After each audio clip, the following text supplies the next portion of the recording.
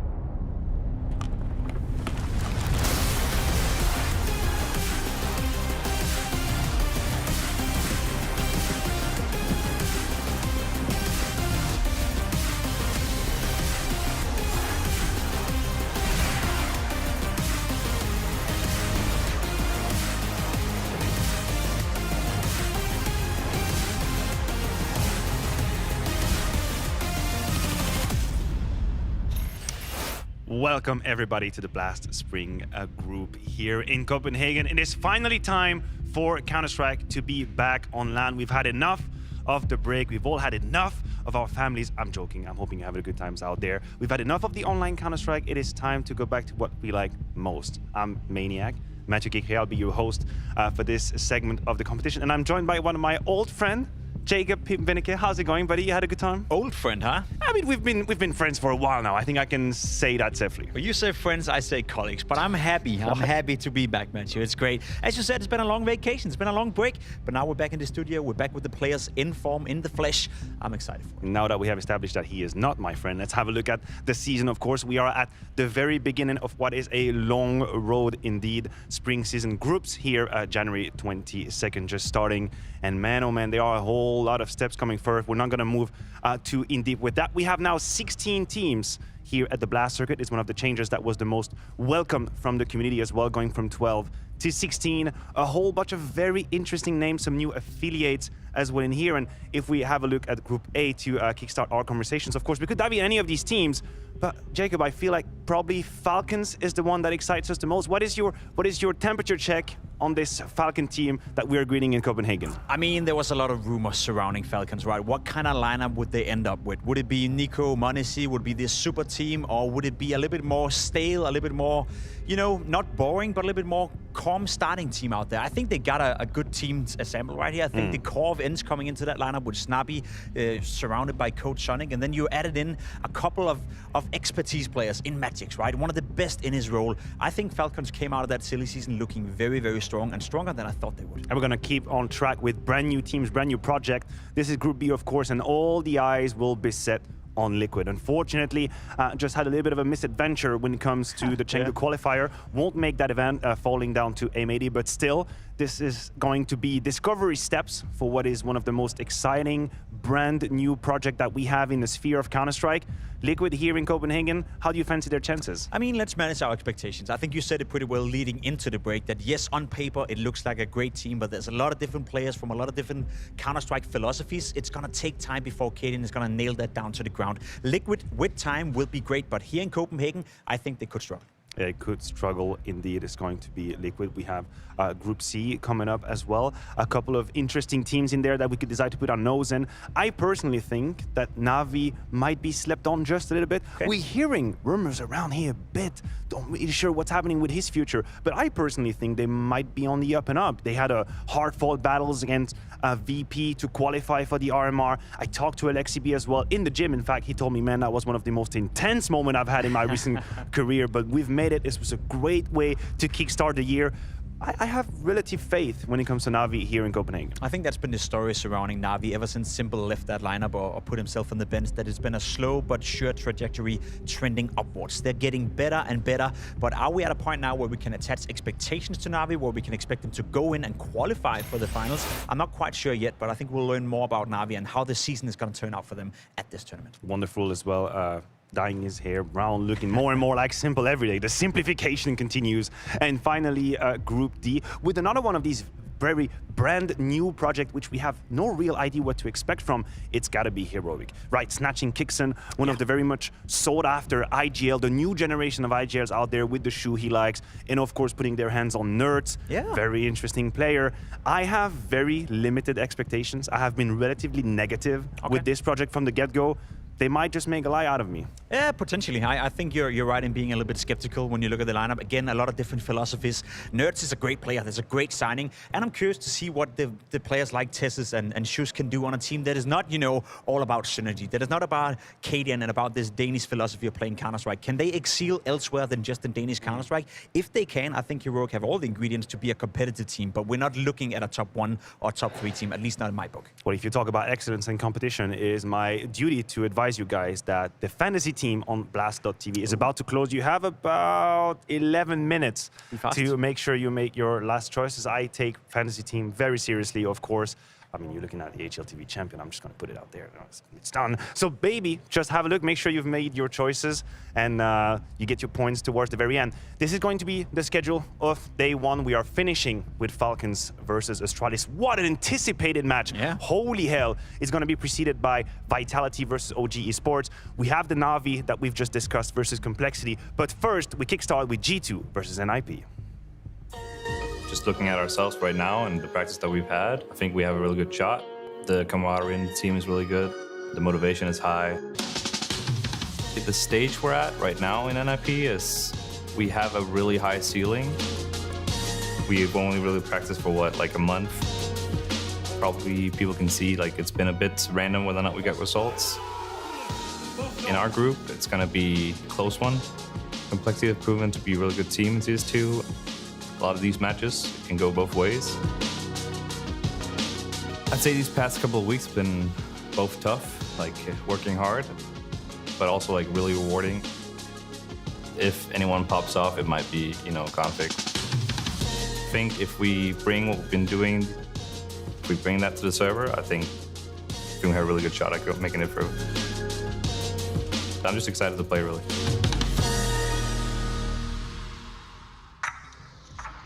When I look at the group we have, I feel like we know every opponent. It's just a matter of playing our best and staying to our principles. I think we are in a very good place at the moment. I feel like the last bootcamp made us a lot closer to where we want to be. If I would say that we need to look out for one guy, it's really hard for me to pinpoint one player because during the bootcamp, all of the guys were doing some crazy stuff. I would say it's between Nico and Ilya. I feel like Nico is getting his groove in CS2 very fast, and Ilya is Ilya. He loves CS2, he constantly finds new things, he's excited to play every single game, but I would also have an eye on the other guys. I expect G2 to win the group. I never expect anything less from my teams.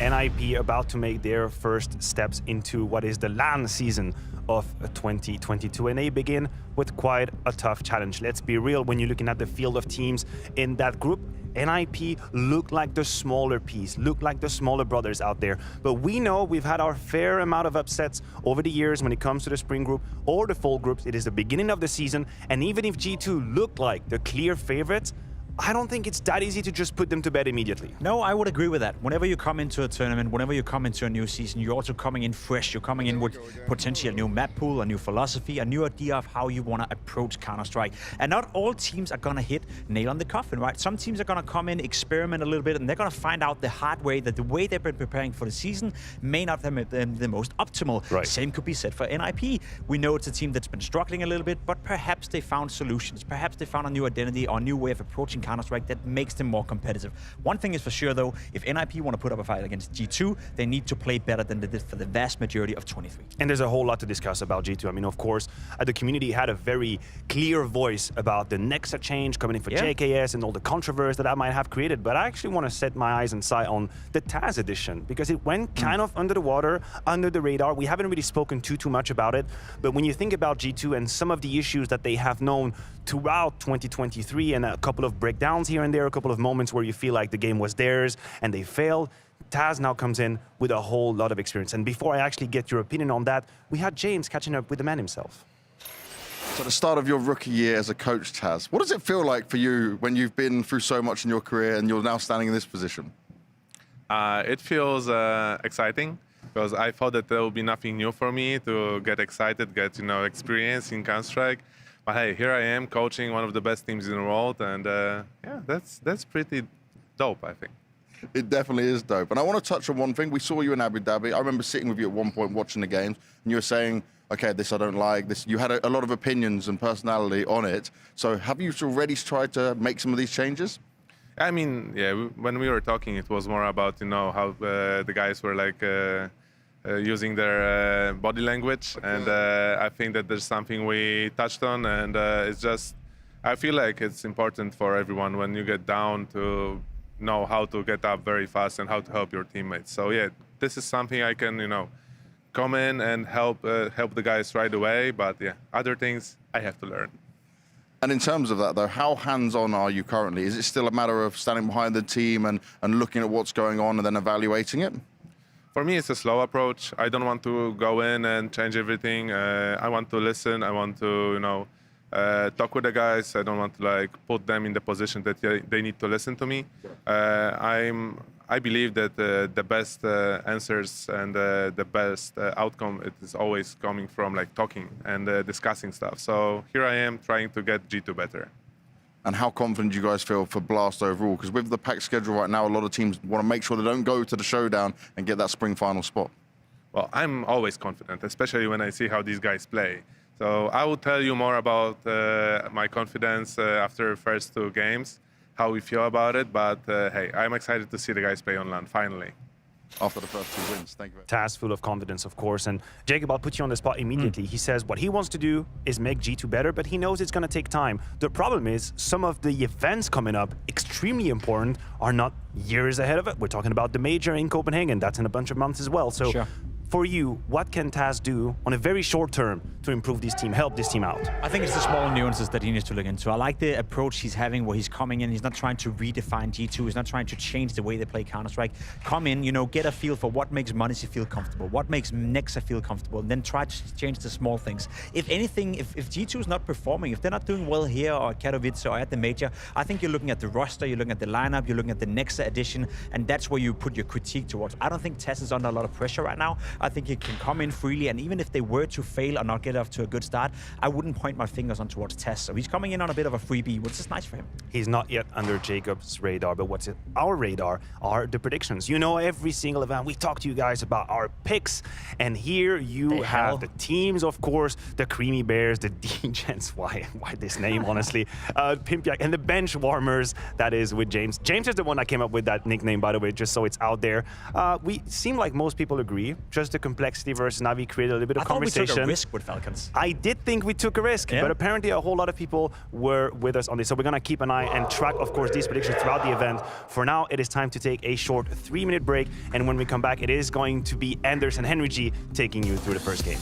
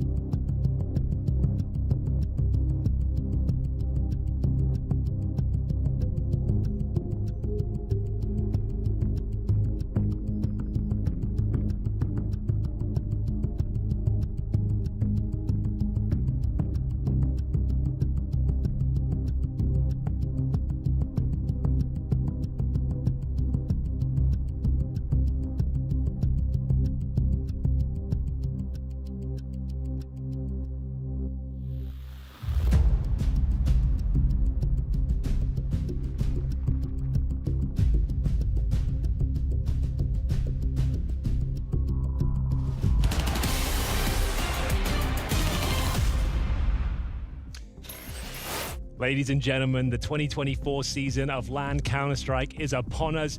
The weather outside in Copenhagen is miserable, Anders, but the long road to London begins here today. We've got 16 teams battling it out for 6 slots at the World Finals. Here we are at Spring Groups, Anders. How are you doing? Doing very well. I'm excited to get Counter-Strike back on the menu. There's so many unanswered questions at the moment. So many teams that we don't know how they're going to be playing. Absolutely. So I'm ready for it. Yeah, and it's a bit of a banger to kick things off as well. G2 with their coach Taz behind them at the helm, playing against NIP as well with new in-game leader Alex. A lot of storylines going into this one, and it's the opening game of Group C. We should note as well, it's a new format for this season, Anders. 16 teams, as mentioned, instead of 12, and 6 slots available. So it means that every game has weight behind it. No redundant matches anymore. This is all very important from start to finish. And you've got to say G2 are the favorites here, but we know NIP have been at boot camp since January 3rd. They've been grinding, looking to prove themselves with this new lineup. Yeah, and I actually saw them play not that long ago, like a week ago. They were playing against Astralis and did it for fun, right? For fun, yes. But still, they look pretty decent. NIP. They actually look like they had some stuff put together. So I'm excited for this one. We'll see how it plays out. It'll be NIP. It looks like they're going to be starting on the T side with G2 starting on the CT side. We're on Vertigo to begin with. I don't mind the map pick. One man that doesn't like Vertigo too much is Nico, and we'll see if that affects him going forward. As NIP, of course, on the T side here, little boost to kick things off. It's Rez waiting by the wooden boards at this point. They've got full execution potential, double Molotovs here, Anders. So you'd assume it's going to be double Molotovs on the bomb side next to the defend. Can he make anything of it? Apparently not. Great entry from Rez as he gets the double as well. Nothing but headshots here. Bomb will be going down. It looks like NIP might have this one tied up already. We'll see if Hunter can do anything about it. You need some really impressive headshots to even get close to trying this retake. Oh, hello. Oh, Rez has deleted Hunter. He keeps going. That's a quad kill, Henry. He's looking for the ace. He's hunting for it. He really wants it. Nico's there to try and stop him.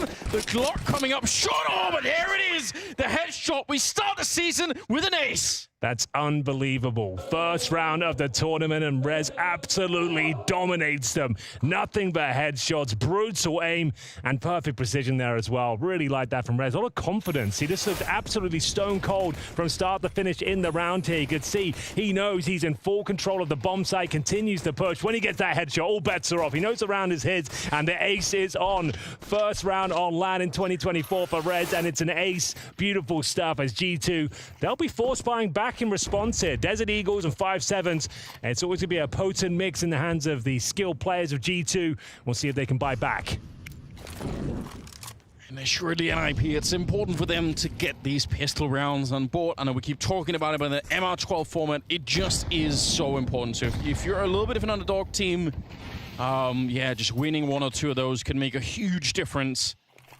NIP, all of them congregating towards the B bomb side at the moment. Nobody really even on the A ramp. Nico is over there on the CT side, and he's listening in and not feeling anything. He must be able to tell there's really nothing going on there, so it's down to the B defense. They smoke it off once again. Strong smoke, Anders. And it looks like NIP might be committed to this side of the map. They don't have much control elsewhere. Boosting Rez up once again. 5 kills in the previous round, looking to add to his tally. You can see he has vision of the bomb site here, but time is of the essence. We have the 50-second point here now. Molotovs towards the bomb site. The girders are next up under a lot of scrutiny here. Flashbangs, HEs landing at its front doorstep. Looking for that brutal Desert Eagle headshot, but Rez, he'll get his 6th kill. Yeah, keep it going, why not? All right, something left for S-Tag to have a little bit of a lunch as well. It's good, I suppose. Alex also getting a chance, and Config's been let loose. There's actually something that we did talk to NIP about when they were playing Astralis in Copenhagen last week. We did talk to Config, and he did actually say that, you know, he felt like Alex was letting a little bit more go of some of the players. I think that's been a criticism that we've had for a while. It feels like when you have somebody like Rez, or especially someone like Config, keeping them locked up in the roster and not letting them do what they're good at kind of seems like a waste. Well, they're certainly getting the most out of Reds right now. 6-0, a pretty perfect execution there. Good discipline showed by the in-game leader as well, not pushing through the smokes, baiting out a utility to begin with, and a nice execution as they find all the kills required, pushing back against this force by of G2. They don't find a single frag on the international side, as Nico will have to hold on to the Desert Eagle helmet combo. Everyone survives the blast, and it will be 2-0. NIP off to an absolute flying start here. They couldn't ask for much more. There's still a smile on the faces here of G2. Very early days. It's their opponent's map pick. They will be fully going to the next round. It'll be a Nico Deagle to deal with, but should be absolutely fine here. G2, not really much they can purchase into this one. Maybe a flashbang at the very top end to try and see if they can make a dent here in round number 3. A good call for NIP in that previous round, not just standing behind the smoke wall that kept coming down, but eventually you know, boosting on over it to make sure they get around it, because that could be a bit dangerous, you know. Oh, here we go. So can that. The Desert Eagle of Nico. Estag gets a taste early on in the round. No damage for his troubles. A 5-on-4. Now, he won't be able to recover that weapon, but he certainly has thrown a cat among the pigeons here. We'll see whether he can find a second. I do love this. You regress into the position that was just Molotoved, and sometimes someone will overlook it. They'll think, oh, we just threw a Molotov there, and surely no one's going to be hanging around. Surely. Oh, more grenades, but these are going to land a little bit deeper. So, Nico, still in position for it. Hooksy, though, in the back, burning alive, and there's the HE to get rid of him. All right, good check for NIP. Some of the basics here, but they're not overlooking positions, and that's important all on its own. Alex and Config to clean up the round, and it's just fine. What a great start. Yeah, you'll take that all day long. Just one player going down in the form of Esatag. It's always going to be difficult to deal with Nico's Deagle, but there we have it. The cleanest start you could really ask for here on the T side of Vertigo. This is how it all kicked off. Not really much you can do if you're Estag in that situation, but his team made up for it, and it's the SMGs to get the majority of the kills. So a bit of a bonus situation around this. I think we've got a couple of MAC-10s in the mix. Maybe just the one, but we'll see whether they want to keep the pace up. As, yeah, 2 Galils, 1 MAC-10. Suggests they will have to do something either execution-based or a little bit quicker. As Rez waiting towards the A round, we've got Rez actually going down through the smoke early on. Yeah, what a great find. I was going to say there's only one helmet on the CT side, so even the Galils or the MAC-10 could still be interesting weapons, but yeah. Taz did say in that interview that Nico was starting to really find his groove in CS2, and I mean, if that's true, then that's really bad news for NIP. That's a scary prospect, isn't it? He's going to get even better as time goes on. We thought he was done. But strong smoke on the CT side. S-Tag's already boosted up here. Looks like this B bomb side has been very forgiving for them. But Nexa, a strong defense this time, using the smoke to his advantage, isolates the fight towards the wooden boards and finds G2. Their first winning scenario here. 5 versus 3. Should be their round all day long. Beautiful grenade. Max damage towards Head Trick as they start to peel off now. Just hoping to find any CTs probing the map. Config waiting at that A ramp, and they'll try their luck elsewhere. Bear in mind, like we said, a bit of a bonus situation, Anders. They've still got plenty of money going forward. They'll have a Head Trick AWP going forward if they like that as well, and the AK-47s across the board. Right now, the objective, cause as much financial damage as possible. As they make the way up towards the scaffolding position, CTs don't really have to play for the fight. See, Nico just got the smoke out. As soon as he gets detects any presence, drop that smoke, lock them out. Really well played here. Just making sure they keep the round as strong as possible on the CT side. The clock is so low now. Even if they get a kill somewhere, it's very hard to break through and actually get the bomb planted. The grenades were so deep, they didn't actually go over the smoke, so I don't think they could even see anything. Nico getting another kill, and they're going to try and save the rest of the rifles, which is probably not what they wanted to begin with. They probably wanted to fight to the end here, but I don't know. None of the nades blew up in the smoke there. No, exactly. It was a really brutal smoke to deal with as well. So, yeah, you're right. No choice but to save. It's a convincing first round there for G2. First gun round is theirs, but as mentioned, it was against those 2 Galils, the MAC-10. Not out of the woods just yet. We need a lot more where that came from. Decent effort, though, from NIP, managing to save 2 rifles at the very least. So not always lost out. The first kill came through. Rez maybe swinging a little bit too early there. You can see the flashbang did catch Nico, but he did have vision of Rez for the first frag. Solid B defense, and Hooksy's feeling himself. All right, the first round's on the board, and he's here. He means business. As we get to round number 5, as mentioned, strong buy here for NIP. S-Tag once again working towards B. Same peak for Nico, same spam. This time not connecting, but Hooksy certainly will. Alex. Oh, they lined up, I think. Doubles down. They walked right next to each other in the bomb site. That's a bit of a mistake, potentially, and that could actually harm them quite a bit. 4 versus 3 now. m0NESY. Well, if you were to have one person left at a bomb site, then at least let it be m0NESY with the AWP. I know what a difference he can make, but Alex has slowed down this NIP team just a little bit. Just a little bit. Better control, yeah. I mean, this is probably smart, right? Don't run straight into the AWP. Try and be a little bit more tactical about it here. Well, what can m0NESY do, Anders? It's his sort of round. Defending against multiple players, his gun of choice in hand. A couple of flashbangs in the back pocket if required, but I don't think they will be. He's going to be taking heads-up duels here. Spots the shoulder of one. Knows there's an opportunity here.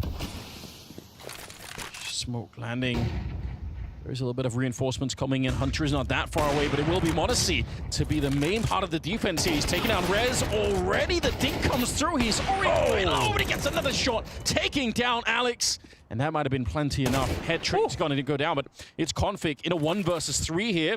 He knows where the AWP is. He's no idea about the other player, but it doesn't even matter. That's a nice idea with a flashbang, but Modesty rock solid on the B defense. Yeah, so confident as well. He already knew he won that round before he took the first shot. He's like, I'm in a prime position. I've dodged the flashbangs here. They'll walk into my crosshair. He nails the shots that really count and maintains his life long enough as well for his teammate to rotate through CT spawn. Just so confident in his own ability here. You can see every move so calculated as Alex gets a taste of lead. Hunter to close things down. Monty to get that final kill. And it will be 2 in a row for G2. You can see they're fired up. I like this. This is impressive from G2. A couple of rounds in a row as the resources start to be drained from NIP now. You've got a Galil in the hands of Rez. AK's elsewhere and a head trick AWP for the first time as well. But it's G2 larger in charge the last couple of rounds here.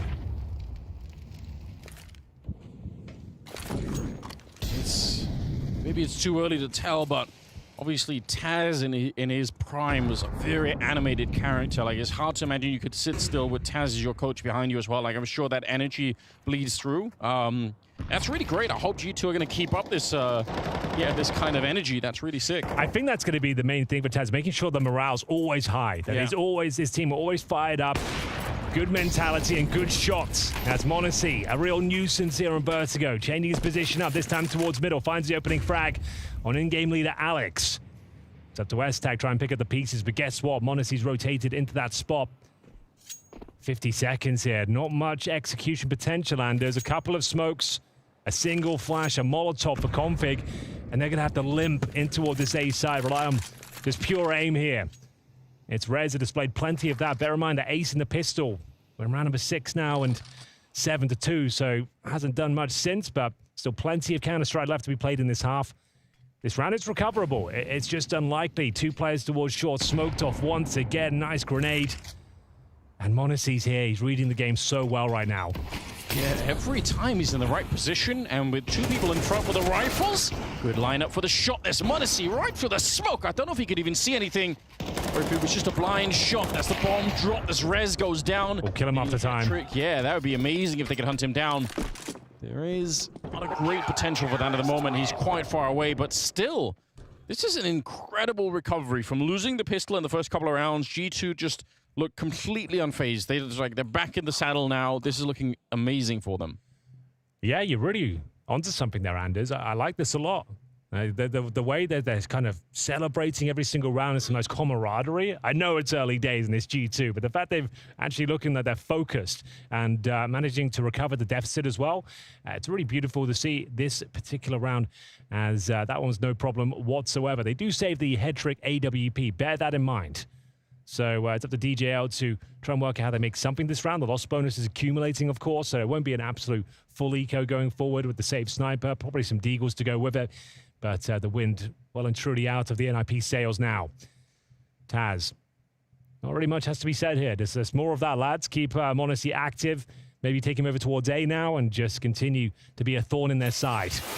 It really is the hallmark of an amazing AWP player, having someone who's just always in the right position, like moving around after every single shot. You never really know. You turn a corner, you might be dead instantly.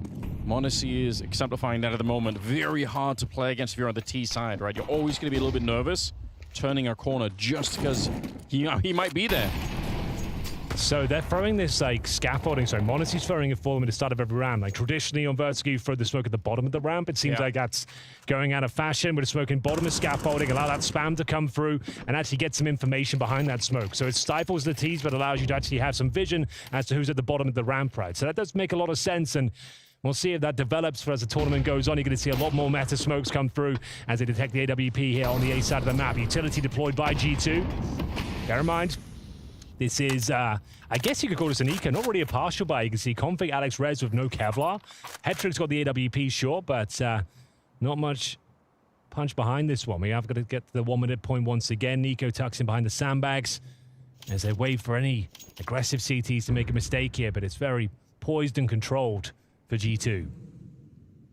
Yeah, and NIP, they're just allowing the space for Hetrick to try and find an opening, right? That's the only way they really get something done in this round, and they're all bodyguarding him, trying to get him a little bit closer into the action. This is perfect from Nico. He knows they've got a distinct lack of utility right now. Yes. They can't flush him out. So if he's baited in effectively by his teammates, if they take the aggro initially, or he just straight up peeks here, and a lot of trouble here on the NIP side. Nice double spray down with the M4A4. He knows they're weak on the other side here, but Rez will finally take him down. The AWP is recovered. This round is not necessarily over. It might be now, though. Alex taken out of the equation, and m0NESY looks absolutely spectacular out there today. Oh, just a railgun, isn't it? When he's using it, it's amazing. It just looks like a different weapon from when other people are using this particular rifle. The time to, like, for him to see someone and shoot is so short. Time to kill is low, that's for sure. I don't think he's missed a shot since he brought out the AWP, I'll be honest with you. That's yeah, probably not. It's been pretty good from young m0NESY. 8-3. Round number 8. NIP were up 3-0, bear in mind. So lost bonus certainly getting there now after giving up 4 rounds in a row. Haven't been many opportunities since winning the pistol to actually have a convincing round here. S-Tag once again works towards B. They're really being locked out of the map here. Money's still not great. Head trick down to the Desert Eagle Kevlar combo. Basic utility. Boosted up and towards middle. I like this adjustment with the damage of the AK-47 as well. Need to get a cheeky kill, peel off. About 1.5, that's viable. I mean, for a while there, Cloud9 with Axile, that's how they would play the B-bomb side, right? They'd boost up Axile. They would just be searching for the kills with the AKs outside of the B-bomb side quite a bit. So definitely something that has been tested before. Oh, here we go. Config flashes a bit of ankle. HooXi's interested. Gives the information that he spotted one in towards middle, but doesn't overcommit, doesn't rotate in and waits for his opportunity, and he's rewarded. And there's a lovely headshot. The boost is successful. Can they hold on to the round?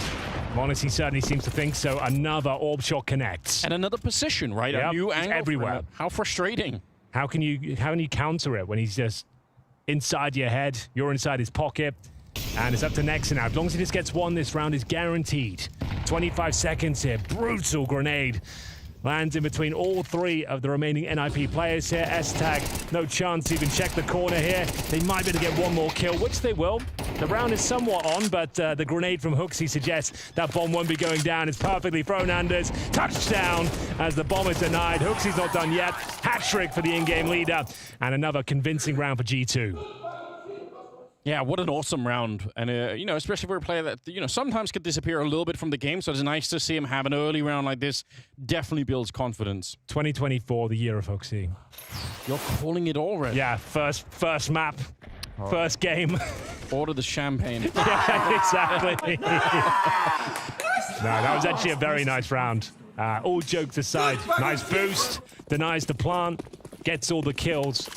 And the woes continue here for NIP. 5 rounds in a row and a ton of damage as they try and breach the B bomb site here, having to dispose of majority of the utility just to stay alive at the bottom of those B stairs.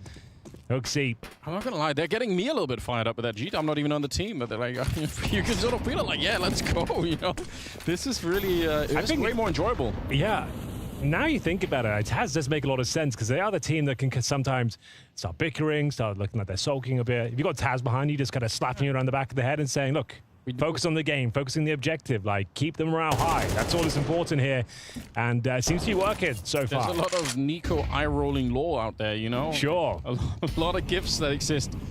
Which kind of, I guess, like that undermines the team to some extent, right? So if you can get everyone away from that, just get this really good feeling like, yes, we're doing it, we're getting back up again, even if something goes wrong. Like they lost the pistol round, right? To an ace. That's the kind of stuff that might get you thrown off a little bit, but they're right back on. Yeah, they were smiling after that as well, but NIP certainly not smiling the prospect of losing yet another round here. They've got to get through m0NESY, who continues to nail shot after shot. Unstoppable at this point. He's in his element. The playground, finally he misses a shot, but makes up for it with the pistol. This poor old config here. They were up 3-0, but G2 are officially on fire. 6 rounds in a row. Is there anything left to be said about this NIP squad as they start to shrink? They're not really getting much done in these rounds, and sure, this was a bit of a partial buy, but still nowhere near the bomb site. They can't seem to get past Monacy's AWP whatsoever. And yeah, that strat book, I hope it says something wonderful on it, because right now things are starting to spiral.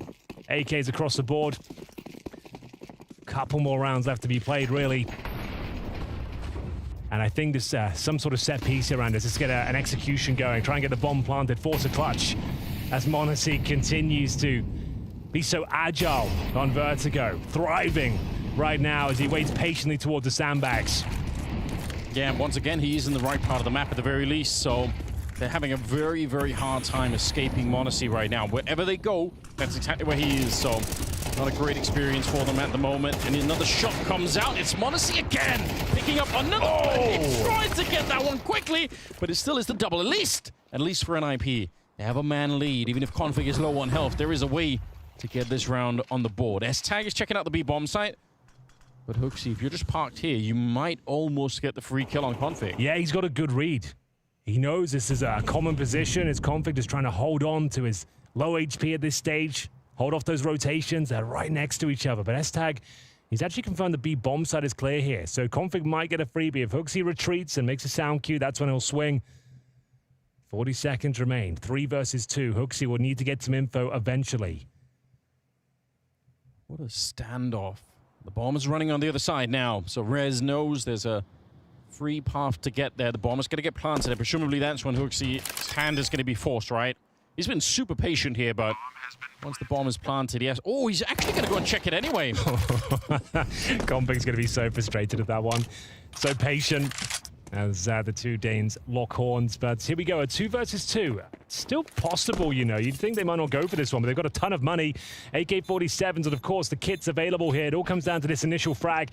S-Tag up close and personal. Oh, doesn't control the spray at all. Got to hold on to it, Rez, which he will. 6-4. They break the streak finally there. It looked like we were on to another Monacy masterclass at the A ramp, but the no-scope doesn't connect. They managed to come out on top on the duels, but a 2-on-2 does work out favorably here for NIP. It's a scrappy round to say the very least, but they get the job done. That was the moment. If Monacy hits that no-scope, I dare say they probably win the round, but there we have it. Back into it now. Half is still salvageable. They can still tie things up at 6-6. See what they can make of it here, but the money's still light, Anders. Galil, a MAC-10, up against a fully equipped G2 to say the very least. Yeah, but even on G2, it's a bit interesting with the money, right? Going into the 12th round, the last of the half, next one, it could be awkward for both teams if they lose this one. So you gotta hold on here. For NIP, what a chance it would be to swing back. Like 4 rounds is not the end of the world, right? But if they can end up at 6 because G2 won't have that much money in the next one, that would be a really big turn. That would be something that they could celebrate going into the break. So I guess we'll see how this one plays out. Again, Rez, that last round was huge for him. Picking up the 1 versus 2 at the end of it, making all the difference in the world. Yeah, been the hero a couple of times now. Since the pistol, getting that ace, and then winning the 2 versus 1 as well. The B bomb side spray down. NIP have struggled a little bit in these gun rounds, but 4 rounds on the board, like we said, they can still tie up the half. 45 seconds. Looking to challenge Nexo. He's currently on 3 kills, 6 steps in towards that B bomb side, backed up by Hooksy. Currently holding towards Guardian. Has to be a B finish, Anders, but they don't have the Molotovs to flush out these players on the bomb side. The flashbangs will have to be incredibly effective.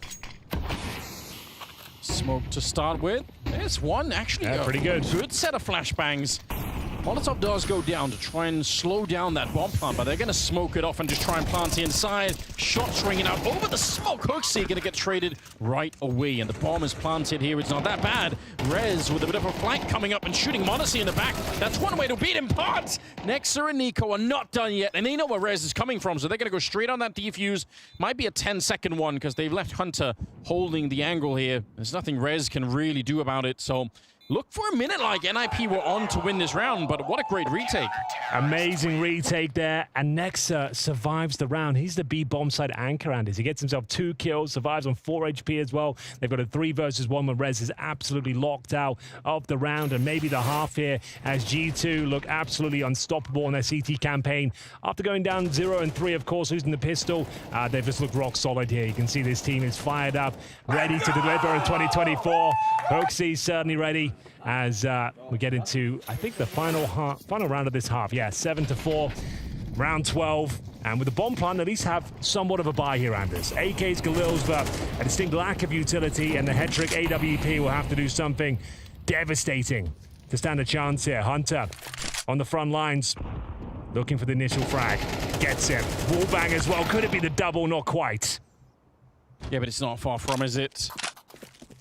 Hunter getting spammed down by the Galil on the other side instead, and m0NESY back to the pond in the middle for a little bit of fishing, trying to see if he can find Config, who's been stepping around. Remember, Config lost a fight earlier to Hooksy, I believe, in this position, so he's probably a little bit worried, and I think they also did lose to m0NESY in the same spot, so we'll see. Nexa anchoring the bomb side once again. No, nothing to hold him back, right? All he has is flashbang here and a rifle, but S-Tac will get the better of him. That's a huge shot. No, that's even bigger. m0NESY recovers after the jump up here. Back to a 3 versus 3, but Hedge with the AWP might have done enough at this point. It's a man advantage for the Ninjas. Hooksy on the retake. Alex incredibly low beneath him, but does a good job tucking in towards the smoke, just looking to find one more kill, if possible. Yeah, that is really all they need at the moment here. Bomb already ticking quite far. It's a fast bomb plant for NIP. Hooksy gets one, but inside of the smoke. Alex ready and waiting. Nico all on his own, getting shot at the back, and there's the 5th round for NIP. That's not too bad. That's not too bad at all. Ladies and gentlemen, it's day 1 here of the Blast Premier Spring Groups. I hope you're enjoying the show. It's 8-4 for G2.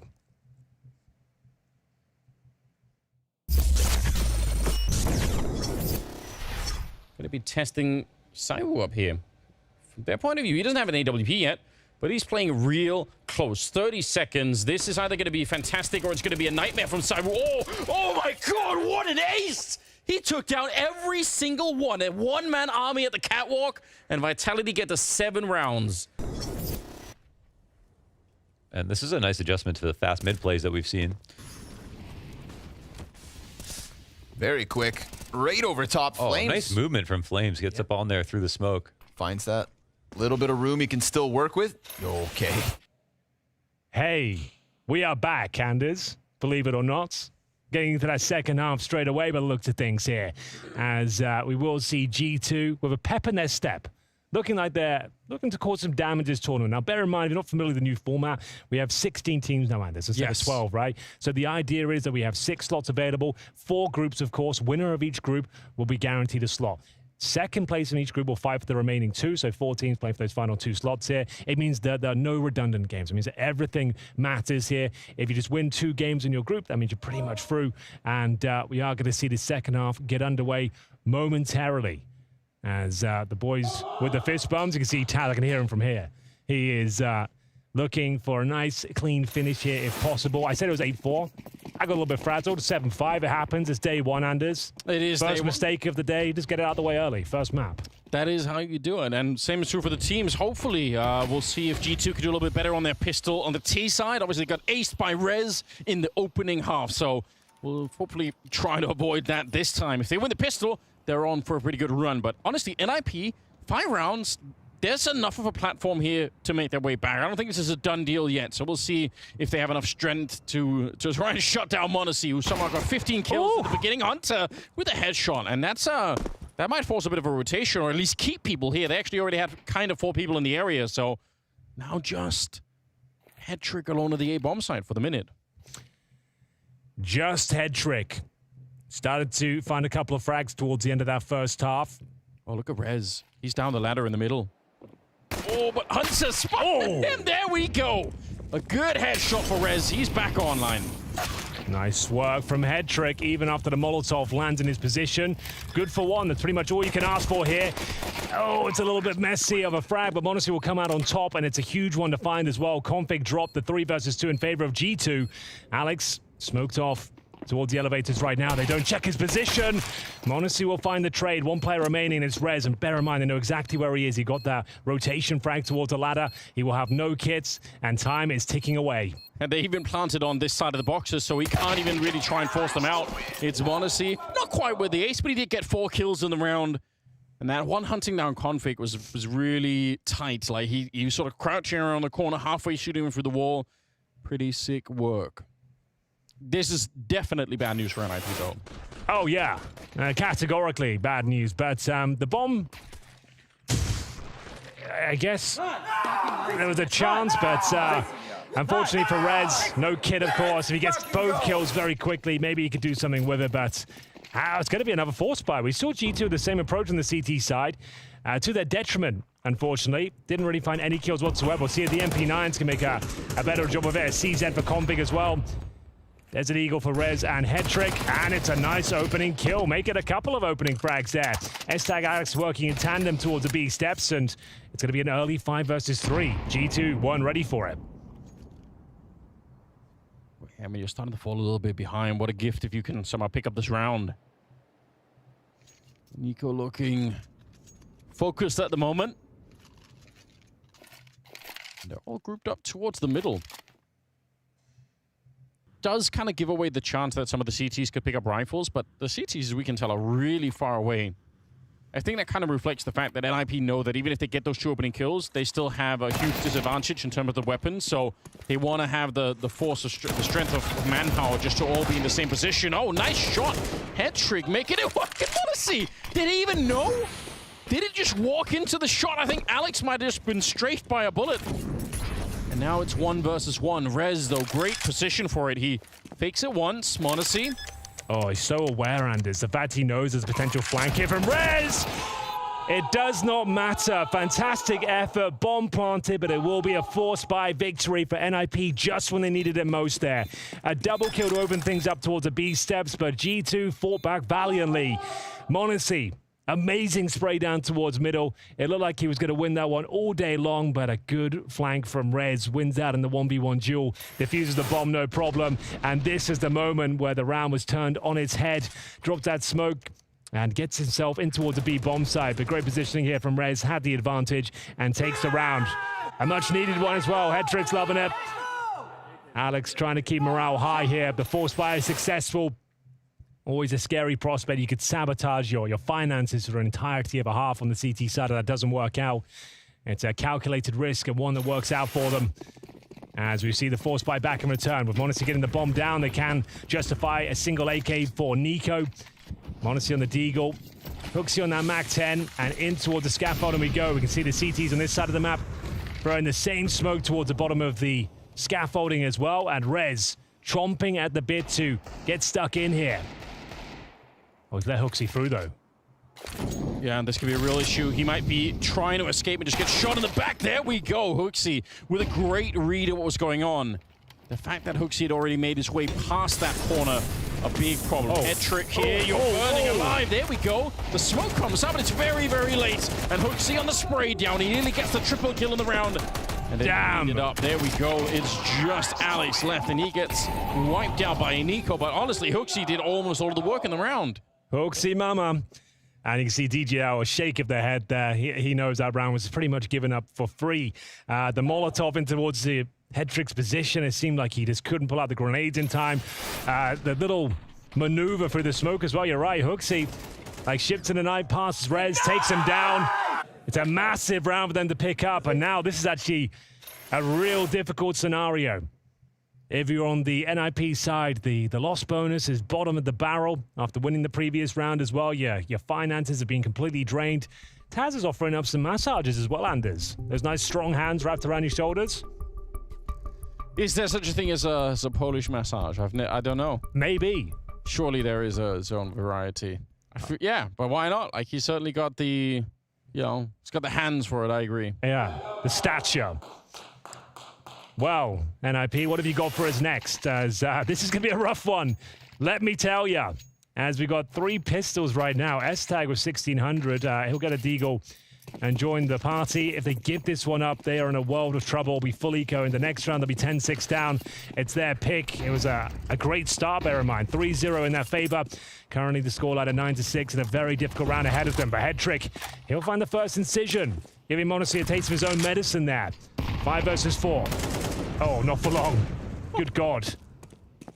It's so quick. What a shot from Nico, but I'd love to see if Hetrick could even see anything or if he's just playing for the smoke. Either way, the scout getting a little bit of action. Picked up by Alex now instead. Yeah, they're swapping out some weapons, taking their time right here. They still have about a minute left on the clock, so no reason why they have to be too quick with it anyway. And some mid-control.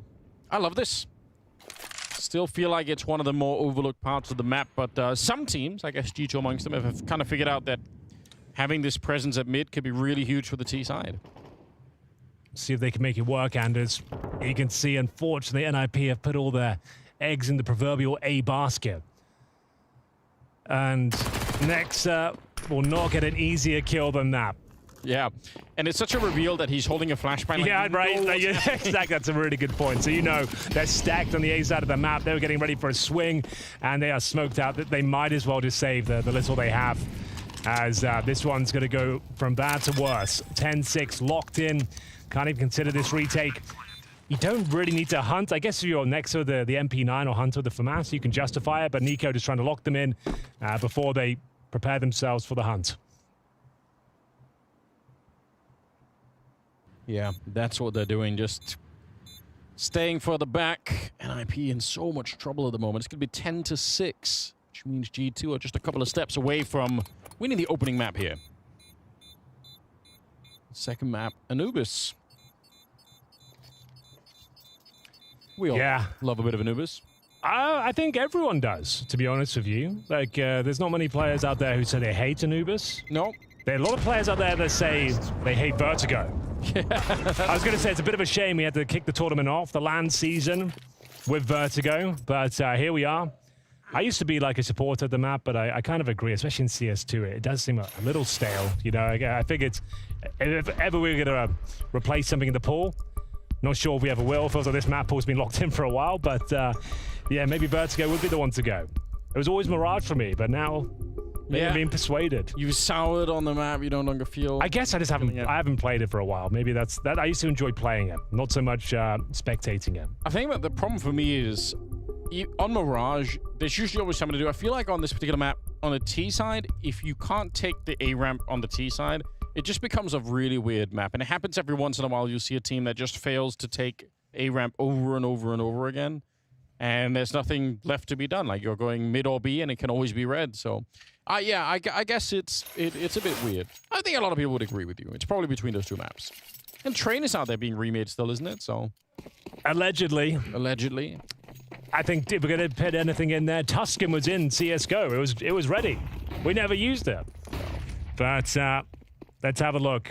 NIP did manage to save at least something. Not much, but something. FAMAS's. Scouts. Headtrick with the rifle, Alex with the scout. Unfortunately down to 2 points of health now, but can S-Tag provide any sort of defense here towards the B side of the map? He will be backed up by the rifle. You can see he offers up, I think, a smoke just to allow him to lock them out as long as possible. He'll probably be wanting to deploy that now. Might have missed the opportunity. Molotov's landing. We'll have to extinguish, and it will be the first kill for Config at least. He's pretty good with the Deagle as well. They're going to lose S-Tag in the meantime. And actually, there's another headshot. Config landing one on Nico. 2 versus 3. Still not great weaponry. And unfortunately, they run right into that shot there. Rez goes down. I think the Molotov might have burned him out. He kind of had to do something. Yeah, bear in mind, we've got Rez removed from the equation. He was part of this 3-man setup. It leaves Alex alone with Config now with just 2 points of health, and G2 are taking their time. Smoke down towards the generators. That makes things very difficult to deal with here. Fake plant just to bait out any potential flanks coming through. 30 seconds. The scout gives herself up. Signs of desperation now. They are starting to slip out of this round. There were some nice shots there from Config, but leaving Alex with just 2 points of health, and he's making it work. Not a bad effort. That was the eco. Bear in mind they saved a little bit from the previous round, but it's G2 one step closer to stealing the map pick of NIP away. That is Vertigo. Anubis up next. Certainly the heavy favorites coming into this one, but we know NIP be boot camping to the 3rd of January, Anders. They've really been grinding, trying to show that this project still has legs to it. It was an emphatic start. A res ace in the first round of the tournament. You don't see that too often. But they haven't been able to build momentum upon it. And now we'll need to play a perfect game to really stand a chance here. Smiles all round, especially for Taz behind them. His debut as the coach, and it's going swimmingly thus far. But here we go, looking for map points. G2. So at the pro VA ramp, a rare miss from Monacy and a double kill from Rez. Slim chance they get back into this one, but maybe Hunter could provide them an opening. There's the 1 kill. There is. Can he ever? Close by. Yeah, they might at least... Oh, they're picking up the bomb just now, and Config started to get warmed up a little bit. Yeah, it's quite a scary peak. A lot of confidence behind that one. 4 versus 2, Nexa and Hooksy. Trying to see if they can find these remaining CTs. Apparently not. It's going to be Rez with strong positional control of the A bomb site. Gets himself a hat-trick into this round. 17 kills in total. Nexa is trying to create a dent if possible. 2 kills found, and NIP will keep their head above water for now. I feel like some of NIP's efforts here have been... They've been kind of... foiled a little bit by the fact that Monacy's got 24 kills, right? So it's just in a world where Monacy isn't performing on his level right here, maybe this looks like a more even game, like NIP have a chance to win a couple of more rounds, but 24 is just so ridiculous, right? You've played, what, like 19 rounds, and you're just absolutely destroying NIP at the moment. Tactical timeout being called now from G2, so a chance for Taz to, you know, get a sense of the vibes in the team and maybe see if he can add a little bit. They have been very, very energetic, really on both sides, but obviously G2 have a lot more opportunities to be shouting for joy. Right now they do, yeah, but in CS2, nothing is guaranteed, and as you know that, we've had some huge leads slip by the wayside in the last few months. Anything can and will happen. Alex knows that. New in-game leader for NIP, just discussing the options here. They managed to win the previous round and salvage a couple of AK-47s to bolster the defense here. Up against a force buy, if you like. G2 will have a couple of pistols here. They have got the ult for Monacy still, and a couple of AKs themselves. Nico with the speculative shots through the smoke, trying to convince them there's presence on this side of the map. Rez needs to be careful as they get ready to enter towards B. This could be the execution. Couple of smokes being deployed and an opening frag from Monacy. No problem whatsoever. They flush out the wooden boards as well. Bait out the remaining CT utility on this side of the map. And it's down to Config. Hell of a player. Might be denied an opportunity though as they start to rotate over towards A. Yeah, they are moving away, although double setup in the middle here for NIP. I wonder if they want to be... It looks like they wanted to go aggressive and find out what was going on. If they want to do that, then their timing for it is quickly running away here. They are getting very deep in the middle, but Hetrick has to hold on for quite a bit here before the flank could really be put into play. You could see Rez now started to get into position. Maybe it'll work out. This timing is so hard to hit on the CT side. Good shot for Hetrick, but he's still getting hunted down. And how soon before somebody thinks about this flank? Rez has been so good at finding these timings. Posting double kill after double kill. They'll need him more than ever here. Config completely smoked off from the bomb site. The C4 goes down. And will Rez be detected? He certainly will. Gunning for map point here. RG2. Speaking of wedges, the 4-on-2. Config and Alex, I don't think they have much to say about this one. They might as well hold on to the AK-47s. It's so tricky when you're Rez in that flank, because if you go too quickly, then you kind of screw it up, right? Someone could be looking, and they're a little bit too late, and someone's checking, and this time it was Monacy. Yeah, you got to thread that needle. And from this point out, it'll have to be a perfect game here from NIP. We'll need 5 rounds in a row just to take us to overtime. G2 in a very comfortable position at this stage as they let the round come to them eventually. They managed to get the nice default to kick things off. Monacy over towards the B steps. S-Tag walks into his crosshair, and it's so difficult to hold on to the 5-on-4 on the CT side of Vertigo. Back in towards A they went, and yeah, Hetrick hit a nice shot. He needed information, but there were T's waiting at the sandbags. He was surrounded, and that's going to be very difficult now to imagine a world where NIP take us the full distance. But you never know, Anders. Stranger things can happen.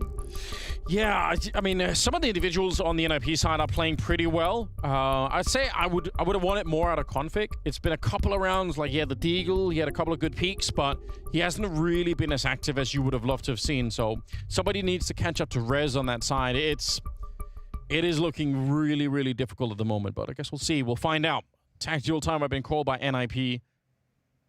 Chance for them to talk this through, see if they have anything left here that they can pull out. Do you believe? I feel like the problem is, especially with this particular NIP, or not this version of NIP, but the project as a whole, I just feel like I've been sold so many stories, Henry, and I can't anymore. You're sick of it. I'm a little bit sick of it. I hate to say it, because you want to give them a chance, but... I want to give Config a chance here. Yeah. Honestly doesn't. What a shot that is to kick things off. We could be all said and done here, ladies and gents. Final round could be upon us as they take down one of the talisman of NIP to kick things off here. Config potentially finishes this map 9 and 13. They've got a 5-on-4. Setting up utility and T-spawn as well, juggling the grenades. They've got plenty of time here. CT's on the back foot to say the very least. They are going to be setting up what looks to be mid-utility from T-spawn here for next up. In towards our B bomb site. Nico, Hunter, Hooksy. Nexa in spawn. You can do some very potent flashes for those skylights as well towards the B bomb site. Yeah. See whether this is going to be a chance for S-Tag. 5 and 18, can't hold on with the Desert Eagle. Alex needs perfect headshots here, but I think this is all done, Anders. m0NESY helps himself to yet another kill, and poor old Rez remains.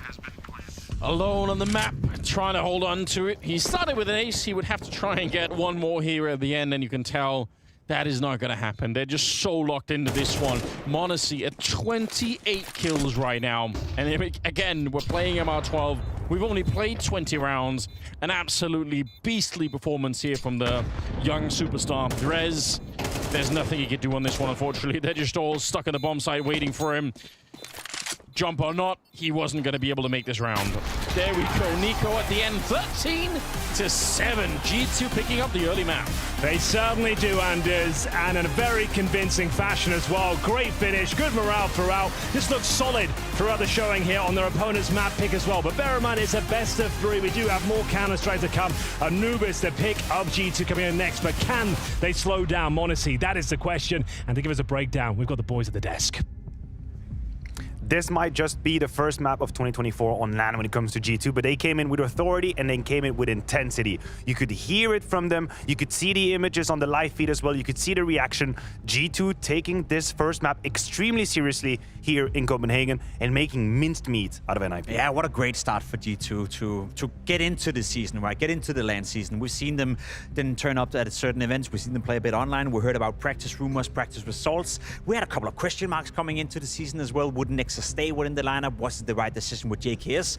I'm not going to conclude anything based on one game, one map in a best of 3 series, but it's a great start, especially when you look at the scoreboard for young m0NESY. He had a fantastic 2023, and I said it coming into 2024. This is his year. This is now he has to take that step up where he can contest against the likes of Saivu, against Nico for that matter as well. Simple if you were to come back, and what a perfect way to start the year for m0NESY, who absolutely dominated everyone and everything on that server. You're right, of course. 4th best player of 2023, starting exactly the right way, 28 kills here. And I'll just put it out there, I think the scoreline is even just a little deceiving. You could think, oh, 13-7. Wait, hold on a minute. Maybe NIP was in it for a couple of moments. I don't think that was the case. I think Rez himself bought them a little bit of oxygen at the very beginning of this game with the amazing ace, and then you had this forced by battle that was won by NIP in the second half. But once you go into deep rounds, once you go into weapon rounds, m0NESY's impact was felt like nothing ever before. The positioning that he'd had, you will notice on some of these clips, he's on the B side waiting for that contact play to come in. He was on the A side ready to punish. He was also middle a couple of times. And I think Jacob, he traumatized NIP. I think he very quickly put them in a position where, holy hell, I don't know where to go. We don't know how to deal with this guy. Yeah, I agree. I think he at some point in the game, he was traumatizing NIP. He was almost exposing them as well to a degree where they didn't have an answer for m0NESY. We know m0NESY likes to play up front. We know him to be in open position where he can do close combat fighting with the AWP. And if you're not flashing him, or if you're not throwing in the bodies at him in a way that makes it incredibly tough for him to hit those shots, he will hit him. And I think NIP made it way too easy for m0NESY. I don't want to take anything away from that performance, because a lot of AWP players wouldn't be able to punish NIP the way m0NESY did. But if you're NIP, you're coming in new season, you have a lineup that, you know, by all means is not inspiring to look at, then you gotta come in with a certain amount of team play that makes up for the lack of talent you have in your lineup. And I didn't see it at all on Vertigo. I agree with you. We have the round history right there, and this is a little bit of a story that I was telling you guys at home as well. NIP with the decent start, 3-0, then there's a bit of a battle where they forced by on the CT side, but unfortunately they get immediately reset, so they haven't really existed past the 3-0 mark. And we were talking about m0NESY, and I think the comparison, unfortunately, the contrast with Hetrick is so stark. It is so strong. You cannot really ignore it. Not only just individual qualities, because of course m0NESY is a better player, but when you think about how they position themselves and when and where they decide to strike onto the offense. I think m0NESY had an ability in this game to be in that sort of halfway position where this isn't exactly the moment you're going to use flashes. You think, maybe I can get away with that little jiggle here, and boom, he's right there punishing you. Is that individual, or is that game plan? A little bit of both? A little bit of both, I think. I think mostly individual, though, for m0NESY. I don't think it's a team, G2, that is setting up m0NESY for success. I think m0NESY have all the freedom in the world to do whatever he feels comfortable doing. And once he's feeling it, he will dominate that server. And you say, of course, m0NESY is a better player. And of course, I agree. But it's not more than a year and a half ago that people were making the comparison between Hetrick and m0NESY, saying, I know. Well, they kind of have similar stats in NAVI Junior. They both like to play the AWP. Hetrick was maybe taking a step back from m0NESY, so maybe he's as good. At least that's what NIP bought into when they signed Hetrick in the first place. But let's be completely honest about ourselves right here. m0NESY versus Hetrick, it's two different ballparks of players. m0NESY, a world beater. Hetrick yet to find his form. I'm right there with you. I love these images that we're getting from production as well.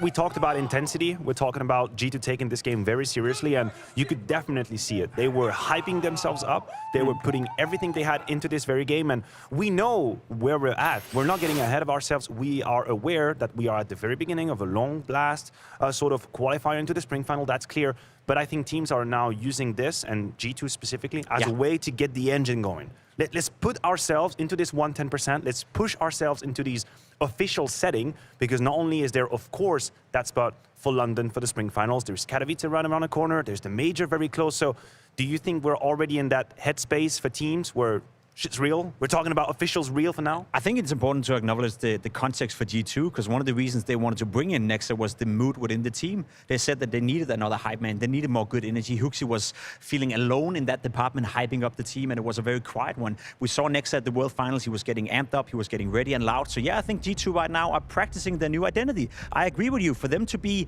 you know, at an intense level already at a group stage match, best of 3 against NIP in the opening one, they're just practicing how the new identity of G2 is going to look like, which is a bit more rowdy with Tess behind them as well, who's yelling. So it's a different outlook and a different identity when it comes to the body language and the sound coming out of G2 at the very least. So yes, I'd expect them to continue to practice that every single game they play. Right, a strong contrast as well with their opposition NIP, and obviously our tone is going to get a little somber here when we look at not only, I would say, the performance as a team and the Counter-Strike that they've played, but and just individually, there seems like there are limits for the very top level that are now, I would say, undeniable, non-negotiable when you have S-Attack that's struggling so much, only down at 5 kills. But let me be clear, when Config's at 9, that's not exactly a success either.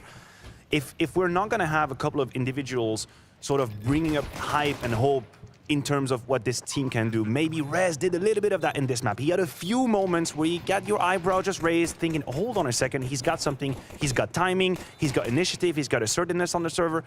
But the rest, to what extent can our analysis just stop at they don't have the quality and that's it? I know it's lazy. I know it's a lazy way to look at it, but it does feel like in this particular iteration, in this game, they just don't have the quality to fight against G2. I don't agree with you at all. I don't think it's, particularly in this game, it's been the case for the past couple of years for NIP. We had this conversation before where sometimes I allow myself to be very harsh on a certain team or certain players. I like Riz. I agree with you. He can be assertive on the server. He can be a difference maker. But we had the same goddamn conversation the past 3 years that we see him pop off once in a while, maybe even at a tournament, and then he falls into oblivion again, comes back to a good level, and there's no consistency. Same for Config, same for NIP. Look at that lineup, look at the players, and tell me you're inspired by that lineup, because I'm not. And fair enough, if you're not going to build a team where there's a lot of superstars, young talents, you're trying to mold into superstars, you want to build a team with great chemistry, with great synergy, with good calling, with an identity that can make up for some of the lack of talent on the server, and I just haven't seen it. Now, again, let's not jump the gun. It's a best of one, of course, technically right here. We just played saw Vertigo. We just saw it right, but it's been the case for NIP for a couple of years now that we and their fans, I guess, have been less frustrated by this lineup. So I want to see a change, and I just didn't see it here in Vertigo. A missed start for NIP, of course, absolutely not hitting the ground running now. They have a little bit of time to recompose. I'm sure they're outside discussing map 2, and we're going to do just that after a quick break. We'll be back in 3 minutes.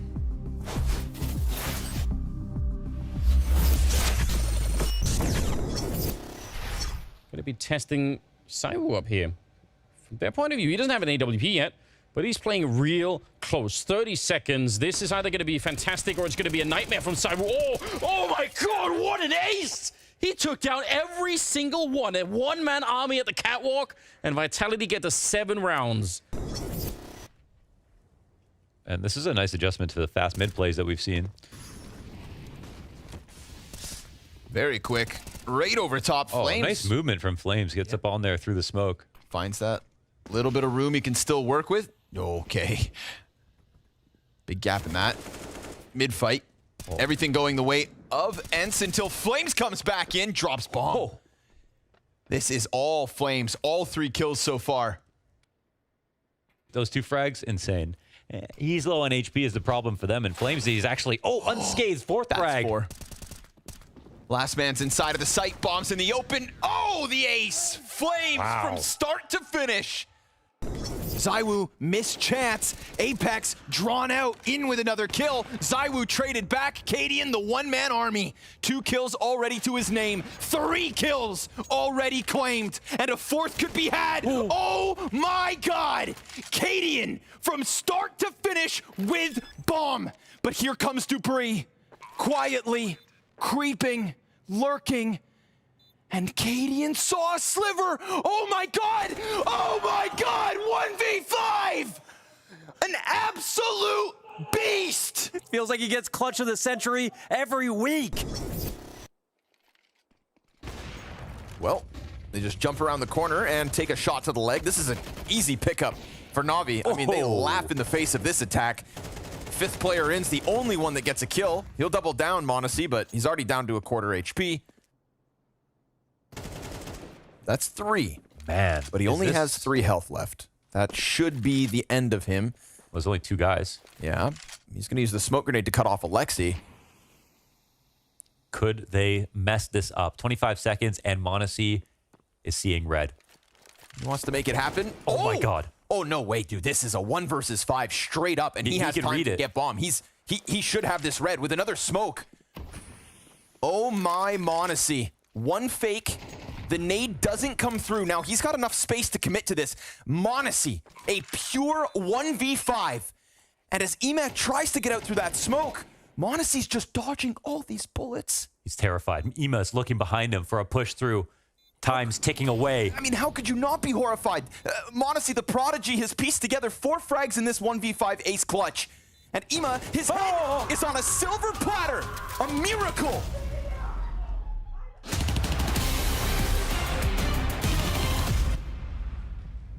Map number 2 is about to be on the way between NIP and G2. We're here in Copenhagen. Thank you very much, everybody, for joining us.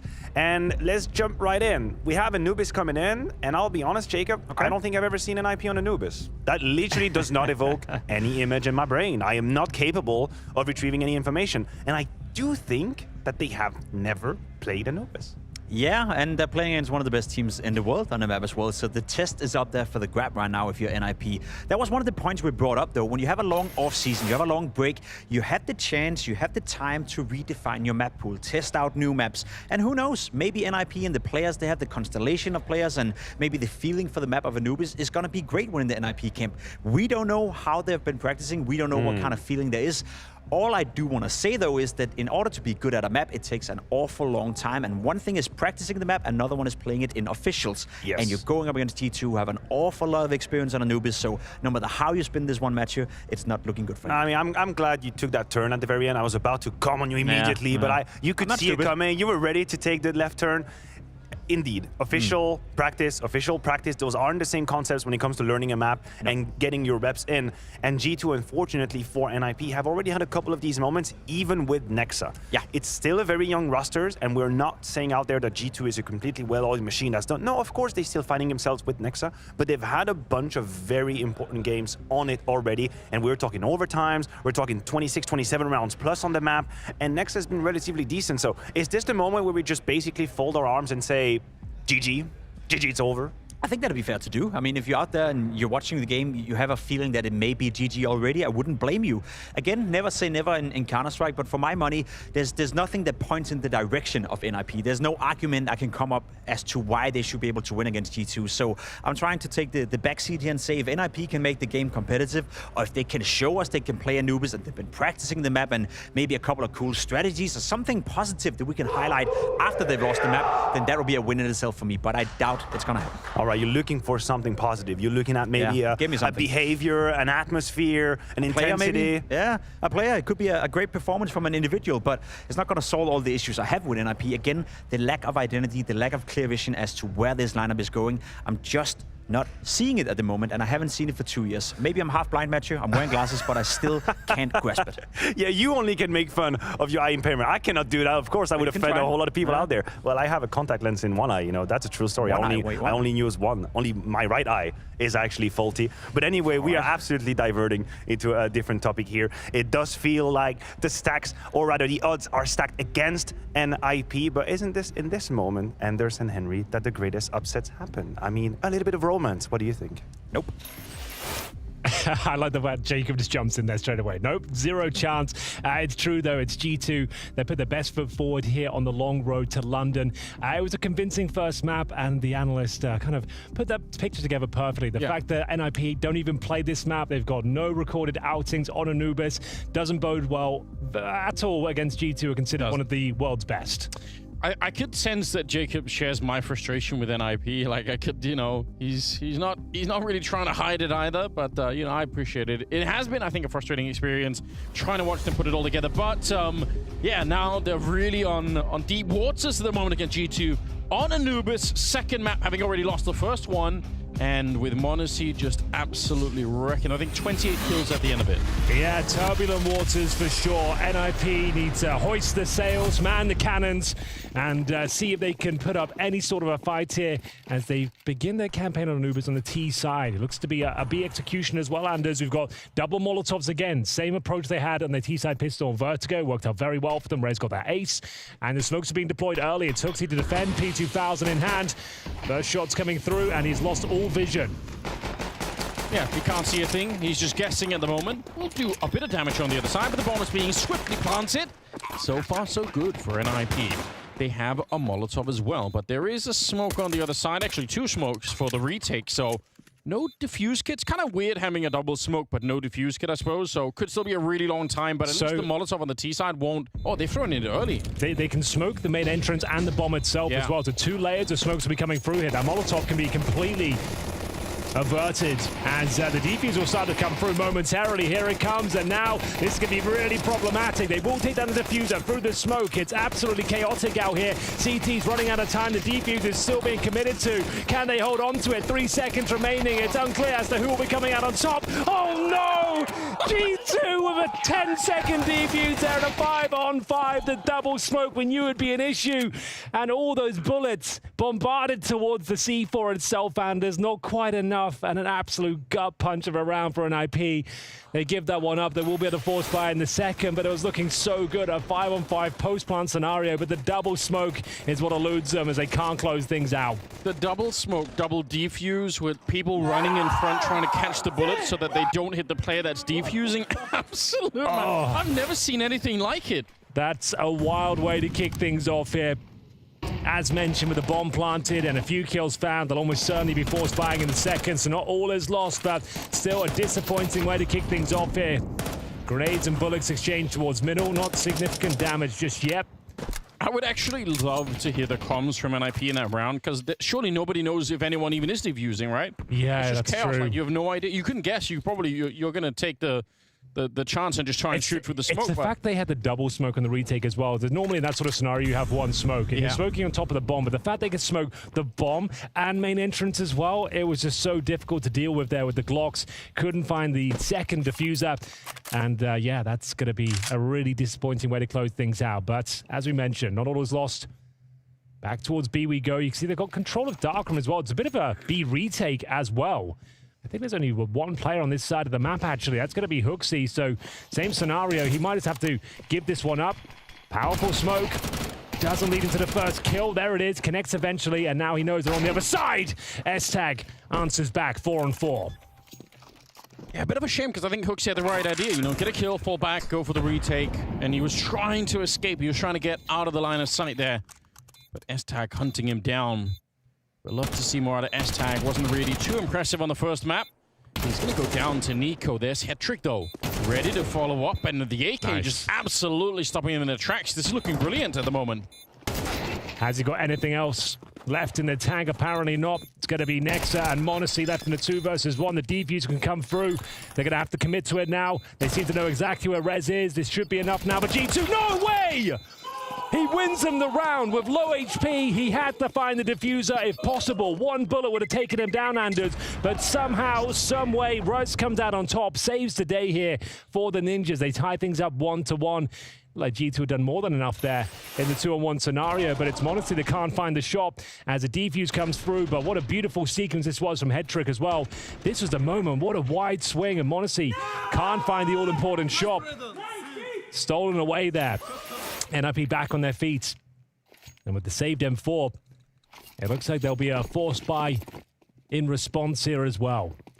Huge amount of focus for Rez in that moment to not lose track of what was going on. That's the only way he can win the round. If he takes down the diffuser with a wide swing, delivers the goods here. He was fantastic on the first map, but Monacy, he'll find first blood with in round number the 3. on top from the bomb site. That's so sick. Yeah, true. Good point. Like, what a frustrating experience. You can't easily jiggle out of that position because you just got tagged by the grenade. Yep. Great way to kick things off. Will be the T side to recover the fallen AK-47 though. Nico spots one. That's Config, top and middle. Still got the majority of their utility on the T side. Molotov toward the double doors. Flashbang to try and gain some positional control of the position. The Molotov to dissuade Nico. The grenade does a ton of damage, but so does the Deagle. How does he get a double? I have no idea. 40 points of health, 2 players swinging with rifles, and somehow they both go down. That is wild. They even got the grenade on him to begin with. He was already low on health. Oh, he's getting away with so much in that moment. I can understand one kill, but the double? Yeah, that's going to sting. If Nexa can just delay now, allow these rotations to come through. Should be a bit of a walk in the park here. Turns out to be true. Double kill with the M4 in the end for Monacy. Gets himself a hat trick in this particular round. He got that first frag toward the T-steps, courtesy of the alley-oop from the A-side grenade as well. And that's a nightmare after recovering a 2 versus 1. Rez will have to accept the defeat here once again. This is the moment. How does this go wrong for them? They hit the Molotov down, the preemptive grenade, and still he gets 2 kills from it. Rez can't close it out this time. And the 4 spies continue. The war of attrition is officially alive and well. Tech-9s and Deagles. That round kind of betrays Rez 1 versus 2 to stop the bomb defuse in the previous round, right? Because they put in a lot of work on IP to pick up that round, and now there's a chance it's kind of all for nothing here. What a find. Okay. Whatever, man. He's just like, I'm going to make you walk into my crosshair at this point. Here's an incendiary. Give me the sound cue, and I'll just take you down in a couple of seconds. Excellent work there from Hunter. 5-on-4. Full control for G2 here, up against 4 remaining pistols. Man advantage is theirs, and there's 0 grenades, Anders. How do you breach a bomb site with nothing to speak of? You're going to have to find some insane timing here. Comes down to luck more than anything, and that could be it. A chance, a dink. And it will be Nico, though, ready and waiting to get stuck in. Just 1 player remaining. This 4 spy has done nothing for them. Maybe Rez will get 1 for his trouble to close things out, but it's Nico with a classy finish there. The USP straight to the dome. Yeah, that is the gentleman's weapon of choice, isn't exactly. it? Yeah, I think you're right, though. I mean, it had to be the timing against the guy that was throwing the grenade. That was maybe the only way to even have any kind of an influence on the round there. This is so well played. Hunter manufacturing that opportunity himself. And G2 picking up another round. 3-1 in their favor. And obviously no bomb plant. Even if there had been no real cash here for NIP to work with, they are just in an enormous amount of trouble. The money has really betrayed them here. Galil in the hands of Hooksy. No AWP yet on Modesty. That is something that NIP will have to try and deal with down the road. For now, though, Anders, just one of those rounds where the most exciting prospect I can give you is try and bait out the grenades on the CT side. That is about it. You've got Glocks pretty much across the board here. No Kevlar, no grenade yourself. Oh, the incendiary is just perfect as well, just when they were getting ready to pounce. Flashbangs to enable a Nico swing that's being deployed right now. And he might get taken down here, yeah. Okay. Good stuff. Yeah, good. All 5 players at the same time. It's a good response from Modesty, though. He knows they're going to be trying to grab that rifle if possible. He throws the incendiary on it, and these Glocks are actually proving to be a little bit problematic here.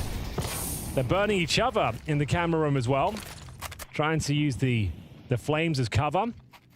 And now this round got a lot more interesting. They've managed to salvage a rifle. Still have no grenades or Kevlar, of course, but maybe a bomb plant. Maybe a round victory. You never know. It's Config is going to be left on the extremities while his teammates rotate round towards B main. If he can find the timing here, if his teammates can take all the aggro and he can drop down, yeah, this could actually work out quite nicely. But all right, well, Hunter's made very light work of it, to say at the very least. And just as it was looking interesting, it's completely shut down. Hunter with a lovely sequence in towards that darkroom position, triple spray down a main, and aware of Config's antics there towards a drop down. Yeah, good mechanics for Hunter, and I mean, also the fact, like you said, they don't have any armor, so they're just getting chewed up so quickly here. But still, well played. He's insane. They're really excited for this game so far. It's making it a lot more enjoyable. I appreciate it. Bear in mind, you've got Nexa in the squad now as well. Yeah. Certainly not a quiet individual. True. Loves to get Larry. Loves to rile up the opposition. Raise the morale of his teammates as well. You've got Taz behind you as well. So that definitely was an issue for G2, like keeping their head in the game before. I feel like that problem should be solved at this point. A scary prospect for anyone playing against this squad here. Yeah, you get them rolling at the start of it, and who knows what can happen. True. Hunter and Nico and Modesty all playing a really good game at the start of Anubis. For NIP, I mean, it's early days, but still, if they want a chance to have a say and sort of shock the world, I think the desk we're talking about a little bit, you know, we don't have any real data on NIP playing this map, so if they want to cause a crazy upset, they had better win some of these early rounds, preferably this one right here. Or there's a good chance that G2 will run away with it. And look at this little adventure that Hooksy's on. Yeah, this is prime. So much information. Dominating the map right now with this flank.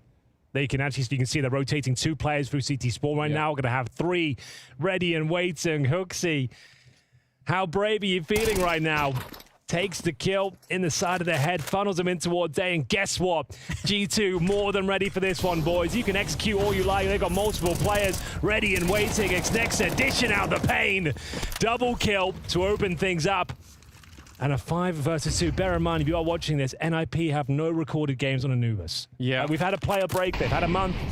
Probably been working on it. It's not to say they don't play a full stop. It's got no official games. So playing against G2, who are considered to be one of the world's best teams. I think that's a timeout we just heard called as well.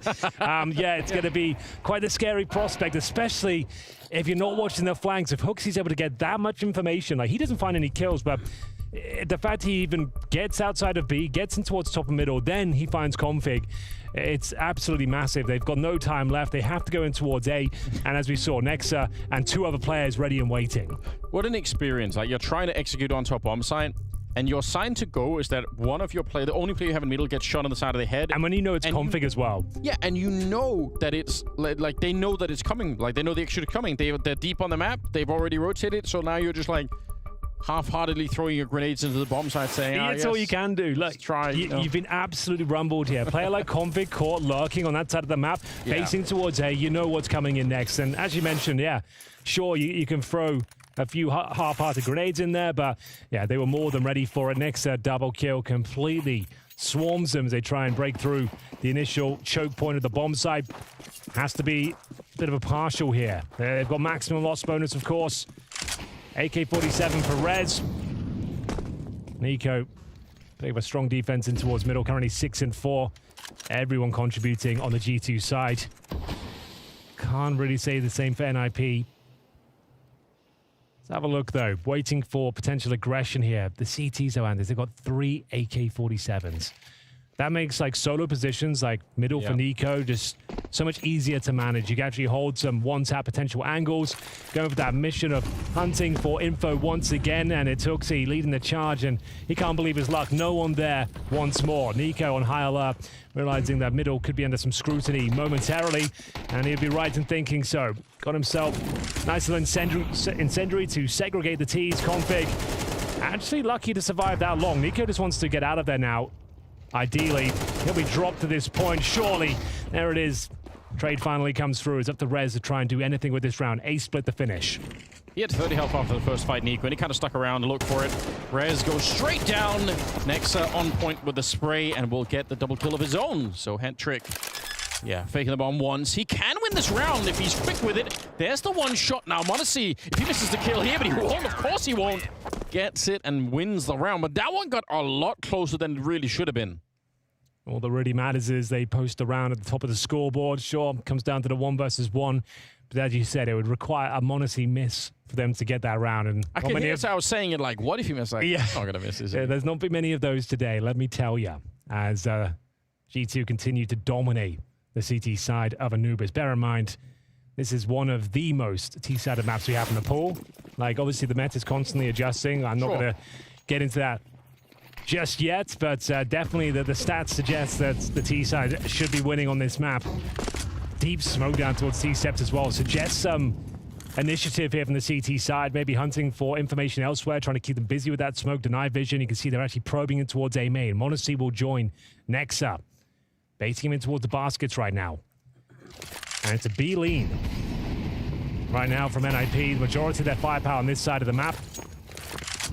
Smoke down towards the huts. And what can Config do with this? Trying to take matters into his own hands. S-Tag trying to flush out the CTs on the other side here. Nexa wanting to take the challenge. The smoke is deployed. And maybe a fortunate kill could come through. Lots of damage.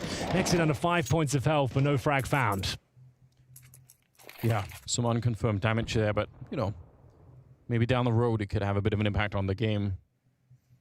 50 seconds on the clock, and NIP, I mean, they've been pretty good at getting the bomb plant over at the bomb site here with B, so maybe they just want to try that again. Bit of a grenade to blow open the smoke, but there's so many people on the other side. Huxi, more than he was asking for there. A bomb plant happening on the other side, and actually looking quite good here for NIP. This is not too bad. 4 on 5. This is save territory. Yeah. And I think that's what they're going to have to go for. We've seen Huxi alone in this B bomb site time and time again. Normally good for 1 or 2 kills. This time unable to deliver. And it'll be NIP with 5 players surviving here. Finally breaking the streak. As, yeah, there's no choice but to save the weaponry.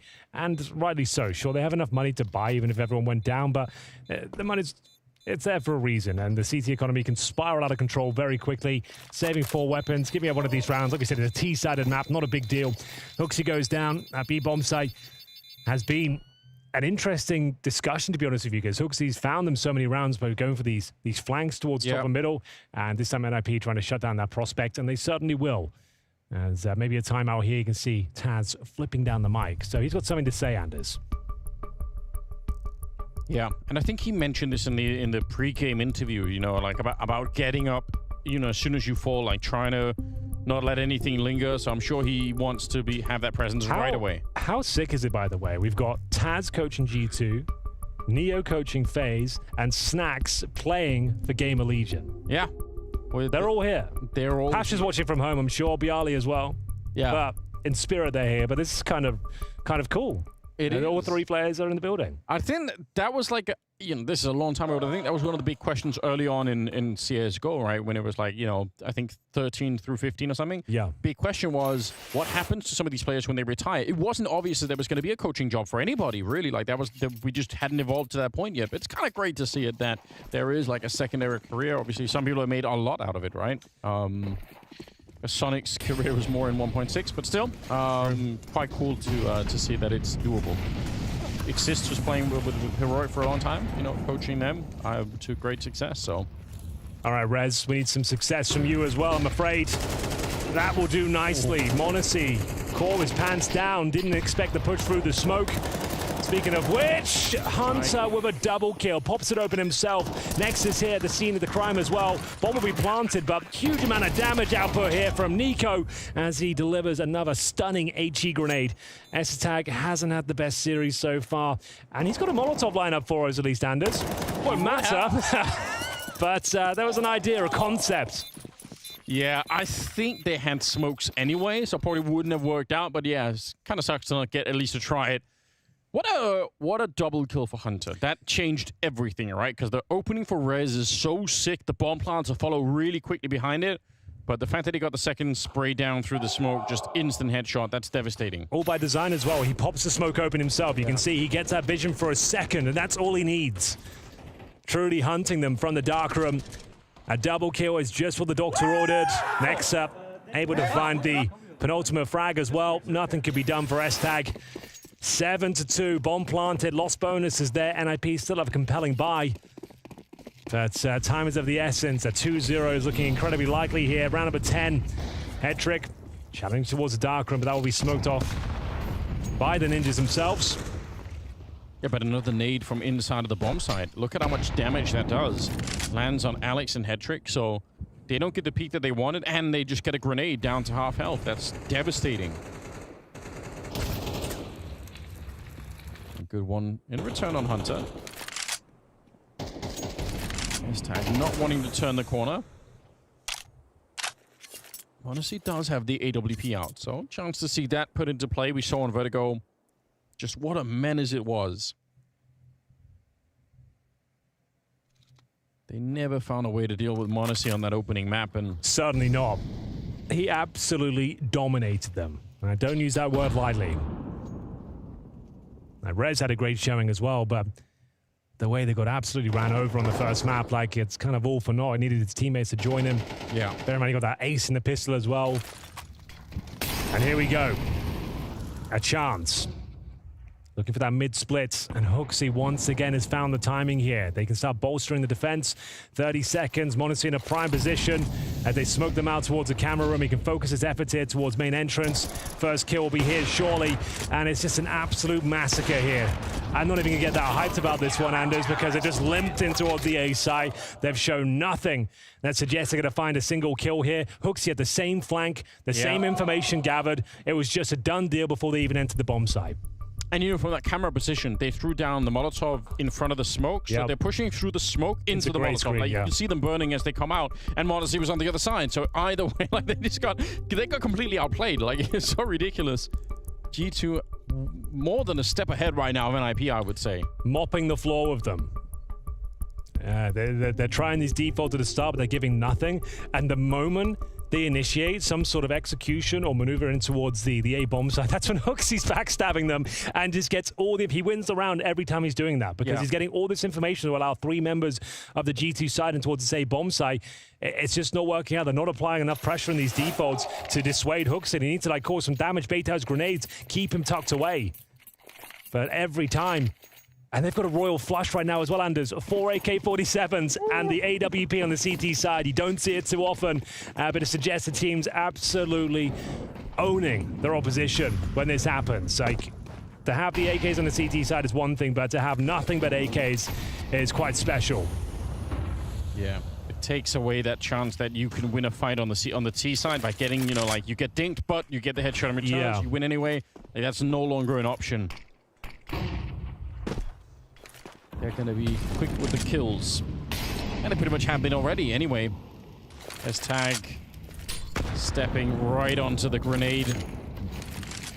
Smoke in the middle, try and slow them down. But they are pushing through. They want to quick with it here. Some spray coming in from Nico. He's not quite seen them. A little bit jump. He definitely saw that one. And he's going to be able to get rid of Config. So Good smoke. yeah.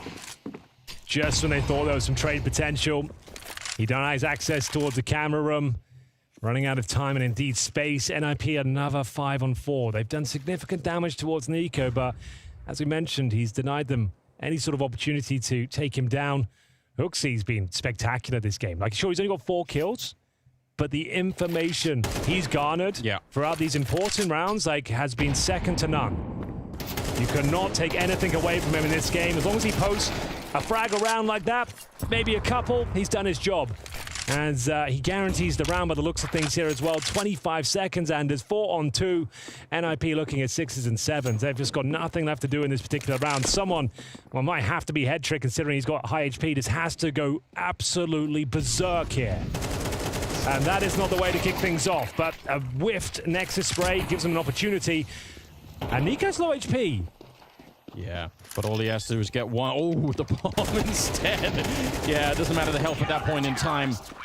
Nice flash setup for Nexa to get the kill, but he just couldn't get the spray down, unfortunately. But still. Yeah, it couldn't have been a better flash. Like a frag on a plate. But doesn't really matter. They deny the plant. It's the last round coming up next.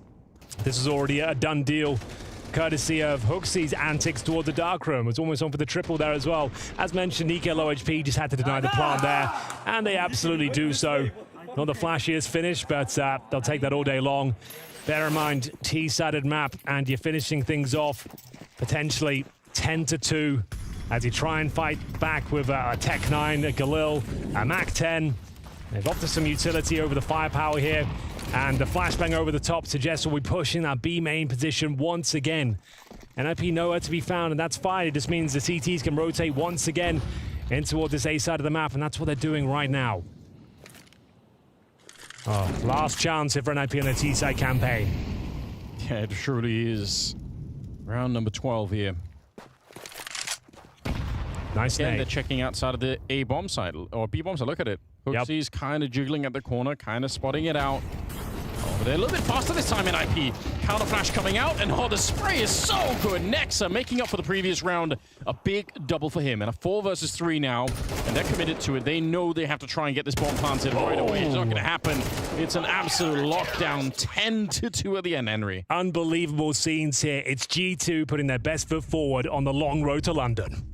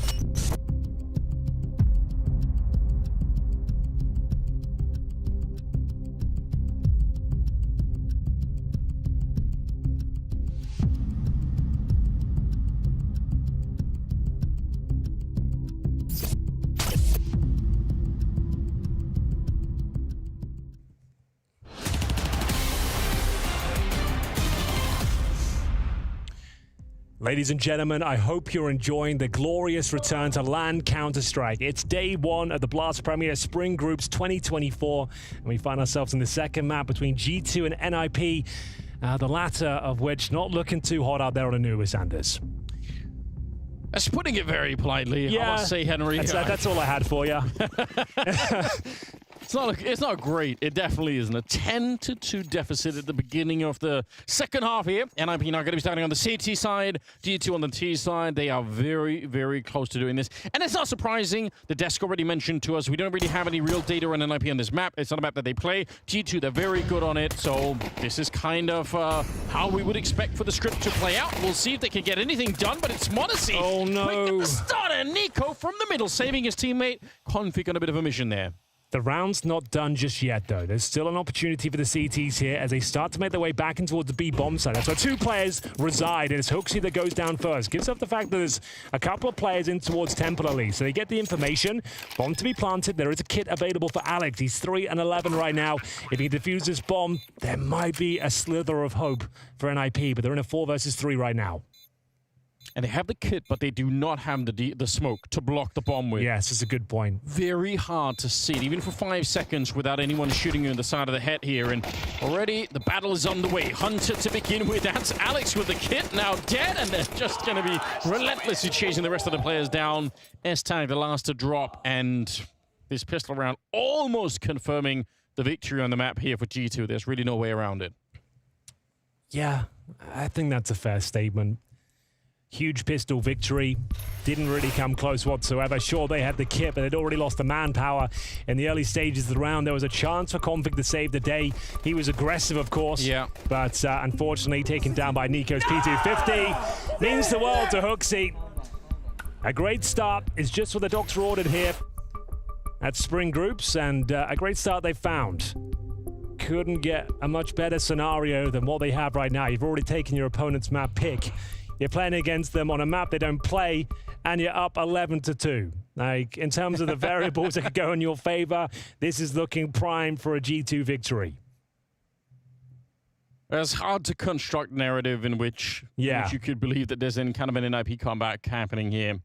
Although still, even then, you would just love to see some more of the NIP individuals even show up. You know, it'd be great to see Config have a couple of sick rounds. He's got 2 kills right now. Alex got 3. I mean, S-Tag's got 3. Some of these people have just disappeared. Yeah, it's true. They've got no choice but to force buy here. You can't recover a 12-2 match point deficit. You're going to have to hope and pray this round goes in your favor. And they've been boot camping for a long time as far as we've heard, right? So they should be feeling a little bit more fresh than this. I mean, it's the first game of the tournament, but as we mentioned, this new format at Blast, where we've gone from 12 teams to 16, there's no redundant games anymore. There's no 3 chances, and if you lose 2 games, that's it. You're out. You go to the lower bracket after losing this game, and I'll just check. I think it's between NAVI and Complexity. They will end up playing in Group C. Let me just double check. Yeah, so NAVI and Complexity, you play the loser of that game coming up soon, and still, that's NIP. The way they've played today, you'd probably put them as the... Well, not exactly as the favorites, but either way, we'll see if they can make anything of this particular round. Like a force buy, always difficult to deal with. They've got the CZs, Desert Eagles, and some decent positioning. They've got Alex in towards camera with a CZ. Could be difficult to flush him out. 4 players, a bit of a stack towards the A side of the map here. Flashbang's decent, but unable to capitalize upon it, really.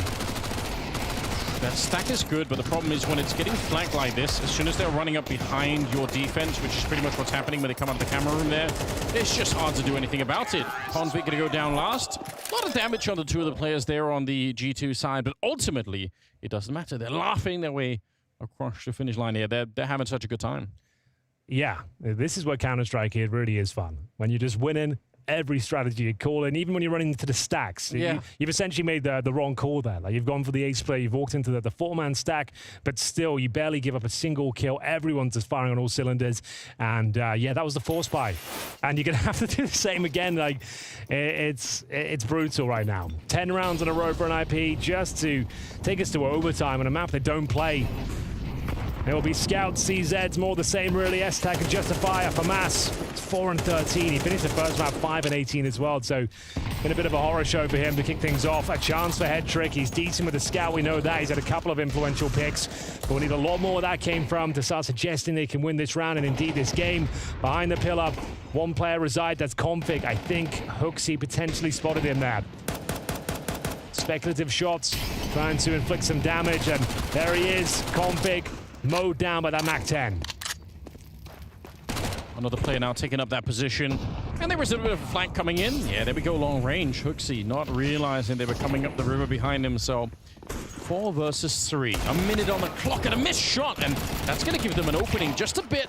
S-Tag are going to get traded right away, and suddenly it's a 2 versus 1 in favor of G2. They're going to get that kill, no problem, Henry. 13-2 as G2 just crush NIP in this best of 3. Yeah, the new look G2, Taz at the helm, and it looks like a great performance all around. Everyone steps up as m0NESY dominating that first map.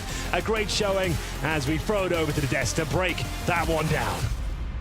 What an absolute destruction that G2 just inflicted to NIP. Very one-sided, very clear victory. And if the first map was any indication of the differential between these two teams, any questions that was at the time open has now been closed. Holy macaroni, what a wrecked.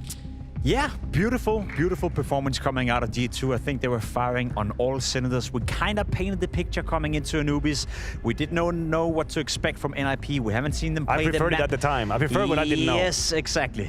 And then we, of course, knew G2, one of the best teams in the world off the map of Anubis. And the way they were playing in this game, you know, very loud, very passionate, you know, with great focus as well. We're spending some rounds in here. You could hear the communication crystal clear, still very amped up despite leading 12-2. So in all fashions right here, a very good performance coming out of G2 and a positive start to the year for them. Definitely, we see the laughs in the G2 camp.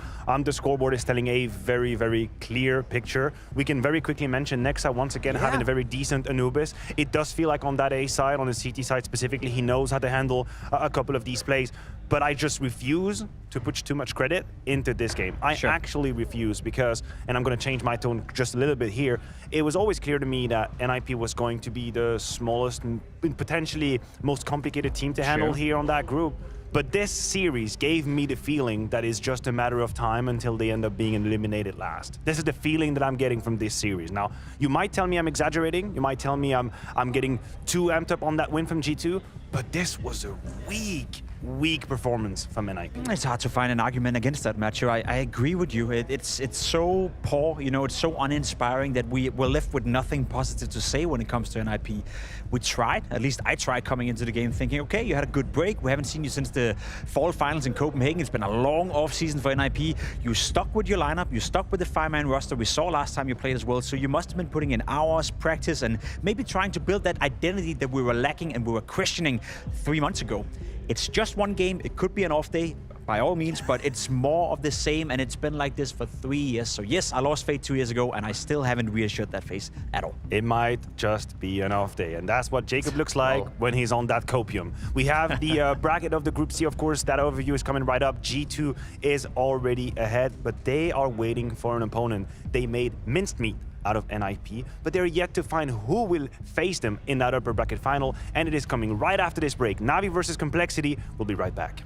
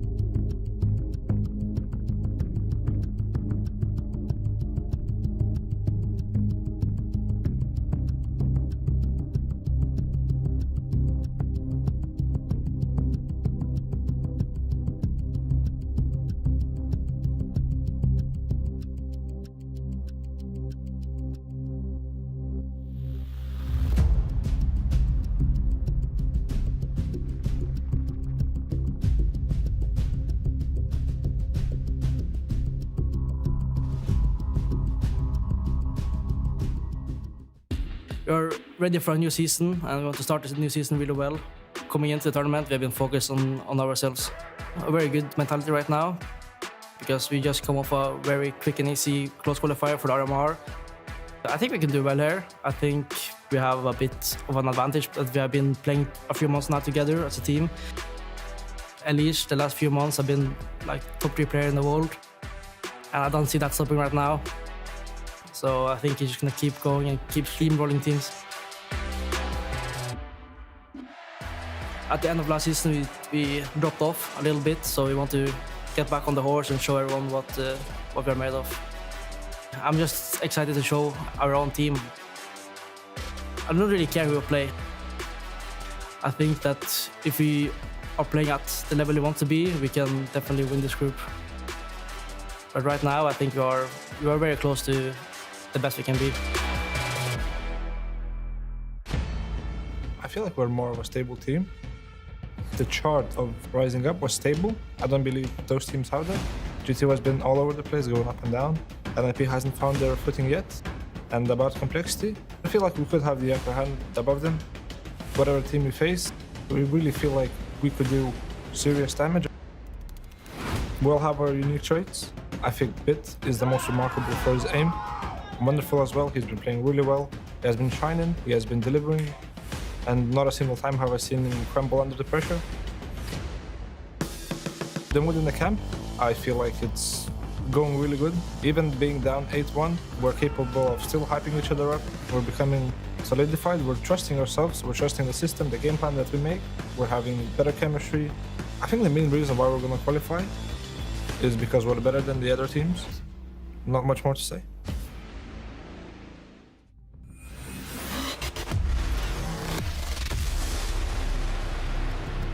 Welcome back to the Blast Spring Groups here in Copenhagen. This is another game opener of Group C, of course. We just witnessed G2 destroy NIP quite clearly. And our second game of the day is going to be NIP versus Complexity. We have, NAVI rather. I say NIP. They marked me for the wrong reasons. They're gone. NAVI coming up here. We see them getting out of the van. And a team, honestly, that is quite interesting because there is a contrast between the jersey and how much experience and tenure there is behind that name, but also a whole lot of rookies under that jersey. We're talking about the likes of JL. We see Ime here on the camera shot. We have Wonderful. These are obviously players that we're hoping to see more and more over the next few months and years of Counter-Strike. They are going to be facing Complexity, which was a team on the up and up at the end of 2023. If you ask me, between Sydney and Copenhagen at the time, I think they made a case for being one of the 8th best team in the world. They'd be in the top 8. They'd be contenders for long playoffs, and they'd be making life really complicated for the best teams out there. But I will just put it out there, Jacob. The finish of the season left me wondering. The finish of the season left me wondering what the hell is going on. Why couldn't they capitalize on all of that improvement, that progression, show up and Elisa have a great result, show up at the Challenger, which they should dominate?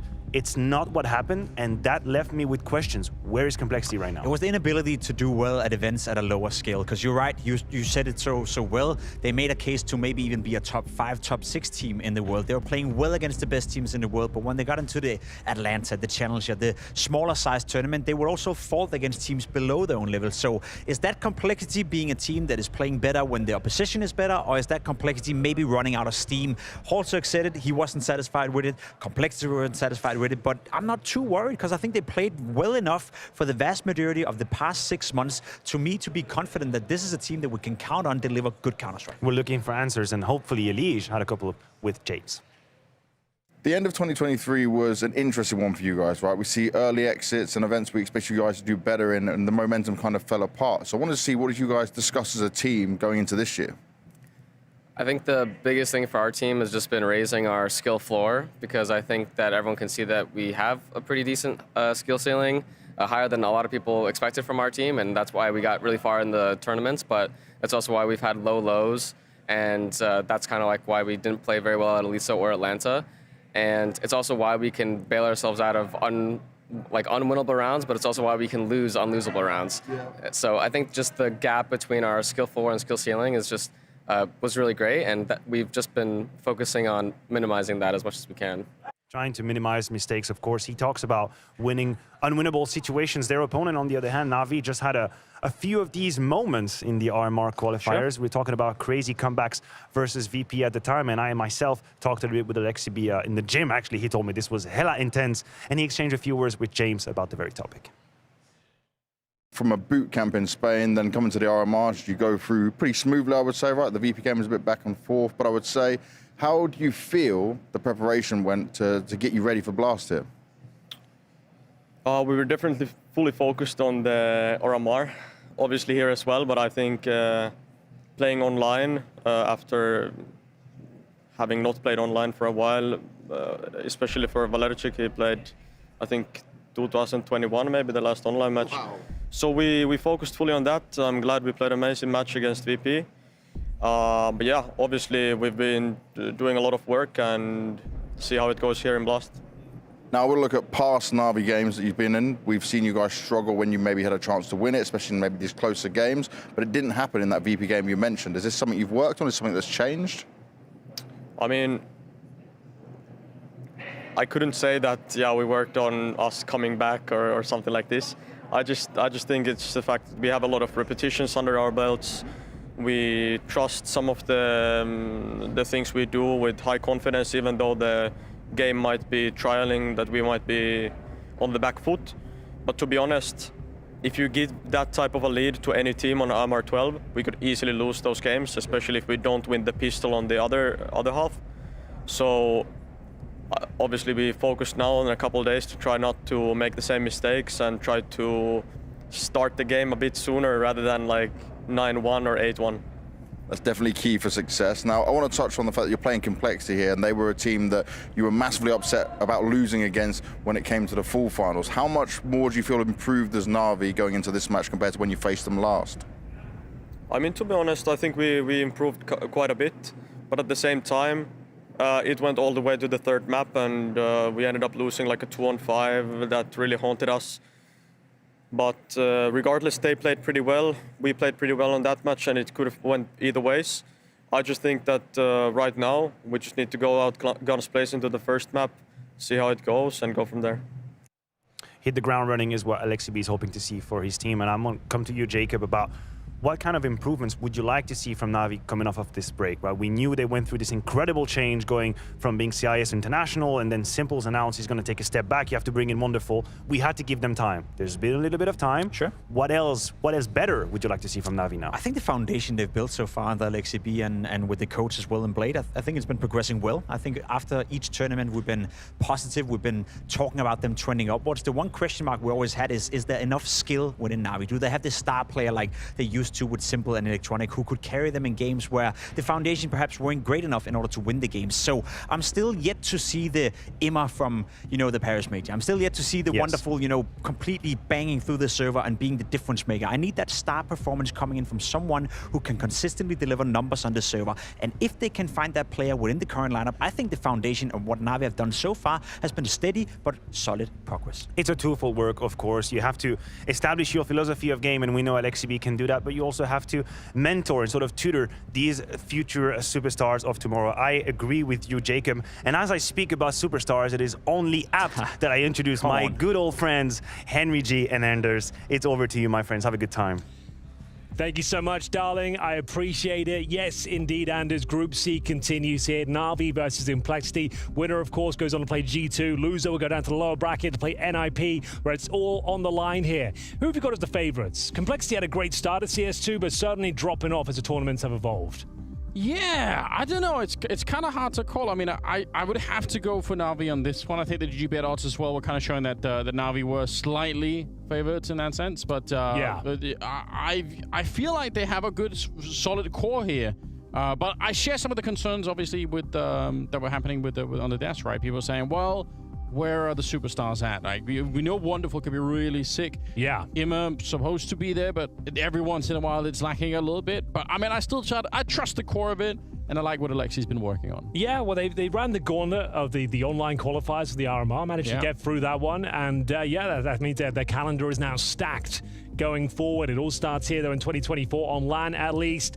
Difficult opponents in the face of Complexity. Bear in mind, it's Overpass kicked things off as well. Kind of a specialty map for Complexity over the years, but their form has not been fantastic. We heard from Elige that he feels that their floor is too low. They need to raise that because the ceiling's very high. Like when they're firing on all cylinders and they look like the team's working, it's players like JT, names you wouldn't necessarily rely on, that step up and go above and beyond for this squad. They're going to need everyone here to step up, especially the man in the screen there, Holzerk, up against Wonderful. I think that's going to be a tantalizing battle, to say the very least.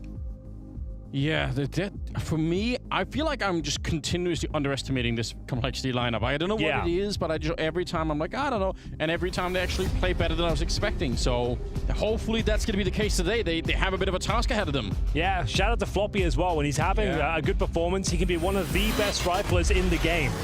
It's rare we see it, but when it comes online, it's a sight to behold. Ladies and gentlemen, your second match here at Spring Groups 2024. It's NAVI taking on Complexity. It will be the T-side start for the North Americans here. It's their map pick, and they've got a single smoke and a flashbang. You'd assume a P250, yes, indeed, in the hands of Elige. And, well, he's made it known very early on that he's here to frag. Yeah, they hardly get out of spawn before he's found a headshot.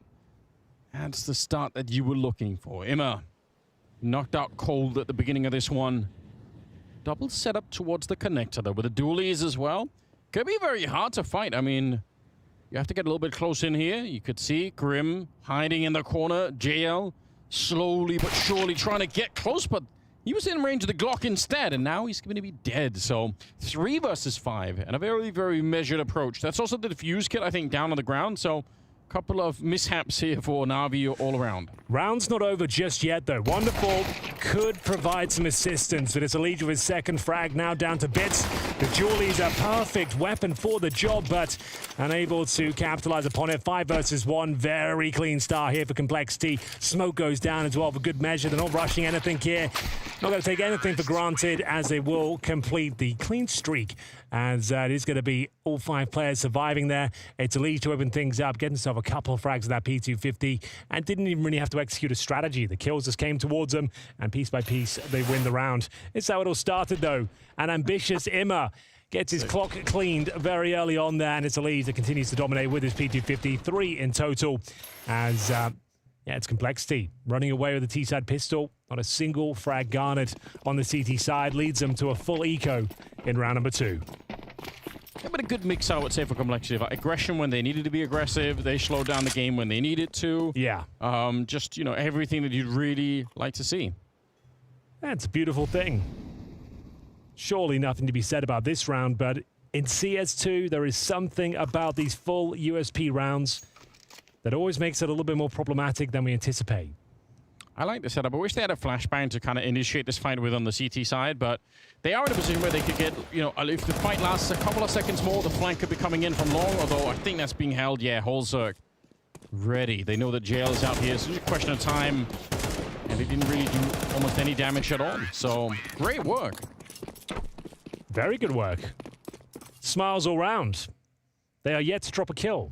That's another clean sweep, Anders. So 2 rounds in. No one dropped so far on the Complexity side, but that full eco suggests they'll be buying up in the 3rd round here. There'll be a basic buy with M4s, maybe an SMG in the mix for utility. Opting for the FAMAS instead. That'll be Bit and Alexi B. 3 M4A1Ss otherwise. So, important round here. Not really so much of a bonus situation, but there are Galils in the mix here for Complexity, and there's no helmets really in sight at all, so those Galils are extra potent. Very difficult round for NAVI to try and pick up here.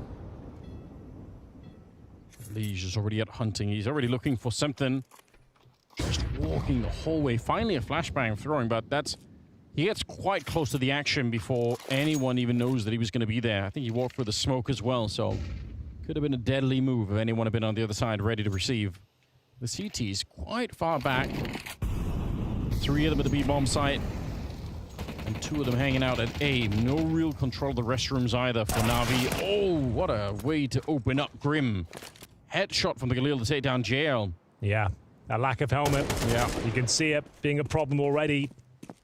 That one, not so much of an issue. That's just a clean headshot from Elige with the AK-47.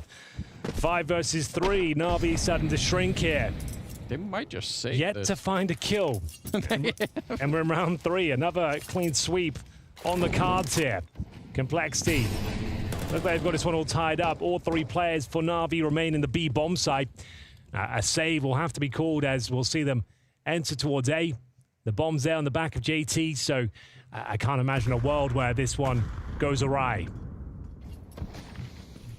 They're still making sure they dot their I's, cross their T's. 100% confirmation the bomb site is clear, and indeed the round is theirs. What a bizarre start to a game. Yeah, right? Getting no kills whatsoever. See if they get one of the fading moments of this round at the very least. Just somebody do something. Yeah, it's not the start they were looking for, that's for sure. Complexity known to be masters of overpass. I think their clean record might be up for debate here. Floppy trolls towards T-spawn, doesn't overstep the mark though. Oh, he hears a footstep, so he knows they're in this position. There will be the first CT kill here at the very least, Anders. He says, there it is. There we go, all right. It's a slow start, but you know what? It's early days. Complexity, they will be celebrating though. Oh, there's no one more. All right, they're adding to it now. They're getting a little bit more. There we go. Still 3-0 for Complexity. Very solid to begin with here. Yeah, you can't really ask for much more. It was that initial kill in the Galil, Elige out towards long, pixel perfect precision. Like we said, no helmet. Like, if he has one there, he certainly survives that duel. He'll get away with low HP, but nothing you can do about that engagement towards long. I love the fact that Grim has adopted the Elige hairstyle. Who's the next to fall on that team? Someone has to. I think they all do it. The bold buff, yeah, it's a real thing. It'd be sick. We all know it. Maybe not Horzuk though. His hair is iconic. He's a fashion icon in that sense. That actually would be a shame. That would be like his identity. Yeah, but he'll stand out even more if the rest of them do it. That's what I'm saying. Yeah, like, true. You know, so. Okay, well, 1 minute and 20 seconds. Yeah, a couple of saved rifles, bear in mind. So not all is lost here in round number 4. NAVI certainly in the back foot though. Grenades deployed towards the barrels. Not too much damage, just tickling the toes there a bit. And maybe a little bit more utility deployed here. Oh, nice idea on the boost. Alexi B unable to convert the shots. Grim certainly is, though, as they continue their probe in towards the B bomb site. JL recovers the Galil at the very least. He's got Kevlar to go with it, but looking for his first kill of this CT outing on overpass. When he's flashed into it, it's a big opportunity. I can't believe he didn't get that one. Grim somehow survives, gets the headshot on JL instead. And it's 5 versus 3. And even in spite of the saved rifles here, I don't think NAVI can be able to do too much right now. 30 seconds on the clock. Bit here with the Deagle, but once he re-peeks, he was just checking for it, but he re-peeks into 3 people that are waiting for him. And it's Grim finding another one. 3 in this one. They're having such a great beginning. On the T side as well.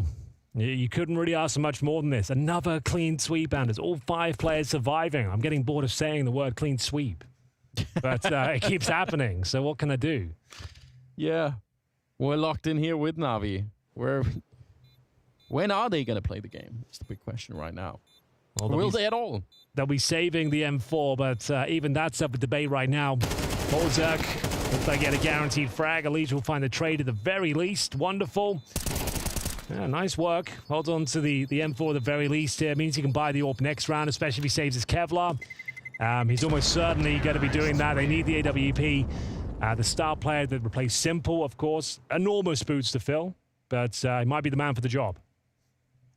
Yeah, he definitely has some really exceptional moments, but you're right. I mean, stepping into Simple shoes, I don't think anyone's really equipped to do that, so let it take a moment. Hopefully that's not something that's on his mind too much. Maybe it was right at the beginning, but I think he even said in early interviews is, don't compare me to Simple. Yeah. So we're going to, but it's nice to say. I understand where he's coming from, the different players, but he uses the same sensitivity. He's from Ukraine, and he's an AWPer as well, and you're in NAVI. You're going to get compared to Simple. It's going to happen. JL almost throwing his mouse around there, which is actually my mouse. Oh, is he still using the Anders edition? Yeah, I think so. He stole it at one event. At Abu Dhabi, right? Yeah. So, still got it. Hasn't worked out too well from this game. Throwing the mouse around. it worked in Abu Dhabi. I'm just saying, like, I'm gonna if they win, I'm gonna take the credit. You know, I feel like I'm invested into it in that sense. You know, they still can win. Very early days here. Not the great start, of course, as the aforementioned Anders edition mouse there, which JL had to borrow from him after his didn't arrive in Abu Dhabi. But hardware issues, you know. Gotta be careful. AWP is mentioned in the hands of Wonderful, but the woes continue for NAVI. Floppy, a spam through the smoke leads him to the first kill. Bit 0 and 5, the B bomb site under a lot of scrutiny right now as their luck here continues to fall apart. What's the next maneuver on the CT side? Imma takes matters into his own hands, but leads into his own demise. Oh no, Wonderful. If he would have pulled the trigger, I think he would have had it right away. But he was flashed and he decided to pull back instead of shooting the gun. And, you know, hard call to make it that one. It might just be another clean sweep, Henry. I know you don't want to say it, but... Not again. We can't do it again. Not again. This is absolutely ridiculous. They have 4 kills, 5 now in total on the Na'Vi side. And we're in the 5th round. I mean... This retake's possible. Would you go for it though? Probably not. It's risking it. It's a 4-on-2. They can't even escape either. They're getting flanked down here from Floppy. So either way, you're probably not going to be doing a lot in this round. Yeah, Floppy's on the hunt, that's for sure. Looks to have a solid understanding of the situation. Locking them in towards CT spawn. They're slowly but surely making their way in towards the Lion's Den. Grim to take the aggro, but they have no idea. Floppy's on this side, and he gets the double kill. JL would have gone down to the bomb regardless. So yeah, great maneuvers from Complexity once again. Just running the defaults, finding the frags, get the advantage, or just spamming a player through the smoke at the start of the round is how the last one fell for Na'Vi. It was Bit that saw no one and met his early demise towards the monster tunnel. Yeah, this one now is... The alarm bells are going off at this stage. You've got maximum loss bonus, of course, but on the CT side only gets you so far. It's not like you can bring out Galils and some Kevlar and go for it. You're down to pistols. Bit of an M4 situation for JL. See if we can do anything with this one. They desperately need a round. This might not be the time they come online, though. Scout for Wonderful. On the flower beds here, an iconic position. Have years gone by. There used to be a point in time where every single Guardian game, you find him in this one. It's true. For me, that's how I associate it. And they had to start boosting in this party position to try and lock him down, remember? They'd actually boost like a 3-man stack here in the corner and take him down for that position, yeah. Yeah, it was sick. I can't believe, more than anything for Na'Vi, never mind the Complexity are having a great start, like more credit to them, it's sick what they're doing, but where are some of the individuals from Na'Vi? Like, surely one of these players has the strength to say, okay, you know what, at least I'm going to have a couple of good rounds here where we get like a double or a triple kill, even if we don't win the round, just to show, you know? And as they can still tie up the half. I'm going to give them some time. It's certainly not the way they wanted to kick things off here, but we've seen so many massive leads thrown away here. And Complexity are not exactly amazing form right now. They've had some really questionable performances, especially in North America, losing to teams they potentially shouldn't have done. And JL, double kill, making that rifle work. Is this the first round for Na'Vi? Time will tell. Significant damage inflicted towards Floppy and Elige here. Orb Shot slips by the wayside, and now there is an opportunity here. Yeah, there is, though. Good shooting for Floppy, though. Catching player coming out of the smoke and Wonderful. And Exy trying to get close, and actually, he'll find a shot. He nearly gets a double, and it's a 1 versus 1. No bomb plant, 13 seconds. Holzerk, he's got the AWP out. It's risky. Imma right down there, and I think he's been spotted. Holzerk knows time is running low. 5 seconds. He has to get this kill right here. No! No!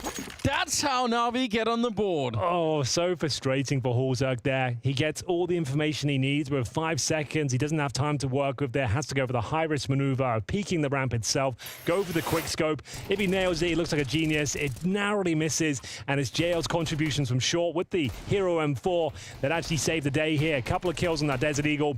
Holzerk, 1 versus 1, knew exactly where the final player was, but Imma coming out on top of the Desert Eagle. It's the first round for Na'Vi. Holzerk knows that's a big moment. They can even win the half at this stage, NAVI. They can come back and get a 7-5 scoreline. It's never done in CS2. Doesn't matter how large the scoreline is, things can fall apart very quickly.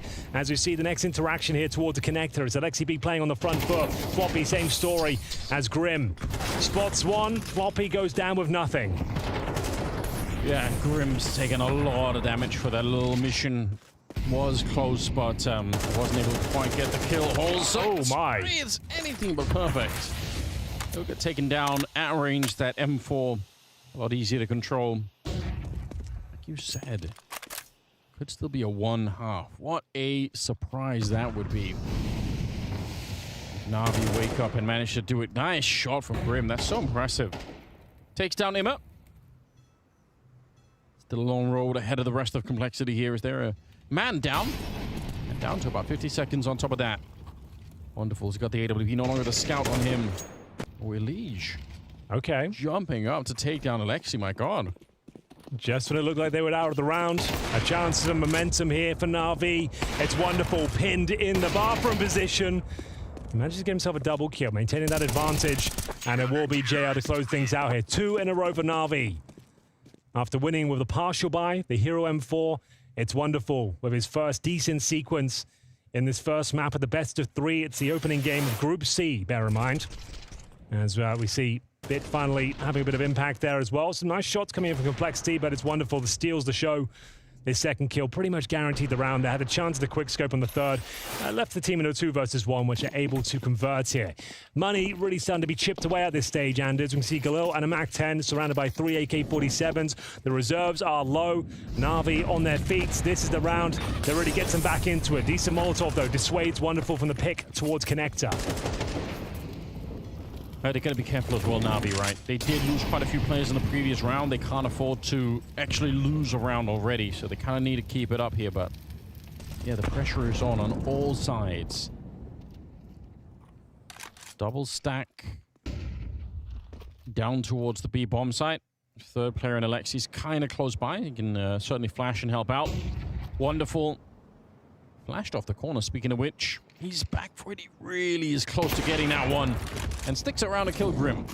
He's very good at those sort of picks, knowing when he can be a little bit aggressive at this stage. Calculated aggression, though. And getting that first frag, he's still got a positional control to fall back, maintain the advantage they found. It's a 5-on-4 for now. Smokes down as well. Lots of footsteps, though. Risky, as Elige might try and help himself to the next kill, pushing through this smoke. Thinks better of it, though. Takes the info. And with 40 seconds remaining, what is the final commitment here? We've got 3 players over towards B. Elige holding the extremities, is trying to hold these CTs in position. And it's Floppy to lead the charge, trying to crack open this B bomb site. Yeah, Bit in a good position here. Headshot to take down Floppy, but the MAC-10 also doing a little bit of work. He needs one more, and he can't find it. Maybe they could have picked up the bomb after it.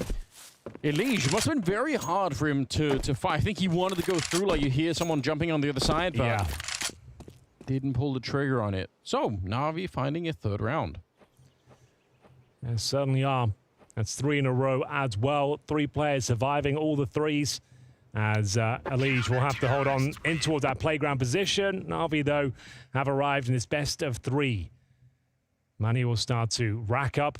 I'm not sure if they recovered the AWP, but time will tell. Certainly got some AK-47s in their arsenal now, and this is where wonderful. Like I said, it's nice position there. Doesn't quite overextend and gets himself out of there. Clean finish towards his B bomb site. And bear in mind that we know the reserves were low for Complexity entering this round. They had a Galil and a MAC-10, 3 AKs otherwise. Should be a partial buy at this stage because they are getting at least the loss bonus. They're going to go for the force buy, Anders. All right. Don't hate it. If it works out, job's a good one, but we'll see if they can at least get the bomb planted here. JL doesn't seem to think so. Great opening frag. Takes the aggro for Imma, who swings around in that connector position. Beautiful synergy there. Yeah, it was. You could tell how distracted Grim was. Yep. Second play, he's not quite sure what's going on. Really nice comms. They blow open the door. JL's there ready for the players crossing up towards the steps and connector. Nails the first headshot, allowing Imma to swing around for a free kill. Now, the job's already been done. JL knows it as well. Gets a bit of info towards short. They just want to hold on to this 5-on-3. They're very healthy right now. Bleed that clock out. As you can see, Anders, there's barely any utility remaining. 1 smoke and a couple of flashes. You can't really flush them out. as it will be bits to pretty much confirm the round. I say pretty much with bated breath because there's always a chance you get a bit carried away, but it will be JL. That's a nice little spray down there.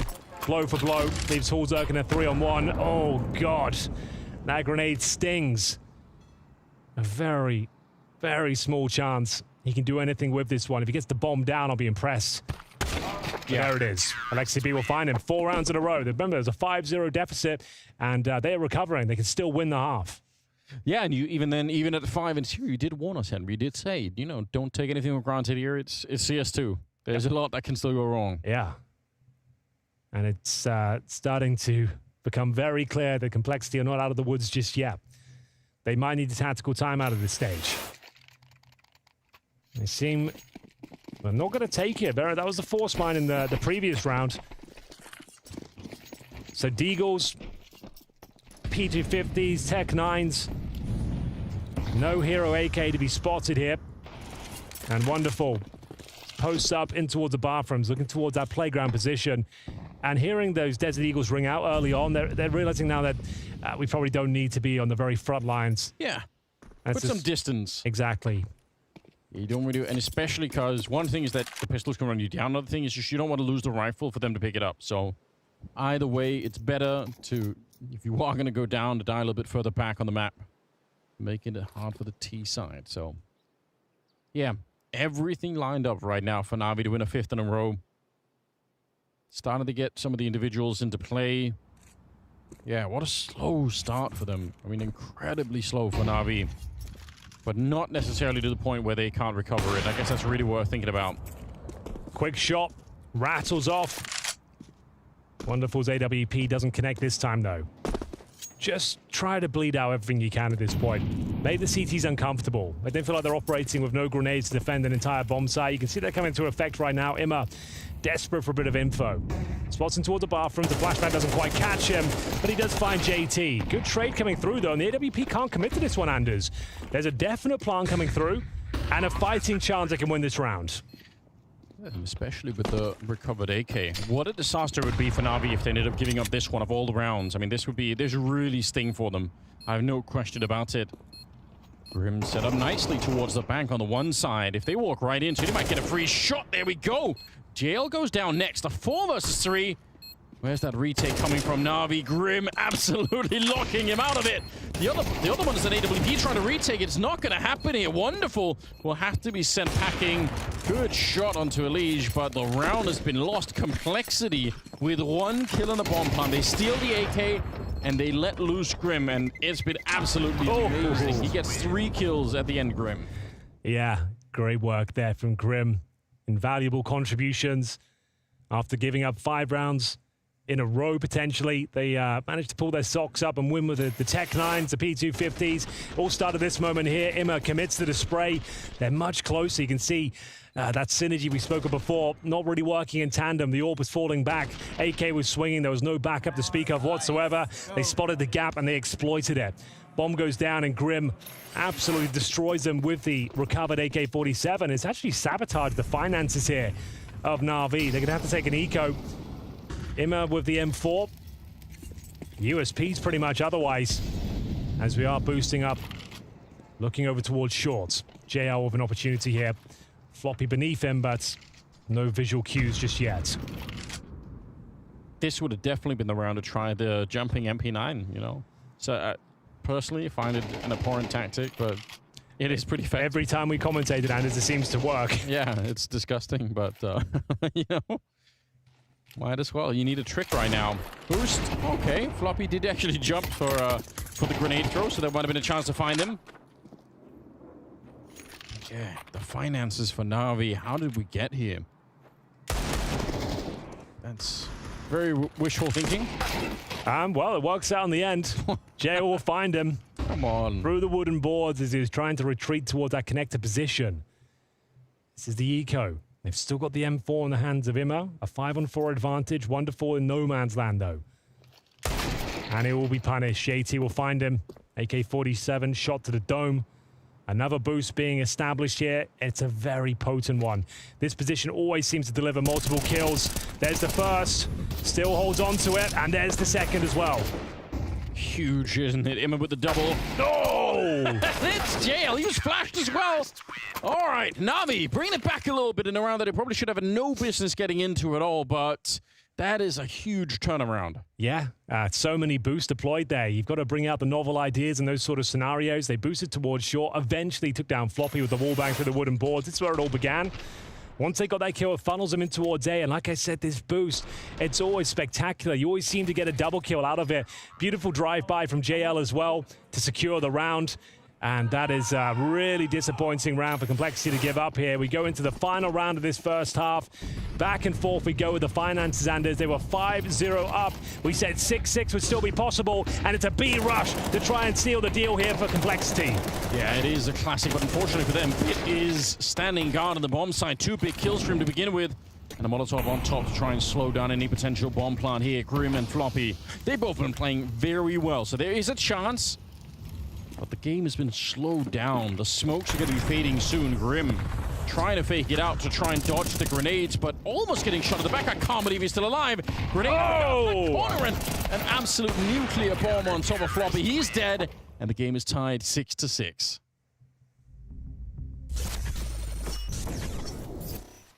And now Boomich. Here comes the boom. Come on. Here goes the boom. You got all the money you need. Here comes the boom. All in on black. Black and yellow. You'd have to clear this close corner. Oh, the player just slipped down the ladder, man. That's unfair.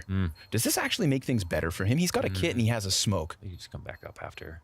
He has a kit and he has a smoke, and Olaf has to leave. Now he's going to make a bunch of noise. He's going to get that kill. He's going to put the smoke on top of bomb, and no, not like this. You are kidding me. NAVI finish like this?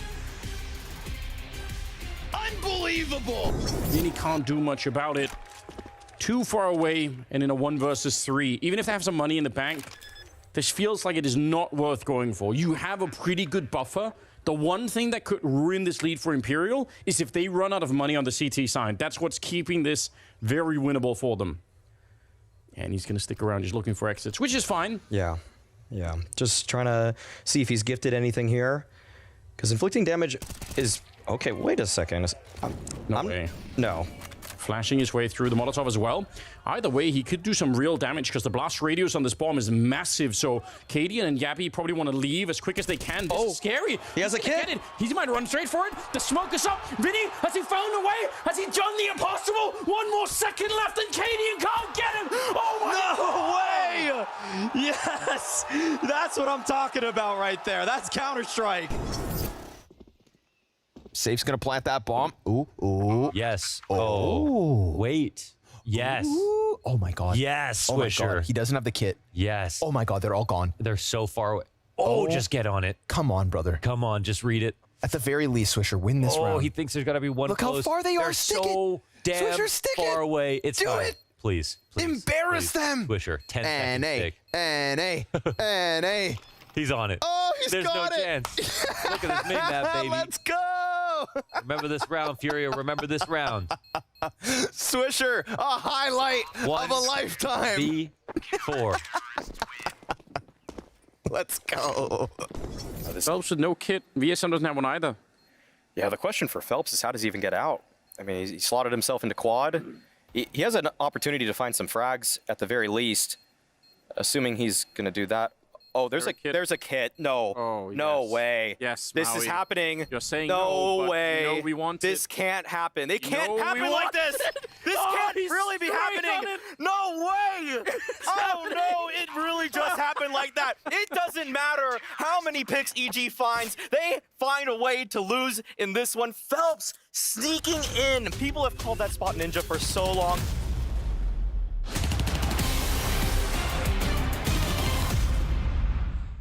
A highlight of blunders there, Anders. Some fond memories there of the ninja defuses. None of those antics in this game, but certainly some interesting moments. It was Complexity up 5-0 to kick things off here on Overpass.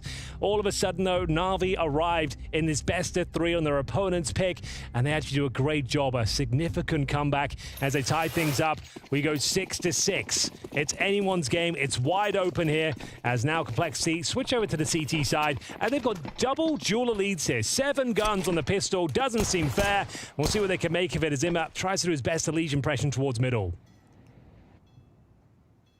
A weird first half. Hard to really summarize, but whoever wins this pistol round could be on for a bit of a run. Elige moving forward. This is real dangerous on the other side. Wonderful was ready and waiting for him, but nobody goes down yet. Bomb dropped further back towards T-spawn, so suggesting NAVI not quite made up their minds yet. Yeah, just want to get some initial control of the map. It all starts here, and they've done very well. It's Bits with a stunning headshot there. Horza can't do anything with the Julies. He's alone in towards that connector, and it's an early 5-on-4. Like you said, the bomb was in T-spawn, but it's been scooped up now. It's on the back of Wonderful. They still have smoke, 2 flashes, and a Molotov. So they can smoke towards Graffiti. They can Molotov the barrels. Double flashbang in, Anders.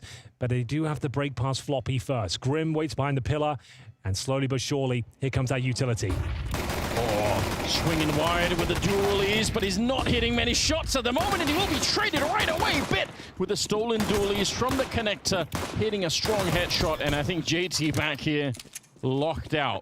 They know where he is. They're fighting him, but they don't really have to. Sure. Just maybe leave him alone for another 10 seconds and everything is going to be absolutely fine here. Yeah. I think that's what they've called now. They've realized, yeah, it's not worth it. Bear in mind as well, you can assume it's JT that dropped those Julies, so he's got no Kevlar to speak of as well. Gets himself a couple of frags, at least that's money. You get $300 per kill, of course, and he's got nothing to save. So even running away from the explosion does nothing for him. Might as well see if he can find another frag here, steal one away. Anything will do. He knows it as well, but there's no way to really do anything with this one. Oh, okay, that's another $300, Anders. They're going to force fire the next round. That might be important. Yeah. It might have significant knock-on effect if he can somehow bring out a FAMAS. If they're going to force buy, that is. Maybe there's something to be said. Yeah, exactly. So I don't think they necessarily will, but if today's anything to go by, when we saw G2 play NIP earlier on the CT side, they were force buying the second round each and every time. Maybe this will persuade them to give it a go, but it was Bits to open things up, and then the Julies of Floppy could only good for one. Bit recovers those, and there it is, the force buy, JT FAMAS. So those kills are going to have a knock-on effect. If they win this round, it's because he went for that third kill. Well, they get this heavy tag onto Alexi at the start. You can see it's the exact money for Kevlar and the FAMAS. So you needed that third frag to even make this a possibility. So very interesting little nuanced detail there. Good damage to Alexi B. And a difficult round here. I would say it's pretty equal now, considering Alexi B's been tagged. If they can win this round, they're right back into it. 7-7. But back towards B we go for now. 4 players starting to edge their way over. Still got the majority of their smokes. Molotov for the barrels as well. It's such a difficult position to flush out these wooden boards. Yeah, NAVI don't really know what they're walking into. They don't have enough information on the map to realize that it could be a 4-man stack down here. They just don't know. Flash goes right over, and that's a great clear up. The MP7 to start with. The Alexi B flash saves the day. Couldn't have been more effective if he tried. And it leads them to a pretty convincing round finish here. It was definitely up in the air at one point when the tag came through, but Alexi B holds his nerve, coordinates the troops. Back in toward the B side, the contact player with single flashbang is a thing of beauty. That's Horzak and JT. No choice, I'm afraid. Hold on to the little you have, which is a scout. The aforementioned FAMAS, which didn't really have much impact, I'm afraid. And a smoke to boot as well. Yeah, this is, I mean, for the second half, NAVI are going to be celebrating this. Like we said, it was an unbelievably slow start for them to overpass, right? They lost the first 5 rounds in a row, got almost no kills whatsoever. I think in the 5th round, they had 5 kills as a team entirely. So not exactly what you'd want to see out of a NAVI team, but yeah, they made up for it now. Started to get in the groove of things, and now they're in the lead, 8-6. So starting to look a little bit more respectable at the moment. Blade towering over them behind them. I'm sure that he is going to have some harsh words at some point about the beginning here, but right now, focus is on. Alexi's having a good time. All right. It wasn't a great start, 0-5 down, but smiles all round now. 8-6. You know you're up against potential eco here, but bear in mind they did save a little. Maybe they can do a lot. Up against the SMGs, JL with the T-side MP7. Mac 10 for bit otherwise. As they wait for any initial CT pushes, and one is coming towards short. Elige at least probing the position, peeked out the smoke, didn't see anyone. And it's a bit of a B stack here as well. JT with that famous boosted up and short. Thinks better of it. Silent dismount, and back towards A they will head. Which seems to be the correct call, but not a certainty that NAVI will finish this side of the map. Bear in mind the bomb's still down in T-spawn. But the Scout and the FAMAS, both here on A. If a couple of tags can be found, it could set up these pistols. A bit of a spray down here. Like we said, this boost we saw in the first half always seems good for a couple of kills. Bomb has been recovered. 50 seconds remaining. Now, one decent flashbang can disrupt the boost. They know the Scouts on this side of the map. They're hoping a rotation back towards B will come through, but it's Complexity holding on to their strong positions here. Down to Halzak. Needs to find a couple of tags here. Ideally a headshot. First port of call will be wonderful towards long. Oh, but this is getting very awkward, isn't it? Look at the time. 25 seconds, Henry. I'm starting to get a bit nervous. On behalf of NAVI, they could be walking into a real big issue, or simply running out of time here could be the thing, but they clear out the boost. It's a start at least, and Grim is up next. My God, they've cleared it up quickly. I was getting nervous, but still 10 seconds here. The Scout surely going to be knocked out. And look at it. I mean, there was a chance even right at the end. He could have landed that shot and won the round. Yeah, I didn't want to get too excited there, because if Floppy somehow hits that headshot with 4 seconds on the clock there was a chance that bomb doesn't get planted. A slither of hope. Still a scary moment there for NAVI, but they managed to course correct and pick up the round. No problem in the end there. Certainly a little bit uncomfortable, but now starting to stretch their legs here. 9-6 on their opponent's pick. I'll say it one more time for the people at the back. Complexity were up 5-0. They picked up a single round since then. NAVI with a great start here in the second half. You can see this is a bonus round kind of personified as we see Galil's an MP7, a wonderful AWP. If they win this round, yeah, it's GG if you ask me, but it's Elige for that first frag. Just what they needed. Oh, there we go. Just as Halzak picks up the second one onto Wonderful. 5-on-3. They absolutely need this one. Like you said, it could be game over for Complexity if they end up losing this one, but they're doing a fine job to begin with. JT unfortunately does get caught, so it isn't maybe quite done yet. Bomb headed or hanging around right outside of the restrooms. Plenty of time for NAVI to try and make up their minds, and obviously still could be a secondary goal of just trying to do a little bit more damage to the CT side economy. They have no cash to work with really on the Complexity side. Flashed out. Halzak unable to get the flick, the kind of flick that I would expect for him to hit. He is a really proficient AWPer. Oh, absolutely true. 9 kills so far, but on the CT side is where he can do his best work. Alexi B not known to be a sniper. Narrowly misses out on that first interaction. Floppy certainly doesn't. That should be round guaranteed here. 30 seconds and a 4 versus 2. He does spot another one there, and yeah, really well played from Flop Dogger as managed to tie things up 7-7. Bear in mind though, Anders, this was the bonus round I illustrated before. They had MP7s, 3 Galils, and an AWP. So there will be a buy going forward here. But the Complexity needed to win that round, and they deliver on all fronts. Nice work from Elige, and especially Floppy to close things out there towards a connector. JL's not happy about it. And this is the double spray down to confirm the round in the end. So a timeout from Blade. Second one used for NAVI. He really has such a commanding presence, doesn't he? Oh, he does. You can just tell. Great stuff. He's a no-nonsense man. Yeah, he really is. There'll be no hugs, there'll be no fist bumps until the job is done. No massages, that's for sure. Absolutely not. Zero massages. That's a comfort of life that Blade just doesn't need, you know? Well, this is turning into a weird game now. Still a chance for Complexity to try and make good on the promise that they had in the first 5 rounds. Like, all right, this is it. This is sick. But that's it's kind of disappeared since. And as we mentioned, economy strong for NAVI, but this will cost them the majority of their gold.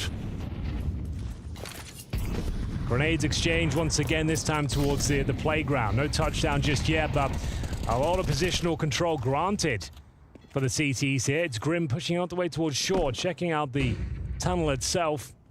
And you can see they've got nothing in terms of information this side of the map, as they have given up quite a lot of the star here, even anticipating CTs pushing in towards the playground. Molotov for the party position, flashbang to allow a peek. And it's Zimmer, tip of the spear right now. Looking towards long, but he's got a nasty surprise waiting from the other side. It's the Orb of Horzerk. Yeah, be surprised if he peeks it alone right now. Doesn't seem like that is going to be worth it. They're grouping up outside of the B bomb side, but forward position here in the restrooms for Complexity means there could be a quicker rotation coming down there. Oh, Grim just barely getting away with it. JT on the other side, and now Floppy, they're all chiming in. And look at the timing, Elige to pick off Immer. Once the first thread was pulled here, it just all comes apart for NAVI. One at a time, they go down. Not even a chance for, I think, retaliation, unfortunately. Yeah, it is full control here for Complexity. It was Grim managing to take the water completely at the start of the round. NAVI just didn't have any control of the map whatsoever. And yeah, with the time ticking away, trying to walk their way in towards Monster, but Grim mowing them down. And now a 5 versus 1. Wonderful. He would do very well to hold on to his AWP here. The first shot is his. Might be fine now at this stage. Looks like he's done enough to at least have the sniper into the next round. Drops himself defensive smoke. And we will have 2 rounds in a row for Complexity. 9-8, just 1 round separating these 2 teams. First map of our best of 3. It's Anubis up next as well. It's NAVI. It looked like they were going to steal it away after going 0-5, tying things up in the first half, 6-6. But 2 rounds in a row, 2 very convincing rounds, I might add, for Complexity here. You can see they had them absolutely surrounded in every single choke point. They'll save the AWP, but don't have the resources to really justify any investment around it. So let's see if they can find some picks. Maybe a bomb plant.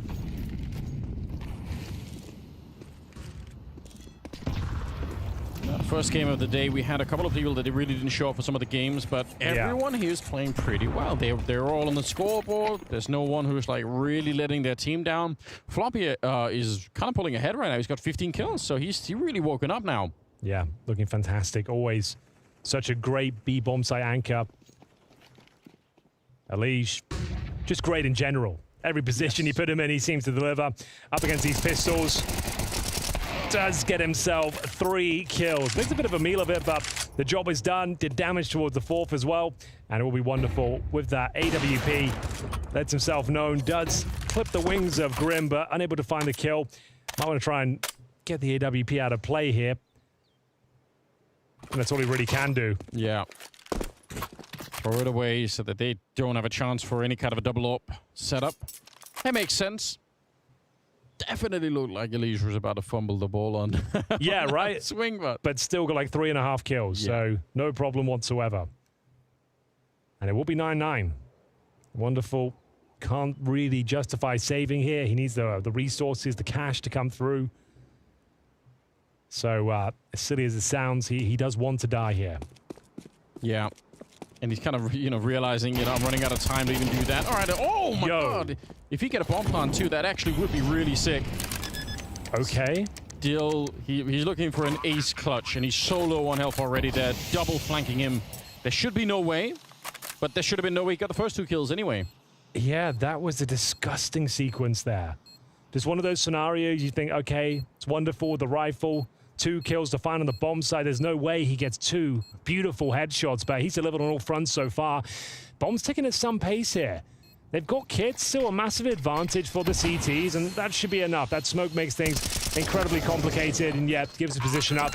Great effort, though. Yeah, absolutely. Considering he had nothing really to speak of there, he managed to get 2 kills at $600. Gets a bomb planted, another $300 for himself, and with the bomb planted, his extra $800 per member of his team going into the next round. So he did an amazing amount of work there, considering they entered the round with, sure, an AWP, but they had 4 Glocks otherwise, and he brings it down to a 2 versus 1 with the bomb planted. Job done, if you ask me. Yeah, that is super sick. I mean, you saw the bullet on that second player. It was right past wonderful. If that would have caught him, he would have been dead right away. So can't believe that nobody managed to touch him. But still, a little bit of a bonus.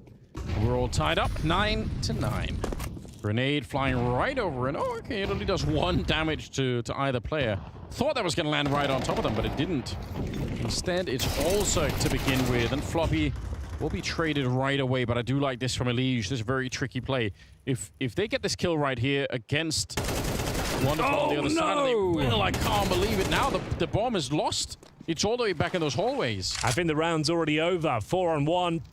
Alexi B, sure, he's got plenty of time, but there's nothing to do with it. Smoked off in every position. The bomb's down, as you mentioned. And a nice aggressive maneuver here from the CT side. They've been very good at that. Disrupting the offense. Yeah, it's sick, isn't it? Just a little bit of spice in some of those rounds, making it quite difficult. Alexi electing to just hang out on the forklift for a long time. It's going to be a hell of a time. 40 seconds, potentially. And it's Complexity to take the lead once again, Anders. This will be 10-9. Not much separating these two teams whatsoever, but since the gun rounds have already began here in the second half, you have to say Complexity have looked comfortable. It's their map pick, bit of a mainstay for the North Americans. So they really made a name for themselves over the last couple of years, having a very impressive T side, especially a solid B bomb side on the CT side. And we're seeing that ring true right here, right now. Complexity taking the lead, 10 seconds remaining. It's Lexi B that won't be challenged, no real reason to hunt him. Let him save the AK, diminish their resources once more, as of course he'll be getting no money going forward here. They've got around $3,200 per player. This kill from Elige was ridiculous. Wonderful knows that was his all day long. I don't think it changes the outcome of the round, but certainly a frustrating way to finish your own contributions. Wow.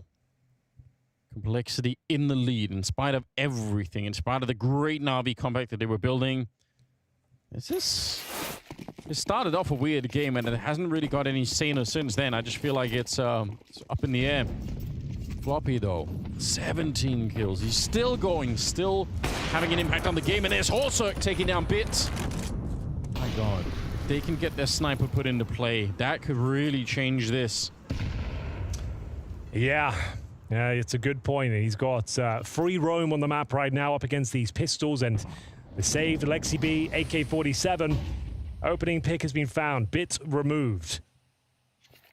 And you can see there's nothing that suggests that NAVI are going to do much with this round. They've got a couple of flashes. A man disadvantage. And Elige hitting an absolute showstopper and wonderful in T-Spawn. And again, just that aggression. He's really letting them know right now. I'm not gonna just let you set up outside of the B-bomb side. I'm gonna be looking for you.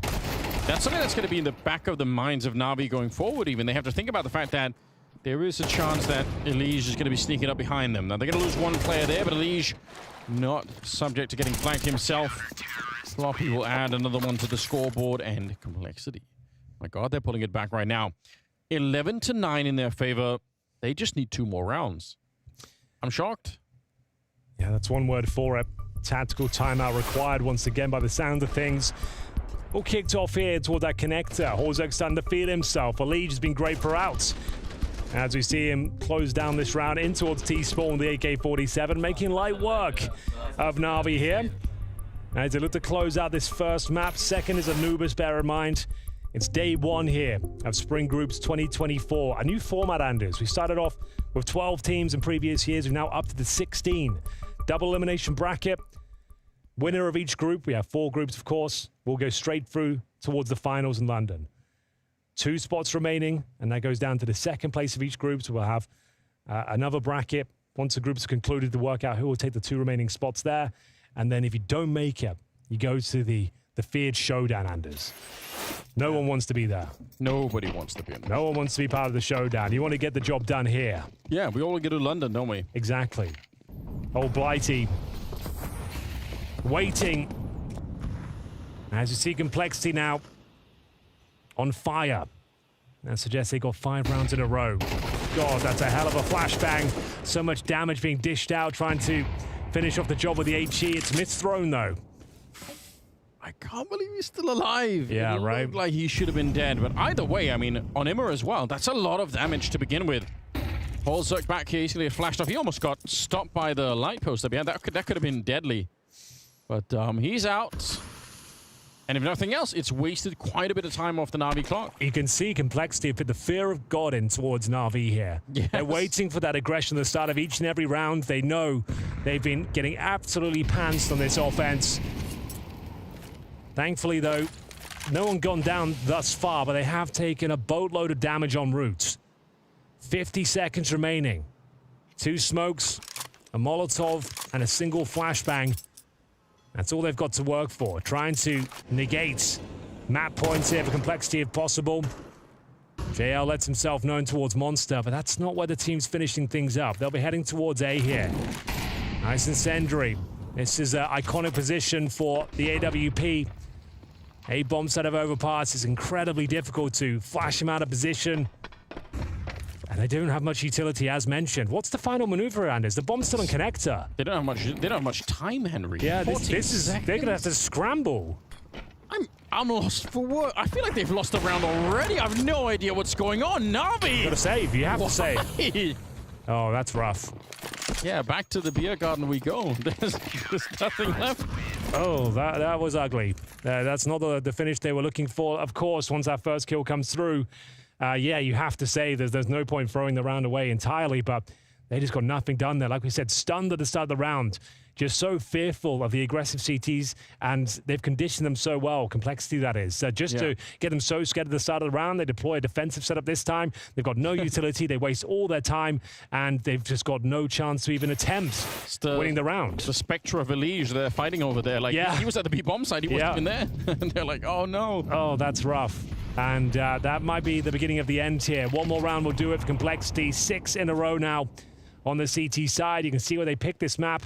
After going up 5-0, sure, Na'Vi got back into it, but this has been a commanding CT performance. The boss man himself, Elige, he'll pick up yet another opening frag. 18 and 12 so far, as he looks to close things out here on their map pick. Bizarre day in the office so far for Na'Vi. I'm so curious what happened on the second map here. Holzerk hitting a strong shot, close range against JL, who's trying to sneak through them. Or getting close to the tunnel at any rate.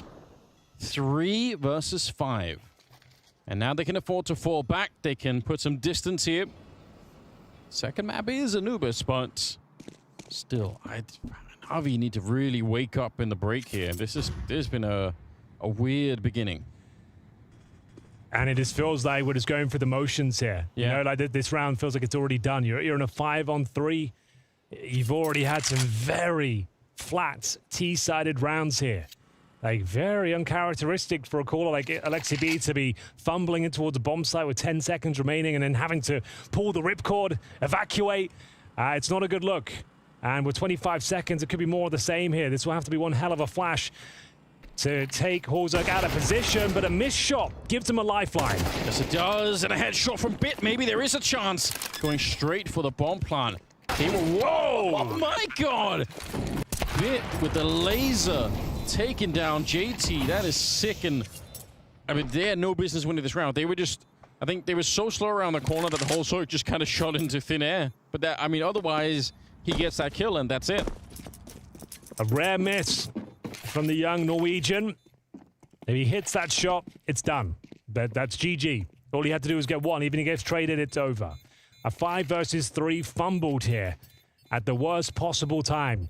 When you're looking to close things out, their money is unbelievable. They'll be absolutely fine in that regard, but now Na'Vi need 2 rounds to take us to overtime. Certainly possible. They've had some pretty underwhelming rounds, to put it lightly here on the T side, but they can take us to overtime and convert. All will be forgiven here, but yeah, that's going to be a bit of a heartbreaking moment, especially when Elise had to work so hard to find the initial couple of kills there. Gives them a 5 versus 3, and it all comes down to maybe an over-aggressive AWP. Now, you've got such a massive advantage. You've given them 3 1v1s there from the short position. Like, sure, he missed a shot. That's unlikely, but it happened. They didn't play the percentages, I would say, in that sort of scenario. I think that's fair. That's reasonable. Now, Complexity, at least they have a lot of money, right? Even if they lose this round, there's still a lot to work with. Wonderful. Damn, Elise. Shot at Elise. Running and shooting at the same time, just absolutely out-dueling him in that fight. Yeah, that's a real problem. He was lucky to survive that in the previous round, but this time no dice. Another opening couple of frags here for Complexity. Another 5 on 3. Now, do they tuck away and try and bring the round towards them, or do they fight to close this one out? It looks to be the latter. And Holzak with a big miss, but thankfully doesn't go down here. Can reposition and leave one of his rifles to patrol long. That's going to be a Liege. This is a common position now. In CS2 especially, this seems to be quite a meta position. Normally good for at least 1 kill. That's if he's challenged. And if he's not, we know that at any moment he could go aggressive, he could walk up behind them. Which he's been doing time and time again, right? He's been a real thorn in their side. So the exact same scenario, and is what we had in the previous round. A 5 versus 3, time ticking away. Looks like it's a done deal. But is there a way Complexity potentially give this one up? You give up one of these rounds, that's one thing. Another one, who knows what could happen. JL trying to swing for it, but he's down. Alexi and Emma, they get a bit in return. Grim trying to catch them as they cross. Not quite able to do so, but it has slowed them down once again. 20 seconds here. Emma, right position, I can't believe it. And now the Molotov on top trying to stop the bomb plant. Can he actually do that? No, not quite. The smoke is up there. Oh, that would have been a sick way to end it for Elige. Now he's on instead for the 1 versus 2. Hunting for the tunnel, looking for the kill, but look at who's fallen really far back. Emma just around the corner. He was missed by a second. And with a headshot. I can't believe it. NAVI able to bring it back and win another round. Another 5 on 3. Flushed away. I can't believe it, Anders. It looked like it was a done deal. Floppy even got the initial kill. Then all of a sudden, it falls apart once again. Elise left on a 2 versus 1. Couldn't make anything of it, and all started with that kill from Emma. Alexi B finds an opportunity to plant, and it all goes horribly wrong. Now 1 round required. 2 5 on 3s in a row, fumbled by Complexity. We said the money was strong. They should be fine for a nice full buy here. And it's Holzak once again, taking matters into his own hands, above the smoke. Looking for the opening frag once more. 2 5 on 3s given away. Imagine unbelievable. It goes into overtime and they lose that overtime and they have to look back on those rounds. It's possible. It is possible. And Elise said that's what they've been focusing on, like to stop fumbling the rounds that can't be lost. And that's 2 prime examples of where it's happened at the worst possible time here. Nightmarish scenes for Complexity. See what they have, what it takes to bring this one home. They just need a little bit more. 1 more round will do it.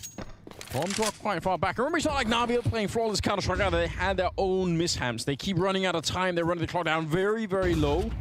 And again, they're out searching for Elige on the side of the map. They're making sure that he's not anywhere to stab them in the back. 50 seconds, and the bomb has been picked up by JL just now in the hallways. So this could be another round where the clock runs down quite low.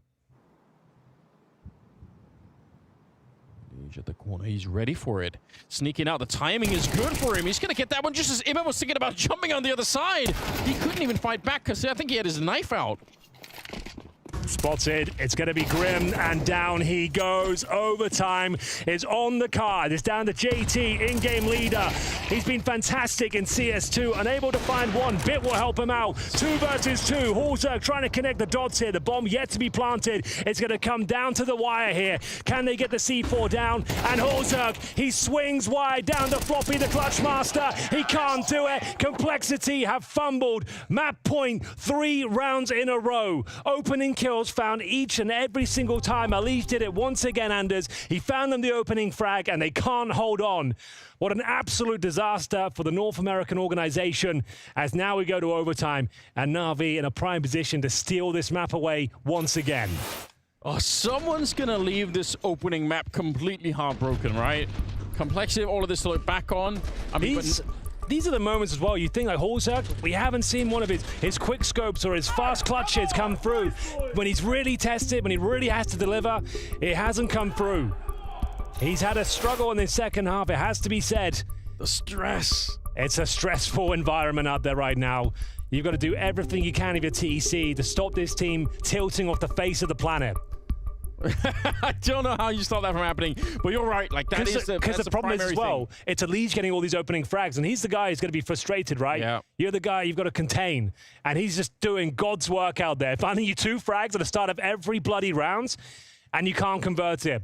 You choke it in the dying moments of those last 3 rounds. I can't believe we're saying this. We're going to overtime. Everything's reset now. And it's going to be complexity. Then he's picked themselves up, dust themselves down as we get into the first round here. Full reset. Well, let's see if this is something that can really spark NAVI. They should be feeling a lot more alive right now because they just had a second chance at life. They should have been losing this map already. And instead, they force it. They will it into overtime. Grim getting spammed a little bit down. Not happy about it, I'm sure. A lot of damage onto Alexi and JL too, so a little bit of give and take across the map. Still worried about that Elige flank. You could tell they're very actively on the T side looking for it. And even that is something that's going to be annoying to them. There we go, another opening. How? Okay, I'm going to bring the stats up. This is wild. He's so good at it. Wonderful. Oh, and Elige able to best him. Wonderful's had some big slip-ups in some of these rounds. Elige is 7-1 in opening duels right now. That's another double kill. Another 5-on-3. Single-handedly picked up by the star of complexity. They ask of one man? They can't. This round now. Stop being silly at this point. Let's win this round. Put this one to bed. Can't afford to lose this. If they lose this one, Henry, you go to you run in there and yell at them. Yeah, call the timeout myself. The lads, this is just unacceptable now. Elige can't do more than this. 22 kills, another double kill. This time in the first round of overtime. But there's always a chance. When there's a will, there's a way. Missed Molotov, I think. Yeah, a little bit. That's going to make it a lot trickier. Only 10 seconds on the clock, and Floppy, that kills all you need. That's all you need in any one of the other rounds. This would have been enough, and they would have been winning the map already, but they'll win the first one in overtime. Elige with more openings.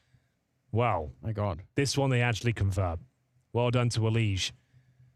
An absolute tour de force towards middle. Continues to find kill after kill. Another great position. How he gets a second, I will never know. It's wonderful that gets absolutely wrecked in the proceedings. And Floppy, like we said, an incredibly strong B anchor, generally speaking, manages to deliver the goods there as we find ourselves at 13-12 or 1-0 for complexity here in overtime. Similar game plan for NAVI. See, they're stretching out. They're trying to clear out all the way towards the restrooms. Can't really blame them. And a new position, new look for Elige. He's now down in connector, so he's trying to keep it fresh himself. I mean, it can be very, very tricky to have to sort of reinvent your position over and over and over again, but he's done an amazing job so far. He is vulnerable to any kind of a flank coming through the middle, but he's probably counting on Grim to make sure that no one's going to be slipping through the net quite so easily. Goes back to check, and actually, I wonder if they're going to know. Footsteps falling back a little bit. Elige could still be put to the test. You could see right down below. It's going to be Hallzerk instead. Picking off JL to begin with, but Bit missing his chance for a surprise attack against Elige. There's wonderful shooting with the back instead. A 4-on-4. All right, so far so good for NAVI. Here we go then. 4-4 technically favors the T side, but maybe Grim's got something to say about that. Imma beats him to the punch though. Nice headshot with the AK-47. They start to pick up the pace towards this A side of the map. Hallzerk low HP as well. It's down to the AK-47 and JT. Currently at 12 kills. Listening up for rotations here. Rotations are coming through. Oh, you're right. 25 seconds. Hallzerk's going to get the kill on Imma, but just the clock is going to be run down, so they just get the entry and just clear out the bomb site, but they can't really wait for the bomb. If they somehow get Floppy with an insta-kill, maybe there's a chance. There's the first. They're going to pre-fire this position. Alexi B. Oh my God, the head on a swivel. The bomb should be planted with seconds to spare here. It's JT now in the 2 versus 1. He knows exactly where they are, but it doesn't seem to matter. A beautiful hat trick from the in-game leader, Alexi B. Time was of the essence. Complexity had everything going in their favor, but a couple of quick kills and a scramble to plant the bomb. Alexi B leads the way as they tie things up at 1-1. Look at this. The margin for error is so tiny. By the way, the flash that hits him is thrown down from the B-bomb side, on the CT side. There's actually a friendly flash that's thrown to Grim, but it just comes a second late. Unfortunately, otherwise a great idea for Grim to take that peek, so... I can't believe, like you said it, they had to get the instant kill on Floppy, and they did. Alexi himself picking up the mantle, just going for it. He's got 20 kills right now. But this round, third round of overtime, will start with Holzer getting the kill on Imma. They've had so many opening frags on the CT side. It seems like NAVI start on the back foot each and every round. Yeah, it's true. But can Complexity convert this one? Looking for a 2-1 finish on their CT campaign. Pretty par for the course. Taking out Imma early on. Wonderful still with his AWP in towards middle. Double stack in this bathroom position. XCP with long control. Waits towards the flower bed itself. Where do they finish up here? Holzak will be baiting in the leash, of course, as he patrols towards the divider. Well, this time they're a little bit speedier, NAVI. The clock running down so low. I mean, it's a scary way to play the game.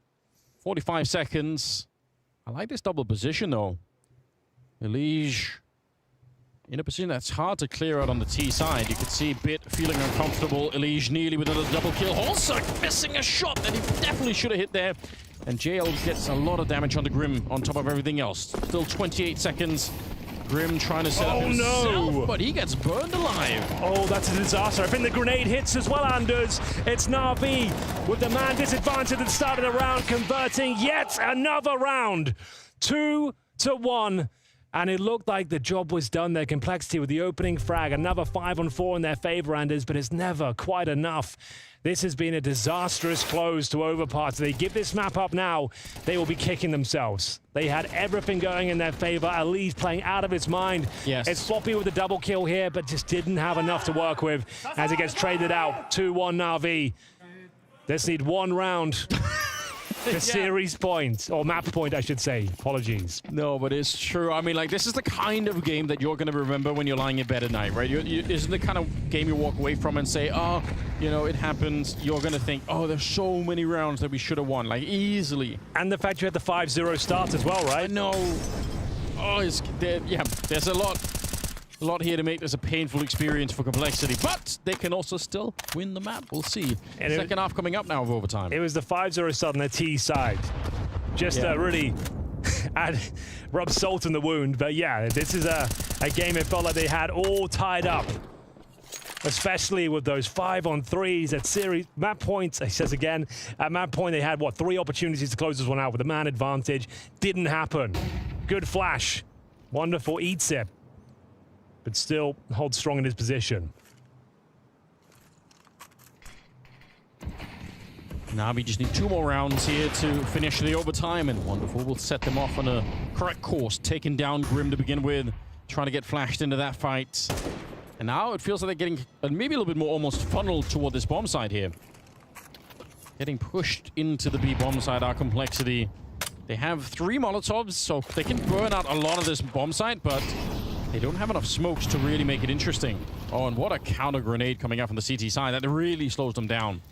It's going to be a difficult finish here for Complexity, Anders. A 5 versus 4. They are locked out of the bomb site. It's down to Elige here, who needs to try and get this first frag. Can't deliver on that promise. The flashes are good, but the shots and the spray down is better. 10 seconds remain. Horzerk has it all to do. A flashbang to the face. No chance of winning the round now. Only option is to try and save the AWP.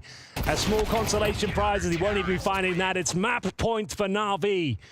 An absolute rug pull on the CT side here. It looked like they were in cruise control. Complexity, that is. Yeah. But now it's all fallen apart. They need to hold their nerve and post 2 rounds here to take us to double overtime. and really a masterclass in defending the B-bomb site. They had a double Molotov for the L-bend when two of the Ts, including the bomb, were out here, and then they flashed. This is the last one. So they had 3 incredible grenades to just crush Complexity's attempt to get into the B-bomb site. It was really, really sick from Na'Vi. That's something you want to see, like that kind of defense. And a reason why you want the grenades at the end of the round. You don't want to use all of them right at the start. So Blade looking for the haymaker knockout punch here. Yes, he is. Calls for the timeout. You get 1 extra in overtime, of course. And can it be done here? That's Complexity. They're in a world of trouble. 2 rounds needed just to keep their head above water on their map pick. A job that felt like it was done in regulation has spiraled out of control. Imma ready to get stuck in with his AK-47. Good flashbang over the top. Can hear footsteps heading towards that playground position. Does he have the audacity to go for the first pick? He certainly does. Objective now, try and survive. Retreat in towards the bathrooms, which he has done so successfully. Na'Vi with the man advantage here, looking to close things out on overpass. How much does Grim trust himself? Does he want to keep going out on long? He might have had the timing. Yeah, there we go. You can see Imma. He's running up. No idea that anyone is there yet. Great pre-fire from Grim. Yeah. Assertive. Oh, they're going to push Monster on the CT side, Anders. So, information garnered, but difficult to rotate into a prime position with 2 players so heavily committed in towards Monster. Objective now for the A defenders, try and hold them off as long as possible. They have all the intel required. Grenades being exchanged. Is this where Na'Vi close things out? It's wonderful. AWP on the bomb site, joined by Alexi B. He's got the incendiary as well, just to make sure it's a really complicated maneuver for them to make their way in towards A. Powerful smoke, flashbang to be deployed, but Wonderful can't hit the shots. Well, Alexi, he's so flashed, he ends up going down. Wonderful trapped as well. Oh my god, they might have found a way through here. JL. They even had the rotation to try and get a 3rd man onto the bomb site, but it just wasn't in time. The grenades coming out from Complexity in this one looked really solid. Especially that flash, that whatever it was that hit Alexi. He just couldn't really put himself into the fight. I do like the idea from Alexi as well. He threw the Molotov out on long, and that means that it's a lot easier for Wonderful. He's kind of setting up his AWP player to have an easier time hitting the shots down towards the restrooms, but it wasn't enough, unfortunately. But it's a good idea anyway. 14-15. Could be going for double overtime, Henry. Oh, it could be. That opening frag found by Imma towards middle. It was a thing of beauty. Couldn't quite escape the claws of Grim. He finds that beautiful shot towards long. Makes things uncomfortable there. The CTs were ready in position with 3 more players. This was that shot. Oh, nothing Imma could do. And then a great flashbang. Nice execution, and it's the in-game leader JT mowing them down with the AK-47. Blade cannot call the timeout now. This has already been expended. And this is where they close things out. Or is it going to be double overtime here? The AUG has been deployed by Bits. First time we're seeing in this tournament. Incendiaries down towards top of middle. Aggressive once again. Imma wants to get stuck in at the very start of the round.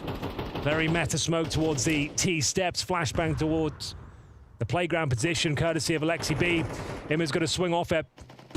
Good flash. Better follow-up. He gets the opening frag once again. If he can survive this time and maintain the 5-on-4 Anders, it could be enough, but still, he has not found his way out of dodge. And it's Elige that he gets the kill on as well. JT probably wanted to fight him, but he has the bomb as well, so he can't really just extend into it and fight Imma. If he dies, the bomb is lost. Oh, that nade. My God, what hit them? That's so much damage. Some sort of nuclear bomb. Good lord, and the incendiary makes things even more uncomfortable. A sound cue given over. And 1 minute remains. 5 versus 4. Floppy and Hulzerk incredibly wounded. They have lots of utility. They've got that going for them. Yeah, but time is of the essence, so 50 seconds and back towards A we go. Because they lost the fight to Imma, they have no control over on this side of the map, so it's going to feel really awkward. You can see how Grim you're right. Everything, right? Yeah, you have no idea where they are. You have literally no idea. He could be in playground, party, bathrooms.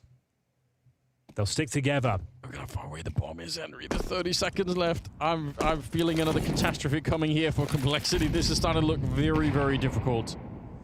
Nice work from Wonderful. Drops the incendiary to call for a rotation over. Bear in mind, they still have the 5-on-4 at their advantage. Wonderful hasn't really had one of his pop-off moments on this side of the map, and his woes will continue here. Imma waiting for a chance to strike, just wants to deny the plant, but JL beating him to the punch. It might be enough here. NAVI with a reverse sweep after going down 0 and 5. They complete the comeback after Complexity fumble round after round at map points. An absolute disaster for the North Americans, and it's NAVI on their opponent's map pick, bringing it all together on land for the first time. A great performance all around. It's Anubis up next. I can barely believe my eyes, Jake. But I'll be great honest with you. I have no idea what the hell just transpired. This whole story changed and unfolded at each and every turn, every round, adding more disbelief to what I was looking at. What the hell happened at the end of the game? What the hell just went on? What the hell happened in the beginning of the game, Matthew? It was a game from start to finish that had no rhythm, that had no sense made up for it, right? As you said, at the end of the game, it felt like Complexity were in full control. It felt like Complexity was supposed to win their own map pick. They were looking good, they were solid, they were in control. Out of nowhere, they lose a couple of rounds that I'm sure we're going to dive into. And going into overtime, it felt like a game that was completely open again, when neither of the two teams really played well or good or, you know, smooth Counter-Strike, but at the end of the day, the least worst team ended up winning right here. Kudos to NAVI for finding a way back into the game. For Complexity, though, the way they lost this game, that's gonna sting for a long, long time. Well, I guess not, because they don't have a long time. Let's be real. There were a couple of throws out there. There were actual throws, as we like to refer to it when it comes to Counter-Strike. Let's just roll them. Let's have a look at them, right? This is kind of clockwork right there. We're gonna have a look at some of the 5v3s that Complexity lost at the end of this game. We're talking about a 12-9 5v3. It starts here. 20 seconds on the clock as Alzerk misses this shot and everything crumbles around. Floppy is a little bit impatient. It allows Bit, who, by the way, up until this moment was very quiet in this game, 2 very clinical opening kills. And you think that's all right. Complexity, they've got time to work with. It's going to be 12-10. Everybody just relax. The problem is you roll back to the next round. 34 seconds left this time. 5v3, same situation. It's even a 5v2. I don't know the refucking coming in right here, but again, at this point, Complexity, they shouldn't be in doubt. Grim even gets the information. Halsrick, for some reason, is being caught off guard completely, misses another shot, and once again, it all falls apart for Complexity. Now, as you said, you shouldn't worry, because every single round, they got themselves into a 5v2, a 5v3, but when you can't convert on those rounds, when you leave a leash up in a 1v2 with a bomb planted after you're up in a 5v2, it's completely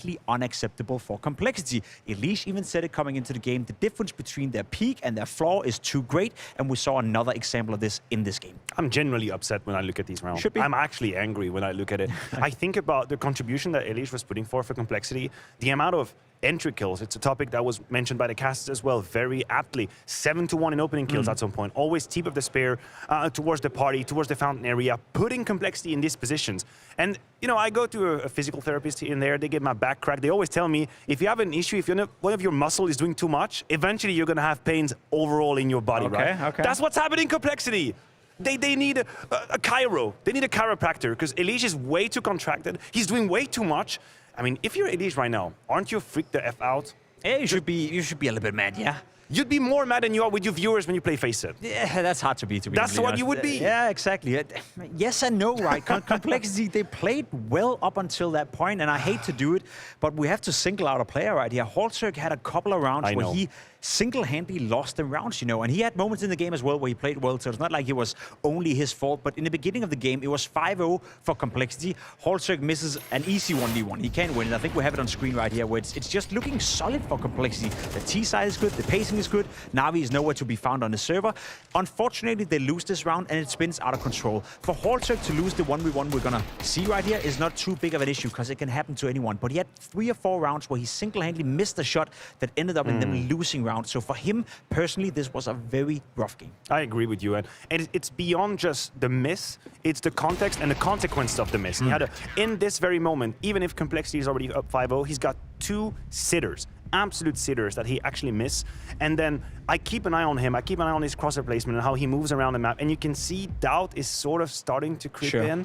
And it might not be very apparent when you look at the scoreboard, because he keeps up with the group, right? He keeps up with the average. It doesn't feel like he's lacking behind. But then you fast forward to moments where his right, or his click, rather, the left click, is going to be the difference between winning and losing the game. And this is where you pay the price. That goddamn interest rate on that invoice you haven't paid, it just comes a knocking, and he misses a few of these shots. And even though the scoreline is 18-18, so at first sight, you might look at this scoreboard thinking, oh, you know, he was average. Yeah. No, the impact, the implications of some of these misses are horrible to bear. And there is no way in hell that you hold it right now and you don't feel like you lost the game. You might be exaggerating. Sure. You might not be right that you completely lost it, but you bear a whole responsibility on your shoulders in these moments. He's aware, right? He's well aware of how the game is structured. He's well aware around the positions he had, that he could have solved the game for them. He could have closed the game. The 12-9 round where he misses that shot, it all falls apart. So yeah, for Holzerg, it's a rough one. However, I do want to spin it into something positive, and that's for NAVI, for the sake of Absolutely. NAVI.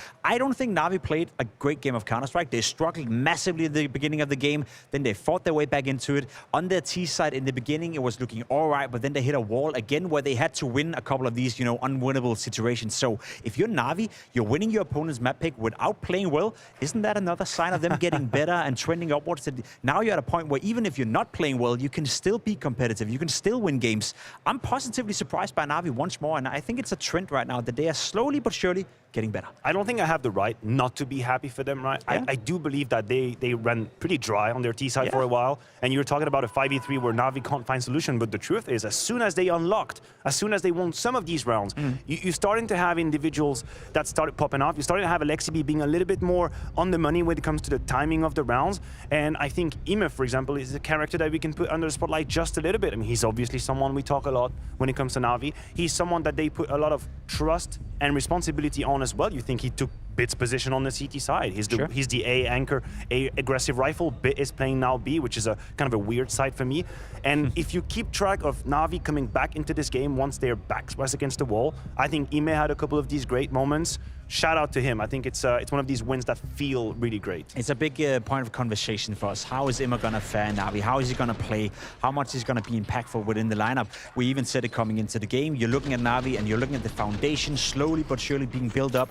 They're remaining competitive in certain games. Did well at the RMRs as well, but they need that one player who can pop off on the server. We know Bit used to do it. He hasn't been the same young Bit that we saw come out and burst into the scene 3 years ago. Ime was supposed to be the next one. He's not blowing up the server per se, but I think he's getting more, you know, comfortable within NAVI. He's getting more space. He's getting more comfortable in the situation that he's being put in. And if that's a trend also going upwards for them, that could be what's unlocking the full potential of NAVI. Well, that would be obviously a terrifying perspective. I don't really know where teams are psychologically speaking. Usually we have longer break here. The format makes it quite intense. So Complexity only have a few minutes to take a deep breath, while NAVI is probably going to ride that momentum wave as high as they can. We take a 3 minutes break. I have to calm down. I'm still enraged. I'm still upset. I'll see you after this.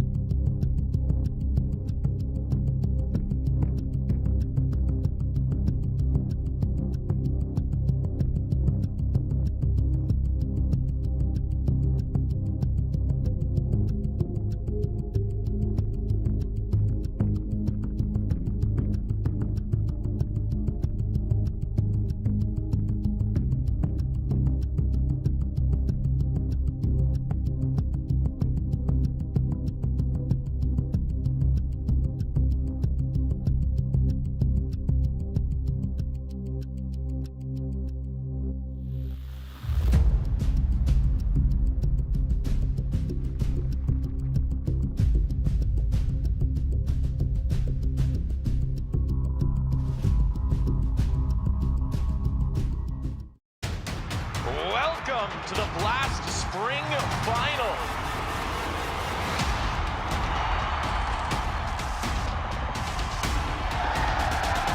Hell yeah. I'm ready. I'm excited. The stage is set. Who's going to lift that trophy? Oh! What is that? It all comes down to the next 3 maps of Counter-Strike. All right. Okay. And he can't believe it. Oh my God. The spring final in London, of course, is what these teams are fighting for, what we are getting ourselves ready for. Of course, this is going to be in Wembley at the half of the year, but it is still a far cry for most of these teams. We are at the beginning of this long journey, and I'm immediately going to put it out there. The conversation around Complexity was, first of all, have a higher floor when things or shit hit the fan, pardon my French, and 2, being able to mentally reset between some of these hard moments. And I feel like we are exactly in this very moment, Jacob. I feel like Complexity, the challenge now is to move on a second map, completely forgetting, ignoring the catastrophe that you just witnessed on Overpass, because objectively, Complexity is not a bad Anubis team.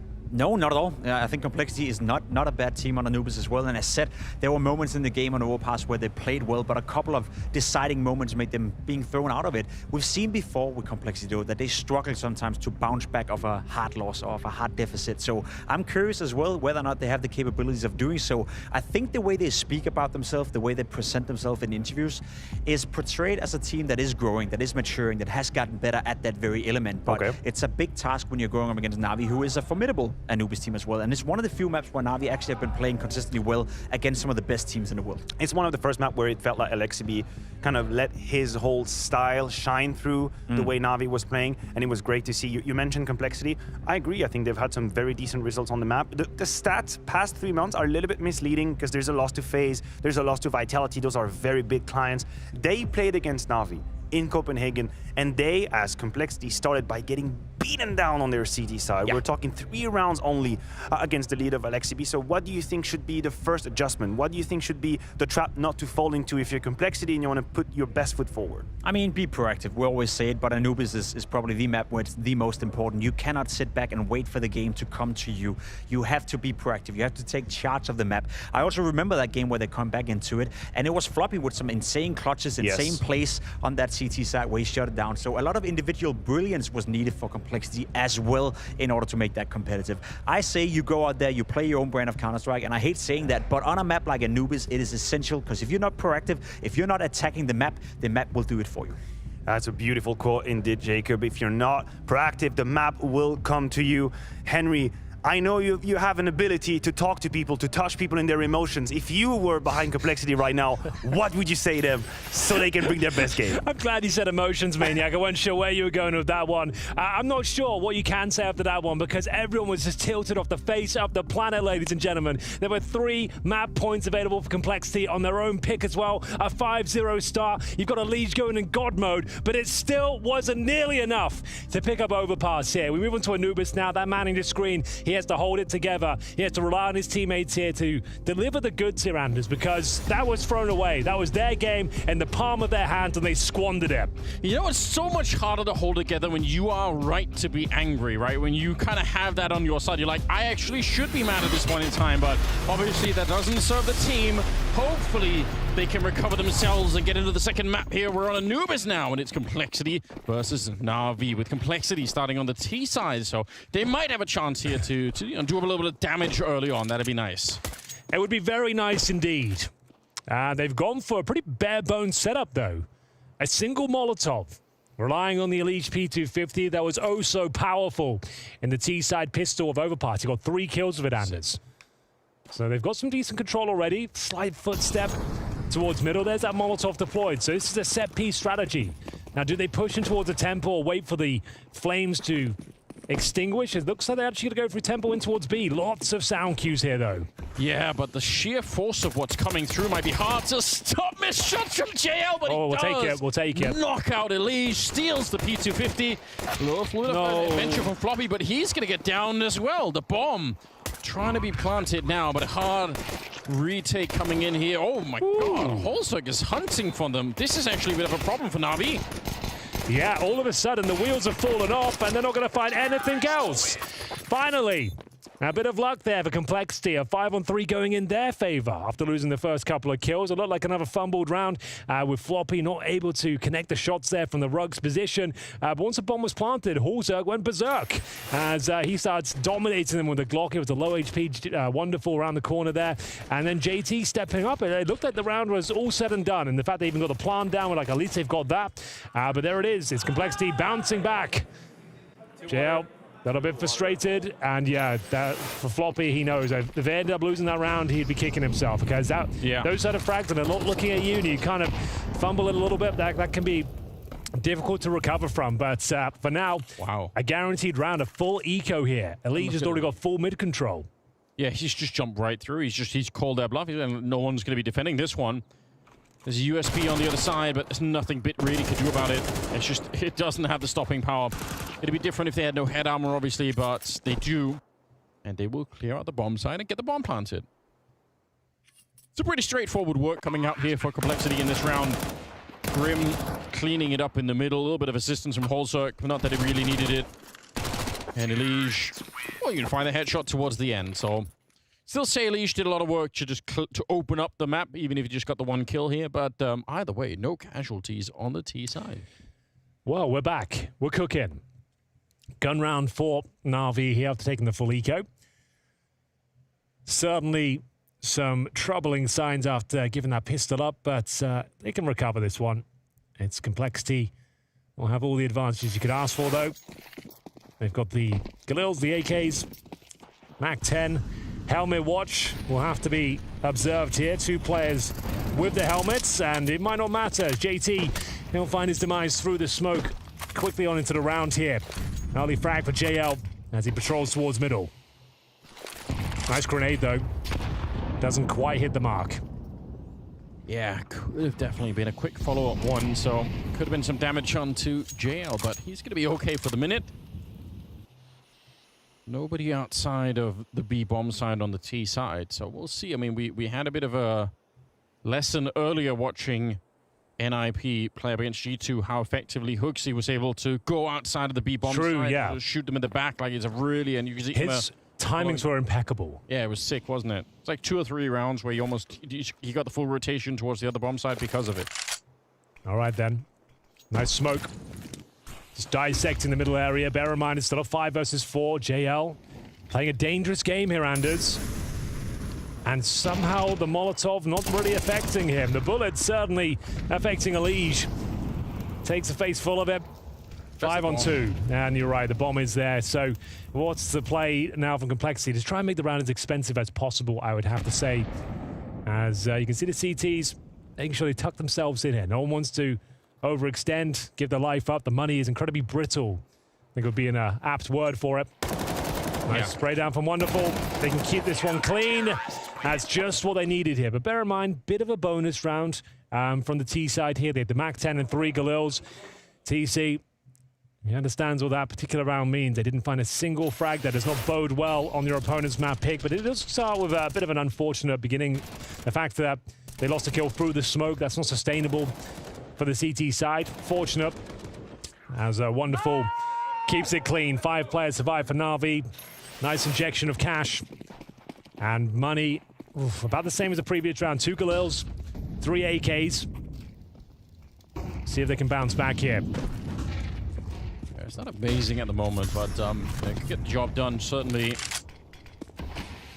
Complexity, I'm sure they'd love to swing back early on against NAVI and try and stop them before they really get rolling. But I mean, NAVI are going to be coming out of that first map with probably some extra passion, getting it into overtime after being that far behind, and then actually winning the overtime as well. Then they actually win it. Yeah. Oh dear. Sick stuff. Oh dear, oh dear. Yeah. Oh, jail. Good position. Smoke's landed, kind of segments Elige off from the rest of the team, and he gets shot right in the face, and no one can do anything. That smoke is stopping anyone else. Oh, JL, relax. Get the hell out of there. That's the job done. Molotov, and please retreat. He's done very well there to get the drop on Elige. To be honest with you, that was looking rough. Elige actually best the smoke, and had the advantage, and now 3 players creeping in towards the dark room. They have basic utility available to them. Horzak to lead the way. Got to get past Imma first.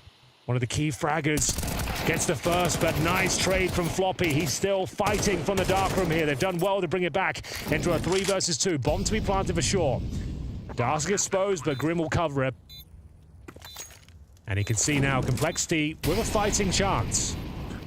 They can make something of this one. It's down to Floppy, though. Peeking first, using the incandescence of the flames to give himself a bit of an advantage, but Bit reads it like a book.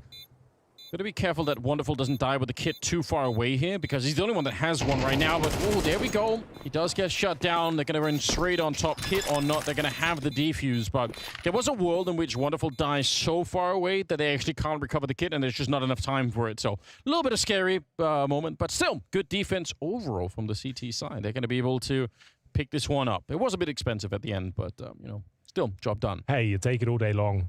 Just winning these rounds on the CT side. As mentioned, Anubis considered to be one of the most T-sided affairs we have in the pool. Early days in CS2, I'm sure that will chop and change as the map evolves with these open skyboxes of Counter-Strike 2.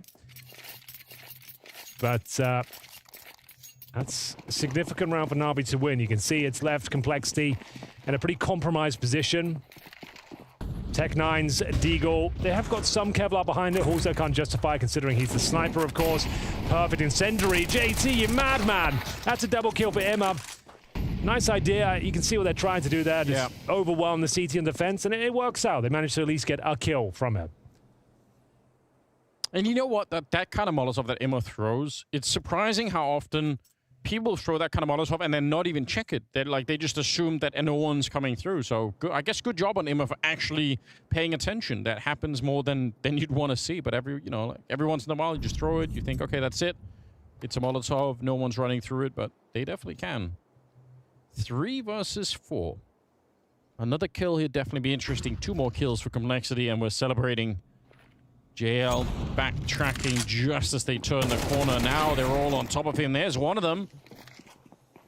Okay. It's still a little bit interesting here. It's the AWP in a very compromised position. Alone on an island, and Grim's already gonna get him. I take it all back. That is crazy from Wonderful to hold his nerve there. If he goes down, the bomb's planted and potentially the round's given up. But hits the shot with the USP, of course. Holds on to his sniper. And it's close, but no cigar for Grim, who has had a great series so far. Individually, him and Alish have looked fantastic. But things, once again, starting to get a little bit problematic here on the T side of Anubis. If you're just joining us, it's day 1 here of Spring Groups 2024. This is Group C. We already had one game from this group. That was G2 versus NIP. G2 coming out on top. And bear in mind, the loser of this game will go on to play NIP in the lower bracket. Lose that next series, and you are out of groups to go into the showdown. Yeah. NIP definitely needs some recovery time. There's no game. last chance anymore, or even a last chance like we used to have in the old format. It's 2 losses, you're done. I prefer this. I think everyone does. We've got more teams. Everything's best of 3 the way through. 4 games a day throughout the entire week. Lots of Counter-Strike, lots of heartbreak, lots of drama. As Imma looks to twist the knife. It's JT, though, beats him to the punch. The Galil strikes first. That's a really important kill for Floppy, right? The grenade on top. I don't know how he's meant to win that fight. Wonderful, the one to take him down, but it could have just as well been the rifle on top of the plateau there. 4 versus 4 now. And under a minute, another Molotov to really push them back and slow them down. Alexi through the smoke takes down Grim. What a kill. That's wild from Alexi B. Pushing the smoke of his own flashbang, but Wonderful is there to pick up the pieces. 1 player remains, but what a player it is. Alish with 40 seconds remaining, 100 HP, no grenades, and an idea of where Wonderful is. Flicks it around, and he's got a fighting chance down to 4 points of health. You'd think Bill will take care of him. If he gets the quick kill on Wonderful, you'd never know. The 180 flick around, though. Beautiful from Alish, but still the round will slip away from their grasp. And you can see that might be the tactical timeout here, as this one is starting to spiral now. They got the opening frag there, but it's Wonderful to steal it back. Alexi B with the fancy footwork at the back of the B bomb site. Wonderful, double kill. And Alish, he's giving it absolutely everything he's got out there, Anders, but still not quite enough. 4-2 in favor of NAVI as they hunt for a 2-0 scoreline.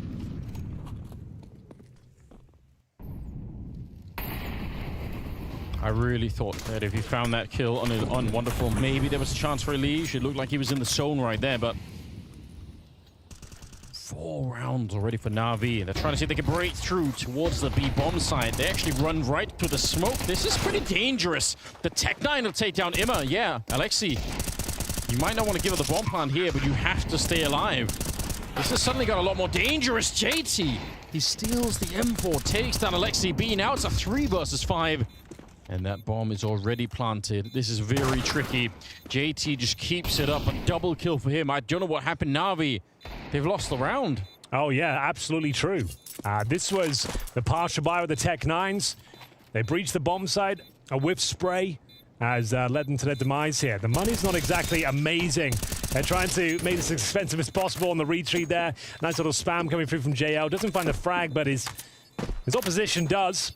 JT with the double kill. You can always rely on JT when you're down and desperate. He always seems to be the player that kind of digs them out of these sort of scenarios. So great stuff from the in-game leader, as that's a much-needed round. Breaks the streak.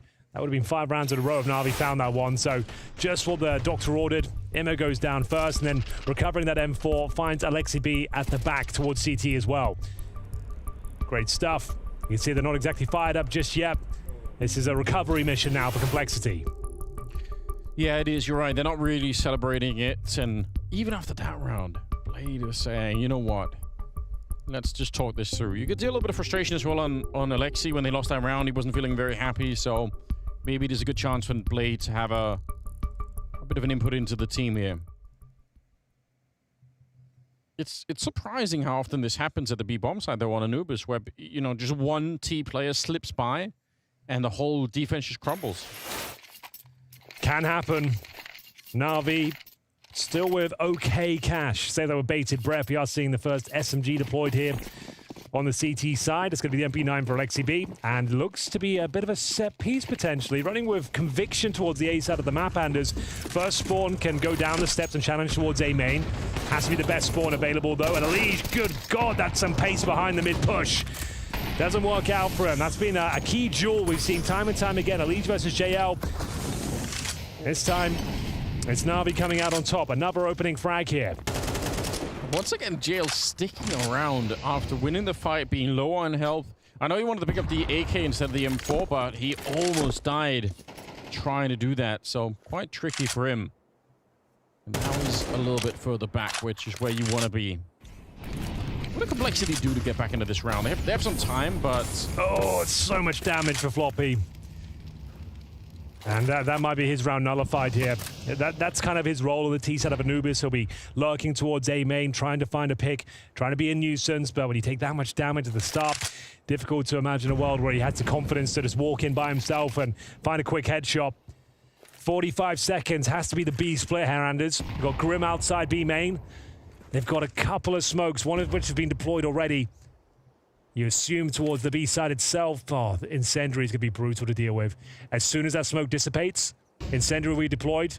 And then at that point, it's going to be very difficult. They're going to have to challenge. They have to, and it's Horzerk. Great reaction. Great kill. 20 seconds. The smoke is stifling for Wonderful. Yes, it is. There's a little grenade falling down right on top, but they're still through. They actually will get the bomb planted. Great understanding on Complexity. You're right. They had to run through the Molotov. Otherwise, they don't have any time to try and win the round. 3 versus 4. Somehow Complexity turning this in their favor. I can't believe it. They really look like they were locked out of this round. And you can tell already, Na'Vi, they're starting to fall back. They're saying, we're not going to try and go for this. We're giving up the round in favor of keeping the guns alive. So, what a turnaround. From losing Elige, it's a 4-on-5. That Molotov in connect down towards Dark, that was everything. That could have been the round right then and there. Well, there we have it. Couple of rounds of Complexity. One stolen away with those Tech-9s and P250s. And now, a nice assertive gun round here, Anders. Just when it looked like they were locked out of the bomb side, the Incendiary deployed towards Dark. Horzerk knew they couldn't just wait 7 seconds and then go through with nothing. He had to try and make that pick work. Delivers the shot this time. And then the B bomb side defense collapses. All courtesy of this moment. Yeah. Imma leaves 1 player remaining, and you can see the rotations coming through. Floppy, as we said, the anchor towards the A side of the map on the T side. Waiting for that reaction to come through. He was half health. He couldn't probe himself, but waiting for the CTs to rotate in towards his crosshair. There will be a couple of weapons saved, though. Wonderful. The AWP currently at 8-3. Well, we're taking his sniper towards A main. Good flashbang at the start. Doesn't dissuade him from his efforts, though. A key round here. Don't discount NAVI in this sort of scenario. Players like Wonderful can win these rounds single-handedly. And you've got JL on the AK-47 as well, and he's been winning the majority of his battles in towards middle. Yeah, he's been playing well. Wonderful missed a couple of shots on overpass that were unexpected from him, but I mean, so far on this map, 8-3 on him right now. I'm a bit worried. I feel like ever since Simple departed the team, it feels like Bits never really looked himself again. Like, I don't know what's... That's fair. I mean, it is obviously a huge teammate to lose, but it just something with his roles or the way that his confidence in the game, but it doesn't seem quite the same. Nice shot from Holzerk. Actually beats Wonderful to the punch, and Bit will get taken down. Didn't have much to fight with in this round, so not really his fault necessarily, but a 3 versus 5 and a bomb plant to follow at the A-bomb side. Yeah, great. Not really much to say about that one, Anders. It was the 2 saved weapons. They managed to leave with an AK-47 at the very least, but will not be recovering that AWP that was taken out of the hands of Wonderful there, and the hunt is on. They want to make sure, at the very least, they patrol the AWP and make sure it can't be given into enemy hands here. You won't be taking a double AWP setup on the T side, obviously, but just making sure it can't be recovered is imperative here. Yeah, they're sticking around. Absolutely are. JT, just making sure there are no ninja diffusers happening. Either they are rare, but, you know, every once in a while it can happen. Here's the pitch to try and see if they can recover one more weapon. Might not be the AWP, but I think Image should be able to run in there. There's a chance. What is he, at least an AK maybe?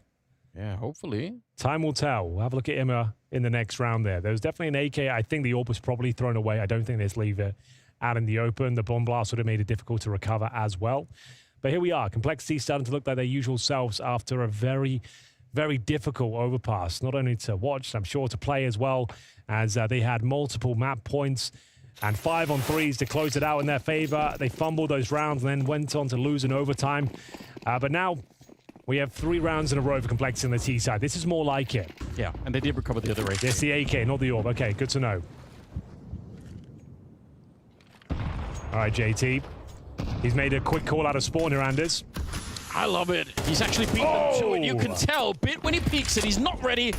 He might mentally be thinking about it, but you can tell definitely not on point. JT, what a headshot to bring down JL. I can't believe it. That was crisp and clean. Floppy's going to be taking care of Wonderful. It is still a 2-on-3, but this is going to be a very swift bomb plant. And JT, he just absolutely strong-armed his way into the bomb site. That's what we're saying with this guy. Just when you think Complexity are down and out, like he always seems to find this sort of form. He was influential in finding that Tech 9 round as well. He was the one that slipped the net, got himself through a double kill, recovers that M4, and he does it once again on a very important gun round here as well. It's going to be 6-4, at least 50% of the rounds in the half collected by Complexity here. So it's up to Alexi B and Imma to save the rifles once more. Lost bonus will be getting there now, maximum, I think, after this round. So they'll get $3,400 per player. With 2 weapons saved, and Lexi B can drop one, you might be tempted into a force buy here. Might being the operative word. I think it's a tactical timeout regardless, as they need to patch the holes here. JT helping himself to 2 beautiful kills at the start. Both headshots as well, Anders. He gets in front of the smoke. They have no idea he's on the other side. Great entry. Second one was even better. And bomb down, job done. JT reigns supreme. I think this first one really exemplifying what a difference timing makes. Like, just being 2 seconds further up than the opponent thinks is enough, plenty enough to catch somebody off guard. 6-4. Now, in truth, 4 rounds for NAVI is still pretty decent, so they should be feeling okay mentally on this front, but Complexity really coming alive. Just to note, they didn't go for the force buy. Yes. Partial around this, both options certainly viable. This one probably the more preferred. Lucky to be alive is that Desert Eagle at the back of the bomb site. And it looks like commitment from the T side here might be coming in sooner rather than later. Imma thought he could find a gap there, but Horzerk 1 step ahead of him. I think Imma wanted the spray through as well. I think they both had the same idea, just the AWP is a little bit more stopping power in that sense. And you know what? Fair play to Complexity. Waiting it out. Why would you want to push with the smoke? Then you know that they're not going to have that much to work with on the CT side anyway, so just keep it cool. And the bomb still not really committed to this one. A minute on the clock. You don't have to run through any Molotovs or anything.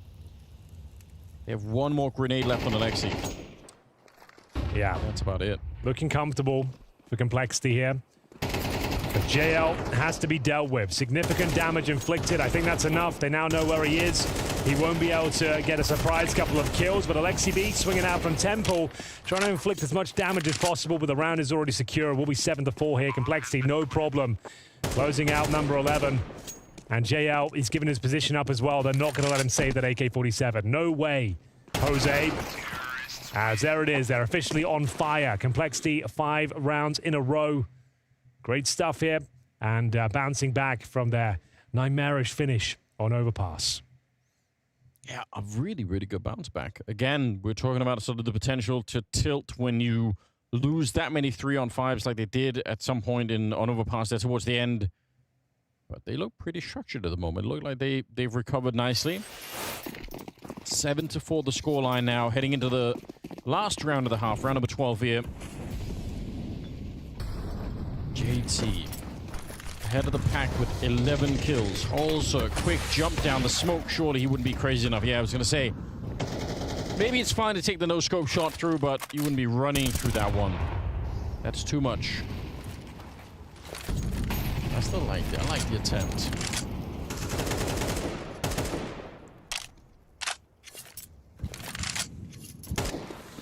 Nobody really taking any big risks in this round for Navi either to try and manufacture something.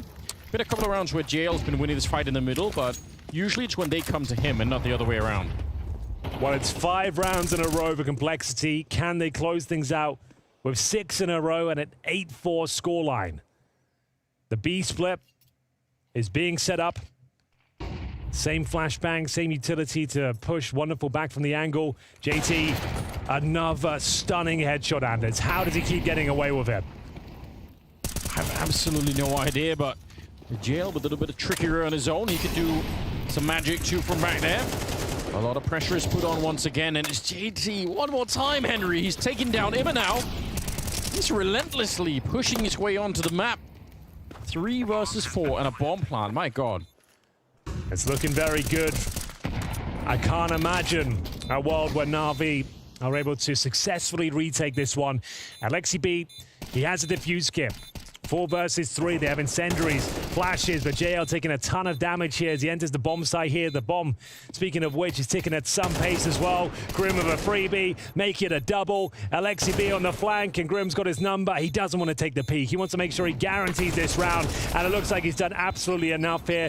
It's going to be 8-4 in favor of Complexity. A great showing as they bounce back in the second map of this best of 3.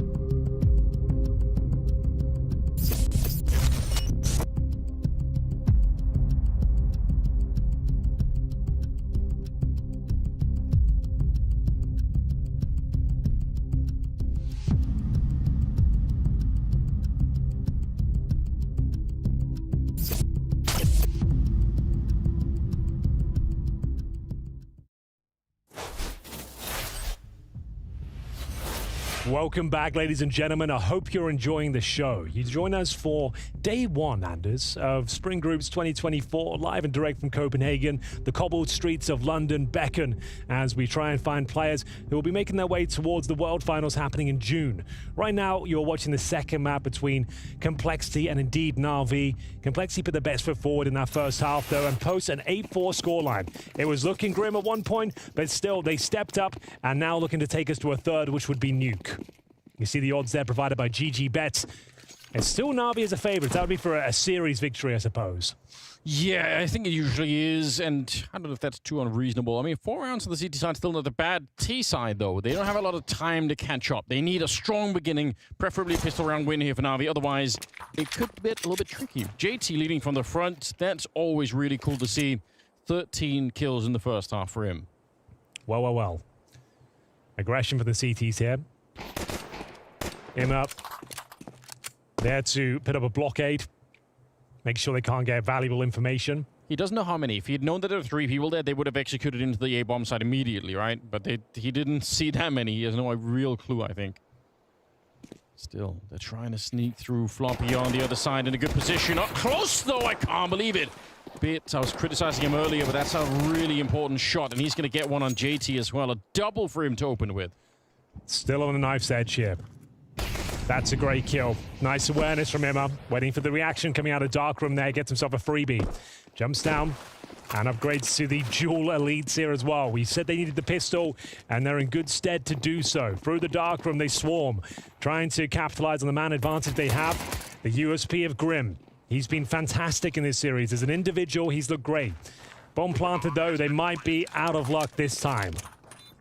Absolutely no reason why anyone on the T side should face the USP at this range. There's nothing really to gain. Just wait until they get closer. Also, no defuse kit in play. Bit keeps it going. That's 3 kills in the round for Bit. That doubles his score from the first half, right? He had 3 kills, I think, in total in the first half, and now he's up to 6. Yeah, good point. Certainly was quiet, but a resounding success here in the second half. Pistol, brutal headshots delivered in towards A. They funnel back in towards the B-bomb site. And then had such a man advantage, there was no chance of a retake there. A nice shot from Elige, but that's all they found as they made their way back in towards the B-bomb site. Emma watching the extremities as well. And a clean finish for NAVI. Yeah, they can feel this one slipping out of their grasp. So that's a much-needed pistol victory. No force buy. You wouldn't expect one here with such a nice lead on the CT side. You don't need the force here. You can buy up in the third. Should be a convincing finish here for NAVI. Maybe a couple of frags at the top end. As we see some more novel ideas potentially being presented here, Anders. 3 players in towards the heaven position of A. Yeah, looked like they wanted to go for a boost. I was getting excited, you know. Maybe see something brand new, but they've kind of let go of that idea for the minute. The stack will have to do. Now I'll be doing everything that you want to see here. Using the MAC-10, JL probably somewhere as well. Yeah, he's in dark, hanging around with the MP7. So just use the SMGs, push out the map, and they're going to find an empty bomb site over the B side. Obelisk definitely going to get blown up on this one. And that will make it an 8-6 scoreline. So, yeah, NAVI, this is the kind of start that you want to see for them to have a bit of a comeback. This map is definitely not over yet. Oh, certainly not. Can they keep this one clean, though? No real reason to hunt, but the SMGs can farm some cash. Oh, it's getting a bit messy out there. So the SMG is short. Okay, that's kind of sick, actually, from JL. Yeah. Pretty clean. Gets himself $2,400 for his troubles there. And now, Floppy. So like we said, top end of this one was probably a couple of kills. They've at least managed to do that. He saves the Galil as well. That actually is pretty significant, but let's see if he can hold on to it. Apparently not. Bits. Not sure if he survived the blast. I think he was okay, but either way, they will have everything they need going forward. The same story, though, for Complexity. Took the full eco there, looking to bring out those rifles nice and early in round number 3. An important round here. It was looking a little bit messy, but then JL with this beautiful sequence, 4 kills with that MP7. Steals one away on the form of lead just to close it out there. And as mentioned, here come the rifles. No AWP for Hulzuk. 8-6, a very important round here. helmets have been sacrificed, Anders. And that means the Galils in the hands of Alexibi and Imma become all that much more potent. Yeah, that's always worth keeping in mind. It really, really can impact the game quite a bit. Limited grenades on some of those players as well on the complexity side. This early round absolutely could dictate, could be a vector for how this game is going to be going now, because it's really close to being tied. NAVI don't need that much at the start of it here. JL sneaking through the smoke. I don't know if JT's realized his gun barrel was showing, and he walks right into the shot there. JL coming out on top of that one. Oh, he's done so well to actually bait out that smoke as well, just making things even weaker on the B side of the map. You've got a frag, you've applied a little bit more pressure with those speculative shots, baited out the smoke. The CTs now need to react. They need to push elsewhere on the map. They cannot be the sitting ducks in this B bomb site. What's the reaction play? Liege is starting to maneuver in towards middle, hunting for a bit of information. This next frag is massive, and it will be a double kill from Complexity, but not out of the woods just yet. Here's Imma. He'll get one frag and maintain the advantage here. All of a sudden, it's a 3 versus 2 in favor of the North Americans. Floppy is alone in the A side. They know it. Molotov down, and they're going to challenge him. Now, does he want to fight? He doesn't have to, but he's in a position to get a couple of kills, Anders. He absolutely fluffs his lines, though. The fact he doesn't get one or really inflict any sort of damage is a nightmare for Complexity. He just had to stay alive there. At the very least, get one single kill. We enter a 2-on-2 scenario now. Great kill from Liege. Down to Wonderful in the clutch. Yeah, I think Alexi was baited up by the fact that he saw the shadow, but just couldn't quite find the shot. No kit. Slightly elevated, you're right, no kit either, so 10 seconds around the cake here. Wonderful, just has to stay alive, just bait him out slowly. There's the shot. Oh, and Liege, it's a painful loss in that 1 versus 1, but truth be told, I mean, it's a shocking that Complexity fought their way back out of that round to begin with. Yeah, they can't be too mad at that one. They felt like the round was already over for them, but they managed to make it work, trading out kills effectively, especially in towards Dark, as where Grim and Horza did some serious damage here, but ultimately they got the information. 2 players are towards A, and Floppy, he had to find one. A compromised position, but still had more than enough time to get at least one frag there, and it's by his standards. You'd expect a kind of snappy headshot at that point, but doesn't get delivered, and it's another eco, and to see Liege operating with a Nova shotgun. First Nova of the tournament. Let's go, Henry. The year of the shotgun. You know, it might be. We're bringing it back. It's been out of the game for too long. It sends a message, you know. It makes people happy. I'm not going to argue it's the best weapon. No, it'd be a difficult argument to make. It brings a smile to your face, you know. And oh, that one doesn't, though. I get it. You're trying to get positional control, but if anything, you've offered up a trade, and now the AK-47, that cannot be recovered. So, next move required here. So Lexi B trying to govern control in towards middle. Bear in mind that Nova shotgun, though, in a prime position, but unable to land any of the shots. Desert Eagle rattles off from Floppy. Once again, segregated in towards A. They know where he is. A chance of the double kill. Not a bad effort, but there it is. NAVI convert the 3-0 start here. As the lead starts to diminish on the Complexity side. Bear in mind, we mentioned it a few times, it's a very T-sided map traditionally. Doesn't mean this is a open shut case for NAVI whatsoever. Just makes things all that much more difficult for Complexity. As they were before by now. They still have the mental baggage of having lost that first map in overtime, right? So now that we're tied up here, like all the bad memories start to come back, you start to think, oh my God, like what's happening? Yeah, blink and you miss it there. The 8-4 lead and just a few rounds and it's 8-8. We really haven't got going in the second half just yet. That's the kind of CS2 in a nutshell for you. Nothing is secure, nothing is for free. JT, though, he's been great. A rock on this outing of Anubis. Another opening frag for him. This time takes down JL. And that was, instead of the HE from the A-bomb site, it was a Molotov on top. That forces the Ts to run around, and so the CT, JT just crouches in, sprays right through the smoke, and gets the kill. Good little combination there. Bits. Damn. Floppy's having a rough time at A, Anders. Yes, he is. Well, he was amazing on the first map, right? Anchoring the B-bomb site, he was playing so well, but... That's round, surely. Yeah, this might just be it. Holzerk. He is good with the ult, but they were at every corner. You could see he's got no real estate to stand on. It's Bit with one more headshot. He's really come alive. Yeah, really punishing smoke towards camera as well. They were even considering the chance of retaking this one. This smoke decides it for them, I would say. Floppy Call his pants down once again in towards A main. Holzok was there, to be fair. He gets one, but as you mentioned, it's on an absolute island, surrounded from every possible corner. And they'll have to save their weapons as NAVI recover the deficit. Bear in mind, 8-4.5, and now 9-8 in their favor. 3 players surviving. Loss bonus is a maximum now for complexity with 2 weapons surviving this one. They can buy in the next round. Whether they want to go for a full buy is yet to be seen, but it's certainly tactical timeout territory. NAVI on their map pick. Recovering the difficult start. Looking for the 2-0 here in Group C. Our Blast Premier Spring Groups 2024. Good to be back, Anders. It's only been a month since our last outing in Abu Dhabi, but it felt like a long month, you know. Well, I think it's because there's so much stuff that's happened in general, right? Like so many of these teams still huge unknown quantities.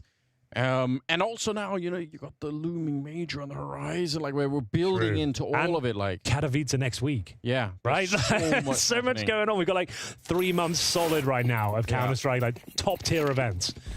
Yeah, this is going to be a great season. So many storylines, so many new rosters. And bear in mind as well, like a new look for the groups here at Blast Premier. We've got 16 teams now instead of 12. A new format. It's huge. Absolutely. From a spectator point of view, every game has significant weight attached to it. So does this round and bit. And as you said, he was quiet, but now he is loud and proud. Floppy will bring one back. That is sick. Now, Floppy, very, very important kill to hold on to the bomb side. Otherwise, they probably lose the round almost instantly. You can see Jail is gunning for him. He's hunting for Floppy back here. They can sense a bit of weakness, although some backup is being called for. Immer checking out the bomb side. He might have been able to get that kill on JT. I'm surprised he doesn't. It's a really rough spray by Immer's standards there. He held on to it a little tighter. Would have been absolutely fine, but there's wonderful. My God, living up to his name. A couple of frags in towards A. Job's not done yet. We have got a CT sneaking through, and what a player it is. Grim, if he gets a double kill, maybe there's something for JT to do, but he's down to 7 points of health. Double digits looms as he's got the M4, sure, and a defuse kit, but there's nothing to work with in terms of health. I don't think you can even consider going for this one. You have to save. Hoping for a mistake, hoping for a curious T to make their way towards camera, but it's not going to happen. Great fundamentals on NAVI as well. When they actually go to fight Grim, they're all peeking at the same time. Right, 1, 2, 3. Let's all go. It's a triple swing. I don't think Grim could have done. Like you said, maybe he gets a double kill, but it's so hard to do. Wow, NAVI up to 10 now, and it's at the hands of Wonderful. 3 kills on him. The 2 big ones with the 2 AK kills at the start of the round there. That is going to be painful. Complexity left in the dirt for quite a while now, from an 8-4 lead now being down 8-10. That's pretty devastating. Great stuff from Wonderful. Not just a one-trick pony, the AWP. That's excellent work with the rifle. Grim, chance of that double kill. His teammate on 7 points of health, though he needed it for them to stand a chance there in the clutch. But this is starting to unravel at the seams here. This is Group C. We already had the opening game for this group. It was G2 versus NIP. Bit of a stomping as well. G2 looked incredible. They're in the upper bracket. And if this continues, it'll be NAVI meeting them there. And Complexity down to the lower bracket to play against NIP. That's if it continues in this sort of trend. Now, bear in mind, with the new format, as mentioned, there's no last chance. There's no last chance. If you go down to the lower bracket, you lose that game, that's it. It's done. Yeah, nobody wants that. For NAVI, I mean, it was such a slow start to the day. They fumbled their way in many ways through Overpass right up until the end. But then they really came alive, and you can tell it's kind of carrying on over into this match. So they've got 3 rifles, 2 players with pistols. Like, it's enough to win a round. But can they make it work? First shots fired off. JL spamming the smoke. All the advantages you could ask for on the T side here. Getting closer and closer to victory. Hunting for that 2-0. Complexity gave it up on their map pick. They had a 12-9 lead, Anders. That was unfortunately squandered. JL, I don't know if I love the approach, but he makes it work. Here's the maneuver in towards the darkroom here. He gets dinked in the process. He knows bullets will be coming his way as he scrambles into the corner. Finds the all-in pick on JT, and they've got the man advantage. He's been so aggressive at fighting. Yeah, really. Like round after round. Those rounds where he's got no one to trade him, that's kind of why I'm saying this is questionable. If you give up an AK-47 to that pistol player and it's a 5-on-4, you've essentially boosted their chances of winning the round, but he gets the kill and gets out. Perfectly done. Could also see that he's playing the mirror of what he did last time. Last time when that smoke faded, he'd walk through it. This time he's waiting on the other side, right? And they actually go to check him, and he's not there. Bit with another double opening, and that's pretty much the round here. 2 versus 5 instead, and they're just getting completely wrecked. Elige, the last one left alive. Seconds away from death. Imma, do you want to make the heroic jump down? Yes, he does. Hunted Elige. This is so good for NAVI. They're on fire now. Certainly. More ways than one. Blades just wants to see the job done. It's been an up and down roller coaster ride here. Felt like they were done for an overpass multiple times. Managed to get it over the line in overtime. And bear in mind, they were 8-4 down, Anders. And now it's 11-8 in their favor. Yeah. I think that says it all. Yeah, use that timeout complexity. And part of the issue here, right? On overpass, we were crediting, and for good reason, Elige with how aggressive he was being on the CT side and pushing forward. That's a lot harder to do on this map. Now, a couple of teams have figured out how to do it. We talked about, going outside of the B bomb site. And there are, I think, very few teams have figured out how to do it at A, but there are teams that will triple push the A bomb site early on and try and take control outside of it. So it can be done, but I feel like right now Complexity are left really passive, right? They're holding angles. They're just hoping to win those early fights. And when JL shows up in dark and takes one of them down, I mean, they keep starting these rounds, and being a man down is not great. It's not great at all. Tactical timeout. Complexity with their backs to the wall now. Map down. Huge deficit here in the second map. Yet to post a round in the second half. All for Hulzerk. Grim with 15 kills. JT with 15. Players are turning up. And wonderful. What the hell is this, Anders? Runs straight into dark. It's kind of sick because it's been JL playing there alone so much. So if somebody comes to challenge now, expecting JL, instead, wonderful AWP. And Imma on the other side. They've opened up the bomb side. It's wonderful. One more great shot. He takes down Elige. And it's over. Yeah. It's a minute and 20 seconds. It's just done with. Before it even began. So they're changing their approach. Instead of smoking dark this time, this is a set piece off the bat and spawn. Like we said before, that haymaker, knockout punch. They use the timeout against Complexity there. They know they're probably changing their stance, arranging their setups, and they just completely throw the book at them. Fast-paced, AWP, gunning in towards the dark room. Wonderful gets himself a couple of kills, bomb down. Job done. And that's going to be map point. Complexity still yet to post a single round on the second half. I should say series point as well. Yes. As NAVI look for the 2-0. It's looking very comfortable right now. Oh, if Hulzerk goes down, yeah, okay. They might be done for here. Oh, it's devastating. Absolutely devastating. Yeah, that's rough. That's beyond rough. And again, we have to reiterate the manner in which they lost the first map. That's the kind of stuff that really sticks with you, right? Like haunting. Yeah, it is haunting. It really is. Oh, no. Look at this from Wonderful. Yeah. Yeah, that says it all. I really think he's expecting for JL's AK to be down exactly there. Right. Like, that's it. Like, I'm facing JL. And that's a fight that he's had many times, Grim. So he's, probably happy to try and do that again, but... All right, JL. Oh no, floppy, not again. I won't say it once more, but that's happened a few times. But it's another 5-on-4. Could be the death sentence here for Complexity. They might be going down to the lower bracket with NIP here in Group C. This maneuver from JT takes a brave swing towards entrance of the A bomb site. Oh, the grenade though couldn't be more powerful if they tried. 50 damage inflicted. Huge flashbang, even better. Follow-up spray from Alexi B. 3 kills away now from guaranteeing the series. Locking themselves in the upper bracket against G2. What a matchup that will be. Molotov deployed. Oh no. They don't even get to see anyone, Anders.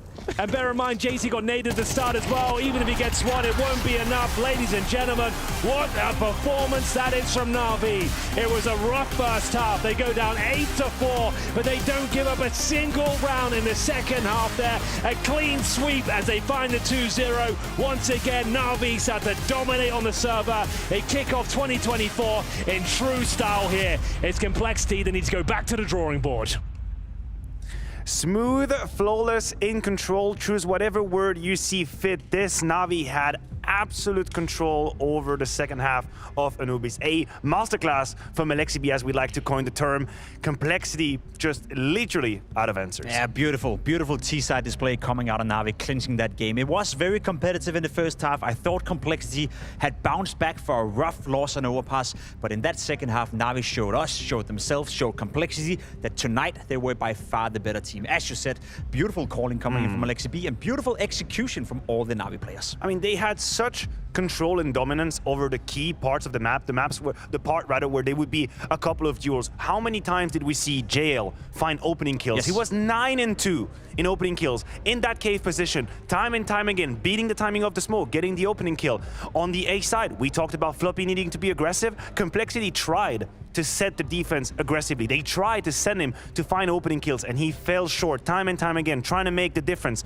NAVI was so ready for these moves, always putting themselves ahead of the opponent. It was the very last thing I said coming into the game, that on Anubis, you gotta be proactive, you gotta go out there and you gotta take charge of the map. However, if you do it single-handedly like we saw Floppy do time and time again, it's very, very difficult. There's many ways NAVI were able to punish Complexity. It wasn't like Complexity weren't trying, as you said. They were trying to be aggressive, but it felt like it was disjointed and it was just one player at a time trying by himself to do it. Sure, sometimes he was set up with a flash. Sure, sometimes there was a player close to him that could have gone for the refrag, but more often than not, NAVI got a free B, got a free way into the round, and then they were very, very good at controlling the pace and controlling the round and doing exactly what Complexity couldn't do on overparts, which is converting the 5v3s and 5v4s. Yeah, I'm glad that you put some nuance to it, because I did think that Complexity tried to put together a little bit of teamwork in these moves, a couple of flashes here and there, but NAVI seemed to be completely ahead of not only the move, but what was going to be the response coming out of Complexity. And this is why you look at the scoreboard right here.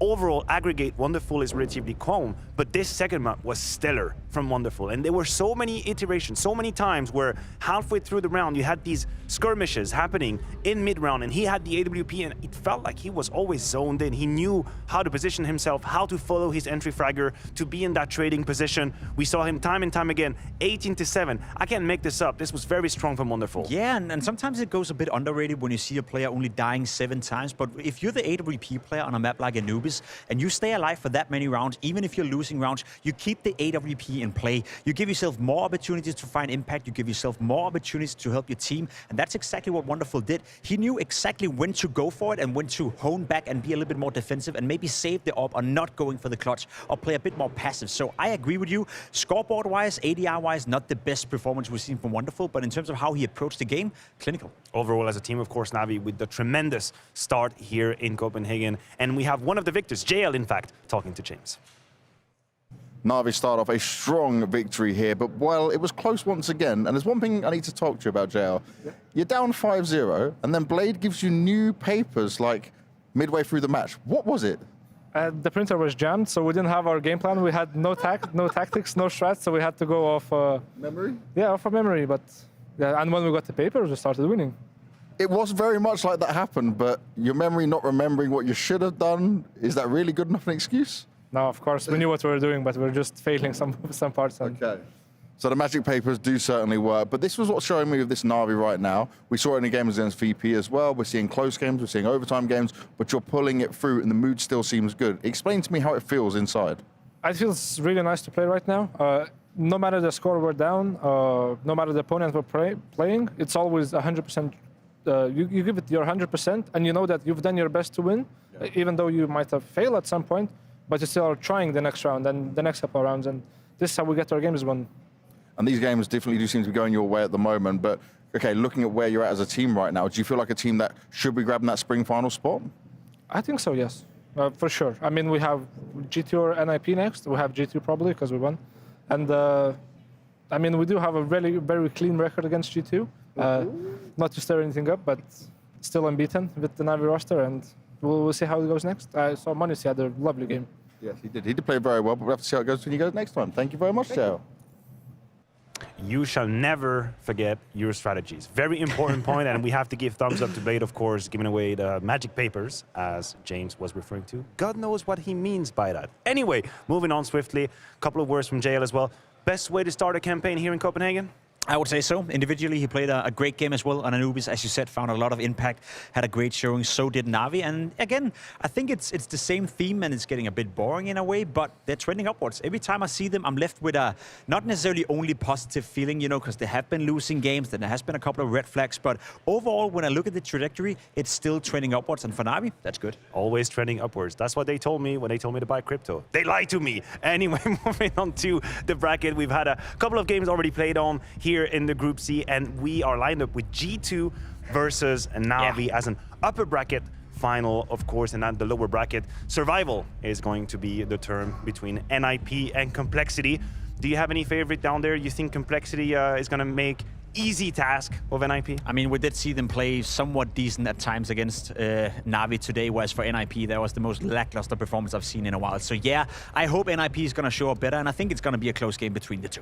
Hopefully a good game of Counter-Strike. As I look at my watch, that is enough airtime for me. It's in my contract. I cannot work more than 6 hours. Just kidding. We have Tegard and Bubsky. I see them from here. They're getting ready to welcome you guys. After a short break, it's time for game 3 and 4 right after this.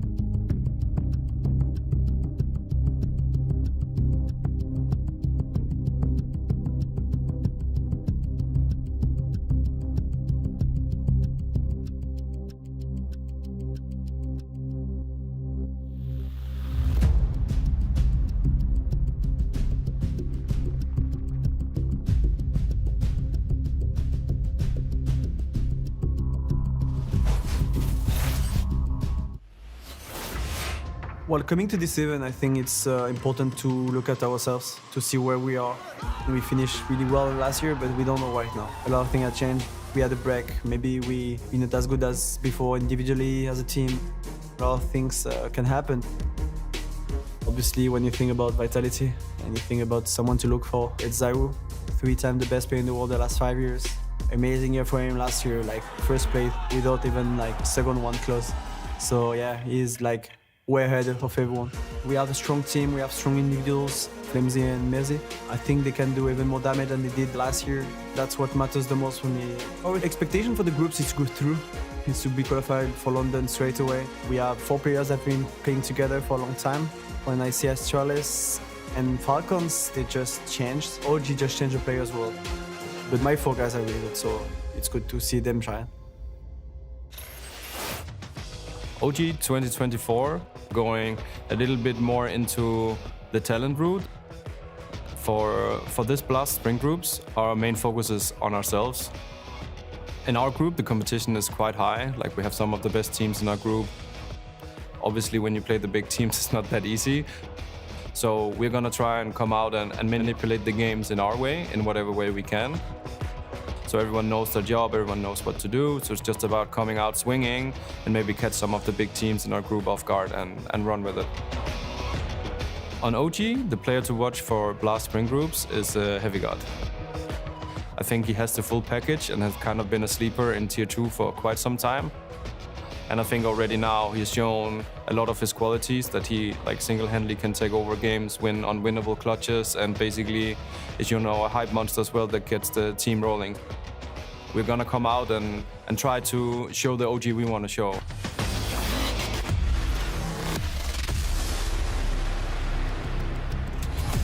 We're moving on to a whole new group here at the Blast Premier Spring Groups. It is Group A, and starting us off, OG taking on Vitality. My name is Tickle. I'm going to be keeping you company for the rest of the day, and joining me is Bubsky. We get to talk about this epic matchup, and we get to see the best team in the world on the server. Yeah, there's a lot to talk about today, and a lot of new faces as well on this side of OG, so really interested to look at that. I like the fact that this is our first time here for Blast Premier, and we get the best matchup. I would argue one of the best matchups of the day. I'm really looking forward to the Astralis Falcons, but I might be a little bit biased as well. You are a little bit biased. We'll talk about that when that game starts, but let's get into this now. Vitality on your screens, arriving here. I'm curious because best player in the world, best team. They've had this incredible run in 2023. Do you think that there's a lot of pressure on them purely because we all know how the fans are? We like to rise these teams up so that we can just knock them down and watch them fall. Yeah, I mean, we had that conversation when Magic left the team, right? People were like, oh, this is not going to be the same, but they instantly picked up Messi and Flames, and it's almost looked like it's better than before. So it's really interesting to see a team being able to pick it up. Do you think that they're not too bothered? I mean, have you had a chance to chat to them? I mean, if you have Saiwu, I don't think you're too bothered with too many changes. I think the duo of him and Apex is sublime. Let's talk about Zawu, because best player in the world, ranked #1, and we get to see him today. Does he keep that form? Does he keep flying? I hope so. He is, for me, the best player in the last 5 years. I think it's a controversy to say, because I think people also have Simple up there, but for me, he's the perfect teammate. He's such a great comrade outside the server, but also inside the server. He delivers on a level that is hard to be seen. We also see the stats here of 1 and 2nd place. There's never been a bigger difference set by Hail TV, so it kind of clarifies how well he played last year compared to what we've seen in the other years as well.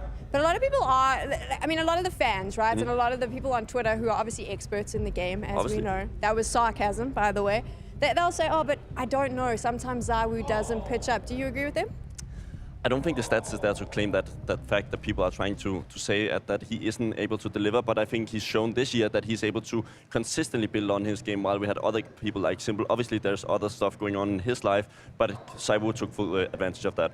This team is absolutely fantastic. They've had a great run in 2023. Everyone is hoping for much of the same in 2024. So I'm curious to find out, because Banks had a chance to chat to Apex, how he's feeling coming into the new season. So Dan, I wanted to start off with the fact that you were looking good on and off the server. I see your physical health and what you've been doing as well with that. But how much is that helping you? Because we know about your leadership, we know what you're doing in the game, but how is this out of the game working for you? Well, a few months ago, I just had like a goal for myself to just get in shape. Like my first goal was to get the best body possible in the end of June. Okay. But I see now that it's a big help also for Counter-Strike, just in my daily routine and everything, and I just enjoy that. So I feel, thanks to that, maybe people will see me for maybe a couple more years. So let's see how it goes. The longevity of Apex. We're here for it. We like the sound of that. When it comes to starting this year off, though, what did it look like for Vitality? How did you come back into the year? Was there a boot camp? How much practice have you had? Well, we had decent practice for once coming to Blast groups. It's always like 4 days. I think we had eight days of practice, which is pretty decent. We had time to practice. The only TV awards between that was a bit rough, but other than that, we had everything good. So it was a pretty decent preparation for us. Now, in terms of preparation and getting Mezzi into the team, yes, you won the 2 events. He played with you guys. It looks great, but you were also saying in interviews that he wasn't quite there, as in how you wanted to see him into the team. Is that now in a better spot? Where are you at? Well, obviously in the World Finals, he was much better, and I really liked what he did for us at that event. So I think we're getting closer and closer from what we expect from him. But yeah, we're growing again. I mean, we're still a new team. We have like 2-3 months, even though we perform, we're still a new team. So we still have a lot to show, and we need to show also that it wasn't only the honeymoon period and that we're working hard behind that. You always are working hard. That's at least what I've been seeing. But do you feel like you guys at the moment, because of your success, have a big target on your back? Of course. There is always a big target on the back of the best team in the world. So yeah, there is a huge target, but I told my guys for a few weeks that it's going to happen, and we need to fight hard for that in every game. So yeah, people want to fight us. They want to beat us. But if we all know that if we show our A game, it's going to be really rough for any opponent. And no taking your foot off the gas when it comes to OG, no underestimating them? No, never. I mean, for me, we had that sentence back then with Lars and the team that won the major. We have this Nadal approach that Nadal reached 13, I think, Roland Garros finals. He won most of them, but why he arrived there? It's because he won all the game before. So it's important that you take every opponent like any other one, like the best of them, and you just give your best. Should we make that like a little quote and we can tweet it out, you know, the Apex approach the Nadal effect? The Nadal effect. Yeah, I mean, they won so much that you could potentially argue that it's a real thing. What do you think of Mezzi in this lineup? I think I saw the first game at the 4 finals, and he really almost cost him that final. So I was really disappointed seeing him first, but I knew he had the level from Fnatic, and he instantly jumped into the World Finals and performed in the better way of what a Magic probably would have done. So I'm really impressed to see a guy stepping into such a huge organization and role from the get-go. Vitality goes up against OG, and here's the thing. I mean, as we have an opportunity now to focus on OG, in what world do they beat Vitality, Babski? Yeah, I mean, they need to get another guy than me on the desk and for me to argue why they would win, because the lineup isn't that interesting if we compare it to the likes of Cyber. But I think a player that they found interesting is the Heavy God. One more from the Endpoint Talent Factory. There's so many names coming out of this organization, and I think he brings something to the table. I think a guy like him with the likes of Dexter, which we had on OG beforehand, would have been more interesting, but now we have Regali, so it's kind of just the same for me. Do you think that he's able to cross over to the big leagues, if you like? Yeah, I mean, I hope so, because he has the level shown in Endpoint, and I also think they have gone out of their way to actually acquire him. He's not an easy target to get, because there's probably other players or other teams for that that wanted his contract. It's a new lineup, relatively inexperienced. The first team you go against is the best in the world. That's not easy. No, but nothing to lose. I think it's a very easy way to go into a game, potentially knowing that, okay, the worst we can do is do what people expect and lose 2-0, but there is room to build, and also as we see that the coach is also not there. That's just like a knock after a knock after a knock. Now you don't have your coach. You do have Vladdy though, standing behind them, her birthday, so happy birthday, Vladdy. We'll call that out now. But again, now you don't have your coach. You're going up against the best in the world. I mean, you've seen this lineup. What is the potential that OG offers? They have to hope that Keto involves into this IGL role where he can really build a story with these guys, kind of Acadian type of approach. We saw it with Heroic. None of these players were star players, quote unquote, but now they have a lot of talent on the team. We've also seen him in other rosters where he was kind of perceived as the guy you sent in first. He was never really seen as a smart player, but he's really evolved over his career, but it's now time for him to step up to that challenge. Do you think as a team, I mean, come on, you played professionally, you know. Do they come in, I mean, every team wants to win, but realistically, are they not coming in going, okay, this is going to be tough? I mean, you're saying the classic things like, okay, let's just take one round at a time. Let's just try to win the pistol. You're obviously not going into the game and feeling the pressure. That's going to be on Vitality's side. They're going to go into this game thinking, okay, anything else than a 2-0 is going to be quote-unquote a waste of time. So it does help them in that matter. Does it also help that we don't really know what to expect from OG in terms of their gameplay and their style? Yeah, exactly. We know that it's a very tactical team on Vitality's side. I know XCast wants to do a lot of anti-strat, but it's not really possible when you have a fully new roster. There's a lot of new names on the squad, and we also see him with the the ruler lining up his gear. You got to check all of that stuff, right? Do you think that's a bit of a mental thing there? Because I've always wondered. I did it. I had you my did it as well? notepad like on my phone. I had my notes on how tall Was the... it just for your mental? Yeah, I think so, but it's so hard to replicate that feeling of sitting home. You know, your mom's cooking food, like you have the Coke, you have everything, and then you go here, and then you have the water, and you have to set up yourself. It's a hard life. Okay, I'm going to forgive you now that you've mentioned you did that. I was going to be a little bit rough and talk about how ridiculous it was, but you know what, Bubsky, you can have that. It's our first day on the job, but I don't want to upset you. We're taking a look now at OG. Again, everything's changed, so it's completely different for this team. Could they potentially in the future, let's look towards the future, because we're going to be seeing a lot more of them. Do you think that if they have a bit of time together, this could be a good mix? I hope so. I think Regali was actually a pretty decent Danish player. He's half Romanian, half Danish, so I hope that he would have stayed in the Danish scene, but actually went to OG. There is names on this list that I think is interesting. We also saw Nexius, who played IM Sydney with Mouse, so they have a couple of interesting pieces, but it's just so hard when we see other teams, what they are bringing to the table. It's so hard to justify that this team is potentially going to be a playoff runner. Do they have the individual skill, the firing power to compete with the best in the world? I actually think their firepower is actually pretty decent. I think Figo Stiegel and Kito Stiegel is actually really, really good, so it's not often the aim that is lacking. I just think that they don't have the same teamwork and level of understanding that other teams are bringing. On the plus, we know what to expect from Vitality, right? There's more than enough tape on them. So, I mean, OG can do a lot of preparation. Exactly. So they have obviously an advantage of being the smaller team here. They can look at all the demos, they can see where Saiwu goes, but I think other teams have had that logic before and be like, okay, we know where Saiwu plays, but all of a sudden he still kills 4 people, right? So it's so hard to prepare for teams that are so well. We have a pretty good head-to-head that we can compare now, and you've been bringing up these names. Regali and Dexter coming up now, so walk me through what you're thinking here. I mean, I think Regali has played decently. I don't think he's done anything majorly wrong, but if we look at the qualifiers, I think a guy like Dexter, he would have gone into those RMR qualifiers, and he would have probably gone through at the first game or the first qualifier. But with Regali and OG, it took them so long to get through it. What's the 3rd or 4th that they've managed to get to the close? So I just expect a little bit more from Regali, and hopefully he can push into that category of being the new Dexter. Let's talk now about their overall matchup. I'm going to say it, and this is Vitality 2-0. Yeah, I'm going to join you on that. It's going to be easy for Vitality, I believe, but I think OG has nothing to lose, so I hope to see them coming up with a lot of interesting stuff that they can use for tomorrow. Well, this is the thing, right? Like you said, they don't have anything to lose. They're going up against the best in the world. Their coach is not here.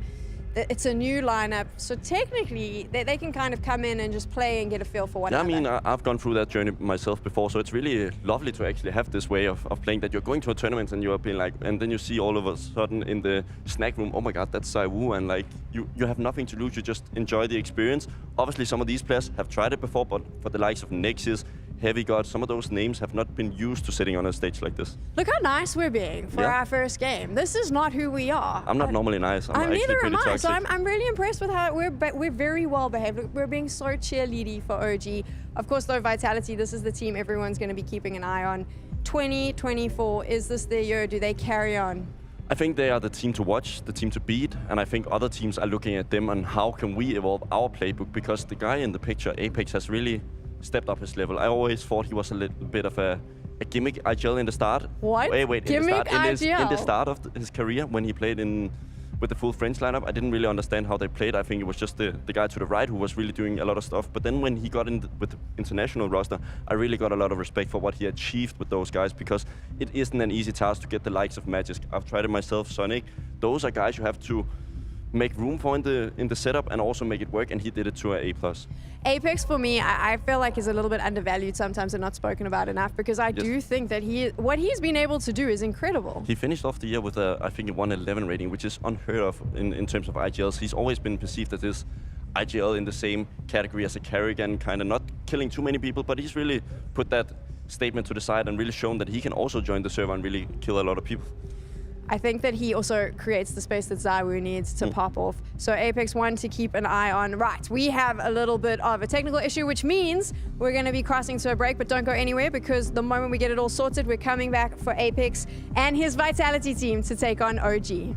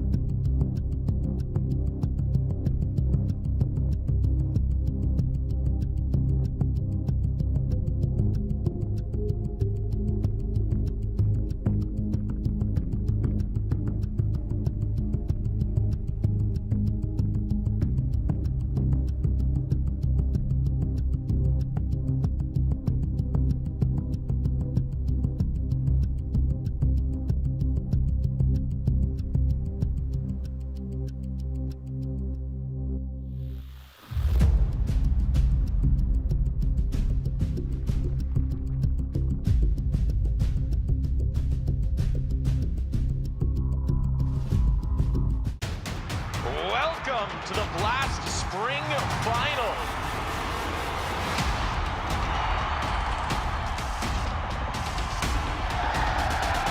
Hell yeah. I'm ready. I'm excited. The stage is set. Who's going to lift that trophy?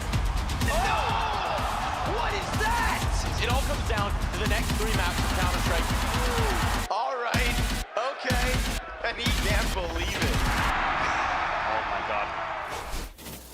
Well, well, well. Look what the cat dragged in. It's Launders and Scrawny to take you guys through the second half of day one. Say Scrawny. I thought you were just No. I usually start with myself, but I figured I'd put you on that podium today.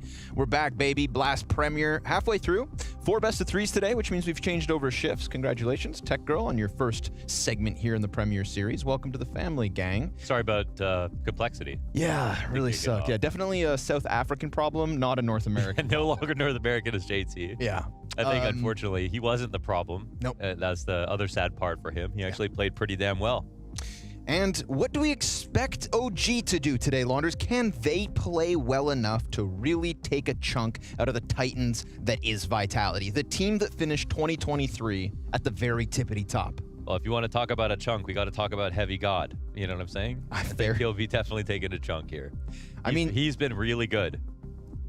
He has been 1 of 5. OG obviously currently at the moment, like Bubsky was talking about in this pregame, like, you know, they didn't fly through the RMR qualifiers. It's been a little shaky. It's been a little rocky. But I do think that obviously OG have been just sort of wading through the waters of this identity crisis. No Flamesy on OG any longer. He will have a chance to batter and bruise his previous team tonight. And so in we go. With Vitality on the CT side of Mirage and OG poising themselves for the A-site hit. We get a smoke over the top. And a few shots out from Ticket. Beautiful from Mezzi. Disgusting second frag to boot. He gets 3 kills with that P2K in the pistol. Apex the Berettas to clean up. And that is the Mezzi that we got to see at World Finals. Because when Fall Finals Mezzi hit the stage, well, he barely deserved to touch that trophy. He wasn't contributing quite like he did at World Finals. He was almost the first player to take a Vitality MVP out of the hands of ZywOo. That's where we ended last year. He kicks this one off clean. Look at this. 4 bullets out of the pistol, 3 frags to his name. Just had a F1 pit stop for my headphones. Yep. So I think it's good now. You got new tires, you're all good? I think so. Gassed up. Change that rear wing. Box, box, box, box. Box, box, box, box. Welcome back. All right. Switching to medium tires. Mm-hmm. In these weather conditions? Well, you missed a nice Mezzi 3K, I'm telling you that. I saw it. Oh, did you? Yeah. Oh. I was going to talk, but I took my voice box away. What do you... Okay, let's play a game. Sure. How many rounds can OG post throughout this best of 3? What are you expecting? With no disrespect, of course. What are you actually expecting from OG this evening? I think they're going to win on Vladdy's birthday. For Vladdy? Yeah. People are going to ask why the pick'em show that we picked Vitality. But that's because you do the pick'ems for us. Mm-hmm. But I'll say officially right now that OG will win because it's Vladdy's birthday. Okay, but what do you actually think? What do I actually think? Mm-hmm. Heavy God. Heavy God. Heavy God! Already lost? And so it starts. What did he say? He said, Heavy God already last. Oh, wow. Okay. Yeah. That's a sign of respect. He knows Heavy God's good. Gun round. That was a gun round. Jesus, okay. They had rifles, they had grenades, and they got nothing to show it. Yeah. Yeah, that's tough, man. Vitality at the last couple events of the last year, the fall final, the world final, they started to like put FaZe down, you know? Like it wasn't even like FaZe had a chance and that stomped them. It was getting real ugly there for a second. Somehow Vitality can get even better than the first half of the year. I mean, maybe they're not better than the first half of the year. They won Paris, but there was no major in the second half of the year. The recovery though was actually a spectacle. It was the 8th wonder of the world what Vitality did in 2023. and they just don't have any flaws right now. They're the best team in the world. In a game where it's hard to say someone is the best or these players are going to be the best, it still feels like, for the most part, not much has changed for Vitality. Quick and easy rebound in CS2. You know, they just let FaZe get off to a better start for the sake of excitement. But oh, how they have shaped the narrative. And one of the reasons has to be noted, Apex is having, on an individual level, an excellent 3 months. Posts, I believe, like a 1.1 at World Finals, 1.04 back at Fall Finals. You know, we talk about in-game leaders getting better in CS2, those that take space. Oh, but Heavy God's got himself a deagle, and that's all he's gonna get. The single kill into the A site before Apex, again, just continues to farm up with the A4. Nexius will find something towards top middle, but it ain't enough. Spinks survives the damage, and Fiku all alone. And Nexius has actually been, stats-wise, pretty good as well here for OG, but they haven't played any quality competition, nothing as tough as Vitality. But it is about time, I think, for a step up in competition because, yeah, his numbers have been pretty decent.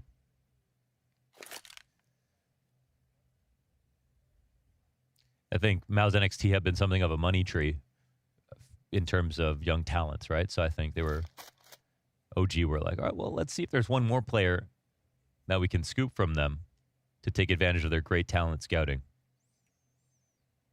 I think, unfortunately, despite that great trend that NXT did have, right, we're now talking about a pool of Mao's NXT players that didn't get the We Play Academy experience. They didn't get Cyclone and Shuhei molding them as JDC, Shane, Exertion, that lot did.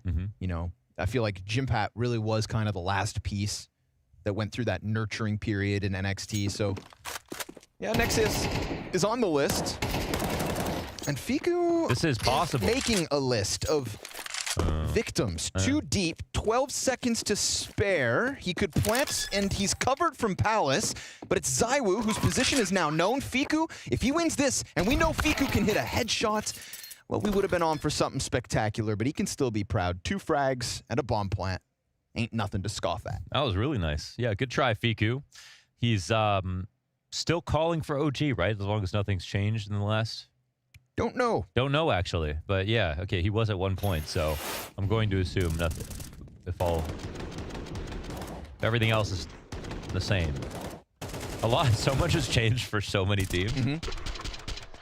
This break has been crazy. Talking to Heroic following the RMR qualifications, seeing Astralis after like Bet Boom, where they had an early exit get better. There are so many narratives that have been forming. A lot of them have been forming online.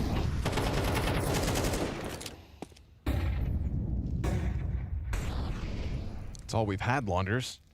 The online realm. It is today that is the first day of LAN CS2 in 2024, and we get an ace in the first round of competition. Shout out Rez one time. Shout out Zelsus.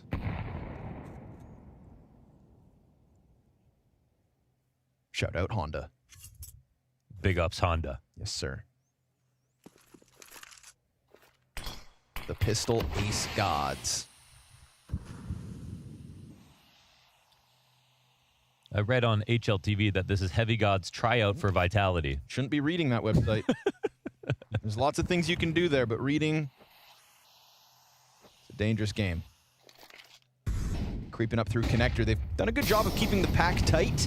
Zaiwu will shave off the front runner. Easy second kill for Zaiwu. Clean change of position.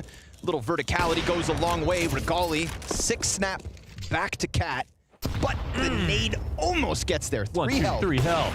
And as he falls himself into the cover of the corner of connector, it is time that ticks quick. And that's a bait from Tetris to keep 3 alive for Vitality and the winning ways rolling. Just lovely. So you asked me what I really think. Did you already say what you really thought? I don't answer the questions. I ask. And you still haven't answered. I did. You just didn't believe me. Oh. It's 2 different things. So I've answered honestly. You haven't answered because you asked the question. We're at a crossroads. It's up to the viewers to decide what to listen to and what to believe. You at home can fill in the blanks. Do your own research. New coach here for OG, Vladi. Everybody go on Twitter and wish her a happy birthday because it is Vladislava's birthday. Imagine that. It's your birthday, and you get told, hey, by the way, we need a coach. Good luck. You are now Rugga without a beard. By the way, you're playing Vitality. Have fun. There's one thing I know about Vladi, it's that when things go well for OG, she's the most hyped person in the room. Yeah. So I would love to see him win a few rounds, get us that Vladi land pop-off.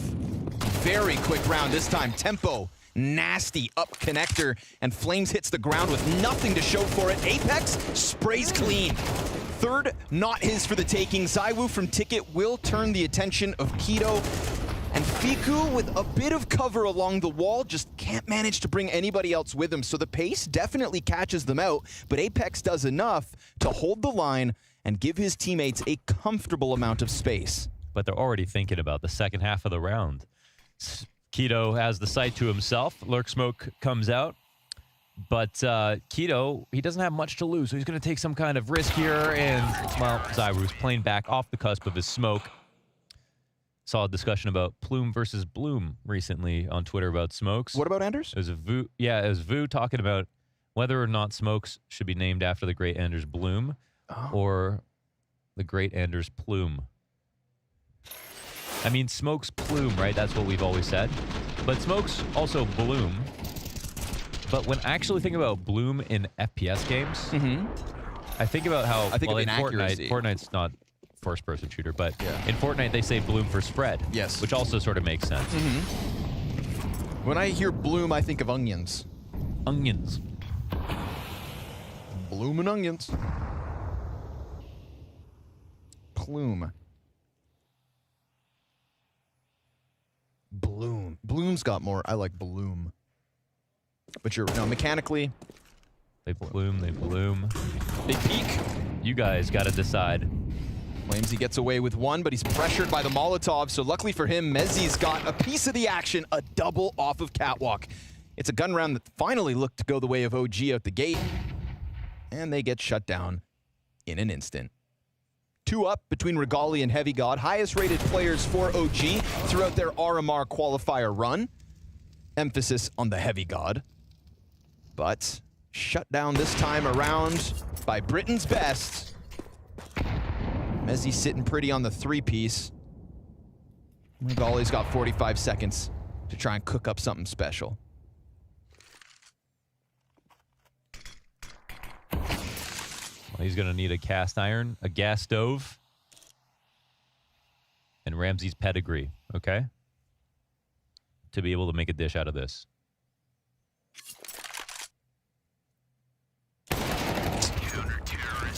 Dude, Apex is 14-3. He's just walking through the front door right now. Nobody's home to stop him. He's been in a good space lately, in the server, out of the server. Apex stocks at an all-time high. Clean flick out of Mezzi. Where's that third one? Oh, jump spot got him what he needed. Mezzi hasn't lost an event yet, right? No, sir.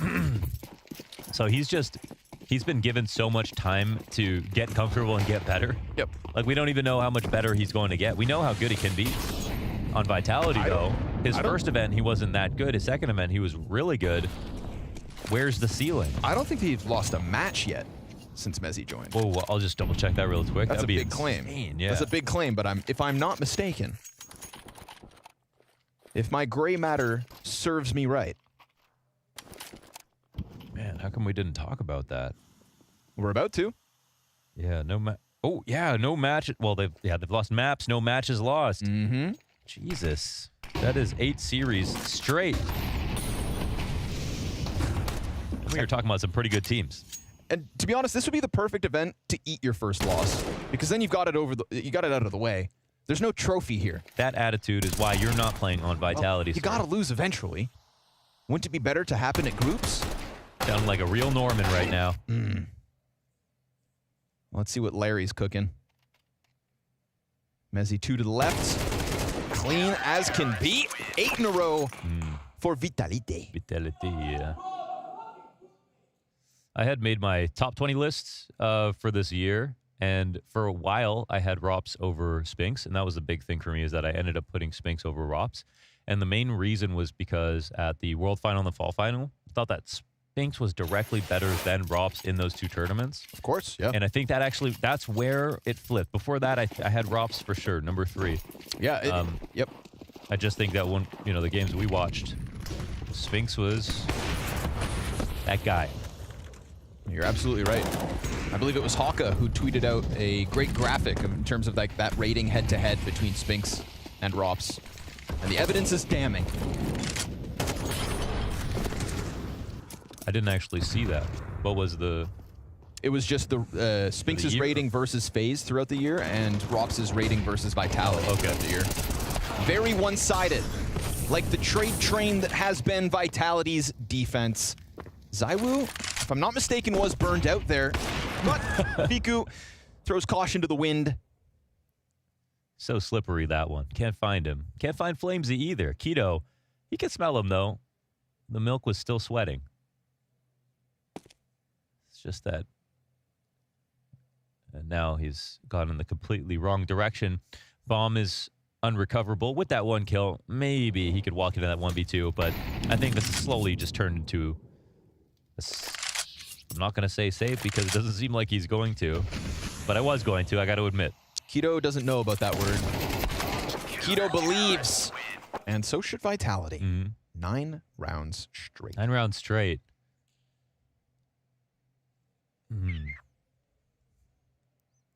Vladdy on the mic. Vladdy on the mic. Let's go. Vladdy on the mic on the tack pause. Oh no, what if Vladdy gets 13-0'd? I want to hear her swearing at them. That's what I want to hear. I don't even want the motivational speech. We know her as being so like bubbly and always in a good mood. Yeah. She gets on that tech pause. Guys, it's literally my birthday. What is happening?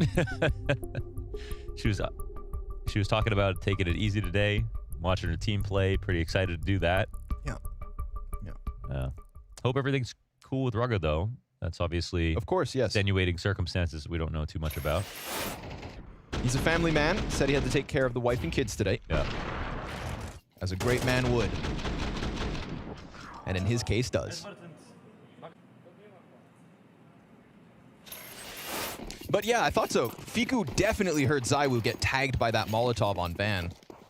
Definitely heard it.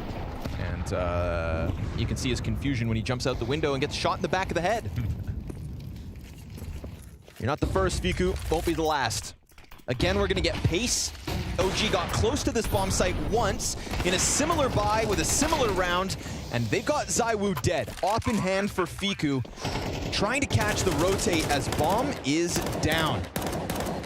A curious situation here. Spinks starts to reclaim control as he does get picked by Regali. Now the op has fallen into the hands of the right player, and Heavy God's Deagle out of ramp yet again. But Flames gets the back turned, and we're going to have to lean on Heavy God. We wanted to see him put something forth tonight. A 1v2 would look real good. Molly's over top. A little bit of damage. Can he find him in the smoke? No, sir. Cover from Flamesy. 10 for Vitality. Their communication is just so sharp. All the nades come down at the right moment. No over-peeking. They re-aggress and then re-aggress again inside of the window to flank Regali. Him getting the op was a chance for OG to win that round, but Vitality's protocols did all the legwork here. Just really beautiful retake from them from the perspective of time and utility.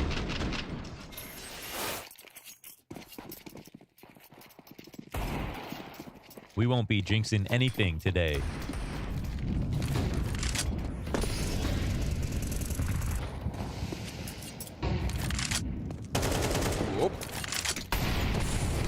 Keto on his own here, under pressure from the utility and barely standing. Down he goes. Oh, man. ZywOo hits the dunk from downtown. Well, I'm still back in spawn, which means their mid player, well, I don't know who was supposed to go back and get that. But they're really pressing up against choke points right now. I think they're just more concerned about get this first kill and then organize. But they'll eventually need to go back and get that bomb. It's getting farther away from them in some way. Oh, Apex. Clean one. Second player in middle has been found out, and Apex is barely alive. But with the wide swing, he gets over. Good chase from Fiku, but he can't find Apex. And as the Oppers duel down in mid, Apex is going to have a chance at something off that flashbang, nearly set up from the cat flash, but still bomb in spawn.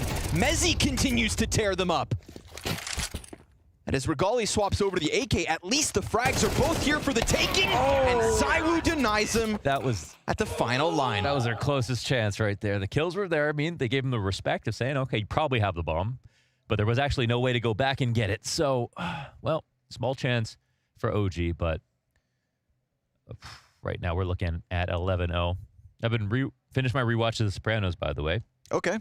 I've spent a year rewatching it. Still good? Just still a great show. But one of the funniest parts about it is every time, you know, every time Anthony Jr. does something, gets in trouble, it's always connected to somebody's like birthday or, you know, something like that. Oh, wait, hold on. We got 1 round left in the half, and it's starting off fast. Heavy God goes down. ZywOo inside a ladder with a op by himself, and they're just walking out of smokes now. Dude, Apex has barrel stuffed countless players in this first half. 16-5 and still going. Fiku slipped the net on catwalk. Clean headshot to Mezzi, but ZywOo then trade frag +1 deep on Nexia. 16-3, man. Yeah. Wow. Right up there alongside Apex. The Frenchman fragging at the start of 2024. Regali put down into a 1v4 to try and stop the painful reality that is indeed a 12-0 half. Indeed. I thought he was going to go around the corner on and die. Vladdy's birthday. We can't let that happen. Yep, that it is. OG, you better win this pistol. It's a lot of pressure to bring back this map. At least it's the opening game of the year. It's all uphill from here. Good luck.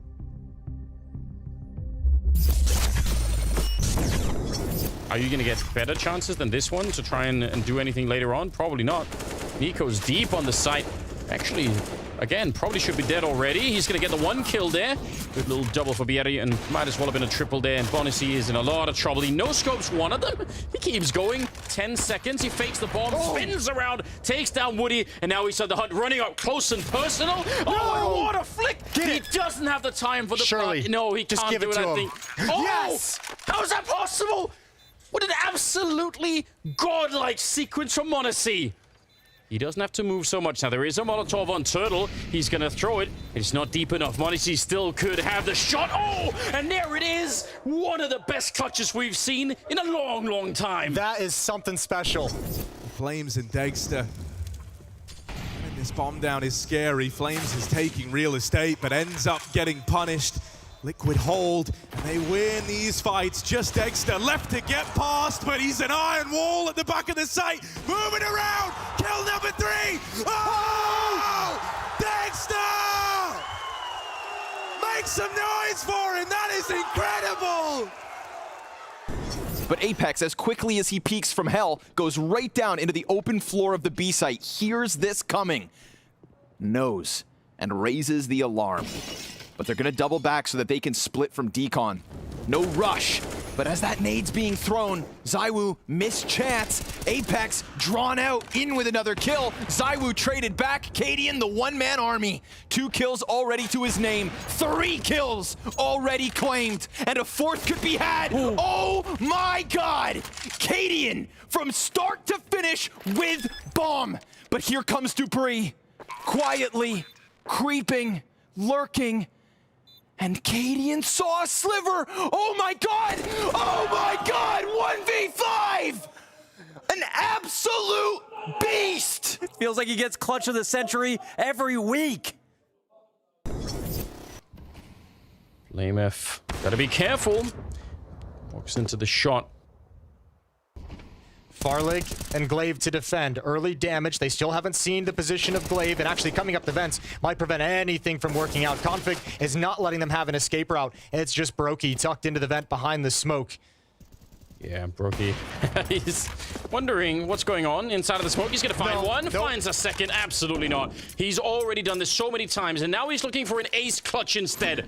It should be impossible, but we've said that many, many times already. Goes straight for the bomb plant. They open the door in front. Oh, gotta be careful. He gets one more. Surely not. On the other side, Glaive is ready and waiting. Brokey, he's toying with him. And oh my God, Brokey, you must be kidding me.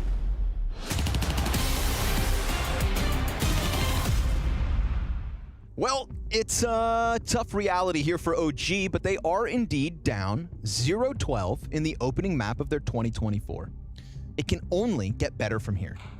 Yeah, so you have to set the bar super low.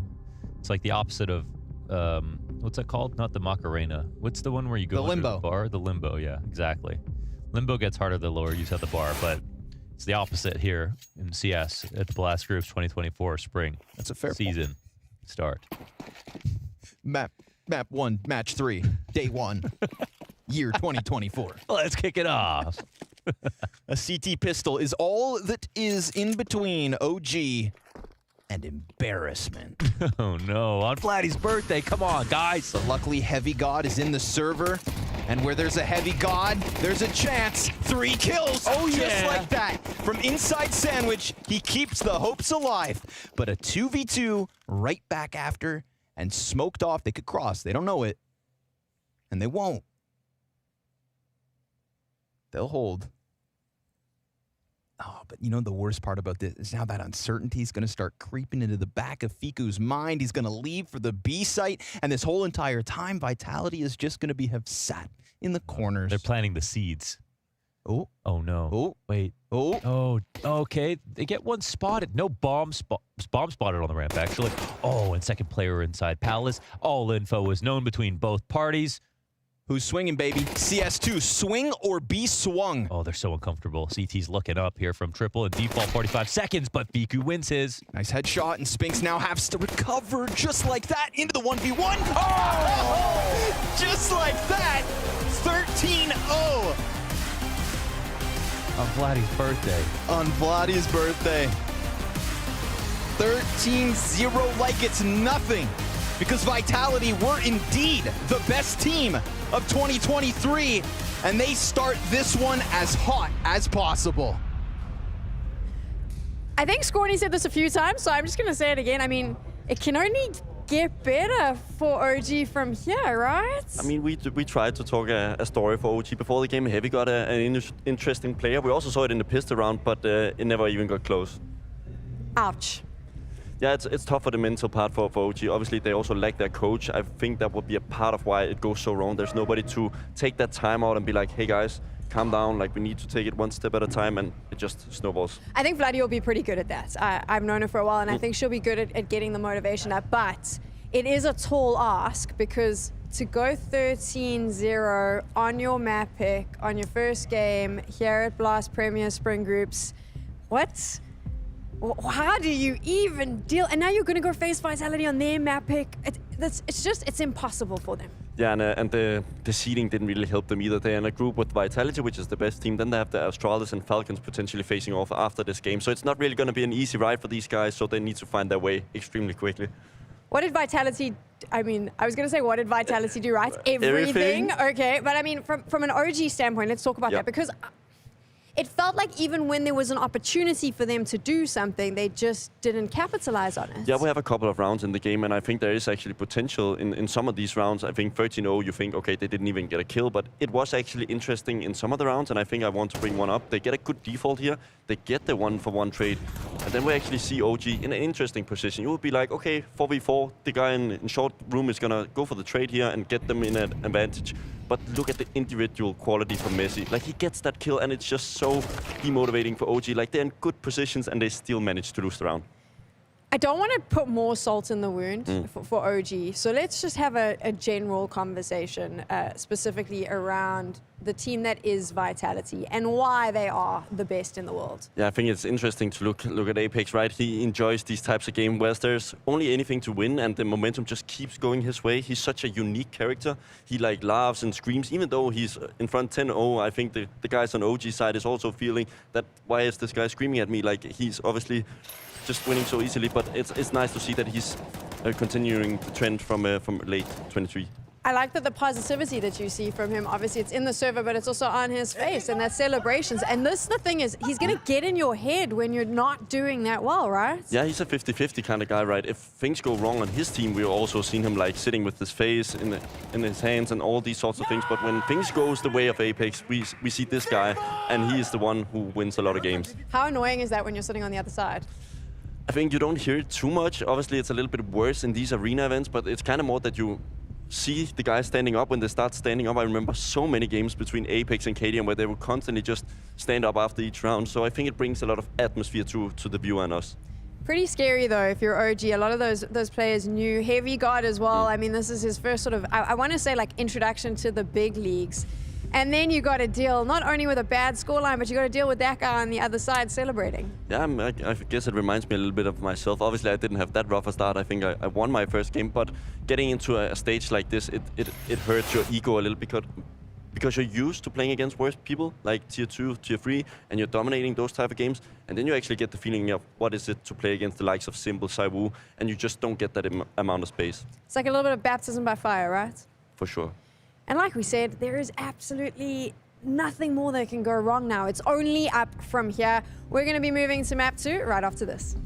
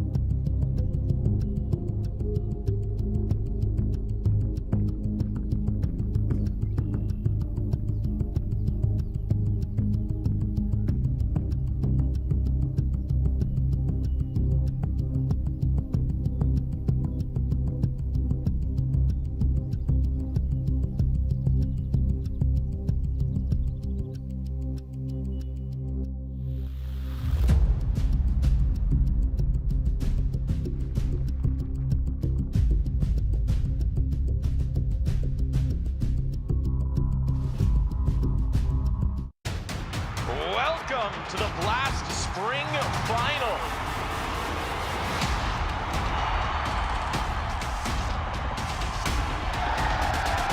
Hell yeah. I'm ready. I'm excited. The stage is set. Who's going to lift that trophy? Oh! What is that? It all comes down to the next 3 maps of Counter-Strike. All right. Okay. And he can't believe it. Oh Damn, that's the thing, right? London is calling. That's what's up for grabs right now. You want to win this group. You're going to guarantee your spot there. How sick is it going to be heading over to the UK? It looks like Vitality is very close to already being there, right? I think they want to get over this tournament as fast as possible and just secure their place in London, really. I think London's going to be epic. I think there's a lot of... I'm actually a British citizen. I only like to throw that out every so often when something good happens in the UK, which isn't often. But this, for me, is pretty exciting. And I know that there's a lot of UK fans that are going to love having CS there. Yeah, I mean, back in the days, I remember Blast was also in London for their first couple of events. Maybe it was Leicester, London, somewhere between though. But it was a great event, and I think there's not been a lot of English culture in terms of Counter-Strike. We've not seen that many teams, so I think it's interesting to try to build that up. We're trying to be really nice because it's our first day on the job here together. So we're trying to talk about other things because we don't really want to talk about what just happened. Obviously, OG going down 13-0 on their map pick to Vitality. And now we move on to Inferno. What do you think about Vitality on Inferno? I think it's going to be the ZywOo show again. I think it's the easy one to say, but I think he's going to be obviously the rotation between the sides, and he's really the one who's going to dictate the pace of the game. If he's able to go on B and already set them to be scared to take the banana control early on in the game, and he's going to play A at some rounds as well, I think it's going to be really hard for OG to build their defaults. There's so many questions I have, but the problem is we can't answer them because we don't really know this OG lineup all that well. Because I want to say, like, well, how do they shut this down? How is this going to happen? But the truth is we just don't know. Exactly. We don't have the demos to watch. We don't have anything on their CV to potentially justify that they could make it an interesting game against Vitality. We have to hope for Heavy God. I think he had a nice pistol on the CT round, which was the most important thing that they couldn't close out. How do they make sure that they get around on the board this time?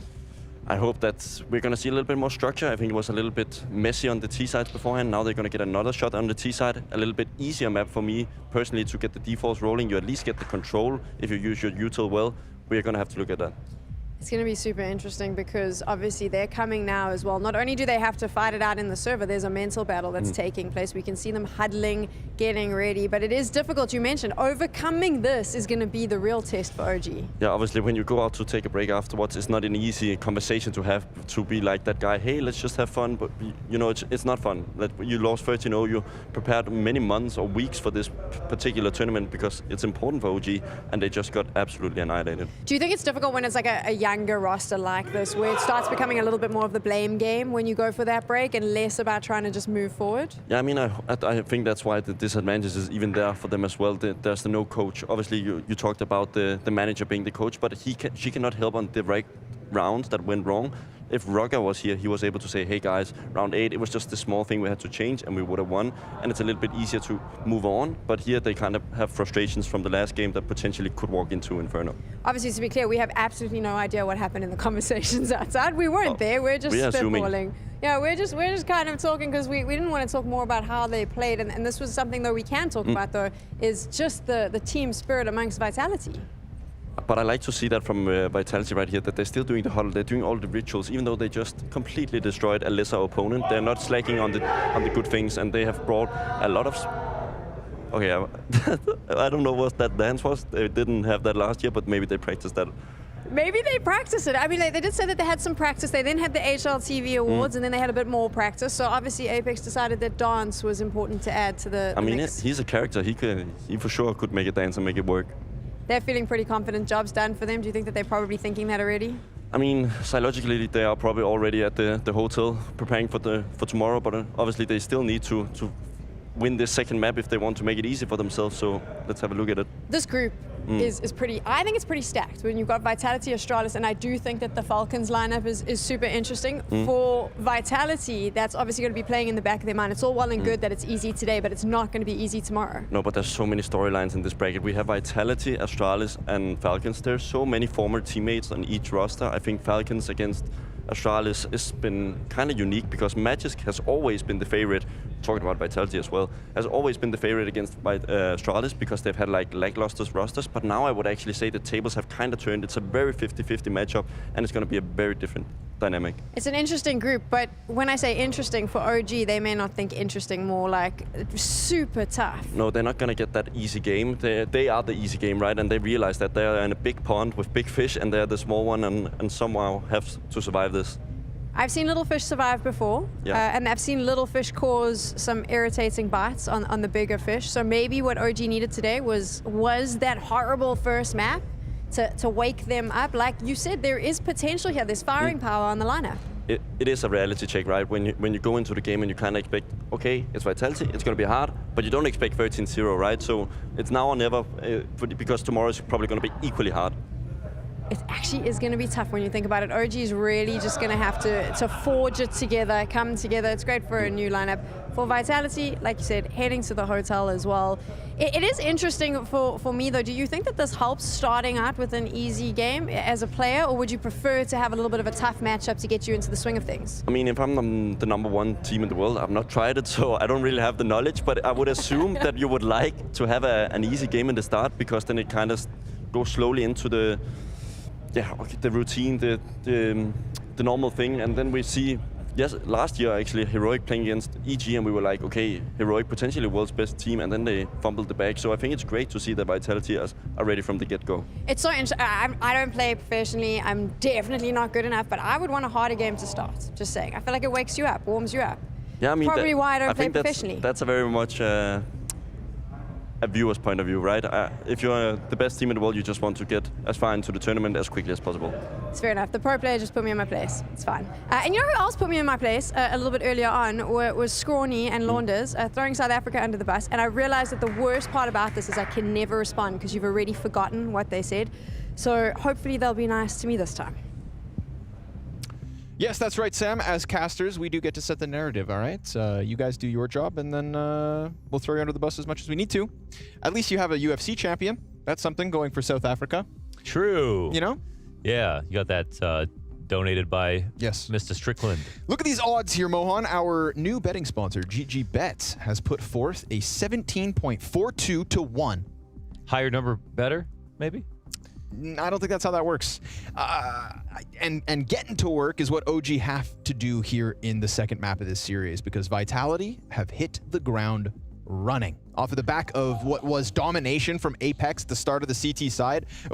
I saw this tweet from Yanko. He timed it. The first gun round of OG on Mirage, 15 seconds. Oh, because of that run out at mid. The top mid domination. You go 5 rifles top mid because you want to shut down your mid players, and instead you are dead in 15 seconds. That is not a record that OG wanted to break. Not on Vladdy's birthday. They got broke. Busted up. And we'll see if their Inferno has anything better in store for us. Oof. Ziwu gushed down mid. I like that they're confident. They're going for the gunfights. They kicked it off with a gush, and now they could be paying the price. Flamesy and Mezzy looking to get themselves up into the apartments as Regali and Nexius do maintain mid. They had such good protocols to deal with this. They had late up alt, plus they have Hall's control, and the CTs they know have to reroute through the B side. So Regali's still here in mid. Oh, good cover. Good cover. They take care of him. But now we're in a brand new situation. 2v2, A side is the tease, and the wrap takes place. Mezzy's got that bomb tucked. Fiku kills Flamesy. No support here for the Brit. Nose one's coming in from Moto. Easy turnaround here for Mezzy. Can he nail it? A single bullet gets the job done. And full Fiku almost dodges until Mezzy says enough's enough. Wow. And that is now 14 rounds straight. That was a well-handled situation right there. Another taste of the English. The full English, by the way, the food. Big beans on this one. Mezzy crouches under the shot. Oof, just in between the eyes. Poor Fiku. Poor, unfortunate Fiku. 14 rounds in a row, Connor. 14 rounds in a row. I saw someone say it doesn't hit the same as CSGO 60-0. Well, guess what? It's still possible. Can they pull it off? This could be a golden flashbang from Keto. Nope. He uses the roof to dodge the flash. Yeah. That little overhang completely denies the flashbang. Apex had vision the entire time, and they get torn apart. That's actually why they shouldn't do that anymore, because that's now the default. Yeah. I don't know who kind of who did it first, but it was so honestly doing that in the G2 defaults. But I can guarantee you it's that so nice now. I can guarantee you the map designer never thought that underhang would be used. And yet, you never know what people are going to do with your work. Exactly. Yeah. Yeah, it's the same thing when you're backside on B. Dodge flashes in the same way.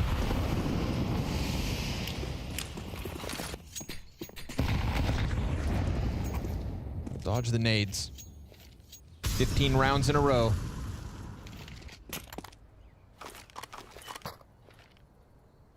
.26 is the limit.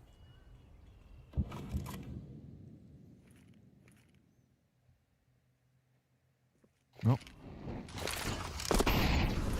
At least this first gun round lasted more than 15 seconds. Progress is progress. CT's down to 2 more smokes. ZywOo just looking for that clean entry. Small gap on the smoke. Was inviting him for a second.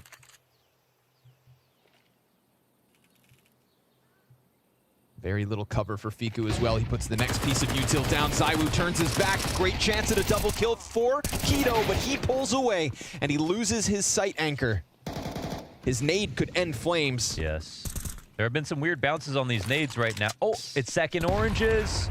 It's second oranges on the plant. Very wise. And Spinks on the lurk. Heavy God, alert.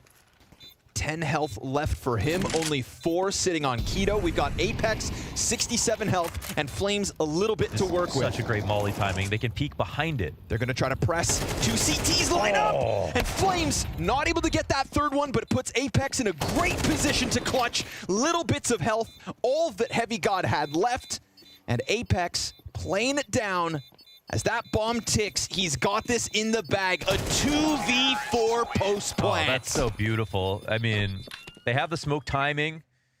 When the smoke's coming up, they throw the molly behind it. So unless the CTs have already passed, then there's no way that the CTs can do anything about it, and they peek behind it and take control together. That is some forward thinking from Vitality, and very nice execution to boot. So clean with it.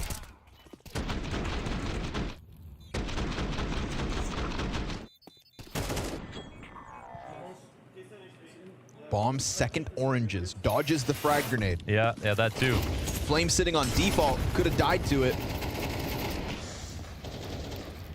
But alas, Vitality go 3-0 and pistols back in the hands of OG. When does the beating end? At 16-0, by the way, so there it is.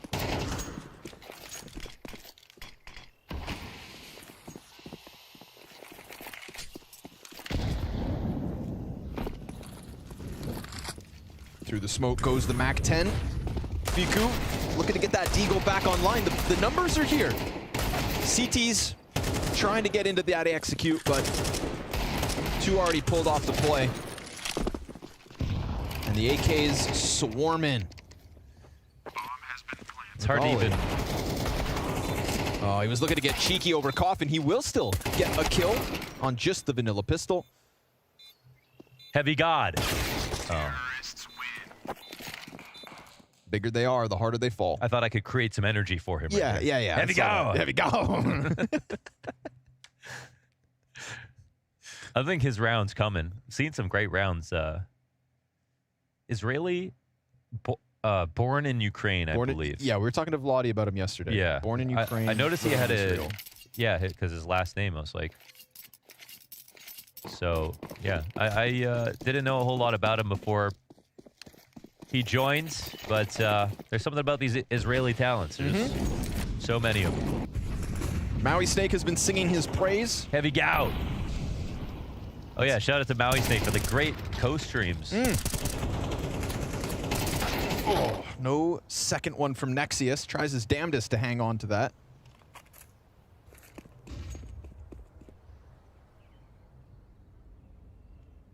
ZywOo's going hunting. 17 round wins in a row from the #1 ranked team in the world. It's been Smoke grenade top banana. Gonna leave the anchor. Fiku again, not on top, but this time behind first orange. Vitality are gonna have some weight behind this commitment. If they commit in, despite the smoke, they'll go. Fiku, again, single kill. And the frag of Keto doesn't catch the next two on the cross. So Bomb will get over. Can he stop it? Will he know?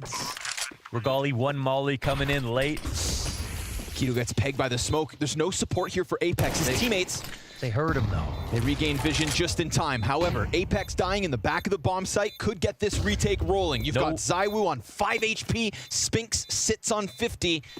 And both the counter-terrorists in from Coffin, smoking off the bomb. Molly spreads onto ZywOo. That's an easy kill for him. The first round of the series for OG, maybe.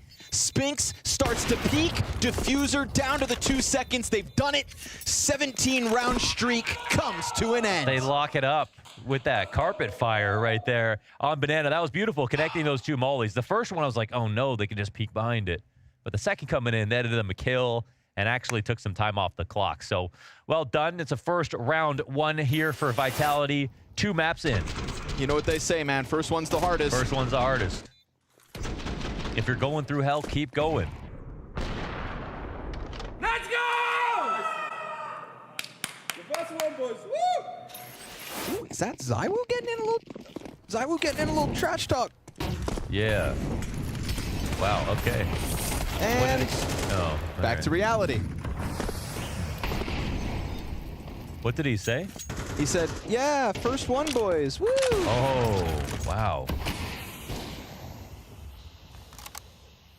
You know, I think it's incredibly healthy that the face of any esport, which is at this point now unarguably ZywOo, has a bit of attitude. You know, you don't want him to be. I'm not asking for toxicity. Yeah. But I talked about this with Thor a couple weeks ago, but it's like Simple and ZywOo wake up every day and they know they're mortal enemies. It's just that ZywOo won't acknowledge it publicly. But everybody knows. Obviously, you want to be better. You don't get to #1 with that without that energy. And so if you don't show it, you're just hiding it. You're just hiding it. Come on. And he's done a good job of hiding it. You know, he wanted there to be an argument. Now it's but we saw it at the HLTV award show. We saw the character coming to the forefront.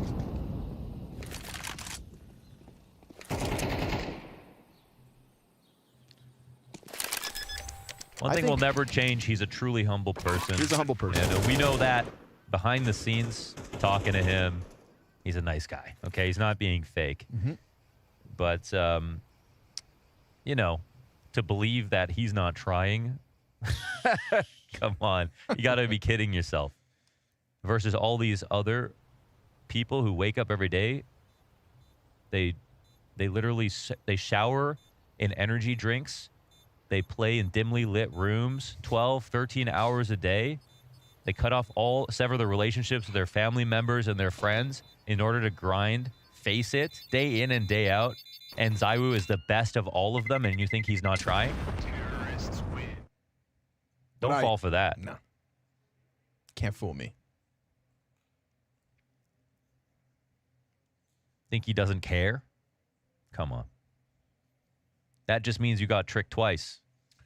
You know, I'm going to say it, man. When he started CS2 a little slowly in the first 10 maps. Yeah, you, but I didn't. Okay. No, I mean, statistically, in the first 10 maps, he wasn't amazing. I'm going to say, some of us really weren't worried because that was the anomaly. Yeah, but statistically, it wasn't the hardest start. And then Maui Snake lit a fire under his ass, and now he's got attitude. Yeah. The impact don't stop. Oh. Regali, in the meanwhile, trying to be the counter-opper, and instead his brain is splattered in apartments. Heavy God tries to slide into that gap and will deter Flamesy from following through. Flashbang setup, but he doesn't go for the swing. Just slides one step forward, and Spinks is going to catch him right then and there. Double man advantage as Vitality look to hard reset OG. 7 rounds into this game. Yeah, they got Spinks right under their doormat right now. My God. And he is no longer dormant. Here he is inside the halls. Nexius coming in on the flank. Spinks hasn't moved a muscle. And oh, this poor man. 5-7 gets that kill. You know. Ain't that crazy? Isn't that crazy? An MP9 gets that 100%. MP7, I don't know. Yeah. How are you going to admit to that? I was supposed to be banter. You're Simple retired. You're the only one left here who can go to bat for the MP7. No, we still have Nerds. Nerds, okay. We got JL and me. Nerds, JL. And Moses. Those are pretty good ambassadors. Moses. Those are pretty good brand ambassadors. Why didn't you say yeah when I said Moses? What do you mean? Moses also plays MP7. That's cool. I need you to recognize Moses' talents. Look at this. Oh. I mean, the 5-7 literally gets that kill in one bullet. I know. That's the sad part. But the A1S? $500 pistols. One-shotting, by the way. Mm-hmm. Not okay. Never was. CZ ain't walking through that door. The Deagle needs to be the cheapest gun that can one-shot. Zywoo off the opening kills again. Apex has Fiku 5v3 with just some upgraded Desert Eagles, and as Keto throws out utility, peeking back around the coffins, he'll find himself in a similar state. Despair. Oop, or not. Has the time come for Keto's Desert Eagle to turn? No, never mind. I feel like poor Keto has got a giant magnet on his chest when it comes to frag grenades. We saw it top mid on Mirage. This time just hiding back site B. All he's asking for is a little map control. Hey, you guys mind if I sit in this dark corner? Too much to ask for. Regali and Heavy God.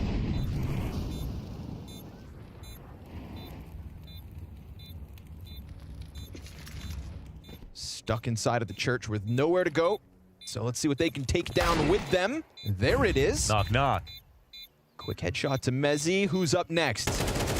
They both swing, and that is clean. Okay. Mm-hmm. That is clean indeed. Flamesy, with one burst, drops two, and Apex is having a field day.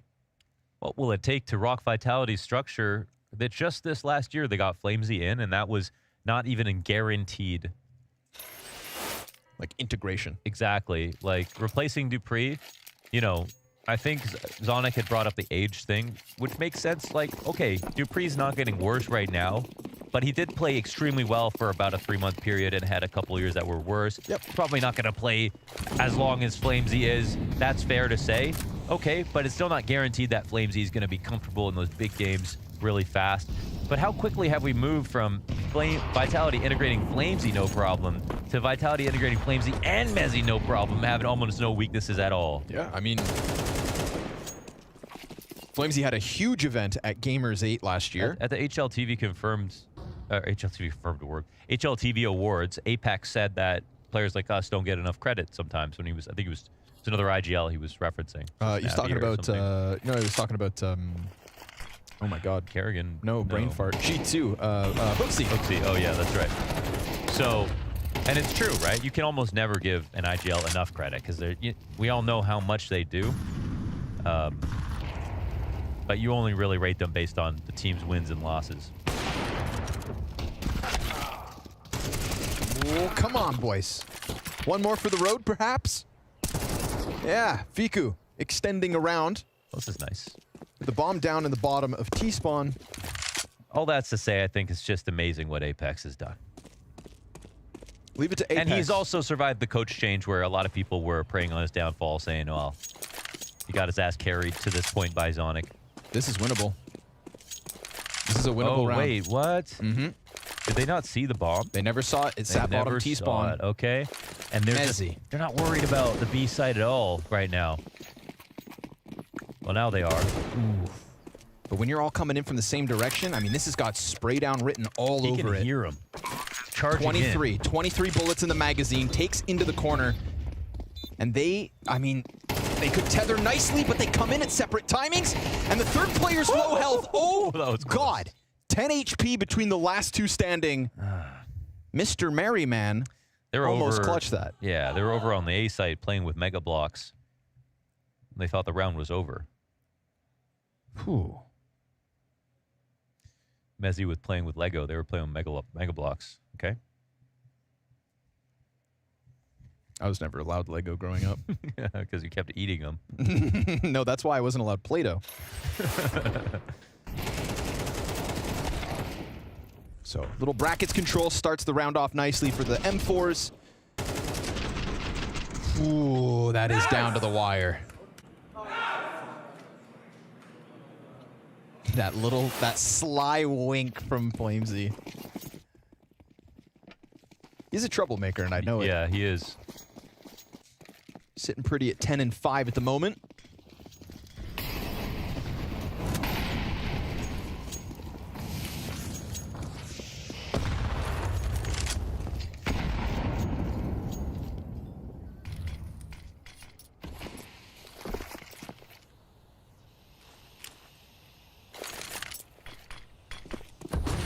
Going back in for the bracket control. And not concerning themselves with short side where they had 2 CTs stacked up last round, so a little variation from both teams. And who comes out on top of this? Heavy God in the pit, Molly by his feet. Luckily the smoke is there ahead of time. Moto players won't see him moving.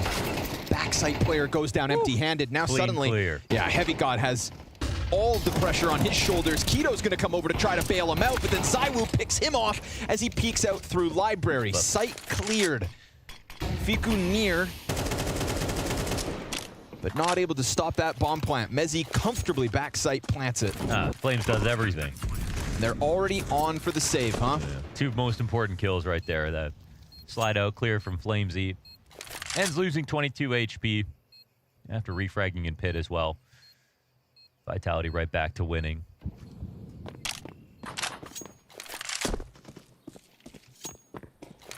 Zywoo with an expected awesome start to the year.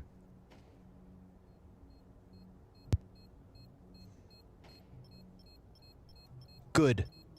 Because I remember last year when Evil Geniuses beat Heroic in their opening game. Yeah. When Heroic I thought you were being gonna touted. I thought you were gonna do a Kassad tweet, right? Oh, no, no. I was watching last year. You could say it, actually. You could. Yeah. Fold it in. Yeah. Sorry, go ahead. I don't want to take any swings at Kassad. He completely missed the major. That is tough. Yeah, that's true. Yeah. We were watching. Yeah. I'd say he's already bleeding.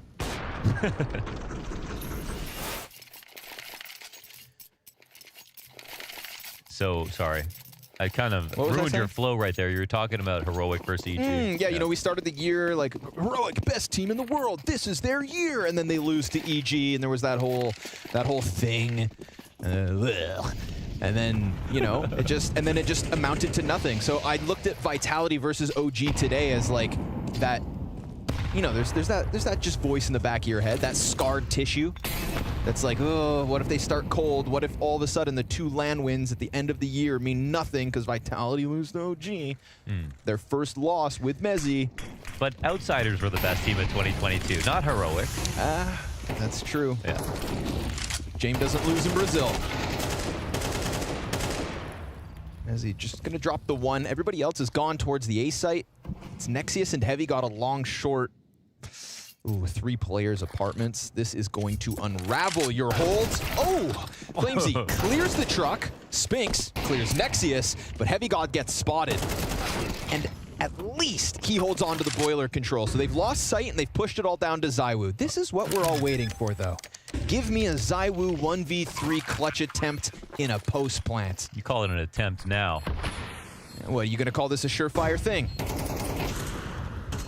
He's dodged the bullets as he crosses over to pit. First one, a miss, but he gets away, and a second shot off the mark. How uninspiring. Calling it an attempt now as well. There we go. OG. 3 on the board. Yeah. One last round to play in this half. Yep. Any other analysis you'd like to offer? Yep. I was thinking, I try to put myself in like a positive mental mindset, you know, to come up with something nice to say. Yeah. End on a high note for both teams.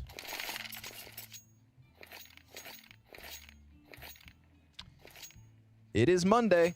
There's that TED talk of a guy who says absolutely nothing for 15 minutes just to show up. Like, doesn't matter what you say, it's how you say it. Okay. But I couldn't really channel that right now for OG. T-side's fun on Inferno, I'll say that much. There you go, silver linings. You're doing better than you did on Mirage.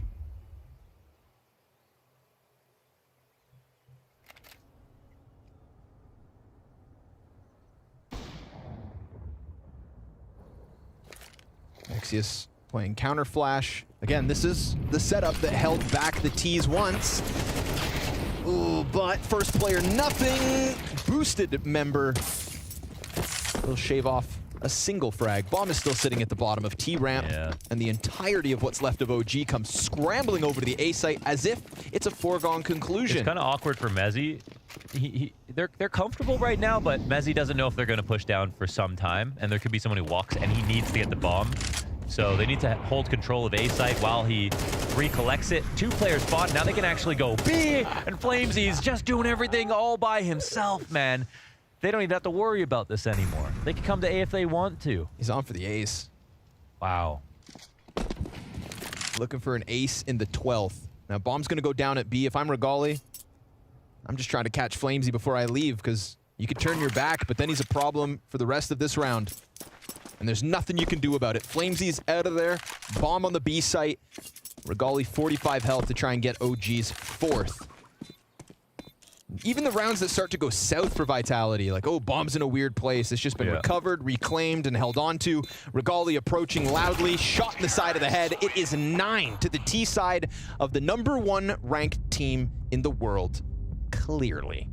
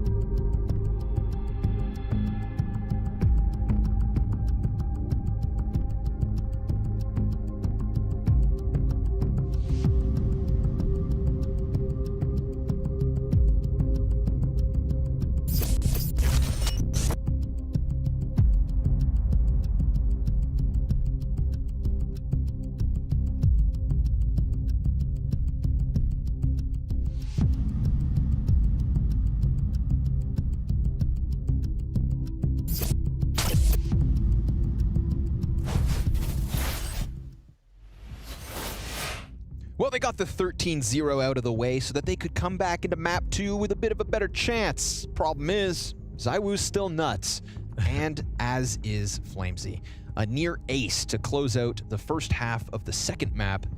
It's looking like a quick day in the office for Vitality. Yeah. Yeah, again, I'll say it. I think it was sort of like Sonic's last gift to Vitality to like make that last move.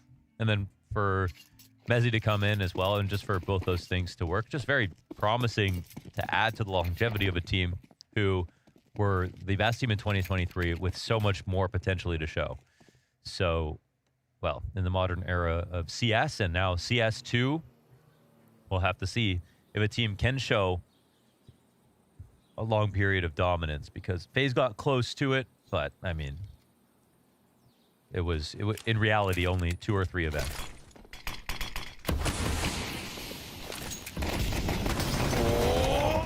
Damage off the nade. ZywOo's Berettas sing. 2 kills, however, for OG means bomb plant there for the taking. What's the retake like? A flash on Mezzy. Kevlar on 2. No kit. And a deep position from not 1, but 2 of OG's remaining members. Nexius. Ooh, still doesn't know. Spinks is coming in blind. Oh, no, never mind. Heavy God looking for the follow-up, but no kills, barring the first. Regali sits behind Nubox with a hope and a dream of keeping this one alive. A tap on bomb, and it is nothing but headshots from the last 2 players of Vitality with a defuse on top. That's 10. It's good coverage. I mean, it's in the back of your mind. Someone could be close right in that inside of con, and then of course that someone could be in quad. But it's one thing to like clear everything else, keep an inventory of those players, but then also hit the shots. And that's when you got Spinks. He's got such good awareness, such good aim as well. The full package. Luckily, Nexius was already so close to death. Little shoulder shot gets the job done. But yeah, OG gonna have to off the bomb plant force buy. Galil's Mac 10. It ain't pretty.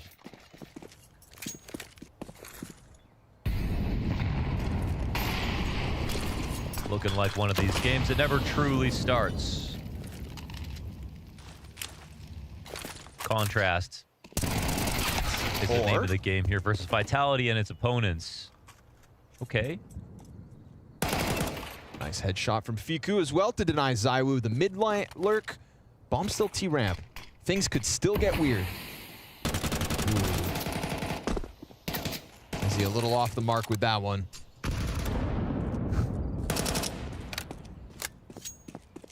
All right, so the force buy works out towards Bananas.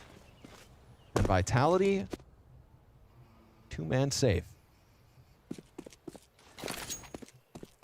Because Spinks got a 4K in the second half of Mirage, the 1-round half with 4 kills. Do you know what his rating was?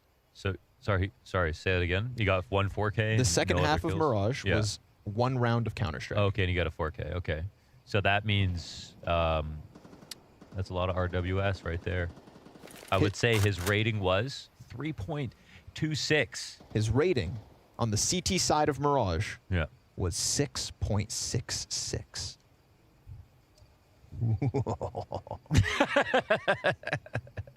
It's not just high, it's evil. You gotta dance with the devil. It's demonically high, okay? Spinks and Satanists both start with S. That's true, yep. So. That's true. That's the highest rating I think I have ever seen in a half of Counter-Strike. You haven't watched me play.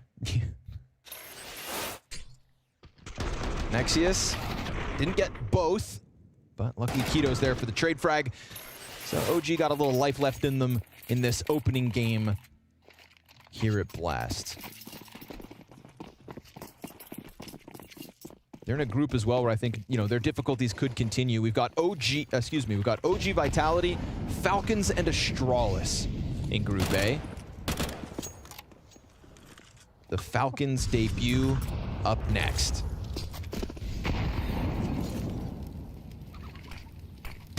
Oh.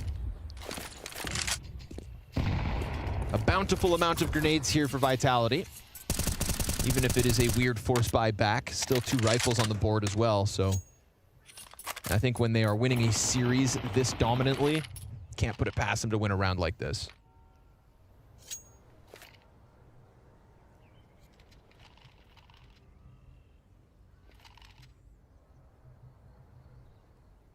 No flashes, and they'll just swing out to try to scare him. Nexius doesn't hit a shot. He'll spot 2.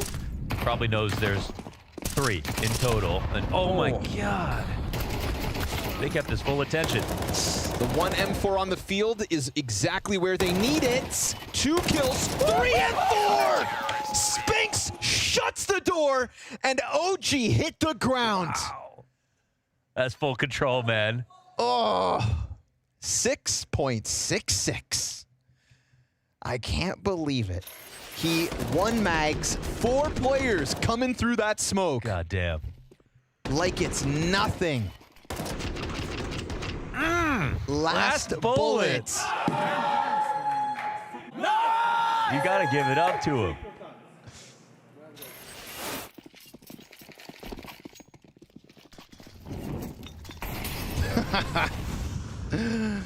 I love Counter-Strike. How to win back a few A1S users with clips like that. A little tempo coming out of the T side back in. Because you got nothing to lose. So play like it.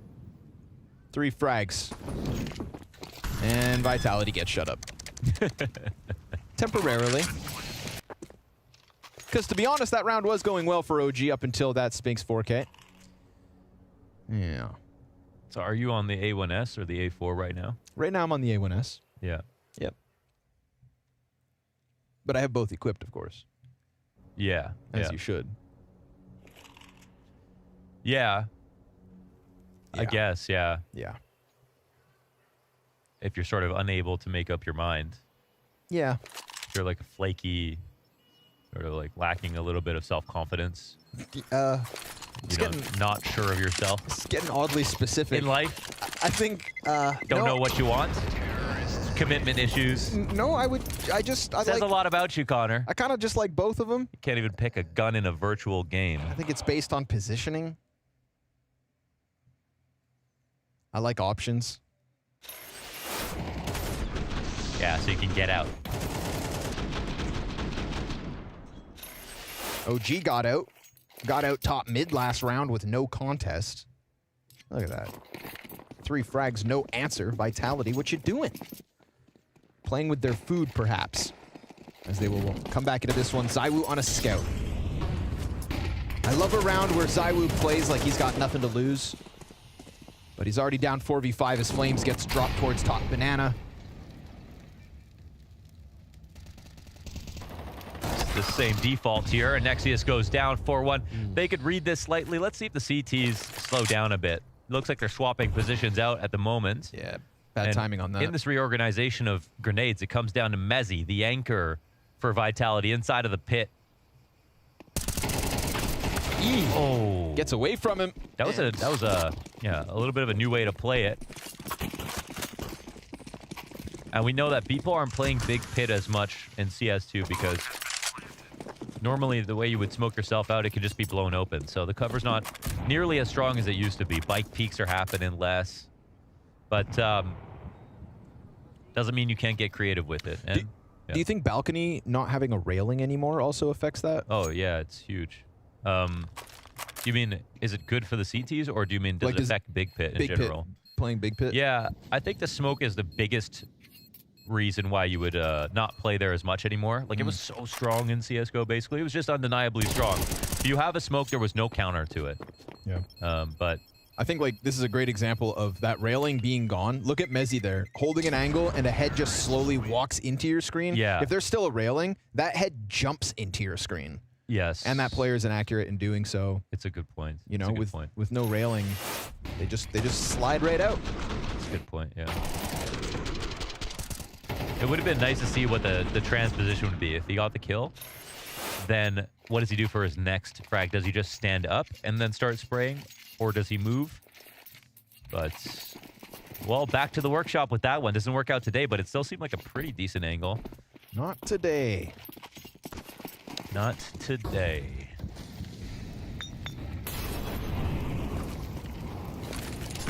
Banana has been a point of contention, as OG have got opening kills here more than once, more than twice.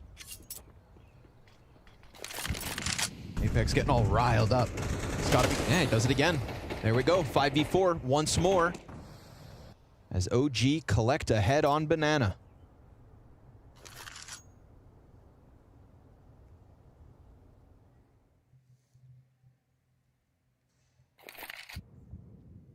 They evacuate the A site in response. Vitality leave the door open for OG and their 7th round win, but you'll be keeping M4s. Oh, okay. So they're getting out red here. They're gambling on the attack. I mean, Mezzi's obviously useless. One pistol over on the A site. If that's clipped out of context, sounds very rude. But with the pistol in his hand, that's really no need to let him just die there. Yeah, you know, Mezzi, really just a piece of garbage. That was Connor who's just said that right now. If you want to clip it. It's Corner? It's Corner. Oh, man. Did we tell anybody We have about not this? told that story publicly yet. Okay, so basically for years, Connor and Pimp have been going at each other's necks. Yeah. And it's always been banter. In good fun. Every morning they walk into the tent, one or the other, go, wow, you look really ugly today, or say something just incredibly rude and disparaging. And at the World Final, we realized that every time Connor would say hi, or Pimp would say hi to Connor, he would call him Corner. Hey, Corner. Hey, Corner. Obviously because he's Danish, so it just sounds different when you say people's names in another accent. It's not his fault. Hey, Corner, for years he said Corner. that. And Like then at that. the World Final, we saw Pimp write down Connor's name on an official piece of paper for something very important. C-O-R-N-E-R. He literally thought my name was the place that two walls meet. I've known this guy for 5 years, and he thought my name was Corner. And I thought he just had a stupid accent. We thought he was just saying it in Danish. Hey, Corner. And we also thought he was just being an asshole. Jacob. Turns out he thought that Connor's name was actually Corner. You think you know a guy. You think a guy knows you. I respect you, OG. You're fighting tooth and nail for this, but the utility war on Banana this round goes the way of Apex. Barely. Flame's lucky to have gotten out of there. The 5v4 back and forth on Banana finally favors Vitality. About damn time. But you've also just kind of poked the bee's hive, because now you've got an entire pack of OG players looking to pop out behind that flash. In the smoke, Heavy God gets stuck. Apex tries to fall away very quickly on the chase. 2 Ts, flash for the CT cross. They don't decide to push out off of the flashbang, instead just taking control of Church, and that's going to put the bomb down in a comfortable 4v4. Flash comes out, Fiku dodges it. Oh no, he's so low. Doesn't get the kill on Fiku, doesn't hit him once. Legali peeks off of the coffin for a quick trade frag back. Keto sitting on a corner HP. Heavy Gods died from above, so it all comes down to the Banana anchor, and Zywoo finishes him off as Vitality secure that 12. Yeah, Mezzi doesn't stop coming forward, making that FAMAS look so good. Great kill from Flamesy, but I feel for Fiku, that was one bullet that he needed to get one more kill in construction and stop that whole retake from being possible, but not today, because Vitality not only better as a team, but they have better individuals, and that's why there is such a contrast between them and almost everybody else at the moment. They are the full package. Nice!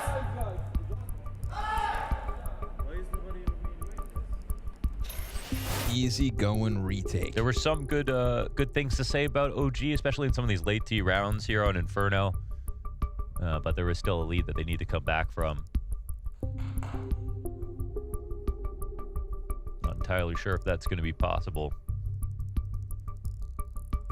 Vitality take their first timeout.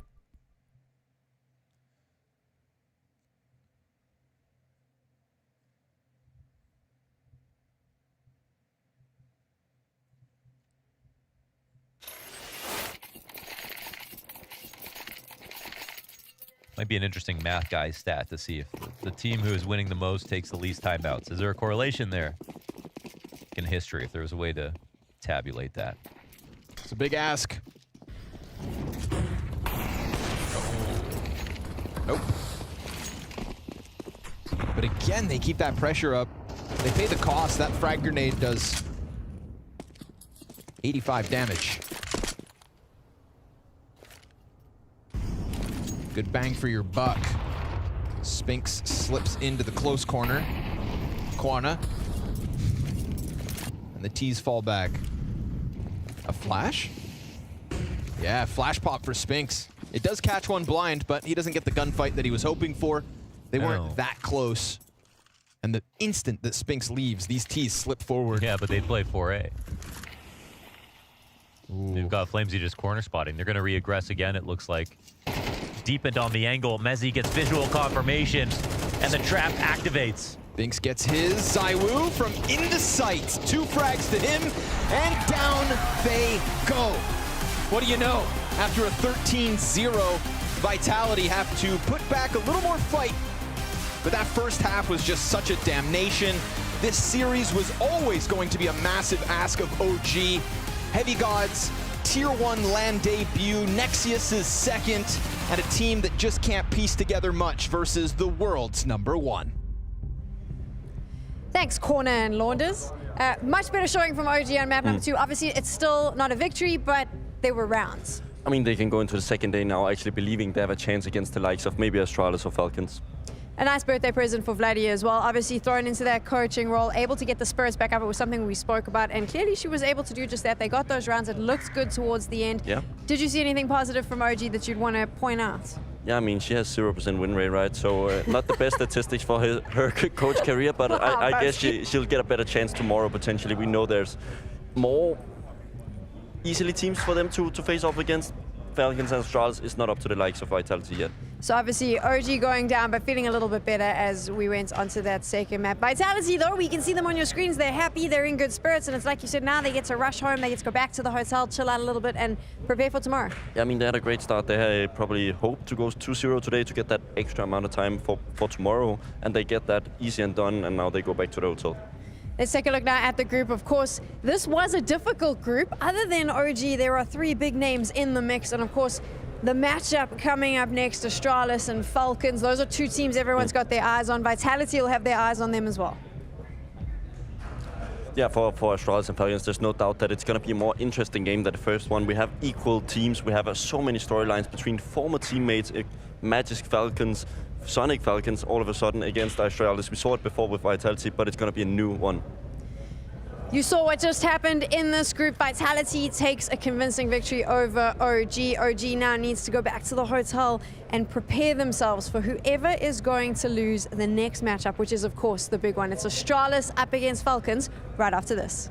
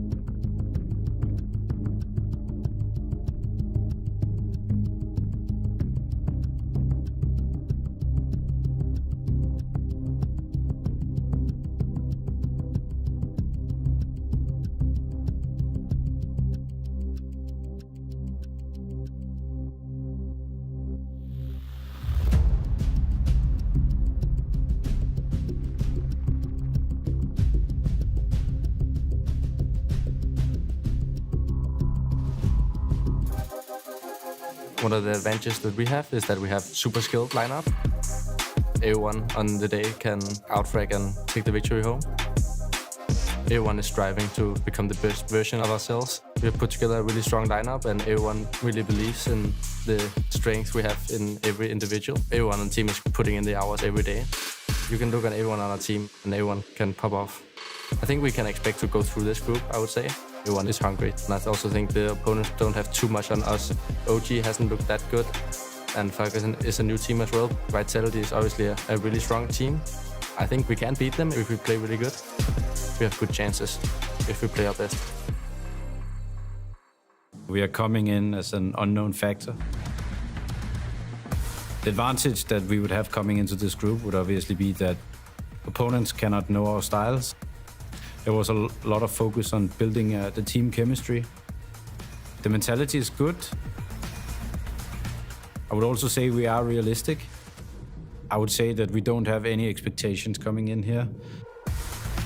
So this is experimental phase, I would say, where we have to try out different stuff. And if it works, it works, and if it doesn't, it doesn't. Part of the way I play that I always look at the enemies, and my teammates will also do that. Both Emil and Danny obviously have some history with both Astralis and Vitality, so I don't know if it was random we were put in this group. I think obviously it's going to be a fun match because of the history between them and those teams.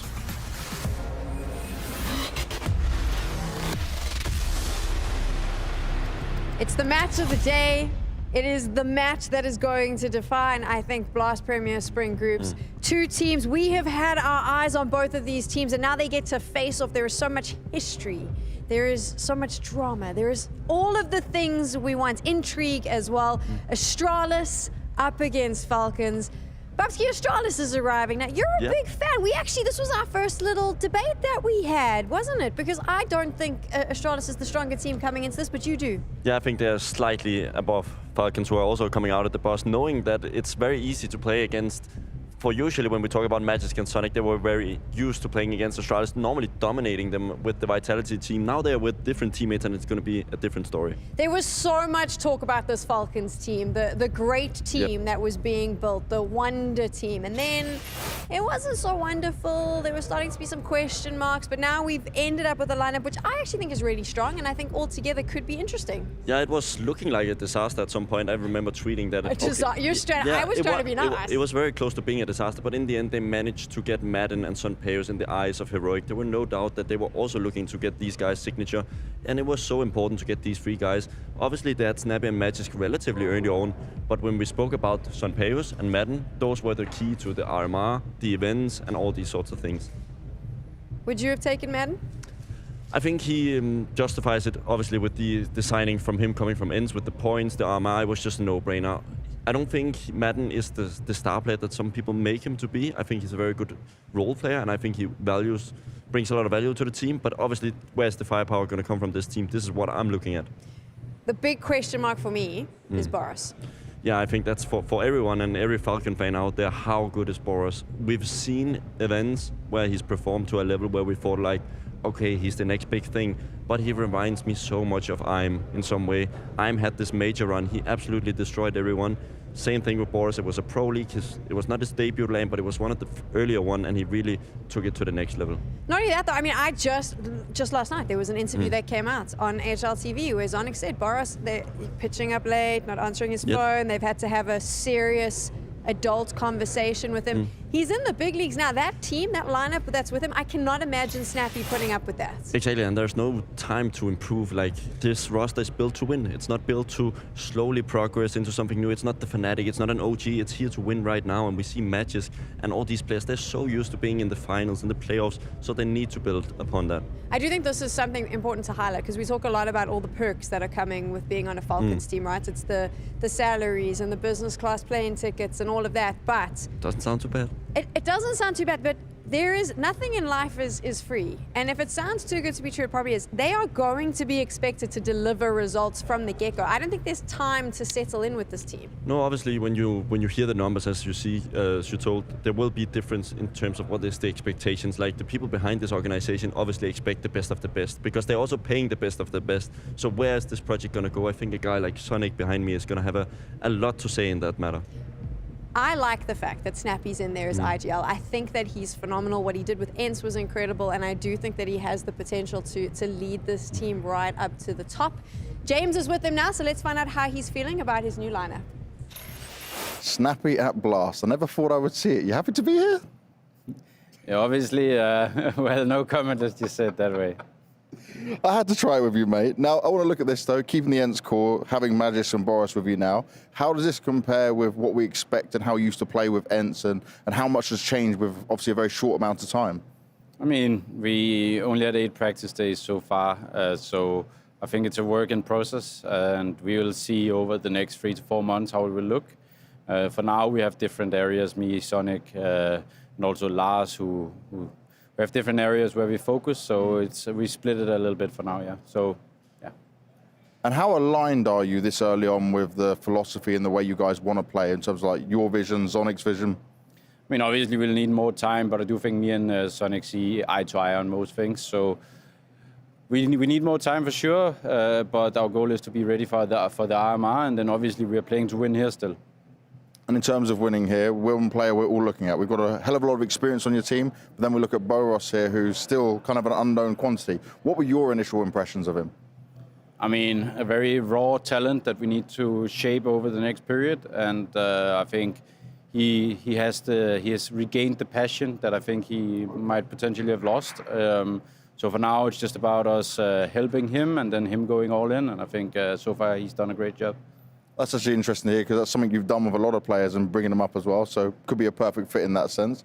For this matchup though, Astralis, what are your expectations going into this? Because there's a lot of hype around both teams at this point. The rosters are on their side, but you would say Astralis are favoured in this. How is it in your eyes? I mean, it's true. They've been together for some months now, and obviously they have 4 top 20 players in the world, according to HLTV at least, so they should, by that metric, be the favorite, I suppose. We had a short time and we'll do our best. So, as I said, we're here to get ready for the RMR and hopefully qualify in the process. But the RMR is our main goal. Snappy's playing it down, man. He's playing it down there. Yeah, this is not the main goal, and Astralis is the favorites. They watch Astralis. Don't look at it. Nah, I don't believe him. No, I don't think so either. I think he expects to go into this matchup and win and potentially get that match against Vitality.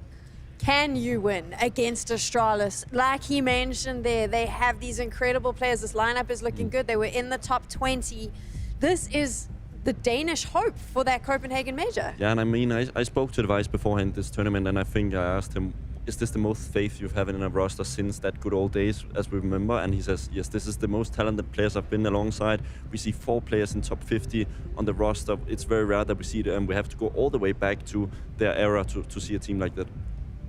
It's great that we have those 4 players, but can they bring the results? Because that is what Astralis has been lacking. Yeah, I mean, they've paid an enormous amount to get those players on the roster, and that also brings in some expectations. I don't think anyone in this room is happy if, yeah, as we see that there's no question about the quality that these 2 bring. But if they have to qualify, they also have to find the roles, and that is the question. We'll talk about those roles in a bit. I want to talk about Device because he was, I mean, I remember just when Device was popping off in the golden years of Astralis, you know, he was everyone's hero. For him to come back and continue to just be able to perform the way he is, what a remarkable player. He was also great last year. He just didn't get as many events. He would have placed higher on that ranking if he would have played more big events, but Astralis was simply too bad to qualify for some of them. I remember them missing out on the major. They didn't play Katowice, and it's so hard to go high on the rankings if you're not for the biggest events. Does that change this year? I don't hope so. I hope Device finds his way again. I think he deserves to be in the conversation of a top 10 player every single year, and I think this year he has even more opportunity to build upon. Let's talk about the roles you were discussing there. Obviously, there are some players here that are going to have to figure that out in the server as to who plays where, and how do you think that is going to work? We're going to very much look on the CT side. BlameF is obviously known for his kind of static positions on the CT side, and he played the same roles as Stavin on Heroic. Obviously, it also shows on the stats that they're very well performing, and that often comes with roles, but we're going to have to see one of them go out of their way and make space for the other one. I'm just going to be interested in, is it going to be BlameF, or is it going to be Stavin who's going to play those star positions?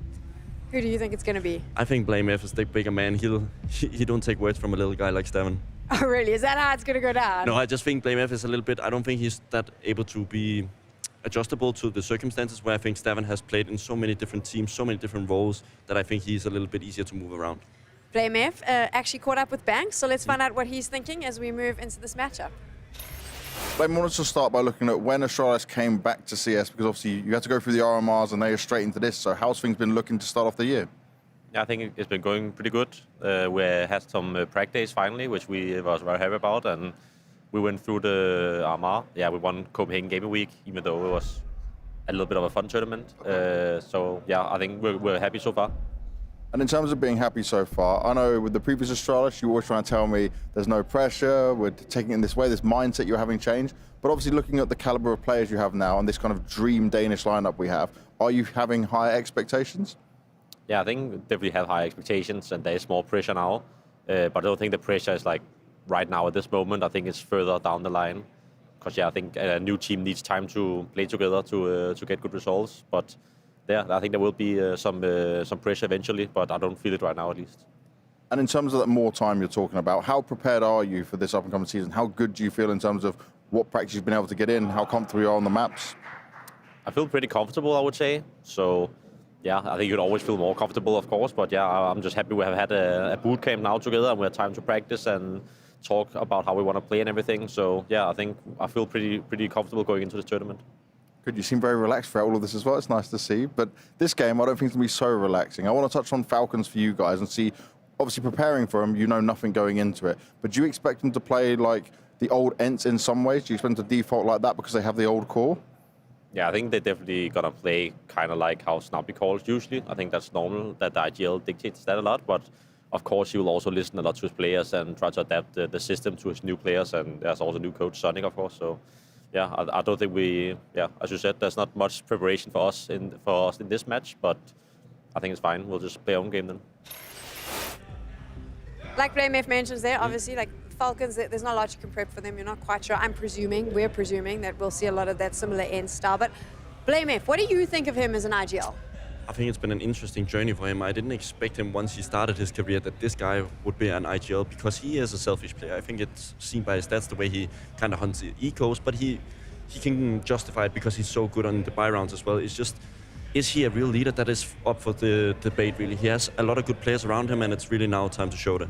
But most of the players that play with him always say that he is a good leader. So that's the thing. I mean, a lot of them are pretty positive about his calling. Exactly, and that's the outside. Like, you never get the insight from the information from the coach or the IGLs, but sometimes we hear these little interviews where they actually praise him. So from my point of view, I actually think he will have a very easy time with managing these players.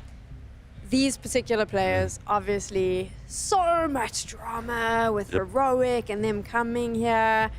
Was it the right move? I mean, I'll try to be as not biased as possible. I'm obviously friends with the both of them, but I think it was a difficult transfer for them. I remember Stavin telling me that so many people was writing stuff to him that he actually had to delete Twitter off his phone because it was becoming too much. He's not really been used to being put in a position where everybody was looking at him in a negative light. So I think it's very interesting to see how he's going to handle it. How do they handle it as players, though? Do you think that this particular Astralis lineup, you are pretty biased, so we'll deal with the fact that there's going to be some bias coming through, but for you, is this a #1 team in the future? I think for now, I think the goal is at least to go for top 5, right? I think top 1 is too much to ask for a team like this, especially when Saibu is running on the server. But for now, I think top 5 is a very realistic goal for the likes of these players. It's a realistic goal, but my guy, it's Astralis.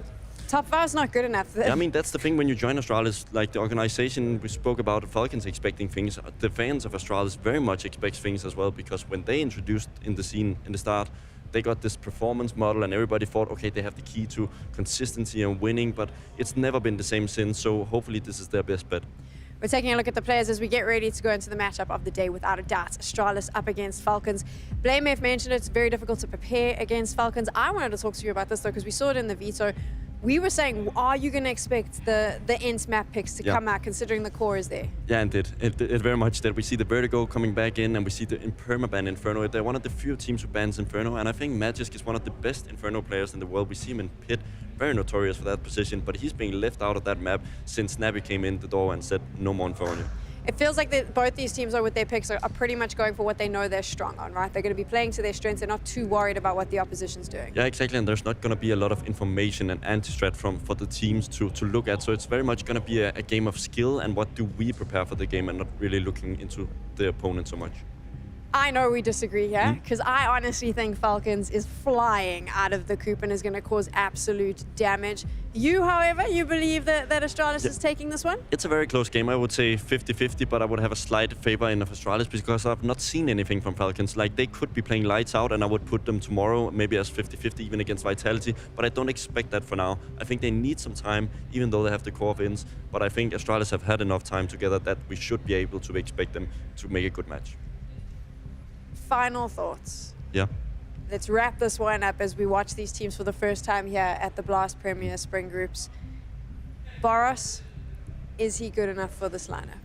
For now, and what we've seen yet, no. But obviously, he has all the tools and the facilitations to make it now. He has a great coach, one of the best IGLs, one of the best anchor players around him. Like, there's no excuse for him not to build upon what he's already have.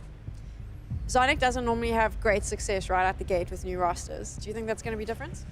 I would like to disagree with the Vitality. It went pretty well after some time. Obviously, in the first couple of months, it's a bit of a warm-up. He likes to warm up, you know? It did take a little bit of time with Astralis as well. So obviously, if we go by that logic, it would take a couple of months before we see the guy winning a more trophy. It's going to be interesting. It is the game that we all want to watch.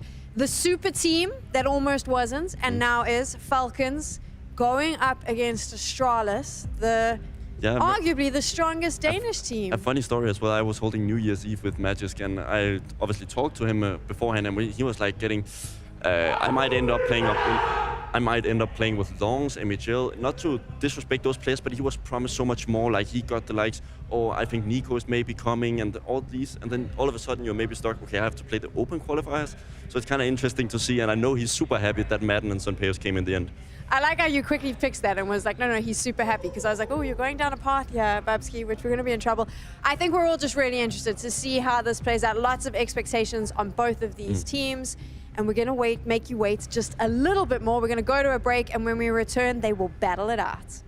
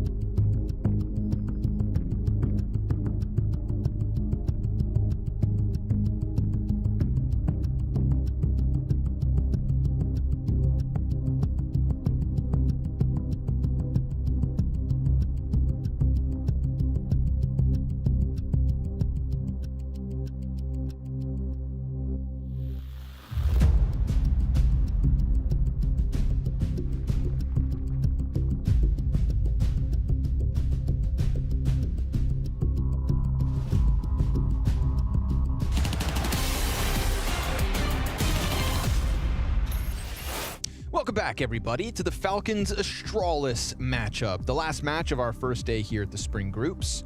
Falcons debut. Some call Falcons an upgraded Ents. That's what I heard out on the street. He just said that to himself, like, before we started the and I was like, is it really? And then we debated each player because they're like, not sure. I mean, I don't think you can call it an upgraded Ents because okay, you get the upgraded Magics, but you get the downgrade in Boros. Yep. You can't say Boros is better than Nerds, but you can say Magic is better than Diah. Okay, and you can say yet, but isn't it upgraded Ents because of that? Not Saul yet. is a great coach. Saul was a great coach. Too, Zon is a great coach. Time will tell. Time will tell, yeah. That's the reality. Maybe this of works one. out great for Heroic and Ents. Astralis the favorites, in the end. according to GG Bet, our new betting sponsor. And I think it's fair to make Astralis the favorites, even if we can talk about the yet-to-be potential of Falcons. Astralis have been together for quite some time, and I think Snappy in his pregame interview put it best. You are looking at a team with 4 players in the top 20 of 2023. Yeah, it's true. I mean, it's a good rationale for why. You don't sound convinced. Yeah, I mean, they're just not playing to that level together, so it's weird. Like, let's say we played this year. Sure, everything's going to happen. Everyone's going to be insane. But I'd say that I think it's still true that even if I wouldn't agree with the math, I would say it's still true that Astralis are probably still the favorites. I wouldn't say that Astralis would be surprised if they somehow lost this, though. I wouldn't say maybe that confident. So I think we have to let the CS speak for itself. Shall we? Stare will open up on Snappy. I've seen enough. Call it quits. Sun Pius locking it down with them dual Berettas. Second headshot. He's moving nice with those new specs.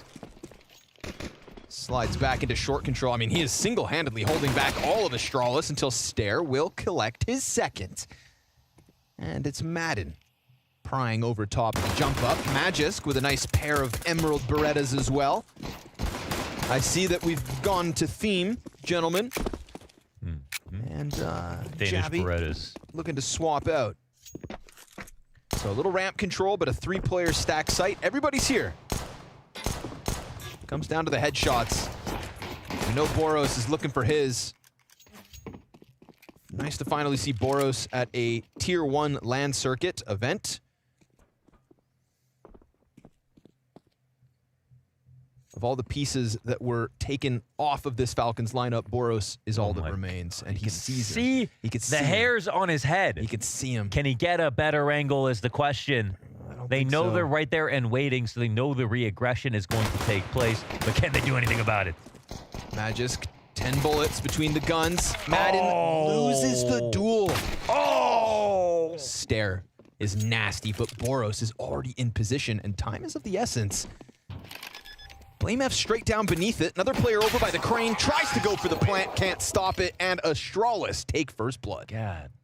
Damn, well handled. That's so tough when you can't dislodge someone from sandbags because it's a pistol round. You don't have enough utility, no rifles or anything. You just got to stare at them and wait. At least he knew that the attack was still going to come onto A. That's the best he could do for his team right there, is let them know that. But they couldn't frag. They couldn't out-frag Astralis. That was a very nice round from Stare. I talked to Device and Stown the other day, yesterday for media, and just had a catch-up about the year. And one thing that Device brought up specifically was that Stare has been the one who has just given up almost everything. You know, like Stare would probably be, he was and would be a star on a Tier 2 team, right? Okay, yep. But on this team, he is literally set up to be their 5th best player. So there's no way for Stare to, like Snappy said, 4 top 20 players coming together. Whether it works out that way in the end is another thing. But Stare, he's got to give them their space, their roles, their CT side spots, their T side positions and freedoms. And Device said he's been doing incredibly well despite having lost pretty much all of his freedoms. Yeah, well, I mean, I think it was a close call between keeping him or keeping Buzz. And a lot of people were calling for Stare's head when that decision was made. So, to thrive in all the junk spots, it's a big ask of the 5th piece of Astralis. You know, my concerns with Astralis were actually always going to boil down to Jabby. We saw how long it took for Jabby to get properly integrated into Heroic's system when he left Copenhagen Flames. And that slow burn was something that I was worried we were going to get with his inclusion on Astralis. And I would say we've also seen it here, right? He's not the hottest start. to be fair, Stown has also struggled out of the gate. But that's something that in Jabby's past has kind of been his burden. This would be a great event for them to kind of finally piece it together quick. Yeah. I don't know. I always thought with the heroic situation, after some time passed and seeing him get better, I was like, that's really nice to not have a player honeymoon and then fall off and disappear. Instead, he sort of, it's always better to have a honeymoon, though. Sure. So, yeah, he had a bad Cologne 22 and then got better and better and better and then became the best player in the first half of 2023, at least rifling until Frozen, I guess. And I think that he has the excuse of saying, like, Heroic were a particularly hard team to integrate into. Of course. And I guess you would also say he's learned a lot now, Copenhagen Flames, to Heroic in terms of different ways of playing. Maybe that gives him a leg up in trying to integrate into the Astralis system, which is a lot more fundamentally normal than Heroic. I don't know how else to put it. I think there's nothing about Astralis' style right now where I'd say this is why they stand out from a lot of other teams. I think the main reason they stand out is because they have a lot of good players. Yeah, big namesake. Yeah, so I'm curious to see what their personality is going to be as a roster. Boros with the nade. Whole pack of players right there. But the grenade's a little off the mark. And so it's just the one. Oh, what could have been. Had the makings of like a 150 damage frag. Snappy looking for the headshot. Oh, but they won't give it to him. Oh! Until Blame does peek with the smoke. Nice one. And with damage on Stown, this one's getting a little dangerous. Snappy's going to press his luck, push through smoke, and doesn't get caught. Yeah, it's a good play. And as he wraps around short, it's held by Device. Okay. Gets away from Snappy, though. MP9 here for Magisk. I think the contrast of somebody like Jabby, Magisk, proving he can integrate into all sorts of systems. Yeah, man. Played a key role in Vitality and is a tough player to replace, but he'll find nothing in this one. It's conversion from Astralis' pistol. Yeah, he was a Phillips head screwdriver this last year. Very useful. Not the sexiest tool that you can think of, but always needed. And I think Magic that is definitely, he was, I think, probably the biggest discrepancy between my list and HL TVs in terms of where I had him up at 8th, I think, because of just how good he was on Vitality. But of course, since going to Falcons and leaving Vitality continued to play well, and he didn't have much CS2 to look at.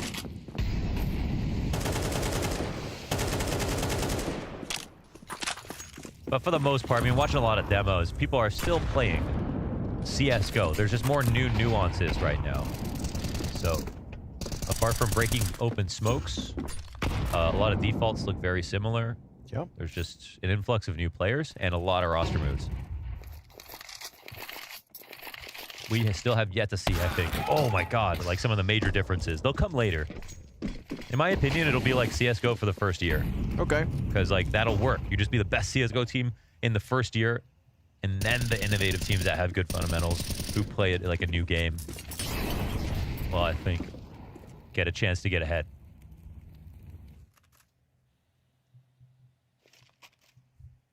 There is a two-man hold here ready for this mid walkout. So Astralis down to 3 members, make it 2, and suddenly they're done.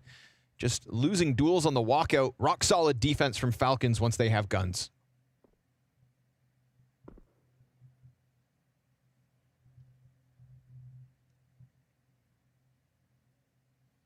There is a huge question mark around Boros. Obviously from the region of the organization, kind of propped up, arguably for that reason. Did not have teammates to thrive around in the previous iterations. They make big moves, and I think it's actually amazing insight that Bubsky brings to the pregame desk, saying like, I was hanging out with Magisk in the offseason, and he was like, bro, my teammates aren't Nico. I was told maybe it was Nico. Yeah, because that brings everyone else. Yeah, of course. I mean, and we saw like Evil Geniuses, for example, when they were rumored to be picking up like Zorte and this international squad that just never came together. That was probably for the best in the end. 100%. Yeah. Yeah. 100%. Save some careers right there. Yeah. Might have more cannon fodder. EG's just a North American problem. Yeah. We don't need to spread that to the rest of the world. We don't need to be a contagion for the rest of the world. It's nice we can talk about it openly now that they're gone. Yeah, now that they're dead. Yep. So. Gravestones never cost so much. Yeah, it's a lot of land, a lot of plots that you need. It's 1 year since that infamous day. They could do one of those cool, like just, what are those called? Mausoleums? It's like an individual sort of bigger grave where you can actually walk in the door. Like and a crypt. A crypt, yeah, essentially, yeah. What's a mausoleum? Am I gonna look up the difference there? Words, colloquial type thing. Maybe a mausoleum's above ground and a crypt is beneath ground? Ooh, that would be an interesting I hope I'm right. Yeah, I like that. I like that. A stately or impressive building housing a tomb or group of tombs. Okay, so no, it is also... Oh, a tomb. Okay, so a crypt would specifically be like underground pathways. Okay, yeah. Made of stone arches and have skeleton bones and skulls everywhere. Ooh. Give me the heebie-jeebies, Launders. Yeah. So, yeah. EG could fit in either one is what the point is. So what were we talking about? Can't remember. All right. Oh, we were talking about Boros and, being the only piece left from, at least that's what I was talking about. Oh, yeah. Was Boros being the only piece left from what was Falcon's previous lineup, right? And I mean, like, let's just, I'm not going to sugarcoat it. Like, Boros has been given a team because of where he's from, right? This regional organization. And, you mean, well, and also because they couldn't get Nico. Yep. Right? Yep. Yeah, okay. It's, they bought him some pretty shiny teammates, I'll tell you. Yeah. Now, I mean, there's the question definitely is, something to be said about Boros, can but there's he just play? a lot to be, to prove, yeah. Because I don't remember, because he didn't have he had a really bad Paris major, right? That was in the the thing. playoffs, he flopped. Yeah. Once he hit quarterfinals. Yeah. Up until quarterfinals, I'm pretty sure he was turning heads. Right. So we're talking about Monty Boros, how good he was on the come up. And then, there's still just lots to prove, basically, essentially. But you got Snappy, you got Zonic. If there's a way to create the structure needed to... It should be that. I mean, that's the best you can have. You have, like, this austere IGL. You've got Zonic, who's got a commanding presence and all the experience. I mean, that's it. Like, if you're not listening to them... So, at the European RMR for the Blast Paris Major... Get your ears pinned. You know what I mean? This is the first successful Boros major attended. The only major he's attended. Okay, 1.31 rating at the RMR to qualify. A 1.25 rating at the Challenger stage. Oh yeah, still great. It was just playoffs, yeah. And then a 1.15, which is still solid considering that particularly at that event, his playoffs kind of sucked. Yeah, it was 1.15 Legends. Yeah. So yeah, and Legends. I don't know exactly who they played, but usually you're getting harder teams on average. Gamer Legion. He played great against NAVI. Yeah. One good map against Vitality. Okay, yeah. You know, it's big numbers, man. And he was working with Monty. He was working with Waro 2K. 12K? Waro 12K. Dime a dozen. Yeah, fire for Stair here, but he makes the most of it. That was a lot of pressure for him to try to entry through, and Snappy just gets chucked to the sideline. That could be a gun for Stown. You see all of Astralis magnetized towards this side of the map now off that kill. So yeah, safe to say, Stair's getting great impact in the opening bout of this series. Madden trying to take up the place. He's also burning. He's in a horrible spot. And the stream of gunfire as he peeks into it. The ops already posted. Device clips Sunpaya swings, and 5v2 looks good. Team Falcons were the ones to pick Vertigo. It was a great pick versus Astralis because Astralis are really bad at Vertigo, to put it frankly. Now, I will say that they may have worked on it because their last match was at the RMR, I believe. They won it, but it was versus like Terra or one of those teams. The real problem for them on this map that they needed to have fixed is their CT side. 27% win rate, I think, over the last 5 or 6 maps. That sounds pretty horrible. Yeah. going off a lot of memory here, but I'm pretty sure those are all 100% accurate stats. And if it's anywhere close to that, it would be a problem for Astralis. So CT side. That could be where the troubles begin. Well, then feast while you can. Exactly. And they are. Make hay while the sun shines. Sunshine. We're in Copenhagen in January, my friend. There is no sun. You better have made some hay. You know, in those 2 months. Better eat that hay, boy. That's what they say. Yeah. Terrorists win.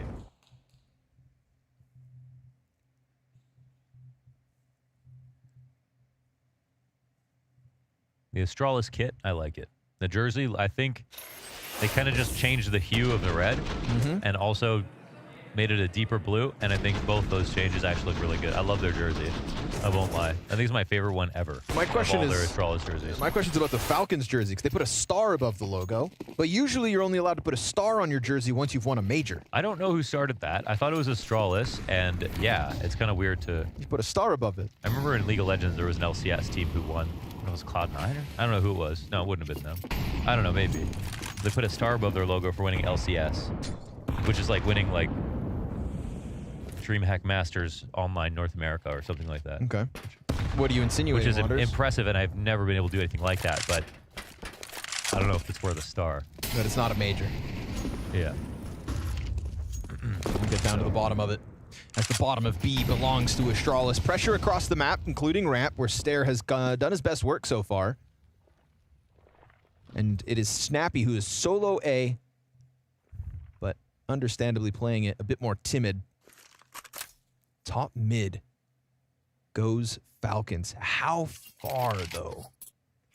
Madden contesting for ladder. If he can slip behind what is 5 players going A, this could be a huge chance for Madden.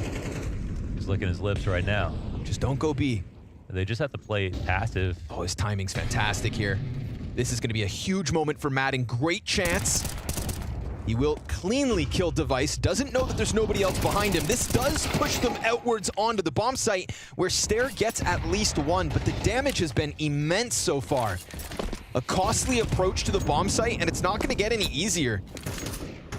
Uh-oh. Stair doubles back. Lucky to get away with this plant. Could go above. Boros not going to stop him. Flashbang over top. Magisk just down beneath his teammate. Clear Stair off site. Jabby's trade frag back from short. It needs to be the 1v3, and it won't be. Falcons, first round, posted since the pistol. Nice one, Sun Pius, right there with the 2 frags. Great round out of Madden, who's had a couple of awkward moments in this first half so far. And his flank basically got them the info they needed to play that situation out perfectly. I thought he was really going to catch that pack of 3 players sitting right there, but still makes it worth it in the end. Teammates rotate over confidently, and everybody hits their shots. That's kind of a big star, though. Like, it's some kind of design choice that doesn't have to do with that, right? That's like almost as big as like Gambit star. Remember that one? Yeah. Yeah, they were just a star. Yeah.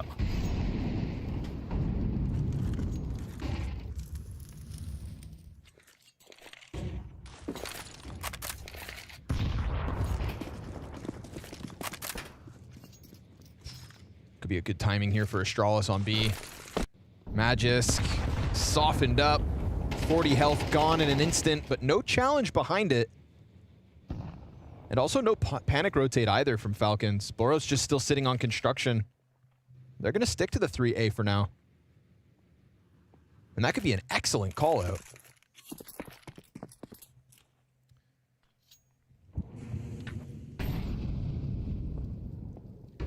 That half of the map is Ents. Oh yeah, literally. So at least they can be comfortable with that. You can put some stock in it.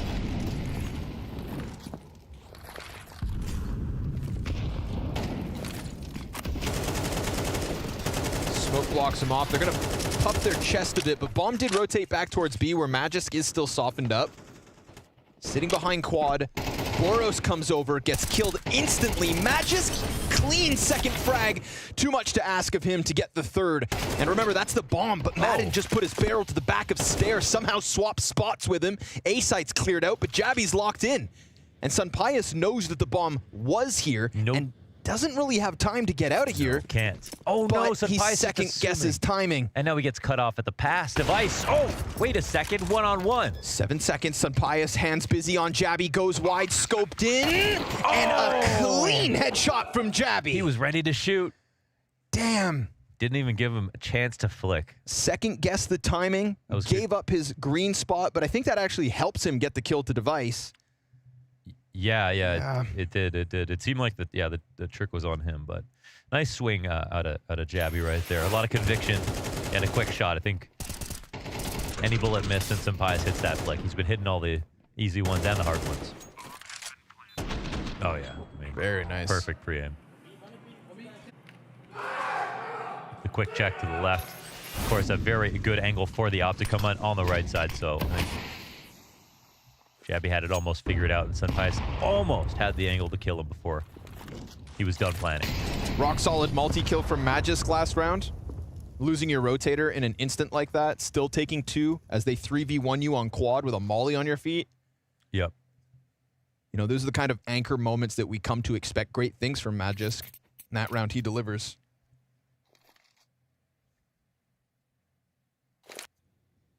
Still lost, though. Still lost, loser. Majors can't save you now. Here we go. He'll have another chance at a multi-frag. Oh, but he Hey, and Madden trades it at the very least. That There's was something. Just an accident. He fell.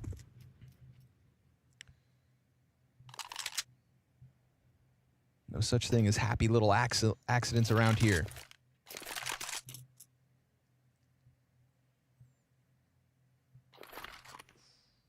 Snappy last round got wall banged. I'm telling you right now, back sight. it's almost impossible for him to stop this. Yeah, except he's going to peek out and catch 2 with their backs turned, including the bomb. You're play-by-play, not a prophet, okay? You can only call it after it happens, all right? Yeah, so, fair enough. Yeah. I felt like and that me, was... I get to wait till it happens, then explain. I feel like you've got the better end of the deal. Do you have to do any trophy lifts? No trophy lifts. Oh, I don't do ads either. Yep, fair. Yep. And I don't do birthdays. So, don't even ask. I'll give you credit, though. You have been working on your introductions. Map 2 of the World Finals was excellent last year. Thanks. Last month. Yeah. You got nothing to be proud of in 2024. Get cooking. This is why I keep grinding. These wheels don't stop turning. And Astralis churning through the ace site again. No resistance really on that one. This has been economically a tough back and forth for Falcons to deal with. And it ain't gonna get any easier. They're Falcons. Money's not supposed to be the problem. How many times can we use that one? And they got Senpai a new pair of specs. I think this is the first year I remember him wearing those. You need the right ratio of players who wear glasses and players who don't. Yeah. See, It's the like thing is, the- if I have the slightest astigmatism, if I wear glasses when I play CS, it just looks so crispy. Yeah. Even though it's like really close. But then you look in the mirror and you're like, it ain't worth it. It's not that. It's just I don't really I'm so used to not having to put on glasses all the time. Yeah. Whereas everyone I know who has glasses loves them. Like you love your glasses. I know Dark Mike loves his glasses. Like you guys have talked about 2 cool dudes not- right there, I tell you. Unironically. But you guys have talked about not being uncomfortable not putting on your glasses every day because it's such a routine, right? Such a thing you're used to. First thing I reach for when I get out of bed. But to be honest, like when I play CS, my glasses on, just for that negative 0.5 fix, it just looks so good. I see the game in It's HD. crisp, baby. When I play CS, I don't see it in HD ever. So that's one for glasses, gang. And there's some things like I take my glasses off so that I don't see as clearly. Occasionally. For what? When I go to your mom's house.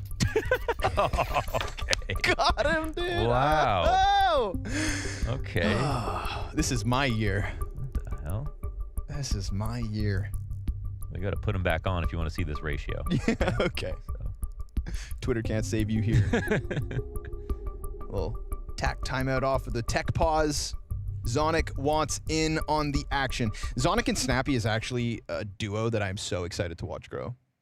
I think, you know, obviously not to take anything away from Saw, great coach. Every player underneath him. He's still got a job, so. Exactly. Yeah. But like, you know, Zonic is greatest coach of all time. Yeah. So I said it with like a whisper, so not too but to see Snappy with him now it's like, okay. What are y'all gonna cook up? Yeah, I kind of asked him. I also talked to them media day, and I was kind of like, what's it like? I mean, you spent your playing career 1.6, coached entirety of CSGO. Now, if you're coaching the first game, you haven't really like played as much. And he definitely said he was definitely watching a lot more than playing. But at the same time, again, like people are still playing CSGO for the most part. So, oh, nades out. Careful now. Blame F's coming for you. But he fears that re-aggression out of the defense, so slipping back down the ramp with his teammate. That's 3 members of Falcons again occupied over there. They put Device on the mid boost. Jabby looking for a headshot. He is playing excellently this evening. Him and Stare at the top of the charts for the Danes. Met by Smoke, however, and they just gave Magisk another one, so the mid players fall back. Ooh, Magisk gets the headshot through the top of the smoke as the execute comes over the top, and the mid players look to come and join them, but no, the reroute. Snappy on high alert because of the shadow. Super hard to cross that bridge if somebody's down here, and Snappy can just fall back, guaranteeing more time gets shaved off the clock. Wide swing, punished, popped, and Blame F gonna try to just run this one up, but now Madden's in the pocket. Bomb is the 3rd player in. Jabby loses it, and with it sitting at the feet of Madden, now this one seems like a surefire round win for the defense. They can't get past it, or can they? 10 seconds. 5 seconds to spare. They're gonna have to run that one over. Blame F, gun up, hands ready. And the bomb goes down. The shot's a miss. Device on the AK gets one right back. Magisk in the open. Slaughtered as Device with 11 health clutches for Astralis. Mission Impossible complete. That was a beautiful last kill on such low HP. How did they get that back? I mean, it was a quick kill, and they used every second perfectly. Device even got his flash off and allowed himself to cross. 1 second to plant. I mean, the only thing that really went wrong was Blame F not getting this like last kill, but then the heroic clutch. Oh my God. Clinic. And definitely some frustration. So they let that go. That's a really nice round to see for Astralis, because when we were casting them at Bet Boom, it was sort of like tragedies, you know, not heroics. That was a good show of how strong they can be. Though it was with the 2 players from their previous lineup that were their best, obviously. So we'll see. But 7-2 here on T side. They look good.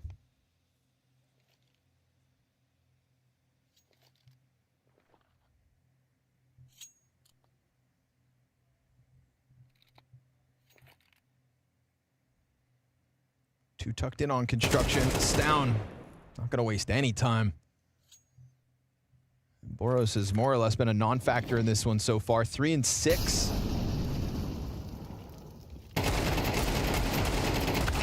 Snappy close, but no cigar.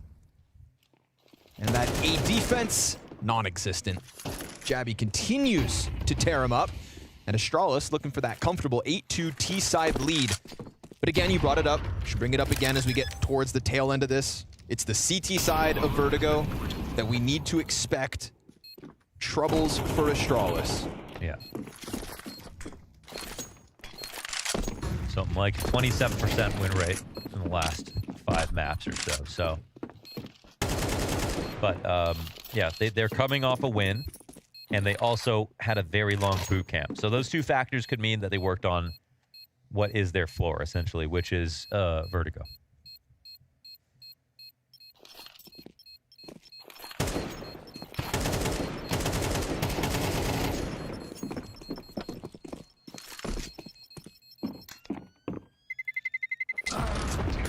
Of course, at that boot camp, they were also still playing for their major, or the RMR close qualifier. Relatively clean.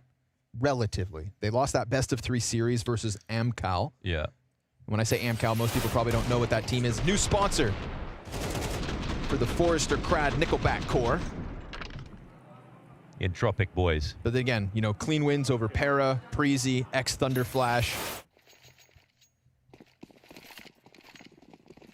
So the writing was on the wall. Good things to come for Astralis, it seems. LAN bodes better. Yeah, also to see how many they've actually played with this lineup. I don't know if they would have... Shouldn't count it if they didn't have all that 3 players at least, right? Let's see.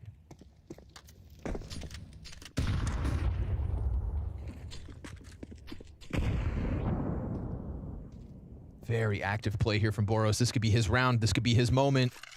4 players walking into B, and he is hot on their heels. Device didn't turn. He's going to hear this commitment go in. Decides to take his shot. Double kill. Triple from Boros.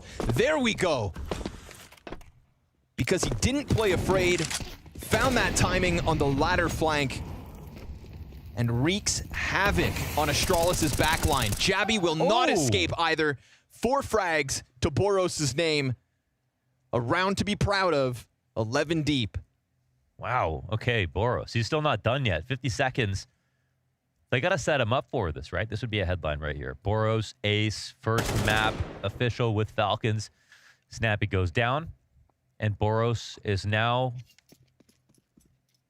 maybe going to be his next opponent. We'll see. He's flanking the A ramp.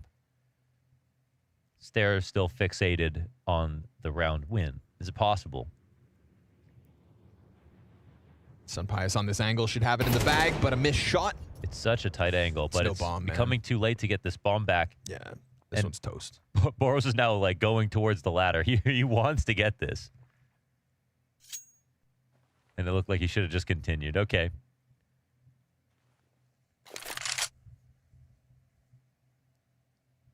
I like it. An active CT play from Boros sets him up for, at the very least, the third. And every time there's the smallest piece of success, we're hearing Zonic pop off. Mm-hmm.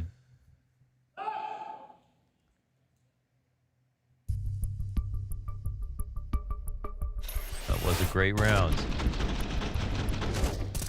And it's as Jabby gets the entry. That's the thing, right? Everything was going well there, except for Boros is on your back line. Nice! Okay. Give me that arm! That's some real, if you can dodge a wrench, you can dodge a ball type energy. The fist bump, you don't know. The handshake, what's coming in, Boros? You got to be ready, son.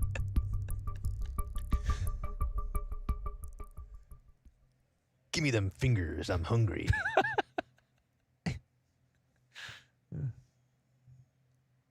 Good on Boros.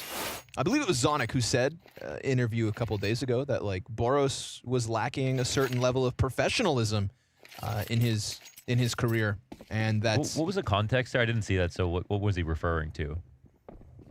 Why'd you have to ask that? Okay, I don't know. I just don't even know I heard a couple of people say this, but I didn't actually see the thing for myself. Yeah, I think it was like in his practice and stuff, like just, you know, the approach to the game. Right. But he tries it again. A little frisky action towards top middle, getting towards the ladder rooms. Down right there. Barrel stuffs him with the AK. And as quickly as Boros was on the scoreboard, he's now watching from the sidelines.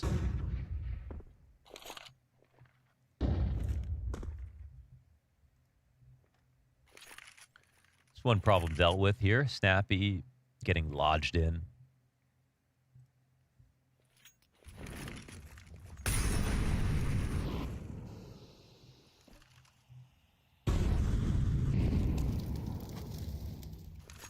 This is 2 farmers from Ents. Come with them, just like they did to Falcons. Over towards the A site. And Snappy does have a timing available for a push. Sunpius goes down first. Snappy from above. Oh, it's 1 kill. It's labored. And it's not maybe enough. Unless Magus does it again. Got 2 kills from here last time, but the wide swing exposes him to both. Madden, a bit of a Hail Mary round now as the 5-7 connects to the head, but it's this deep construction position that's just going to screw him over. He's been found out. but he gets by the bullets. It's down on the reload. Oh, the no-scope, but he still doesn't know that it's behind him that Blame F resides. So 9-3's the score. Astralis, great T side, but the question of their defense remains.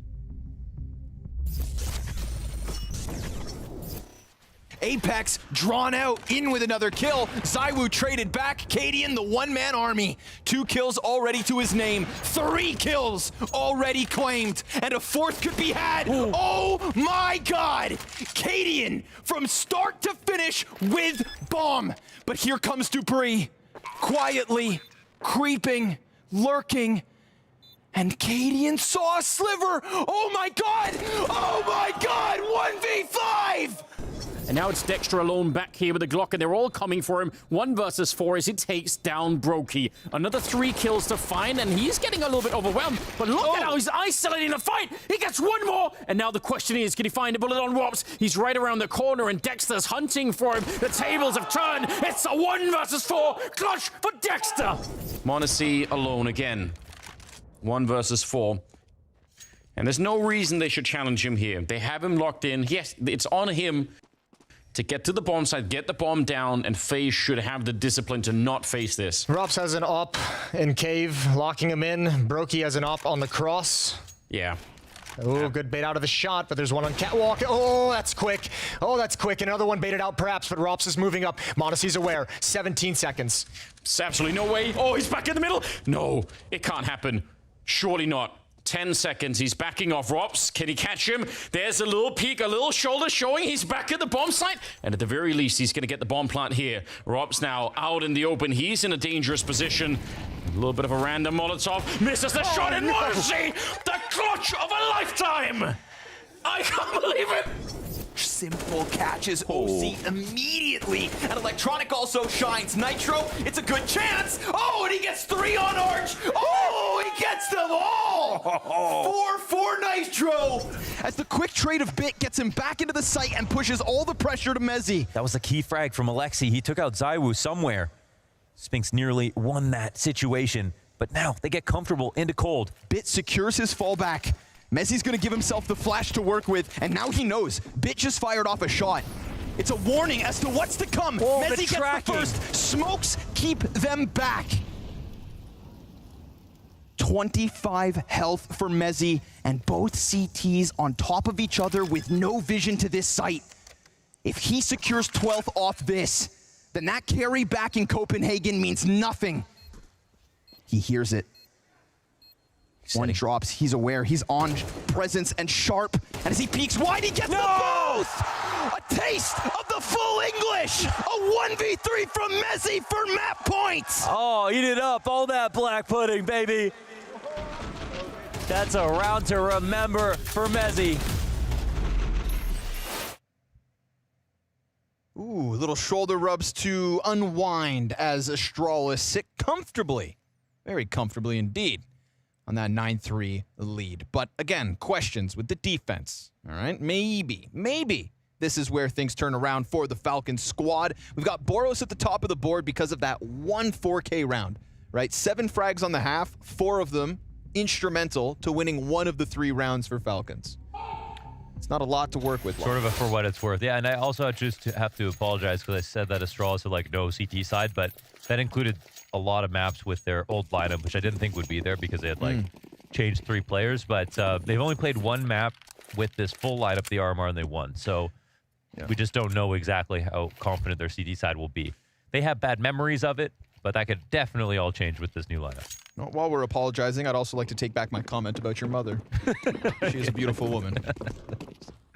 2 flashbangs for Device. Whole kit and caboodle of utility for the T's. Blames out in the open. Oh, he gets away all right. Now he's got teammates. They're going back. Second servings. Blame F1 headshot. Matt in the return favor. Now down into the cover. As Device holds from above, we get the flashes and the follow through. He gets away. Oh, okay. He got away. And then Madden, 1 bullet through the smoke connects. Disgusting headshot there for Falcons. This T-side could get the ball rolling. Device and Stare. Waiting for somebody to show him a little skin. A slip up from Falcons could unravel this bomb site, but instead it is Device alone, and Falcons follow through with those flashbangs, full control with that comfortable amount of utility. I love this. Max pressure on Astralis to win this game versus a T side that gets a little momentum at the beginning. So that'll be nice to watch. Even though they had a great CT side, we can't forget that though. So the rounds they played, I mean, the individuals, the movements between players, I mean, they just looked very good overall. They didn't look awkward like they did at Bet Boom. No. A very awkward start for Astralis, so it's looking very nice now. We've been so unlucky with, like, great roster debuts. You know, the Cloud9 debut that was spoiled last year because of visa issues with Axile. The Astralis debut at Bet Boom kind of buns, although that's just their fault. That's just their fault, yeah. You know, Donk not showing up for the Spirit Shiro Donk combo. Come on. Unlucky. Yeah. Glock out for Snappy here. Just vanilla pistols pushed to the wayside. Falcons, a 5th converted. Caw. Try that again. That was very weird, dude. Caw. My name's Hawk. Yeah.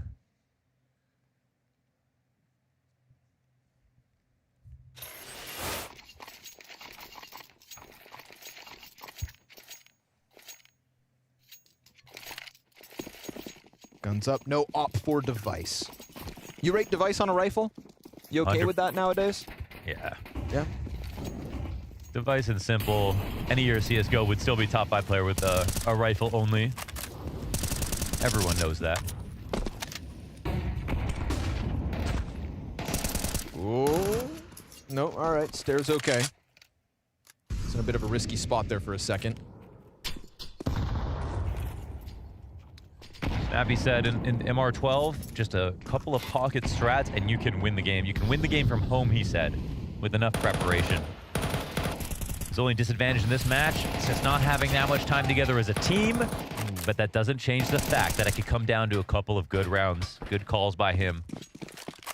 And here's one chance. Damn, he really got that rotate going, and Boros is going to slip in again. This could be another mid-round moment where Boros thrives. Yeah, it could be great to watch this. Let's see. He doesn't push construction. Wrap CT instead. It's the right play. He hears the right movement. Play. And now he could just start to sprint, and if he can pinch this A site, he got away from the second CT player. He's already kind of won the round, right? They just need to trade out Blame F. And they do. That was a big if, but Blame F does go down. Device on the hunt, knows that Boros was here, so he could be in any of these corners, any of these cubbies. And sure enough, sat back on CT ledge. But there's a flank here in place for Astralis as well. Device gets a chance, but it's Boros with the headshot that could spell disaster now for Astralis. Stown got that first trade over towards the B side on Snappy, but it still gets unraveled because Boros goes big. Yeah, that's a nice one. I mean, I was really wondering, you know, cerebrally, are we going to be rating Boros at the tier 1? Because as an entry and everything, he's been such a force. We know his aim is so amazing, and we see moments like this. But this situation is played ideally by him. Like, his lurk out mid, the timing, where he was looking, when he transposed into being a part of the A play, like, it was all perfect, and it was also all because of him. So that's a couple of rounds now where he's really put his name in, and I think that's, well, what do we see? Astralis now have pistols. There's a real chance for Falcons to bring this back.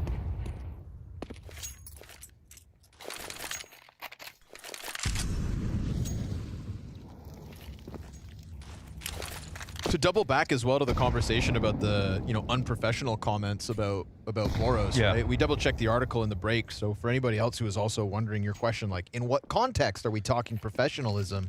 Zonic just said, like, he was showing up late for things. He was taking too long to respond. And when you think about the amount of money invested now in this Falcons project, it's like, this is a huge step up in terms of expectations and pressure for everyone involved. So, you know, it's kind of a wake-up call. Sonic said he has shown a great improvement. And this round, he'll grab a couple frags as well, so the score line right there with him. But you do need that wake-up call. You've been kind of puttering along with some tier 2 teammates. No disrespect to those replaced on Falcons.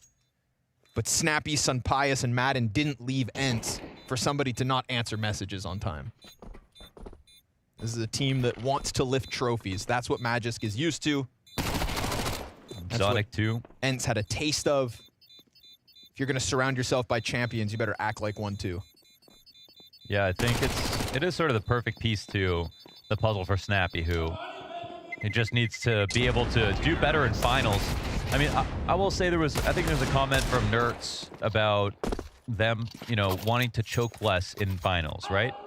But I think one thing that needed to be noticed was that Nerds and Sunpius are two of the players who I think were most needed in some of the finals last year, who had so much output and throughout the year. But in terms of big games, specifically big moments, they were two players who disappeared actually. So that's why I didn't have Sunpius quite as high, and I didn't even have Nerds on my list actually, even though they were definitely both great players.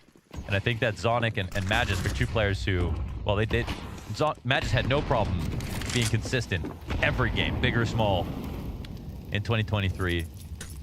And Zonic knows what it takes to get everybody in the right mindset in those games as well.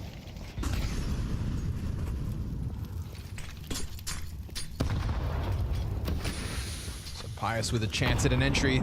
His counterpart's right there. Ooh, but Device slides in for the grenade, and Stare's not going to get off that crane. Blame F, single frag, Snappy, no trade back. And the defense, as quick as they peek, just scatter back into the cover. Boros towards mid again, this time cut down by Jabby. Magisk knows that the anchor's now forward, so go for this.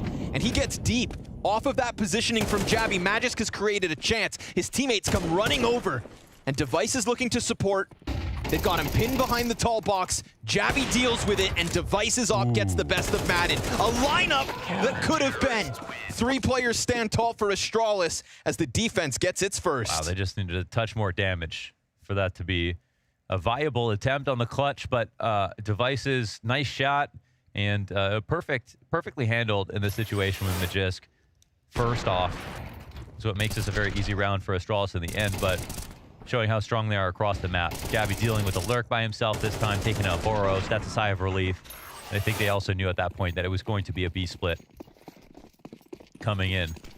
So Astralis with that, take 10.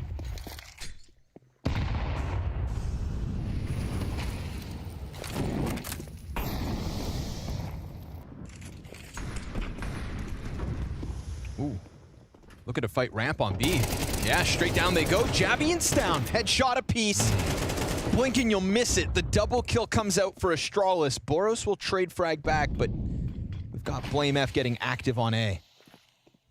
And a bit of a disjointedness here between the pieces of Falcons that Stare and Blame can slide into. Boros on an op. But Blame's just shaved a bunch of health off Sunpius. There's the trade frag back, sure enough. Ooh, but no second. Astralis consecutive with their round wins. Wow, they're looking great, actually, man. I wonder if they hit a stride, They could really hit a nice trend before the major with the way they're sort of ramping up. The question was, well, what was obvious was that you take the chance to have Stown and Jabby join your team. Yep. They replace 2 players that they tower over, right? But role-wise, it's one of the most complicated roster moves that we've seen, and so that was fair reason to try to doubt it. But if they can overcome the awkwardness and create a new team out of this system, like Snappy said, 4 top 20 players on this roster, Astralis have a lot to look forward to. Some good early signs. And if their Vertigo, for example, instantly goes from their worst map to maybe a perfect map for this roster with 2 heroic players joining the team, then, well, maybe they can have their cake and eat it too. Man, they've been pretty aggressive on the CT side in terms of finding openings, finding cracks to flank through. Yeah, it's always been the most heroic map in that sense, right? CT B aggressions are you're supposed to do them almost every round. You're supposed to hold vision, reclaim it, push it early, push with 3. It was perfect for heroic. And then on T side, Jabby, when he would lurk on T side, well, of course, he had full freedom, and he was very good at it. 2 kills just like that. It's a desperate 3v5 push to A. Blame F takes a head off. And the tethering here between Blame, Device, and Stare has been fantastic. 12th round secured. And you really are getting like this duality of Astralis on this map particularly. You got Jabby and Stown being heroic on one half, and that remaining core of Astralis locking down ramp every round. Yeah. So if you can leave it untouched, like in terms of switching to your new rosters, like we see all the 3 ENTS players on the A site. Yeah, they're both teams doing the same thing. Why wouldn't you at least try to keep as much normalcy as you can when there's so many other things that you have to add and change? You know, we go back one major. Vitality peaked exactly when they had to. Device played his best in that jersey as the French ran into the major. We got Copenhagen around the corner. And this is supposed to be the Danish super team. I don't want to get ahead of myself, but if they can piece together an excellent week here and now, do something in Cato, you know, the run is comparable. But a big if. Yeah, if Vu's listening, by the way, this is what a super team looks like. You have to buy the players when they're already stars on different rosters. Yeah. When Astralis formed, they did it together, obviously. So. Yeah, Vu. Yeah, Vu.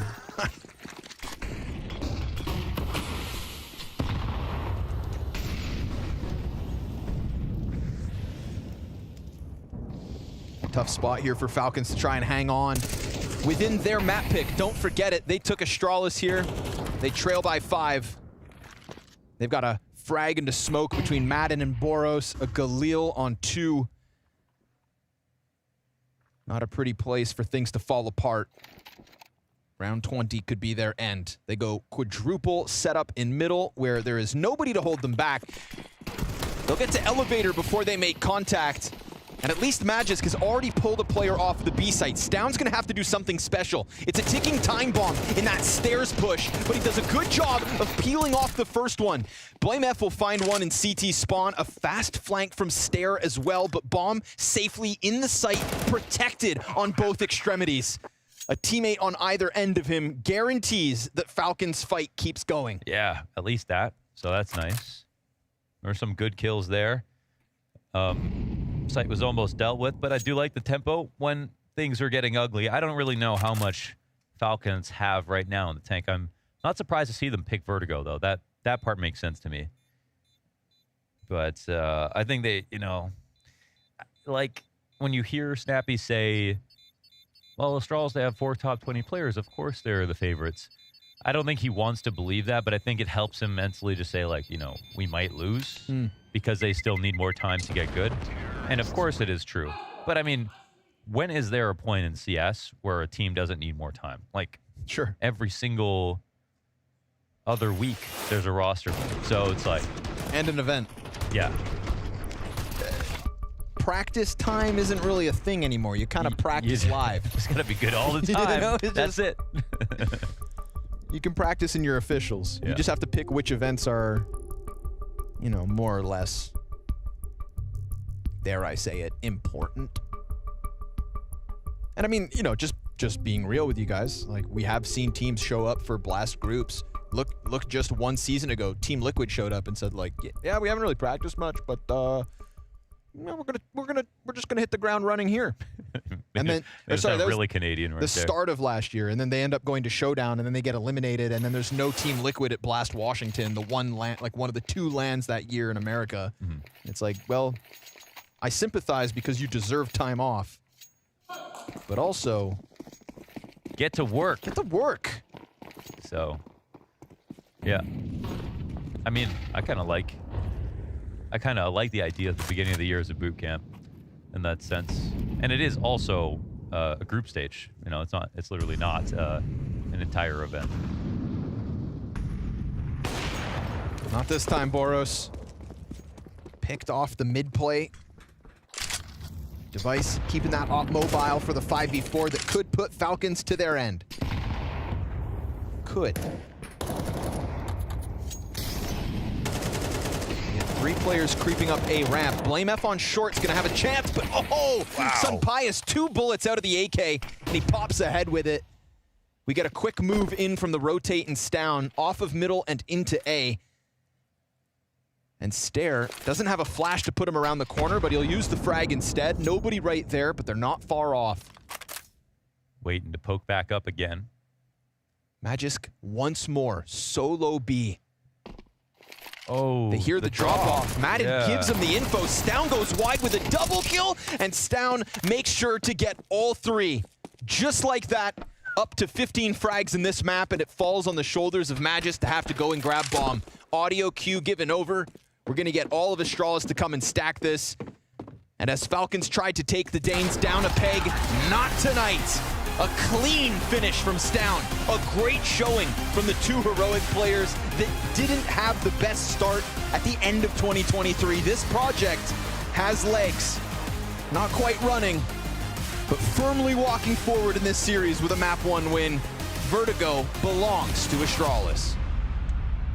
Belongs to Astralis, and I thought it was pretty convincing that it belonged to Astralis.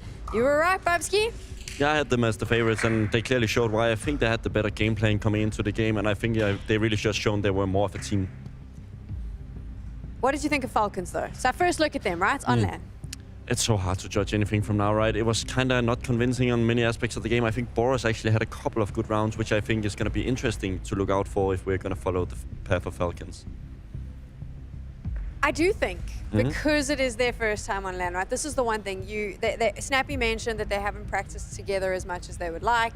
They haven't had a chance to actually play in this environment, because that really is the test, right? When you're in competition and you have to figure out how everyone reacts to different pressure. I mean, that's the game of Counter-Strike, really. We have so many tournaments, you don't really get the luxury of being able to practice. Obviously, we have the off seasons, and they've had one, but we haven't really seen it go to the next level.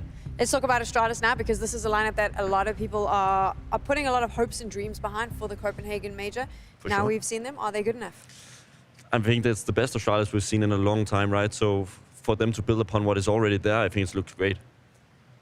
Why were they able to take that map? I think we look at the IGL role from BlameF. I had questions before the game, like how good of an IGL is he? You were kind of convinced. I think the teams who's looked at BlameF from the outside perspective would be like, is he really the leader that you want to have on your team? But he's really showed a great C-side, and he's also able to go first. I think he's willing to sacrifice more when he has players with the likes of Stavin, Chappy, and Device by his side.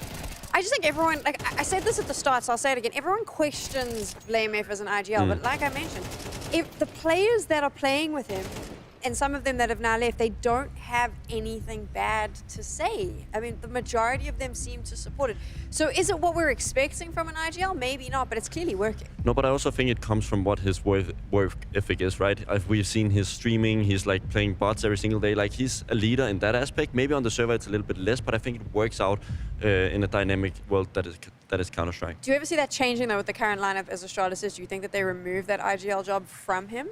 No, I wouldn't suggest doing that, considering the roster that they have. Maybe Stavin one day will grow into that role. I think I played with him a lot. I think his verbal communication skills is on a top tier. So potentially one day we could see Stavin move into that role. But for now, he's good where he is. Let's get back to the map at hand that we were looking at. Why was Falcon so weak on the CT side? I think we have some crucial rounds that doesn't go their way. I think we have a clutch from Device, which I think is absolutely crucial in terms of where this game is going to go. We see the 2v2.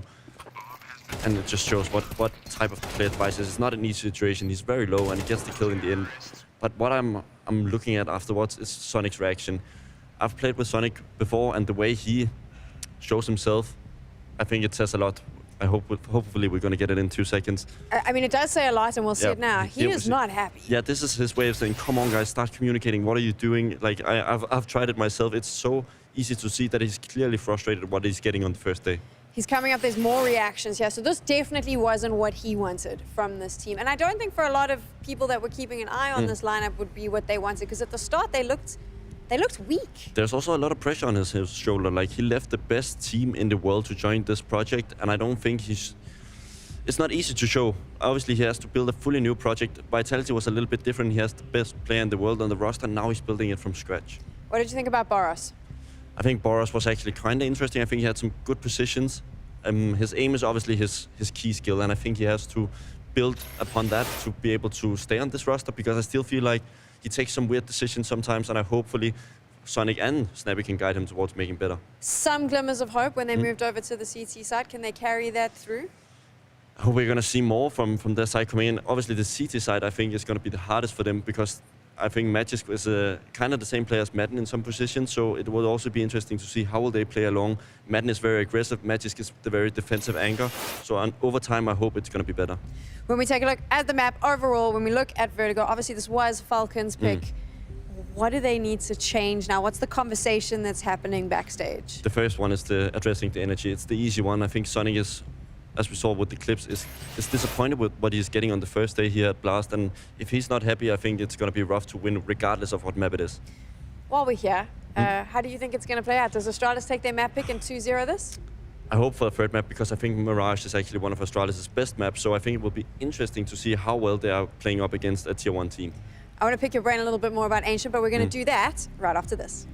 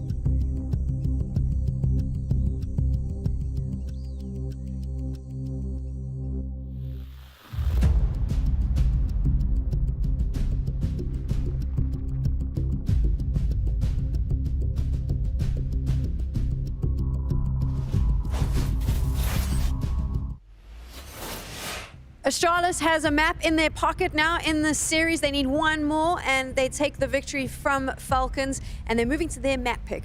There is so much tape of Astralis on Ancient though, so Falcons must know what to expect coming into this. It's one of their strengths. It's especially on Sonic's side. He's really good at preparing for the enemy the day before, and I'm sure he's done it with the likes of NAVI, who used to have Saw but now have Sonic. I wouldn't complain, but I think it's going to be really interesting to look at Ancient because I think the map suits Astralis extremely well. We have a lot of dynamic players, which means they like to take space, duels, initiatives, which is Stavin, Jabby, and also Blame F. And there's space on the map of Ancient. You can battle mid, you can battle cave, you can also push A main. There's a lot of possibilities to do offensive stuff on every single role. We're in Copenhagen, of course, and you can see the teams outside during the break talking, figuring it all out. Astralis is going to be feeling really confident after their performance, and I think that they're confident coming into this map. Yeah, I think it also comes from the practices. I've spoken a bit to beforehand, and they told like we're playing pretty well in the practice, and I think it gives a lot of confidence. It can give some false confidence going into the games, thinking it's going to be too easy. But I think Astralis have tried to be on a down period for so long that they now actually don't take it for granted. Let's look at Falcons as a team, though, because this is the lineup that everyone is watching, and it is incredibly strong. When you think about what Ents did, that Ents core that is now with Falcons, Sun Pius, a phenomenal player. I do think Snappy and Madden together, all three of them, they know each other really well. How do they give Sun Pius the space to pop off, though, here? I mean, Snappy should be the one to know that, right? But I think Sonic has also so much knowledge from a guy like Saiwu, like all the good peaks, all the small details. I'm sure that Sun Pius is even able to build one he's already done last year. He ended up at number 6. I don't think many people expected him to be at that ranking, but he is a top 3 orb in the world right now. Did you expect him to be there?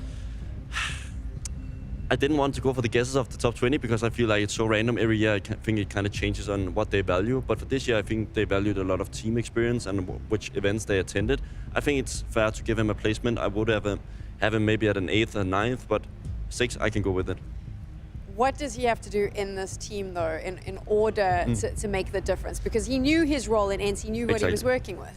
He also had a Spinks at some point where they were like the duo carry, like they were the ones taking it in the grand finals, making the big playoffs. But now he doesn't really have that second carry beside him. He has Boros, but is he able to grow into that role? I have questions about it. Do we keep putting... I feel like we're putting a lot of pressure on Boros here, because we spoke about this at the start. Now we're like, okay, well, you actually need to do this for some players to be good. He's signed to be that guy. We have Magisk, who's the anchor role. We have the Madden, who's the support. We have the Snappy, who's the IGL. Then we have Sun Pius, who's obviously an immense AWPer.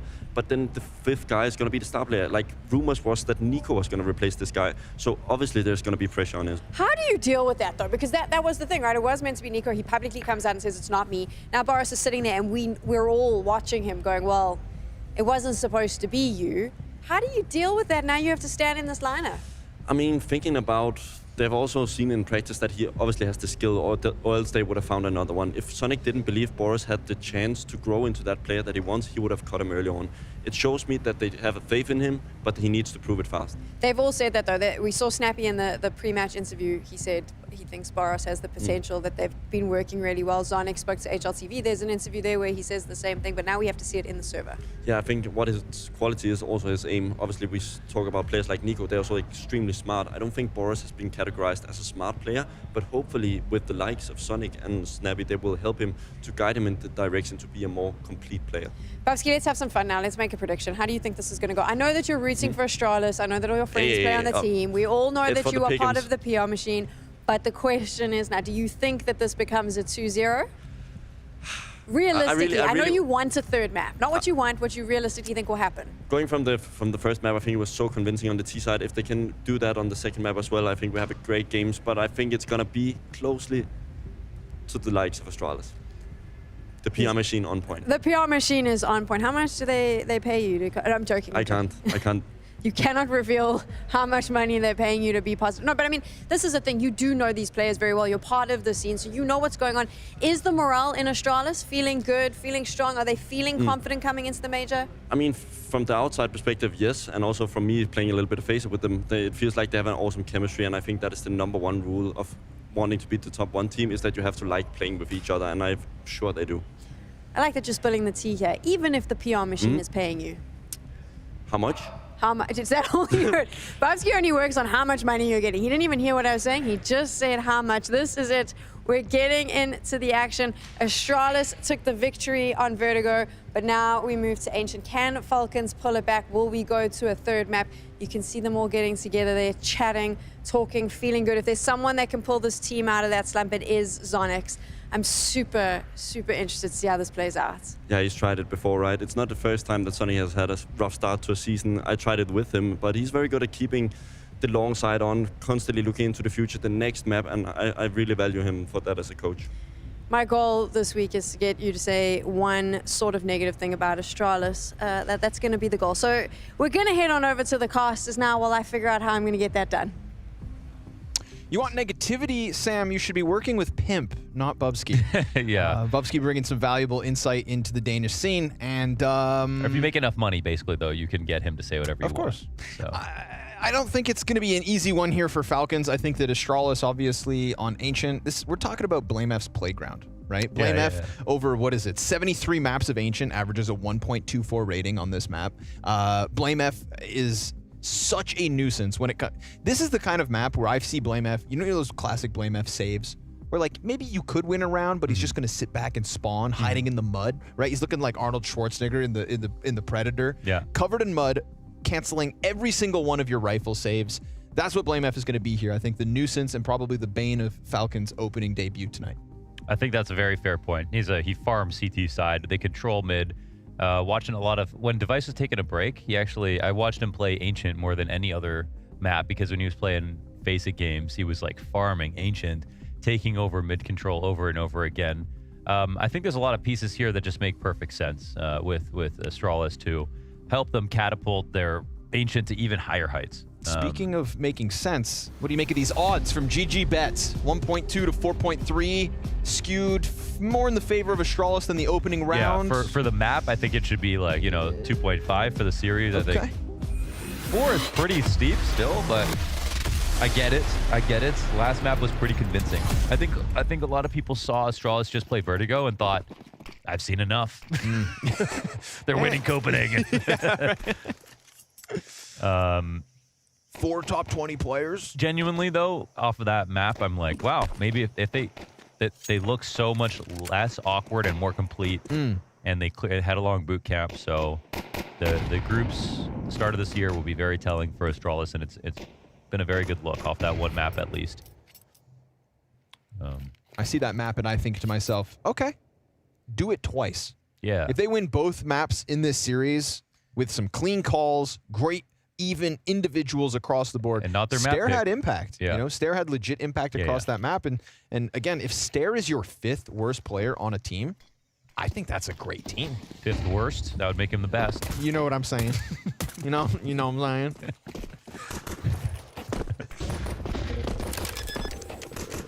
And a bomb plant. Just like that. No challenge, no contest. But a slide up from Boros. Beautiful tap. That was after getting dinked. Yeah. Down to 1 HP. 1 health's enough to make at least a bit of a difference. Jabby is still very much stuck on this bomb plant. And the Glock ain't looking so pretty. Stair will lend him a helping hand, but it's still a charge over. Then Jabby gets his. Another. And he follows through. Single point of health on Boros makes him go down easy. It's a quick commit to the B site and a pistol for Astralis. Yeah, and I think they've got some good CT side sort of plug and play with the new Astralis lineup, but I also think that BlameF's calling on T side has been pretty damn good. I want to assume it's because he's got a lot of good. They have like the perfect amount of experience to star ratio with this team. Like it's all very high levels, right? When I talk to Stown about this new lineup, it's sort of like he can help with the team. We know how vocal Device is. And then they have stuff to borrow from the Heroic system to add to the Astralis system. And then Device and then just like all this perspective at the same time, but BlameF is still calling. They just have like a lot of sort of ingredients to make a new strong roster out of 2 very successful parts. This could be an amazing fusion cuisine. Exactly. Could be. But we won't know until all those ingredients get tossed together. I also think, you're at a point in your career, both Jabby and Stown, you're still young men, but you're not boys. It's not your first outing. You've been in enough playoffs, enough deep runs, you've lifted a couple trophies. It's a great time in your career to make a bold move like this. But that is going to take, of course, your best efforts and a little luck and some success. They got to take a real stabby at it. And that they did. Magisk. You done.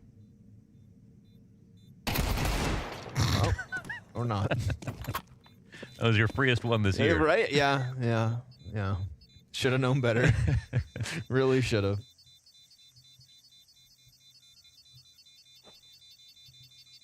You know, we're obviously hyped up on Astralis right now because that win is clean. Yeah.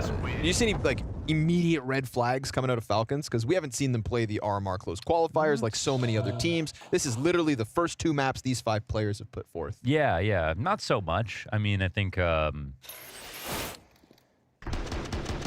don't know if there's too many take-homes for me about what we saw from Falcons. I think, like, hopefully they get better. I think if there's one team that needs an excuse, it'll probably be theirs to, like, need some time before they get good. That's fine. I think we saw some good rounds. I think it was good to see some Pies just continue to play as well. But, like, again, it is 3 parts ends, so, like, it's almost exactly as expected. I also think that Boros is really good for the debut. Loving that. And I feel like I have more faith in them. I don't know. I had pretty good expectations for them, and I think they did pretty well. So, yeah. So no red Nothing flags. jarring happened, I think, in that last map for me. I was just Nowhere to mostly go. impressed by Astralis. Poor Madden. Had to force the fight forward. Oof. Okay, Device. Stairs off to the races again. 7-0. That's 2 strong starts in 2 maps back-to-back. True. And he was also very good just for some reason at the beginning of the last map. Like, that was where he just put out so many great frags. You know, Stare is somebody who had so much hype coming into the Astralis roster, even back when they included Buzz and Borup, and, you know, maybe the whole team in its entirety left more to be desired. I was going to say, I think this might be his best map. Ancient specifically? Yeah, because I was, like, remembering some very strong Ancient performances, and it looks like even on the old Astralis, a lot of his Sprout games, he was very good at Ancient. Makes sense, man. Blame F's best map, Stare's best map. Device, you're okay. Yeah. Pretty good guy in the grand scheme of things. Very good. He's done a thing or 2. Fast one? Yeah. Astralis just going to tank the damage on their way to the B site. They don't take too much, and they've got Snappy blocked off in Cave. Magisk catching a kill towards lane, opens up the flanks on Pius. Great cover down towards door, so they're just desperate for a bomb plant at this point, and they'll get it. With long control from 2 of these Ts, they could wrap around. Bomb is very much for them, and Jabby's gonna get his. Almost got away from him. Now all that remains of Falcons is trying to retake out from Cave, and Snappy, that's a critically timed kill. A Molotov and smoke go up, Blame F sprays and connects, and then what's left of Falcons has to reroute back towards the Cave entrance. They quit. Yeah, it felt like they had that in the bag. I know, but the smoke came down. Blame F played it perfectly. They did get that extra kill. And then Jabby's also just tricky wraparound on the default pillar to find that first one. That was really the final nail. So, okay. Astralis, well fought, well earned. They'll take that and go. And that's like a gimmick round, right? Just the old ramp rush. That was the thing that Snappy was sort of, I think, he said this, and I said, this is actually an advantage for you. So he said that in MR12 because you're playing, you know, 3 or 4 rifle rounds per half, real ones, full strength versus full strength. That if you prepare enough and you have a very high win rate strat that you've used in scrims that's good for you, you pull that out in a game, you win the game, you can win the game. You know, it's just a lot easier to win the map like that. I mean, my counter to that, obviously, is that FaZe, when they were on their streak, they had to come back in almost every game they played. So they really did it the hard way in MR12. Okay, hold on. Still another rifle round. Well, almost was one, as Astralis have won mid. Crazy that they try to go for the Cave hit when they had no mid control from the get-go. Leaning on a single player in Red Room who gets smoked off, they still just turn their back to the mid jump up.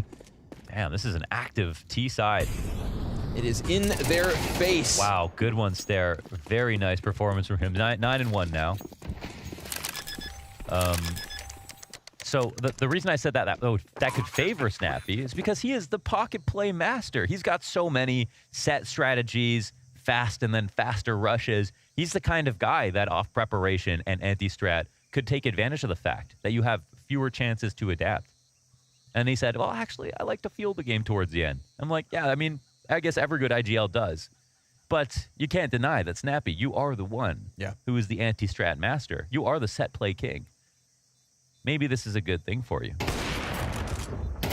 Maybe he was just unhappy that now everyone's going to try to be like I him. think it's that, yeah. Now they're all feeling the pressure. Everyone wants to be a Snappy. Again, quick, out through doors. No cover to the jump up. I like the failed freedom molly mid, that's why. Yeah. He didn't know. Well, failed molly. No, did they say failed molly or? Yeah, Madden was in red room. He said failed molly, but the molly landed short, and Jabby just or Blame F smoked it. Ooh, okay. Okay, miscomm, or misunderstanding. Well, when I make mistakes, I always make excuses too. Right. And that secret is between us and Madden. So he can lie. For now. Deal with that one tomorrow in the VOD review. Yeah. Assuming it's the molly he's talking about. But yeah, he was the only player middle. He threw it bottom mid. They extinguished it. There shouldn't have been a second one for the climb up. Maybe he just didn't hear it get extinguished. But that's the new most important area of the map right now. T side, CT side in the early round is the jump up because of... Yeah, he would have definitely heard it. He's wearing ace zones. True. That's a guaranteed listen. Now we got 2 players mid. Adding a member to it and an op on ramp. Ooh, counter op. But no contact. Yeah, They're but he stuck knows there. there's 2. Yeah, Yeah. you're stuck on this side now. You cannot cross back. Madden's gonna have to go big, Nice and he swing. does. Clean second frag. Cave player rotates out and dies instantly, though. The door swung back open. They are pinned against this wall, and sure enough, Jabby a single frag. Madden on for a 4K. A solo hold almost there for him, but Magisk on the deagle denied as Device gets into the kill feed. Damn, bow and arrow right there. Nice one from Device. Nice attempt from Madden. I mean, he does what he needs to do with the rifle. Everybody else is saving in that situation, so yeah, he nearly wins the round, so nice try. But does that matter in this half? Because it's getting way out of hand.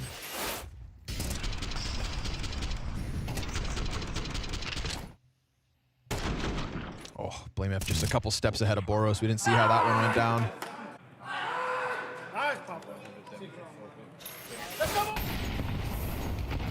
But that's good energy, even when they don't win.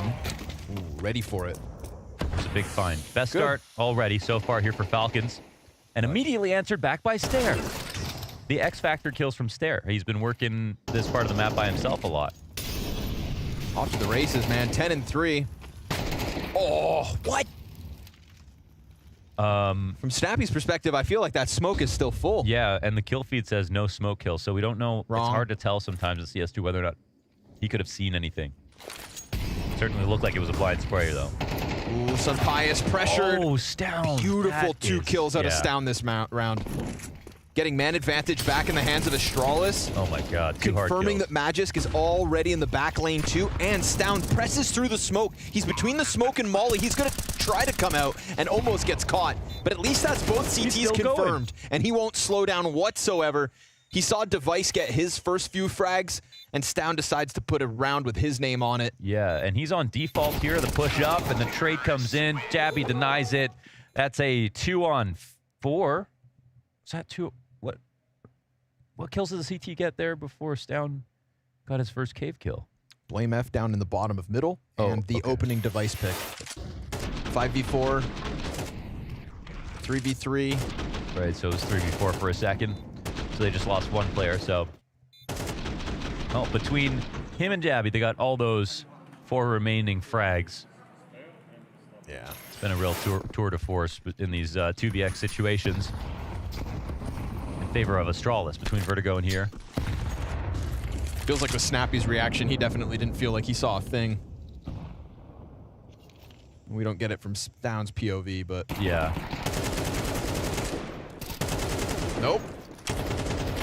No tomfoolery. It definitely is a little bit brutal, but the thing is... Okay.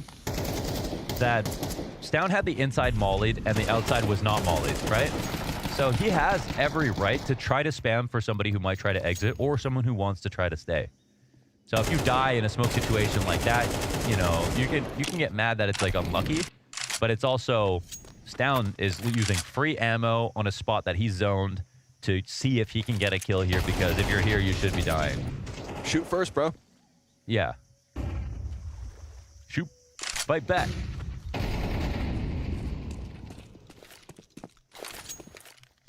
Snout has just raced up the scoreboard in these last couple of rounds. Farming the pistols.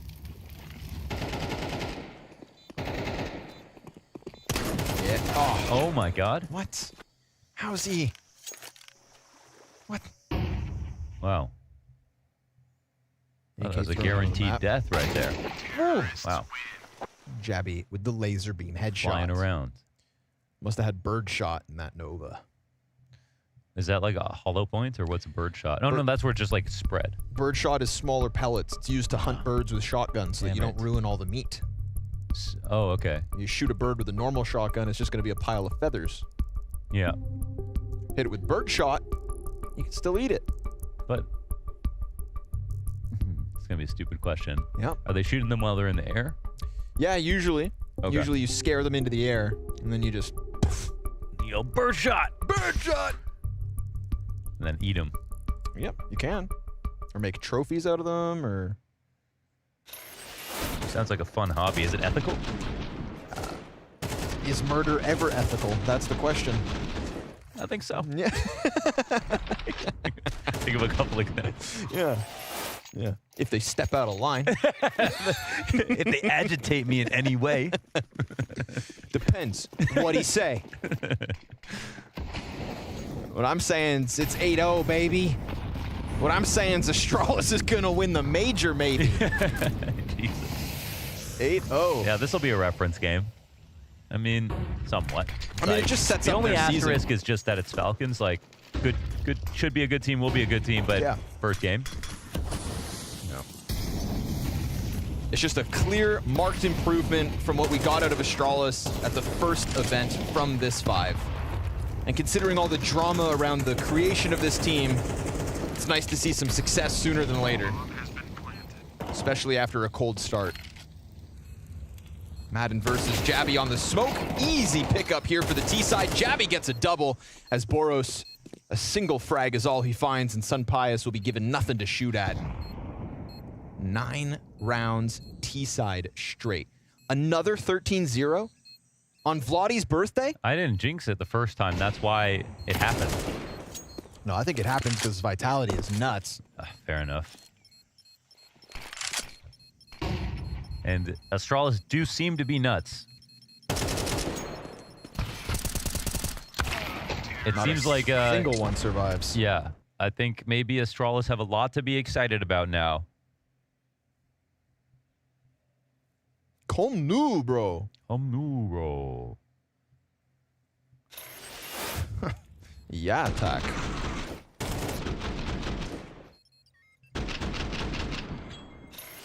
And I really think this is their best jersey in history. I just got to say Yeah, you think that has something to do with it? No, I'm just saying that that's a good time to have one. Oh, you know, it's it's a like good if you omen. change your like there's been some rebrands that have happened in the past, but you got like a terrible team. So then you just start off ruining your brand image, right? You're just like, you're not making any history with this new logo. True. But if you got a good team and then you change like something at the same time, I think there's just been a confluence of events here that makes it so that it would be pretty great for Astralis after a couple of hard years to have got a new jersey and this lineup, and they play well, and it all gels. Maybe it'll happen.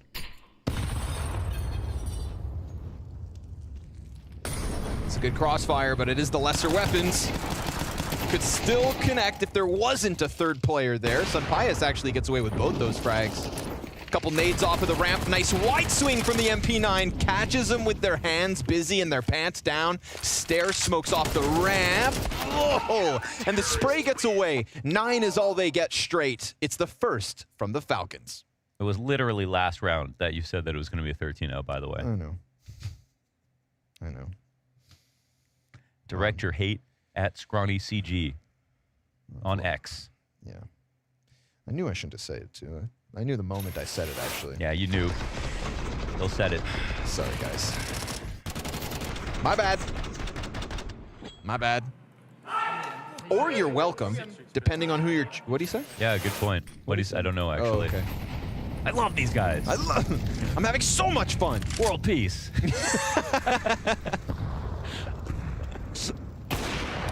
And hunger.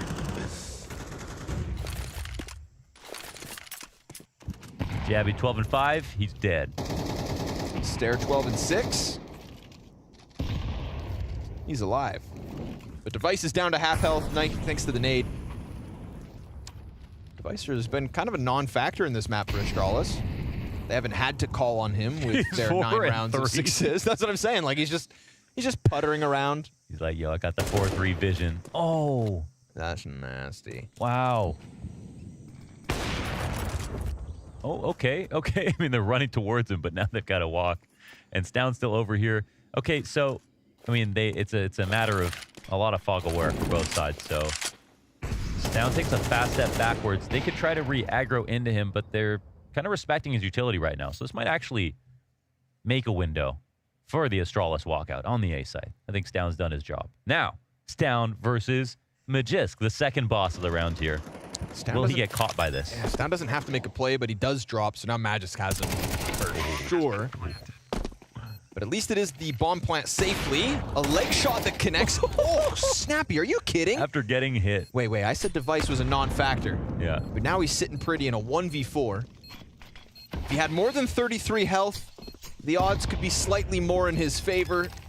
It's a tap-on bomb in the smoke. He doesn't bite. This time he knows he has to. Snappy down to a second on the defuse, and it's easy for Snappy as he survives that leg shot, gets an instant kill into the bomb site, and they'll clear out Device post-mortem. You just had to hope right there that they made a few mistakes in a row, and that wasn't going to happen. So, well, the first play from Blame F was very cool. Just walked out, got this kill, but the frag back from Sunpius was huge too. I wonder where Blame F was going, because he didn't continue forward to Temple. Maybe he was worried about Donut, didn't want to get stuck on single. But then, if he gave up the space, then you would think they would go back to the B site, right?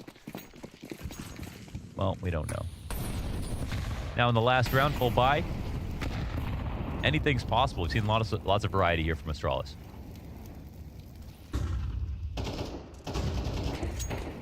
Oof. Already an opening kill though, and that pulls back all the forward cave control. When all you have to work with is some spam damage through the wall, you should be doomed, but Jabby had his hands busy. That just presses out. Nearly a headshot from Device, but it's slightly off the mark. Same post plant, but this time numbers to the advantage of Falcons and nobody coming in from back lane. A smoke on ramp cuts off 3. Missed the molly. And that won't make it any easier. Luckily, they have a second Molotov for it. They can try to take their luck and press on through. They will get 2 players onto the bomb site and smoke off the post plant. Oh my God! But the lineup! Stare looking for the third and they get on the off it. same angle.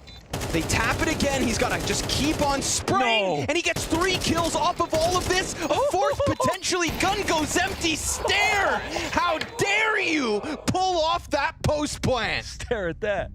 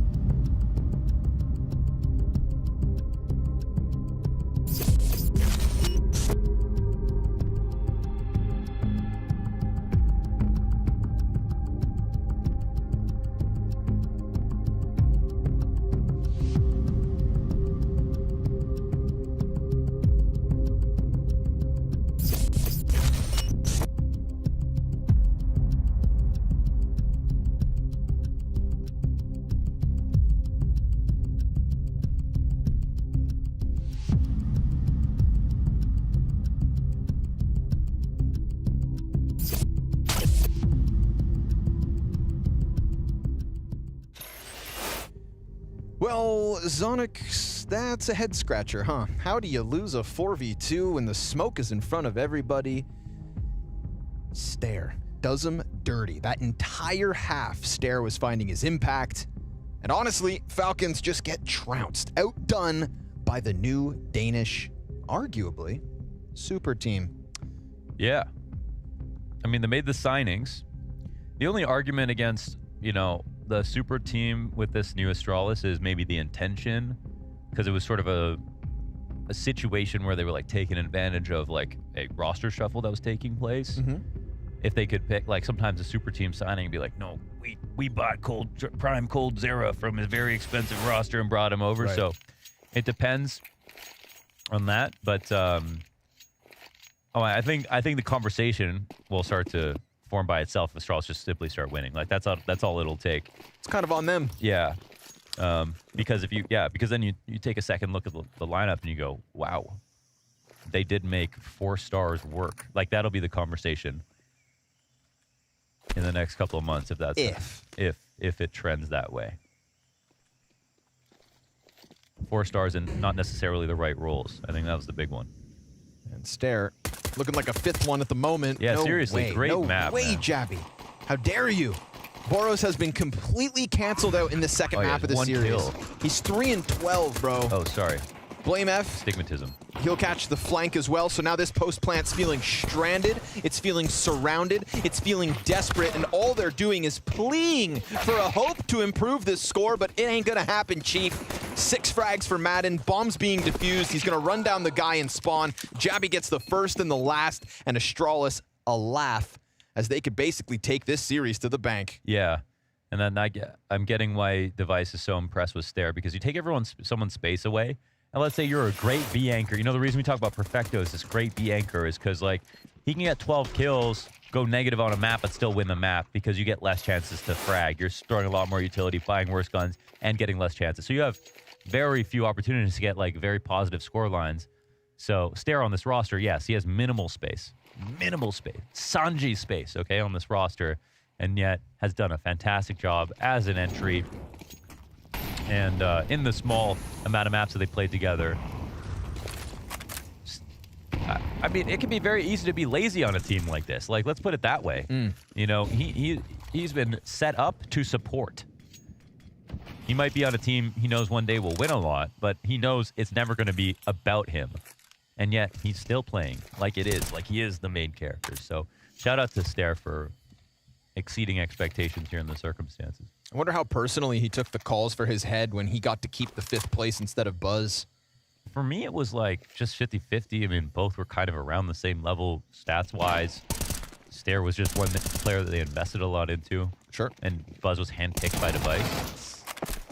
I want to come back to that, but for now, let's talk about Madden's double kill. Into the bomb site. He will not find his 3rd. Oh. Device actually punishes as well. Somebody pressing through the smoke on long, had an isolated fight.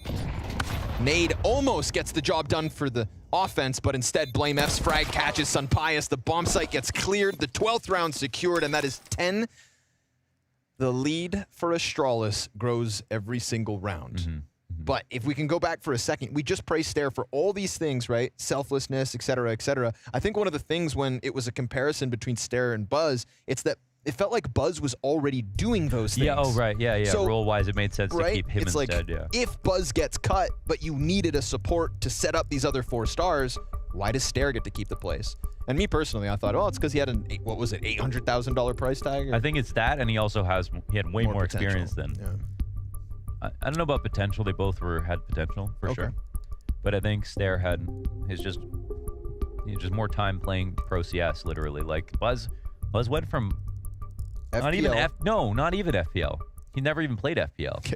He just played Faceit queues with Device. He just played Faceit Premium with Device to Astralis. Yeah. Every Danish kid's like dream he did that. So I think they all leave happy at the end of the day. That's pretty Nepotism, cool. bro.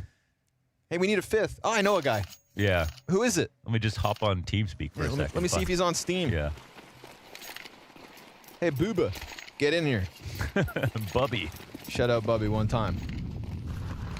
Right, we've got 10 map and match points for Astralis as we understand why Ancient is Stair's favorite map. Why Blame F thrives here in the jungle.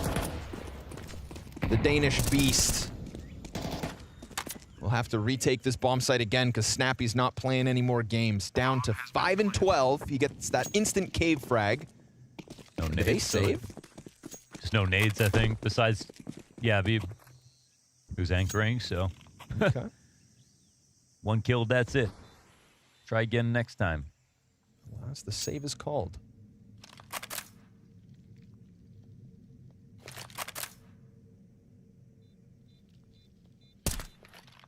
If this game gets wrapped up, that's no big upsets in the first 2 groups of the first event of the season. There's always an upset at the first event of the season, Longers. Yeah, e.g. Heroic. Where would that leave us? Could Gamer Legion defeat FaZe tomorrow?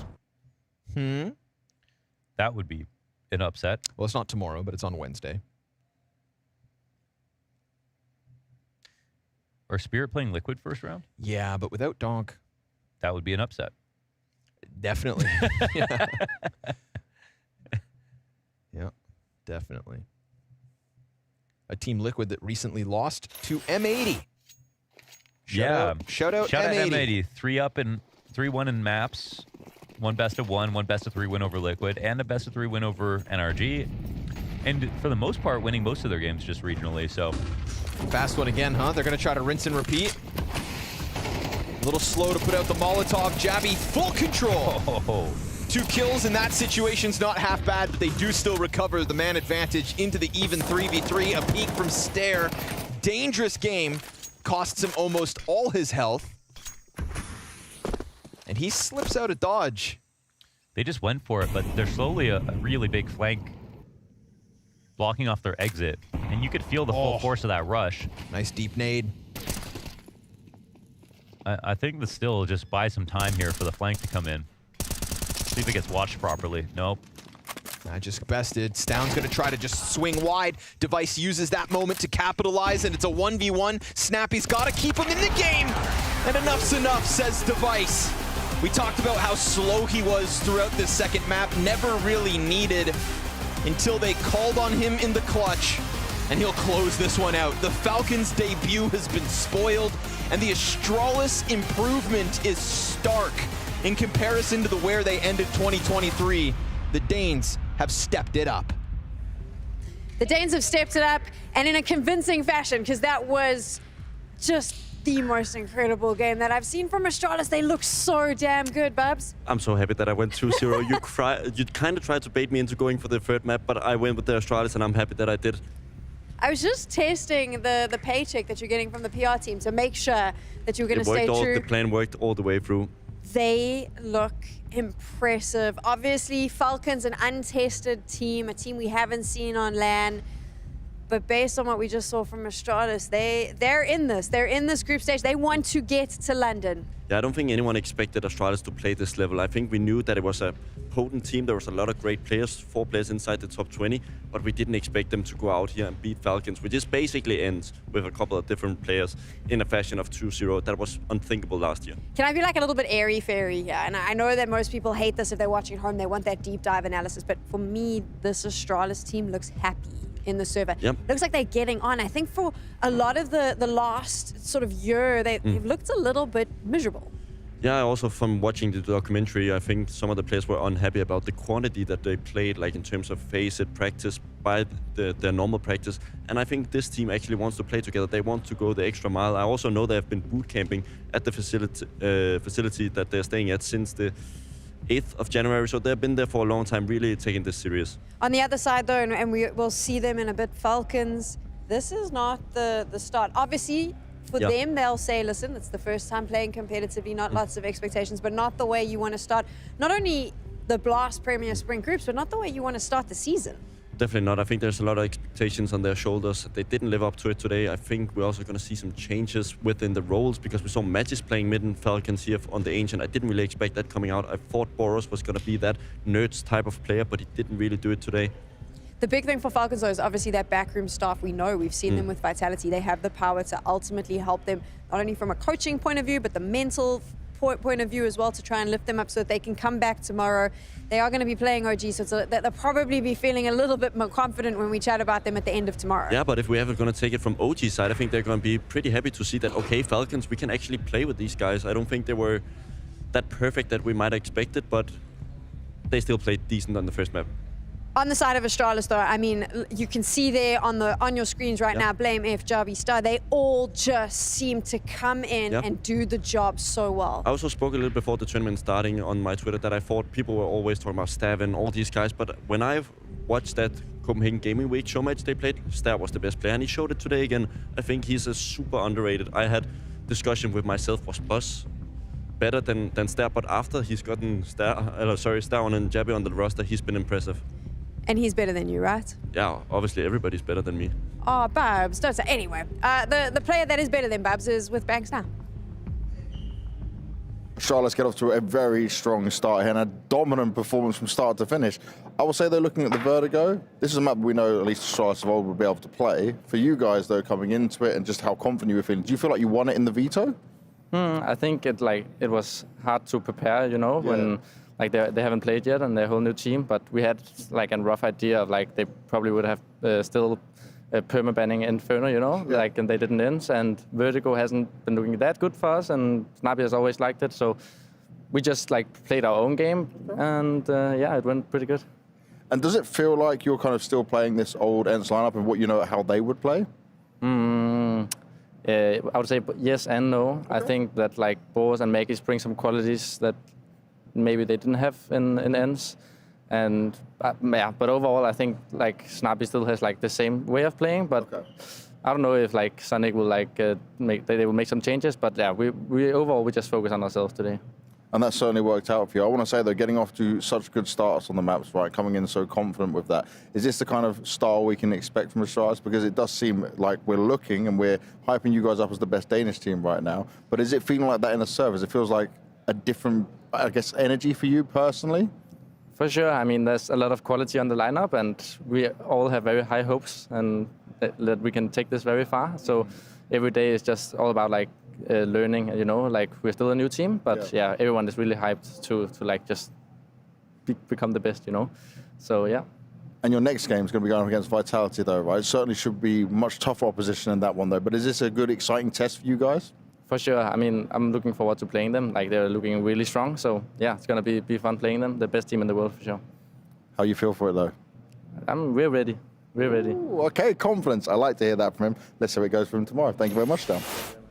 Confidence, positive, happy Astralis. Let's see if it sticks out tomorrow. You know who's not happy is Babsky, because we're obviously part of the GG bet predictions. We're in a team with Banks called the Benchwarmers. And last night, we had a discussion in our WhatsApp group. I kind of said, okay, we should go for Astralis. And you were kind of like, yeah, but Falcons. Then it was up to Banks. And he was like, yeah, I don't know too much about CS. I'll go flip a coin. And then it lands on Falcons. I feel like I should have powered through and be like, hey guys, I'm the analyst. Please give me that one chance. Like, I didn't get a chance on Astralis. At least give me a shot here at Blast. Give me a team experience. But we lost that game. You have taken some creative liberties with how that conversation went down, but I'm going to leave you to deal with Banks afterwards. Everybody, but you threw us under the bus. You're just lying. I flipped the coin. Yeah, you Banks, flipped the coin. well, let's get the true story here for the Benchwarmers. We're going to defend ourselves here. Apparently, you don't know much about CS, so you went with Falcons.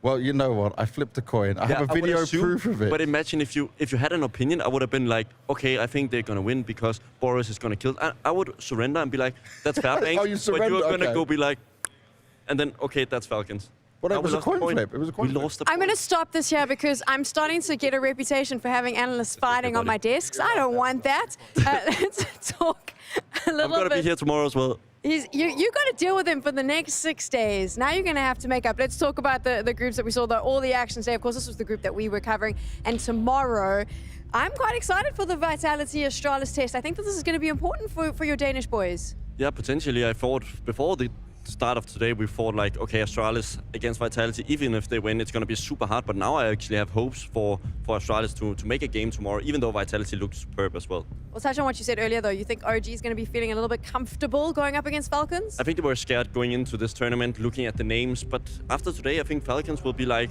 we can deal with these guys. If Heavy God, if Regale has a good game, all of a sudden it looks possible. Not the only games we saw, of course. The other groups starting us off today.